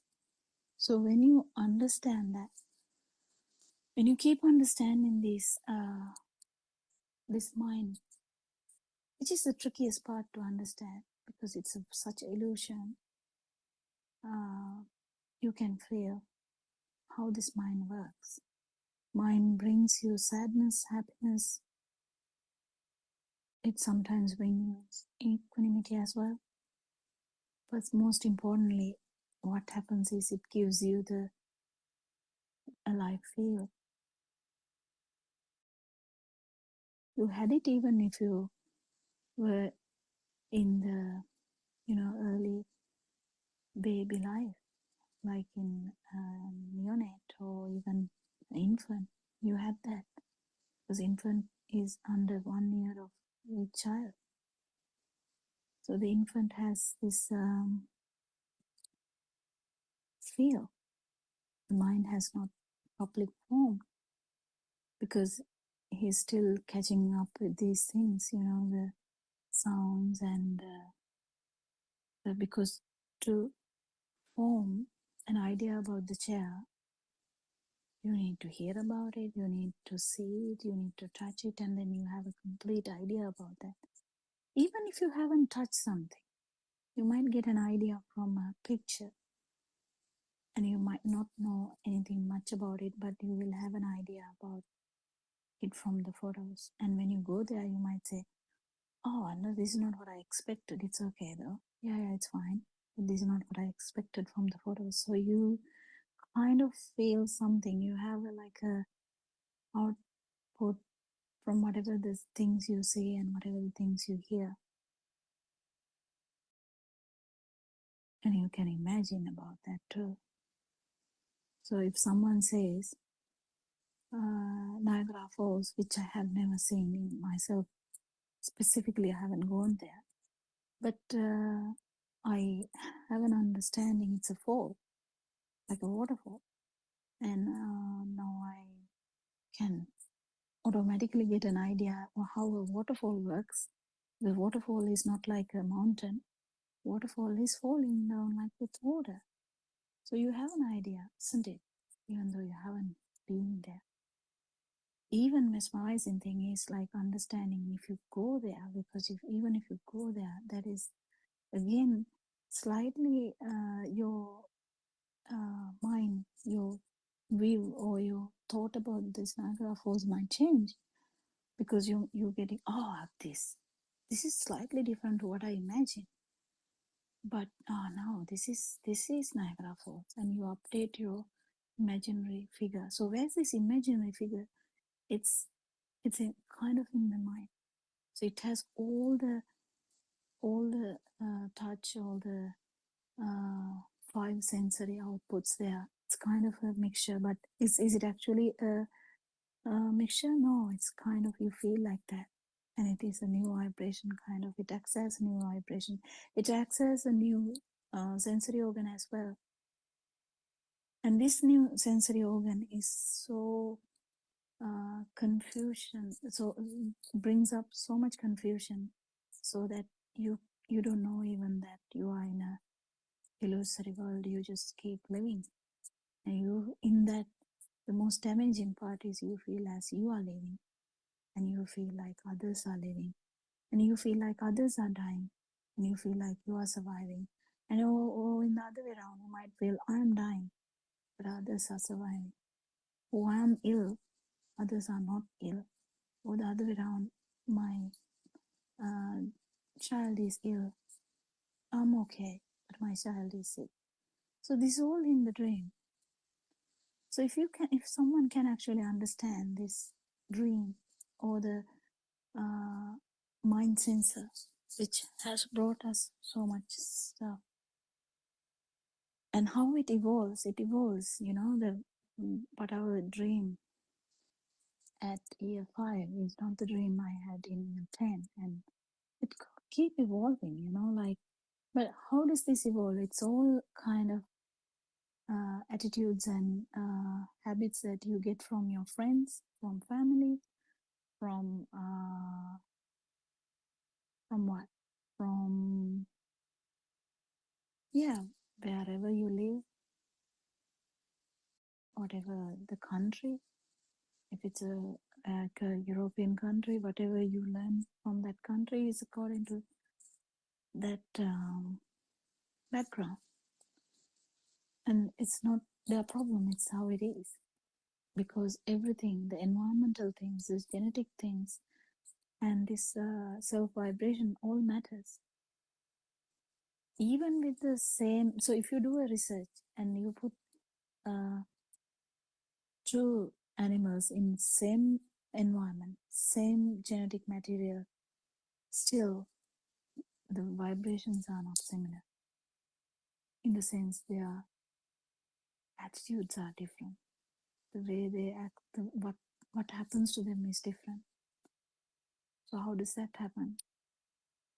That is because of this self vibration which started your or anyone's being. This activity, this what happens here is explained by dependent origination as well, because dependent origination explains very well. Lord Buddha has explained very well that it is the way to understand how you are arising in this cycle of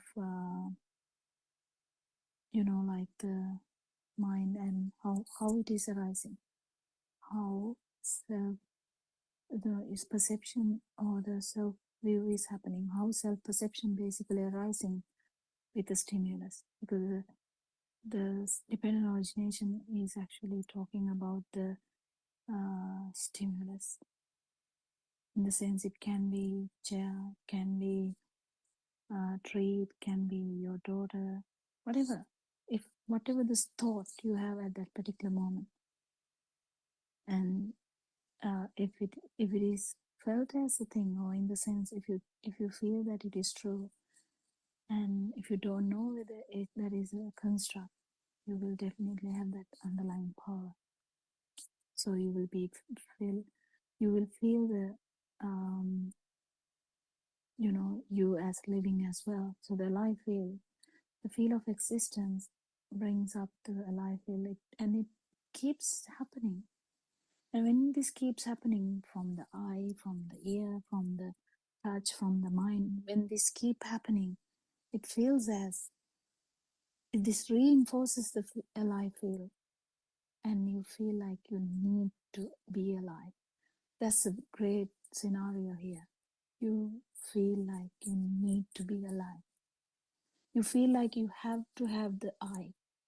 You feel like you have to have the ear. You feel like you have to have the touch. You feel like you have to have the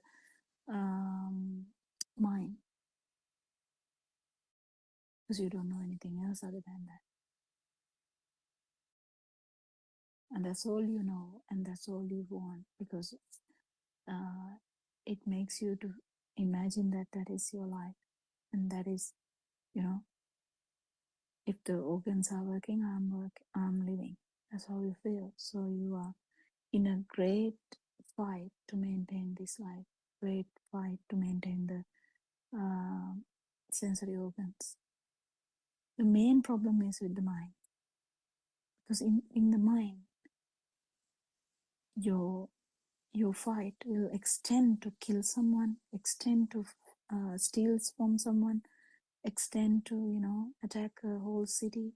It can extend to anything, because your attitude or your view is wrong view, because you feel that I'm the controlling figure, I'm the one who knows, I know everything, I have some power, I need to exert power on others, and if they don't listen, they just have to die or just go to jail or whatever. So this keep happening. It's not in just in one form. It can be any form. Even animals, they feel alive too, even though they don't have borders. But they have they might have imaginary borders. Actually, they might, some dogs mark the border, and fight ferociously if some other dog comes to his area. And there are fights for the partner too, even in the animal world. So how does that happen? So there is, even though there's no mature kind of mind like humans, they still have their feelings and have their problems in their own way. So this alive feel is to know even that it is a problem is really good. And if you keep understanding how this alive feel has happened, or how this consciousness has become a thing, you keep understanding that it is actually due to the speedy occurrence of the sensory organs. But the question is, do you really think that that is existent? Actually existing when it is happening, you feel like it is existing, but it doesn't. It's just a construct as well. So it's a construct. Everywhere it's a construct. You can't say you don't. You can feel something. You can see something, but can you? Yeah, until your sensory organs work. Yeah, but without that extra power, also it can continue for some time. So what is the problem with this extra power, or the feeling like alive? What's the problem with that? The problem with that is actually this never-ending samsaric cycle. If you learn about near-death experiences and the people who talk about the rebirth, there's right, really 100% matching stories that has come.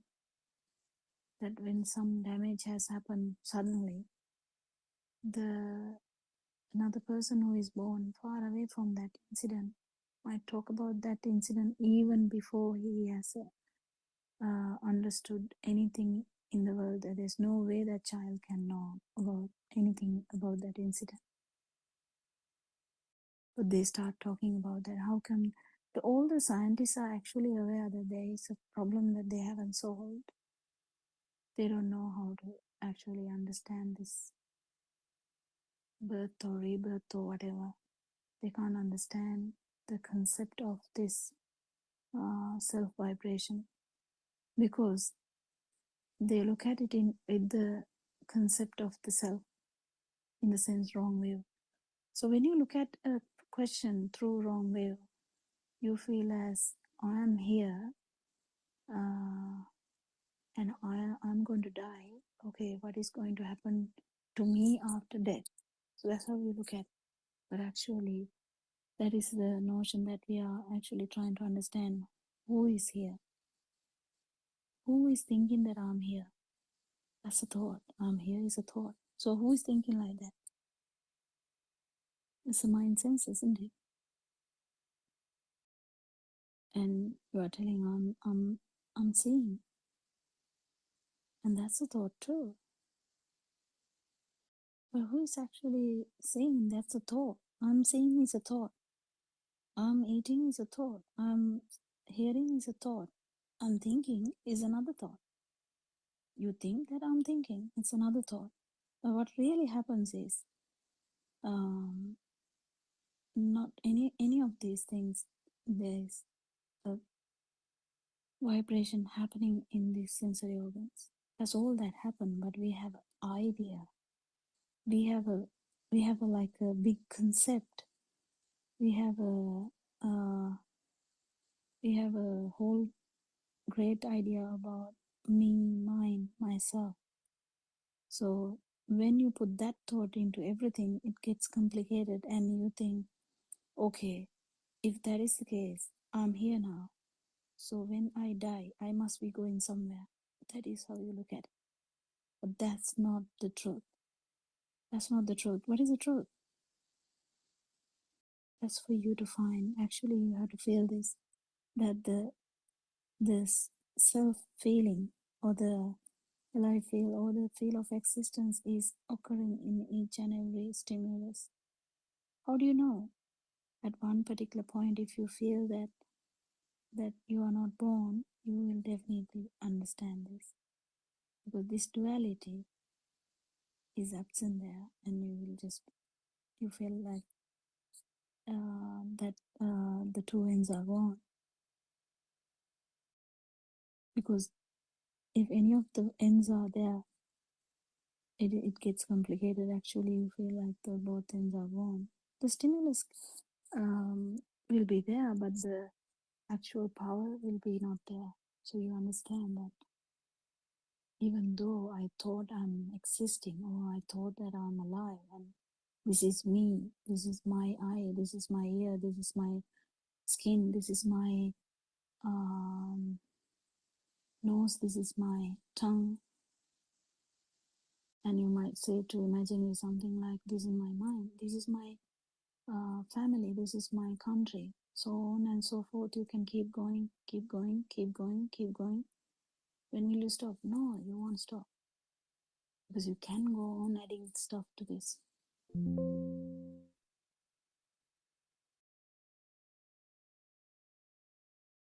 So understanding overall that light is not that.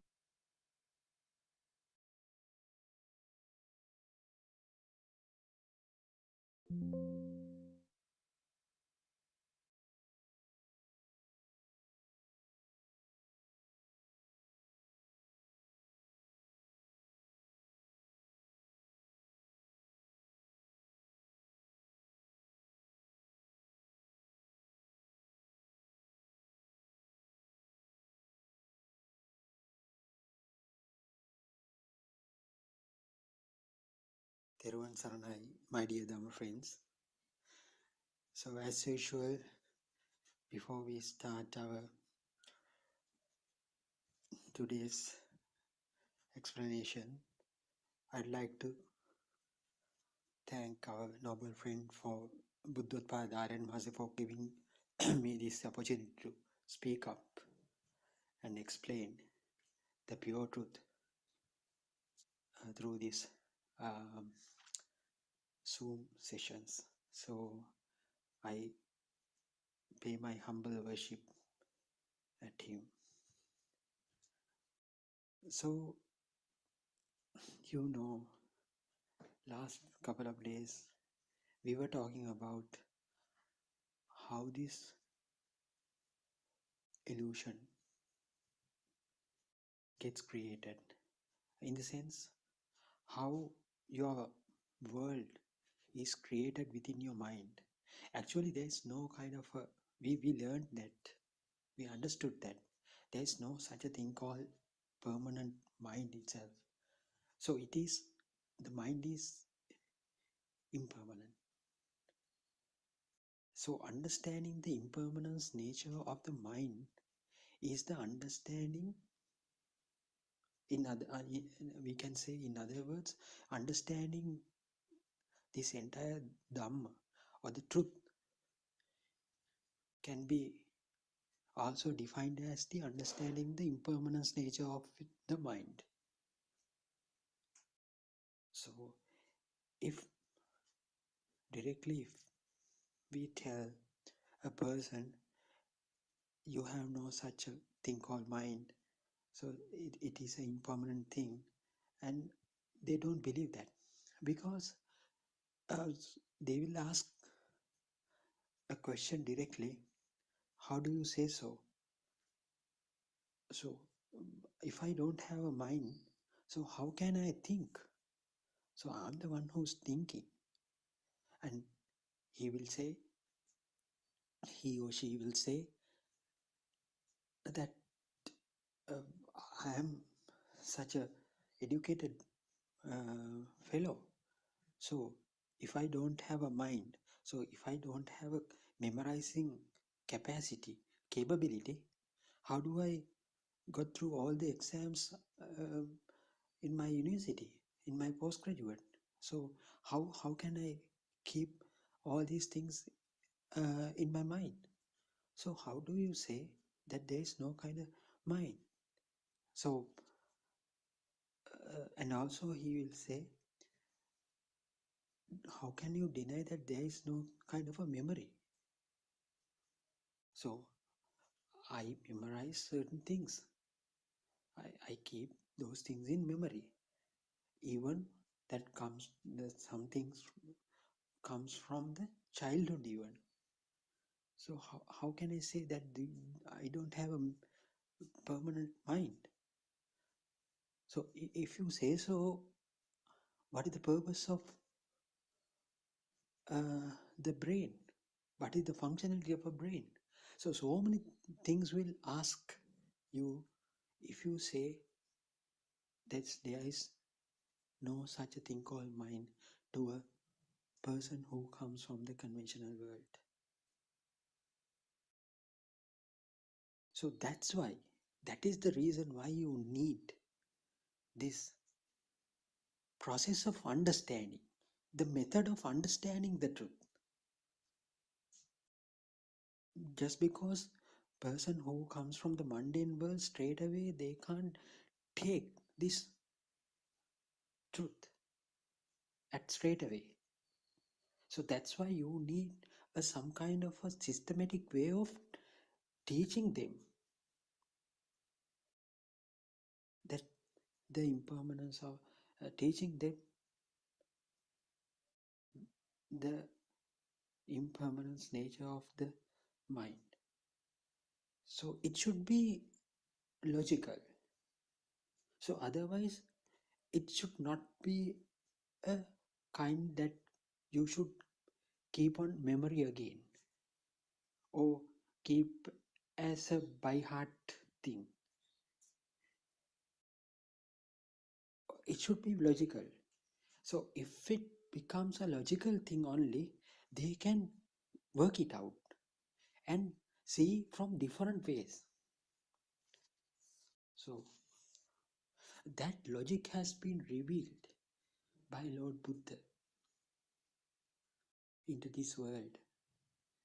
This logic is none other than the dependent origination Dhamma, or the law of dependent origination, cause and effect Dhamma, in simple terms. So understanding the impermanence, so if I tell it again, understanding the impermanence nature of the mind is little bit difficult for a person who comes from the mundane world. So we all are coming from that stage because we think we live in a very vibrant, very colorful world. So we share our feelings, thoughts and relationships with each other. So we engage with certain activities and we perform our societal activities, and we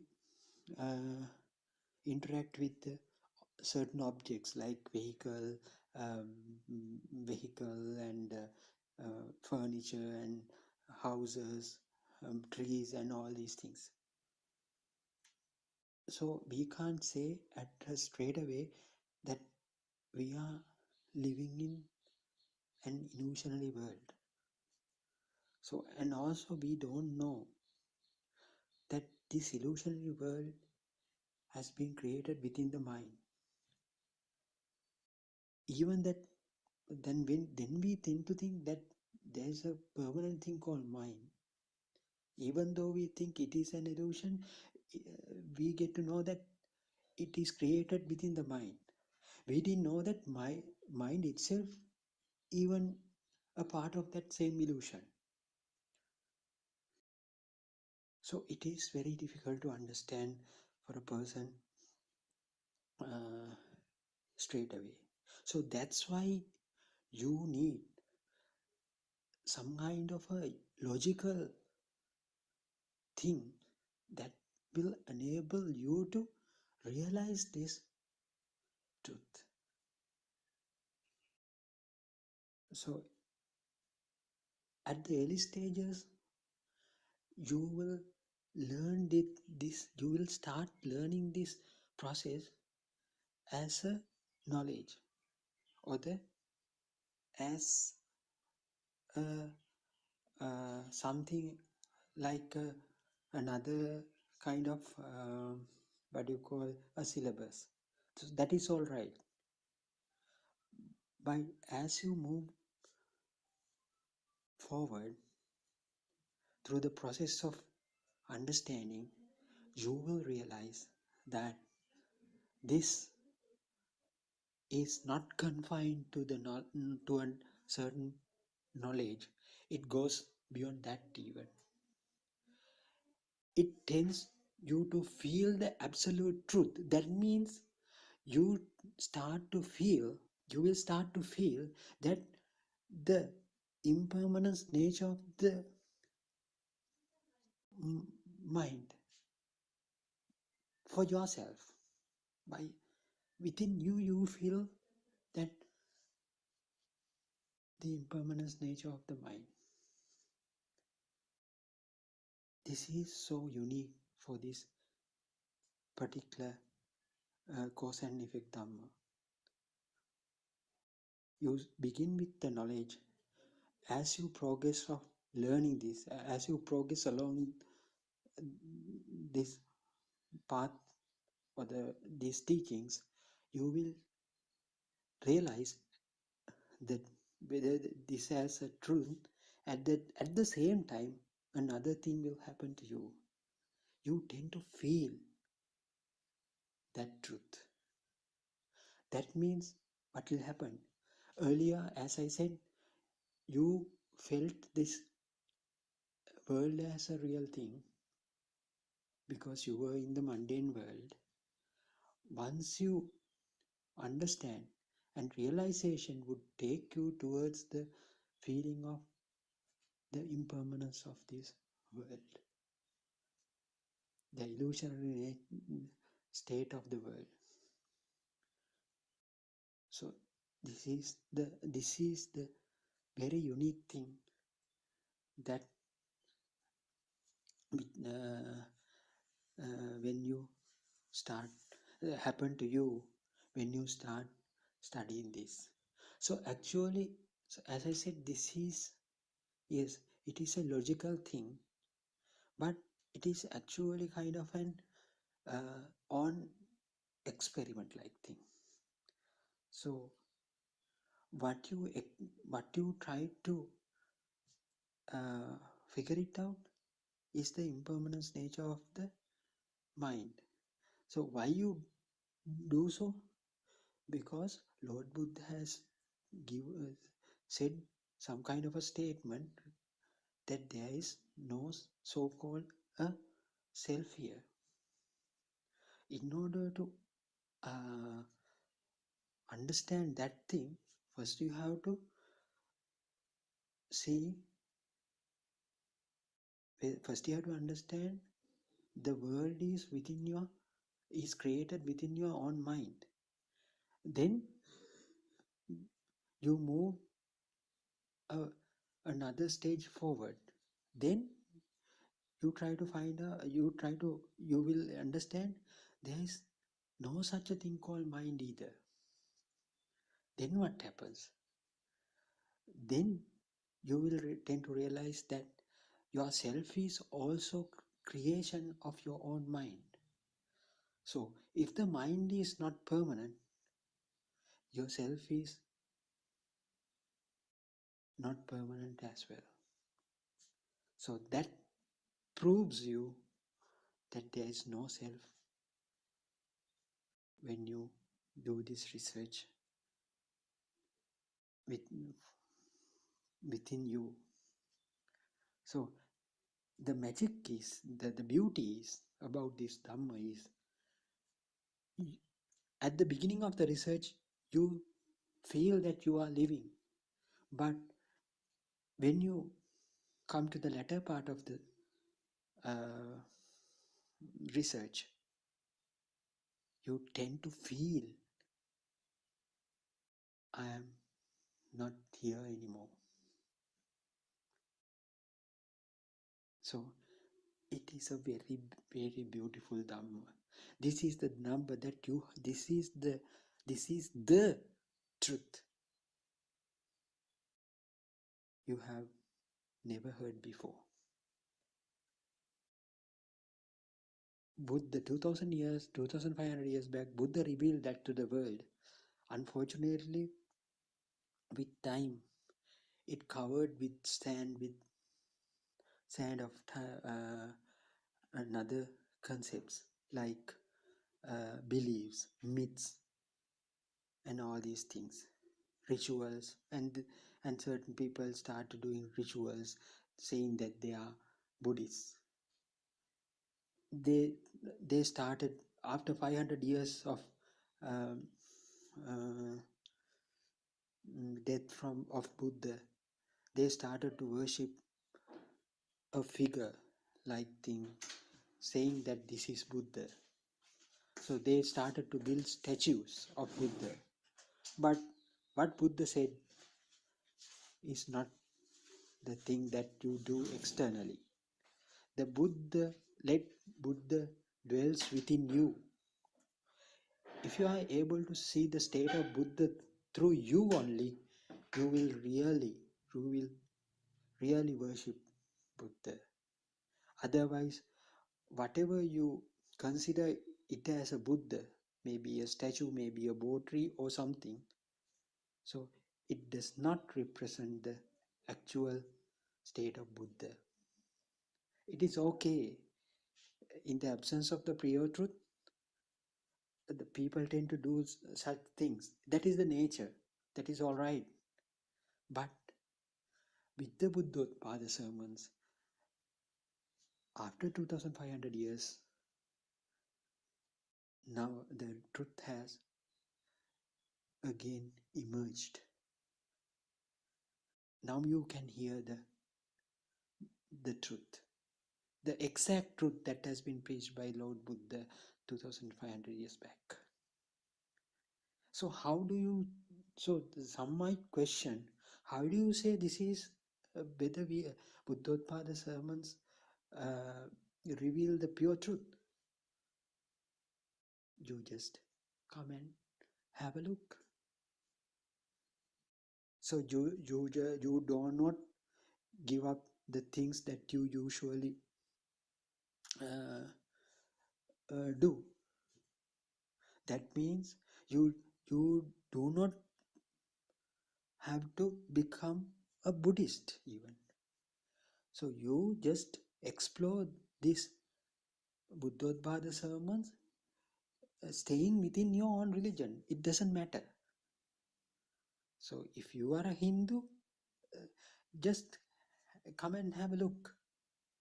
Just listen to this Dhamma and pay attention to what it says. Right? Either you are a Catholic, either you are a Roman Catholic, either you are a Buddhist or Islam follower. It's up to you. Just pay attention to what Buddothpada sermons say, and try to figure it out slowly at your own pace. So we can guarantee you, you can, it is self-convincing. So you will realize that there is no truth beyond that. So it is self-convincing that this is the pure truth. Without looking at it or without listening, you can't say whether Buddothpada sermons reveals the truth or not. If it doesn't fit for you, just give it up, leave it alone. So nothing has lost. Your religion will be same, your family will be with you, and your career and all the belongings, vehicles. We don't ask you to leave anything.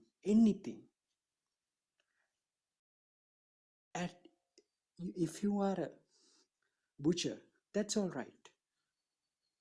If you are a thief or burglar, that's all right. Just if you are a prisoner, that's all right. Just pay attention to what these Buddothpada sermons say. Then you will tend to feel, yes, there will be not kind of a other truth than this. So then it will be self-convincing to you. This is the exact truth that had been preached by Lord Buddha 2000 years back. That's why these sermons are named as such. Buddothpada means birth of the Buddha again, rebirth of the Buddha.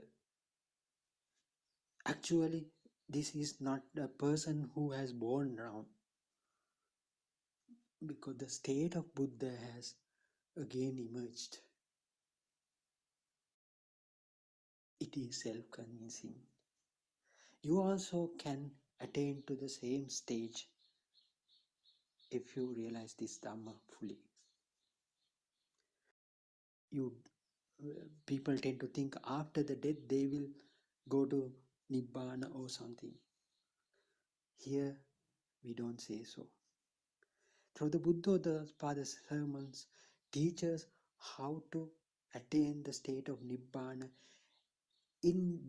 within your current state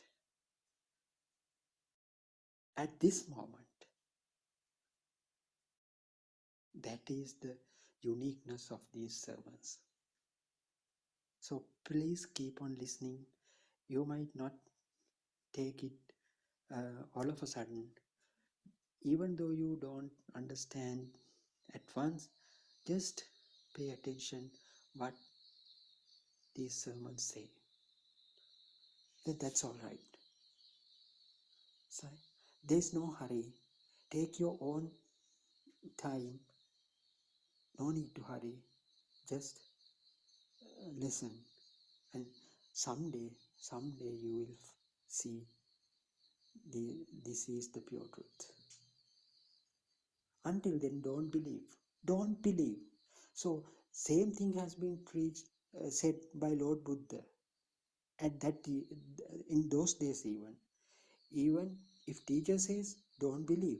If your mother and father says, don't believe. If that particular king said, don't believe. If a Buddha said, don't believe. Unless you realize this thing, until you realize this thing as the pure truth, don't believe these sermons even. Don't believe. This is not a thing to be believed. It is not a faith. This is not a religion. Buddhism is not a religion. It is truth. Truth should be only one thing. There won't be any two kind of truth in this universe. Truth is the ultimate, truth should be the ultimate one. And the beauty of this is it is self-evident. It is not a belief. It is not a faith. So, if you move forward, how you can move forward? So, a starting point is the way learn, just learn these things. Learn how this world gets created. But when you were born as a newborn, you didn't know anything. Your mind was so radiant. There were no any kind of things in that. What happens next? As soon as he opens his eyes, what will happen? Certain images will come, will fall into his eyes. Then certain sounds he will hear. So those things combine each other. So they will create some worldly objects, worldly entities for him or her, that little baby. By that, he starts to recognize his mother. He doesn't know the name. He just feels like some kind of a figure is there. So it feeds when I'm hungry. He doesn't know that he's hungry as well. What happens is some kind of burning sensation comes. The response is comes out as a cry. Then that response is recognized by that reaction is recognized by your mother, and she thinks, oh, now baby has to be fed. Then she feeds the baby. Then what happens? The burning pain will be gone. With that, the baby's burning pain will be gone. Then what happens? The cry will stop. Did this small baby, neonate, know because I'm hungry, I should cry? No, he didn't know. It happened automatically.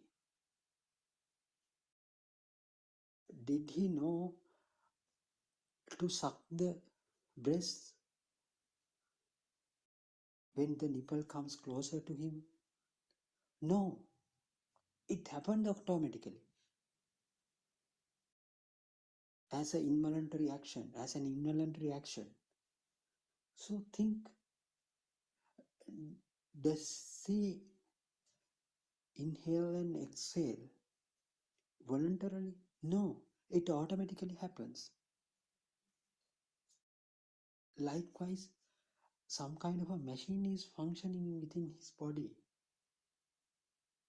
He doesn't know anything, but it keeps on functioning. But he doesn't know that he is a living creature yet. He doesn't know whether he has born or not. He only responds to whatever the stimuli that are captured from his senses. The senses are not yet matured yet even. So their reaction will be very slow and very limited. So what will happen when they grow up? These perceptions collectively makes a world for him, one by one. So in his world, then his father comes to his world, then mother and brothers and sisters and the toys. Then what happens? When the kindergarten time, he will learn the colors. So those are fed externally. So how these inputs are taken into the small child? Through the senses. Through the senses he tries to recognize the world. He tries to recognize the world. So then his world become bigger. So then what happens? In the before he goes in, get admitted to the kindergarten or the school, he himself knows that there's a living being inside me known as John, Peter. And he goes towards a mirror and see his own reflection. First he can't recognize who is there in that mirror. At first instance, he goes behind the mirror and try to find out some kind of a living being inside the mirror. Then he finds nothing. Then he try to raise his hand, right hand. The reflection also raises its hand, and he smiles. He try to touch. He only feels the surface of the mirror. Then he realizes this is the same thing that I am seeing thing in the mirror as well. The world that I am seeing is the same kind of a reflection that I see in the mirror. So then what will happen? The name John gets tied up with the image that he sees through the mirror. Then as soon as somebody tell the name, he knows that the calls come, he has been called upon, like that. He knows his name is John. As soon as he hears his name, that image comes automatically. So that is the way how this self gets created. As we discussed earlier, at the very beginning, he didn't know that he is born even. He does not recognize himself as a different self. But now as he grows up, he tends to realize he's the uniqueness of him or her. That contributes, that understanding will contribute for him to or her to develop an identity for him or her. That's how this self-identity gets created. Think, how did it develop? Through the senses, nothing than that. Through the senses, we all develop our I-ness or the self-identity only through the senses, from the ear, mouth, tongue, nose, and the skin sensor. The inputs received from those sensors helped us to develop kind of a I-ness or kind of self-identity within ourselves. From that onwards, he knows, I'm John, I'm Peter, I'm a medical student, so I'll be, some other day I'll be a doctor. Like those worldly things would create afterwards. So this is the way any kind of animal would grow. So even it is a bacteria, even it is a huge animal, maybe a dinosaur, they themselves have some kind of a self-identity. That self-identity doesn't wants to keep it going. That means it it has a internal kind of clinging to keep it as it is, or further, improve more further. So that's why at the later stages,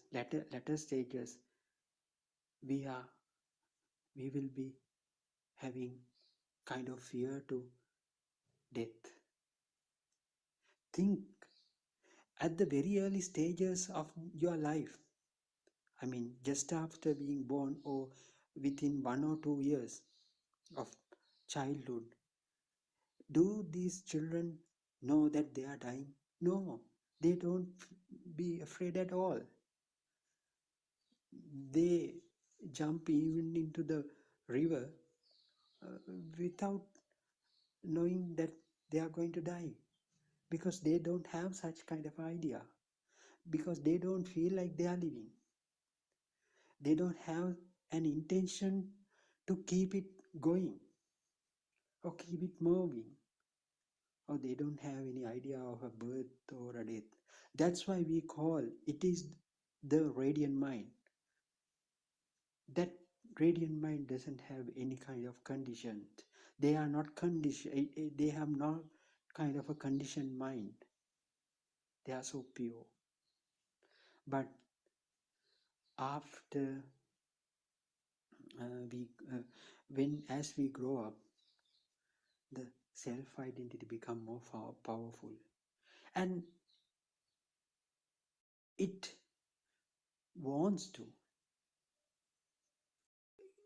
keep that kind of this that kind of the identity as long as much as it can. But think, life starts with the non-self thing, non-self angle. But as it grows up, it starts to develop a self-identity within that life. Then that self-identity try to refrain from the danger to keep it alive, keep it going. That so he doesn't want to lose his self-identity. So this kind of feeling is there with every animal in this world. This is not confined to the humankind, mankind. This is the thing that is very relevant for the other animals as well. The feeling of the existence, they tend to feel the existence. The I-ness represents, in other way, the feeling of the existence. At the absence of the I-ness or the self-identity, there won't be a feeling of existence. That's why the small child even not afraid of jumping into the river, because he doesn't know the danger. Because why he doesn't know the danger? Because he has not kind of a self-identity to preserve. It has not yet developed. As he engaged with the worldly perceptions, these worldly perceptions collectively creates a world self-identity for him or her. Now this self-identity is very reluctant to get away from that. It gives you some kind of mm, what do you call that, a feeling that should never put him or her in danger.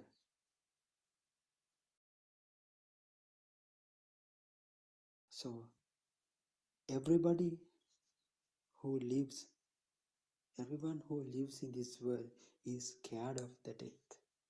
That is the reason. It comes automatically. That is the nature. That is the nature. So nature wants to keep this thing going. Nature wants to reproduce the living being. Otherwise, that is the way of the nature rolls out.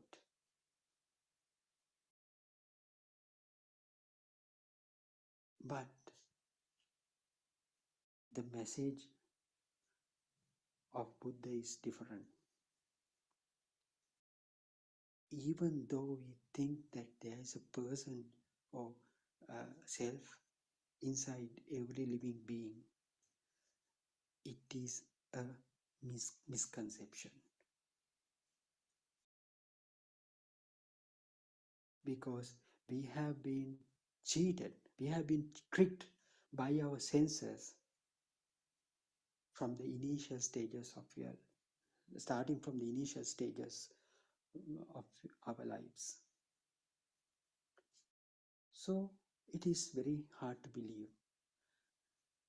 Have you been tricked from the day we are born? Who tricked us? The senses. Our own senses have tricked us. They cheated us. So that's why we feel that I kind of a person who is living at this moment even. So don't you feel, isn't it worth to see through these senses, sensory faculties, how they tricked us? The mechanism of cheating us, we have to learn. So how we should explore it? So you need some kind of a baseline understanding, baseline method, or some kind of a directive. This guidance is well given through the cause and effect Dhamma, or the dependent origination law of dependent origination, how your senses are formed. So then if you are able to understand how your senses are formed, then you will start to understand this formation is not real. So if this formation is not real, so the illusion that is made with the help of these senses should not be real as well. So what is the illusion that collectively made through these senses? The world. So where is this world? It is in your mind, because the mind gets created with the inputs of these senses.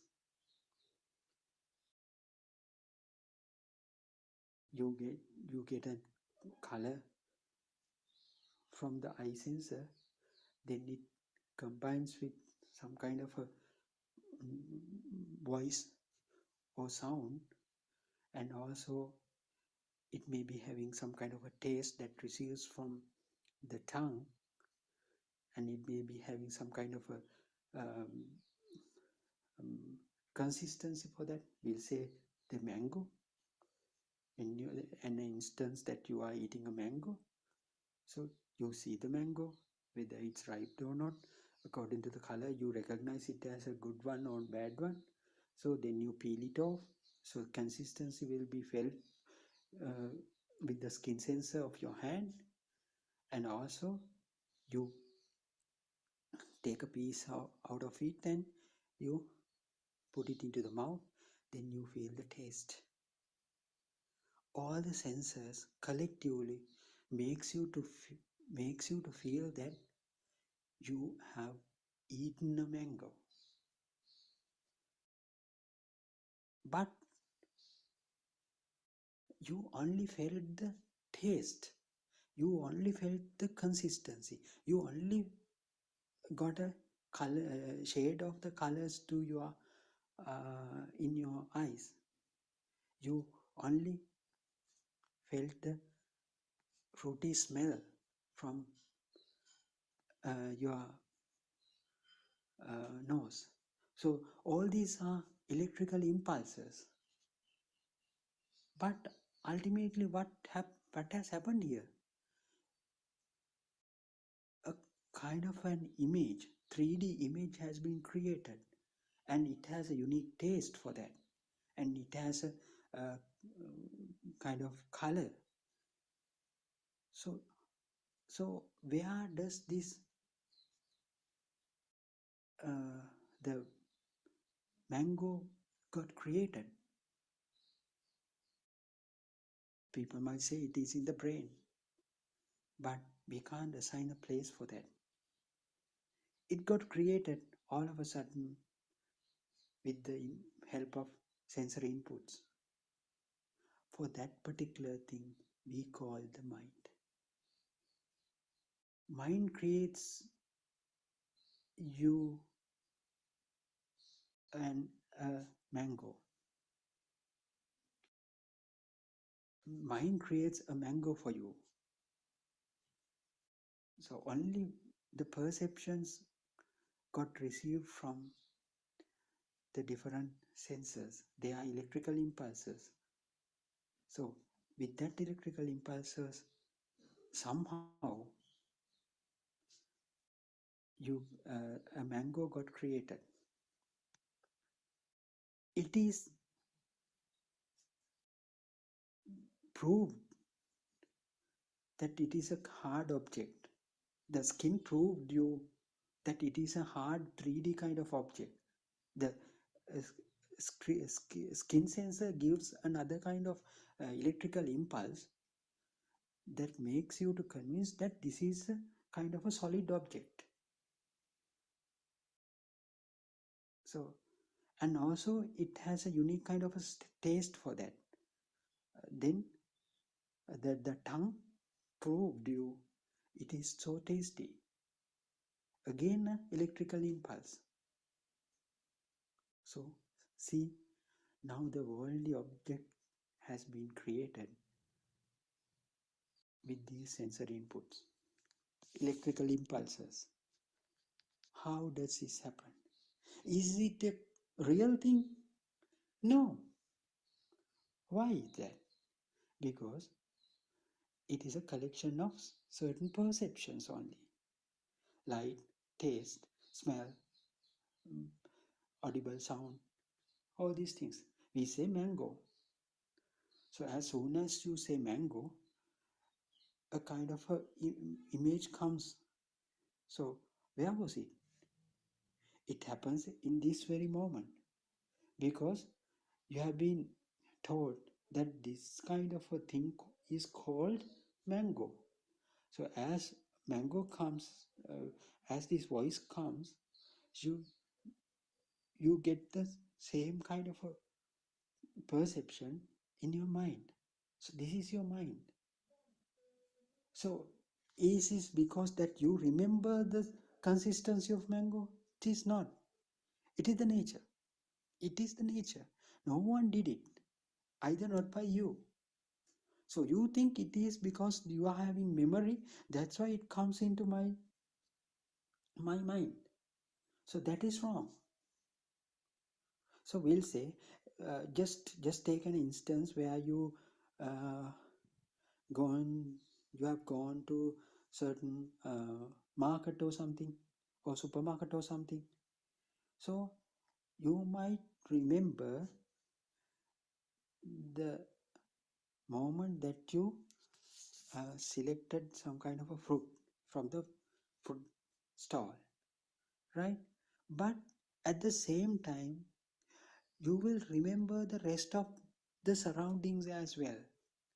There was a person, but I didn't recognize him. There was another kind of a person who was wearing blue color thing, but you didn't notice it. But at the same time, all the things come to that certain picture when you try to remember the moment that you uh, buy that particular food from the stall. So how does it come? Did you pay attention on that time? No. So you can say, I could remember all these things, but did you pay attention to the surrounding at that very moment? No. But it tends to remind you everything. Maybe the color of the shirt of the certain seller, maybe a kind of pet there by the side of that particular seller. You didn't pay any attention. You didn't know that if someone comes and asks, did you see that pet beside him? You said, no, I didn't see. But if you start to remind that particular instance, there will be certain kind of a figure beside that beside that certain seller. How does this come? So did you memorize it? No. Did you try to memorize, keep it in as a, so for people say it is the picture memory. There's another kind of a memory in medicine and in the philosophy. You say it as a picture memory. It is not the picture memory. We can't say like that. So that particular instant gets telepathized in this very instance as soon as you hear a sound. So we'll say, if you take oranges, you will see the orange color of this particular orange. So as soon as you take it into your hand, most of the time you will remind other things which tallies with that color, which matches this color. Maybe a dress that you see, that you used to wear. Maybe a clergy or monk who is wearing that color robe. Maybe a king coconut. So king coconuts are orange in color. So all these things come into your mind all of a sudden. Did you think all these things? No, it came into your mind. So from those things you can realize, you will be able to understand this process of telepathization, the resonance in the sense, once you see these oranges, the vibration of your eye get telepathized with the similar frequency. So that frequency get visualized. So it will trigger a chain of reactions, chain of another similar kind of frequencies to come up. The similar kind of frequency is the color of the robe of that particular monk. So you tend to remind that as well. And also at the same time, the king coconut. It is yellow in color, orange in color. So it also comes. It has the same kind of resonance. But you didn't even think at that particular moment. But it came into mind. How does this happen? That's why Lord Buddha said, the samanantare, I don't know, there is no gap in between. There is no time difference in between. Telepathization happens in this very moment. That's why you tend to see all these things. That's why it keeps on coming into your memory. As soon as someone calls a name of that in a particular object, when you start reading a book, we'll say a Kamal or Nimal or John or Anton or Peter, then you tend to remind everything related to Mr. Peter. So how does this happen? This one vibration carries all the related vibrations as well. All the perceptions, actually perceptions, every perception comes in along with that one single vibration. So this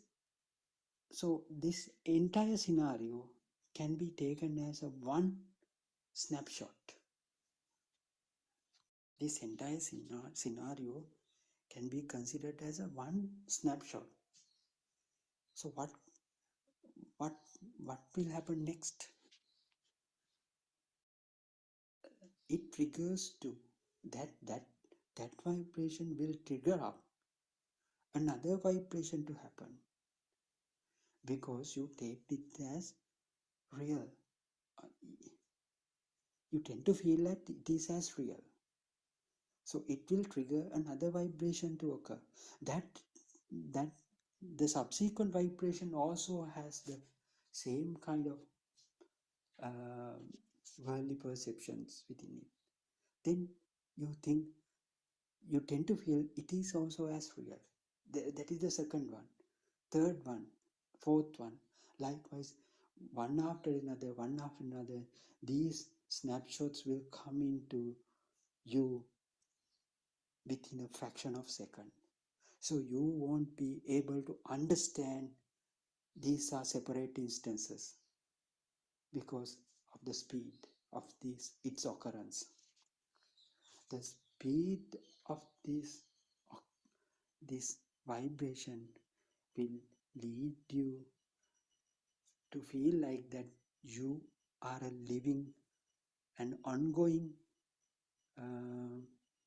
kind of a soul within you. There is an ongoing kind of soul within you, exists within you. You tend to feel like that. So then you say, am I the one who were there in that particular wedding? So I was wearing this kind of a suit on that day. So likewise, I have attended this call, and I met you yesterday. So many things we do, we say like that, thinking that there is a person that comes from the childhood up to now. But it is not like that. This can be clearly understood using some kind of a, we'll say, if you pay attention how these cartoon figures are created. So cartoons means they are earlier it was hand drawn by the hand. So they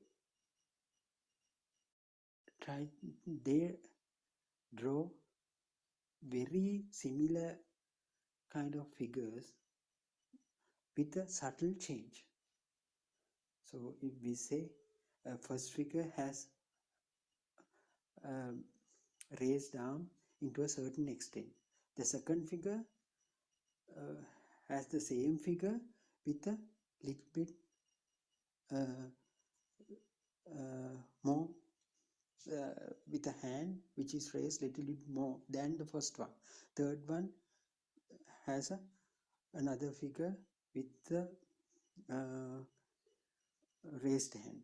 So if you move these three figures at a very speed, at a rapidly, at a greater speed, you don't feel that there are three different pictures are moving. So you just feel that cartoon figure is raising his hand. Same thing happens to ourselves also. There are only snapshots in our life, certain experiences in our life. Due to the speed of this experience that we receive or we perceive, we don't feel like they are separate instances. That's why we think we are living beings. That's why we think we have a soul, ongoing soul within us. But Lord Buddha said, there is no such a living being within you. So the perceptions make you different perceptions, slightly different perceptions coming at a rapid speed will make collectively make you to feel that you are a living one. You are a living one. Within that each and every frame, you have that so-called self-identity entangled with each and every frame. That is the problem. So that makes you to feel that you are the one who lived yesterday. You are the one who is living at the right moment, right just now even, and you will live, you will remain alive for the future as well, in the future as well. So just because we don't know the truth, just because we don't know this reality, we think that we are existing. It is another thought. It is also creation of the same mind. First, we got to know that we felt like we were living because of the worldly perceptions. We took them as real. So, if this mango becomes real for you, involuntary, there should be a person who should feel the existence of the mango. So it automatically happened.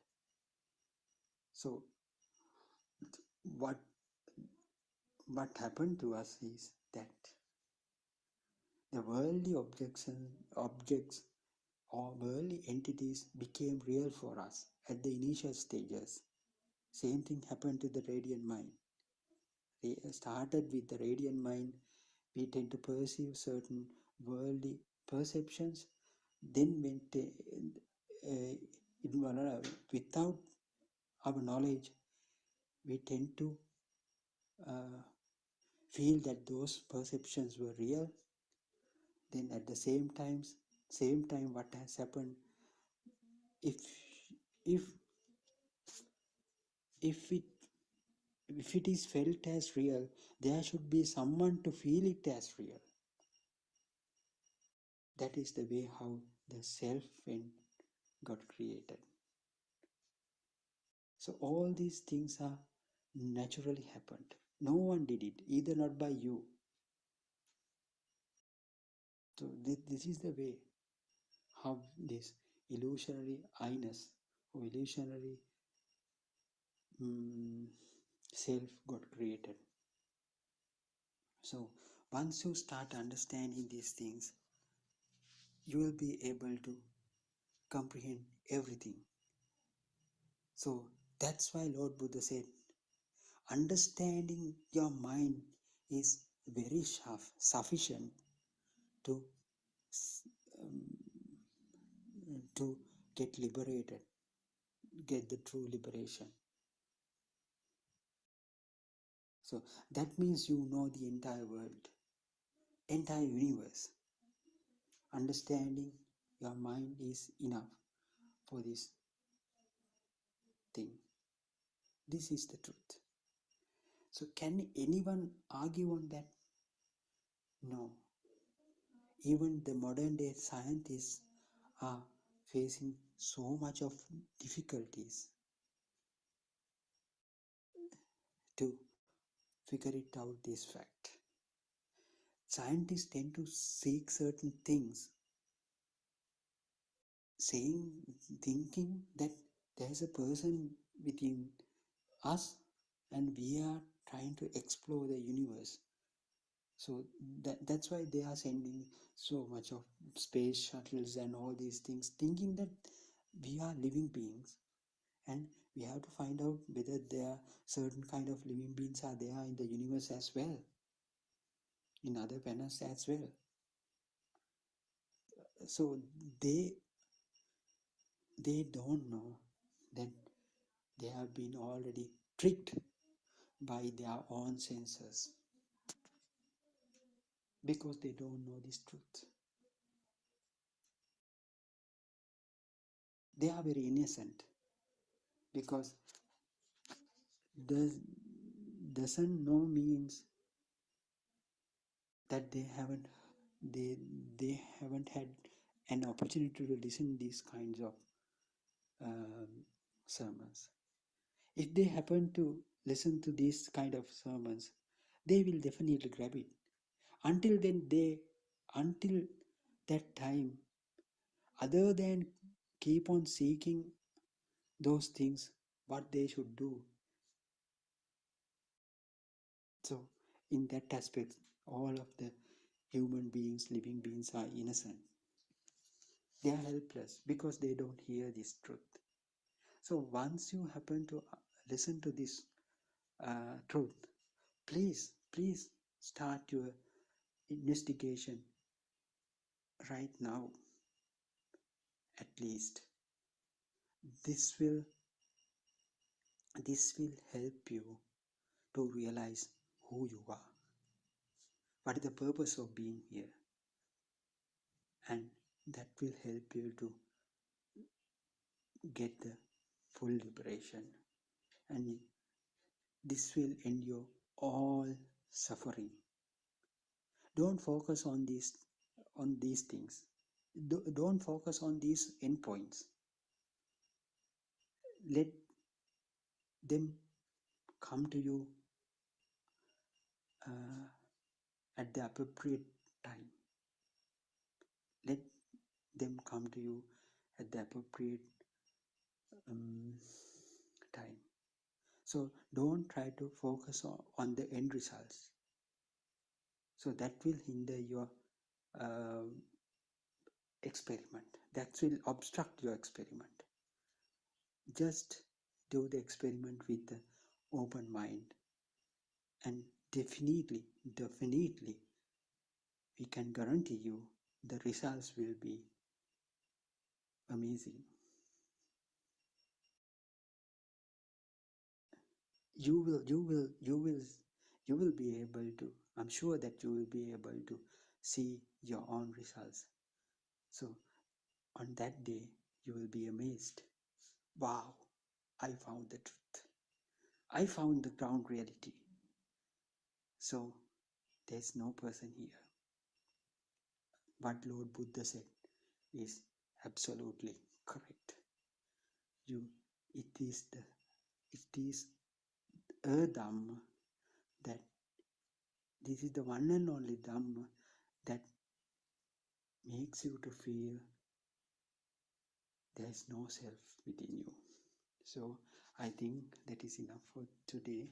So we can talk more on this tomorrow as well. So until then, Teruvan Saranai all of you. Thank you for listening. Teruvan Saranai.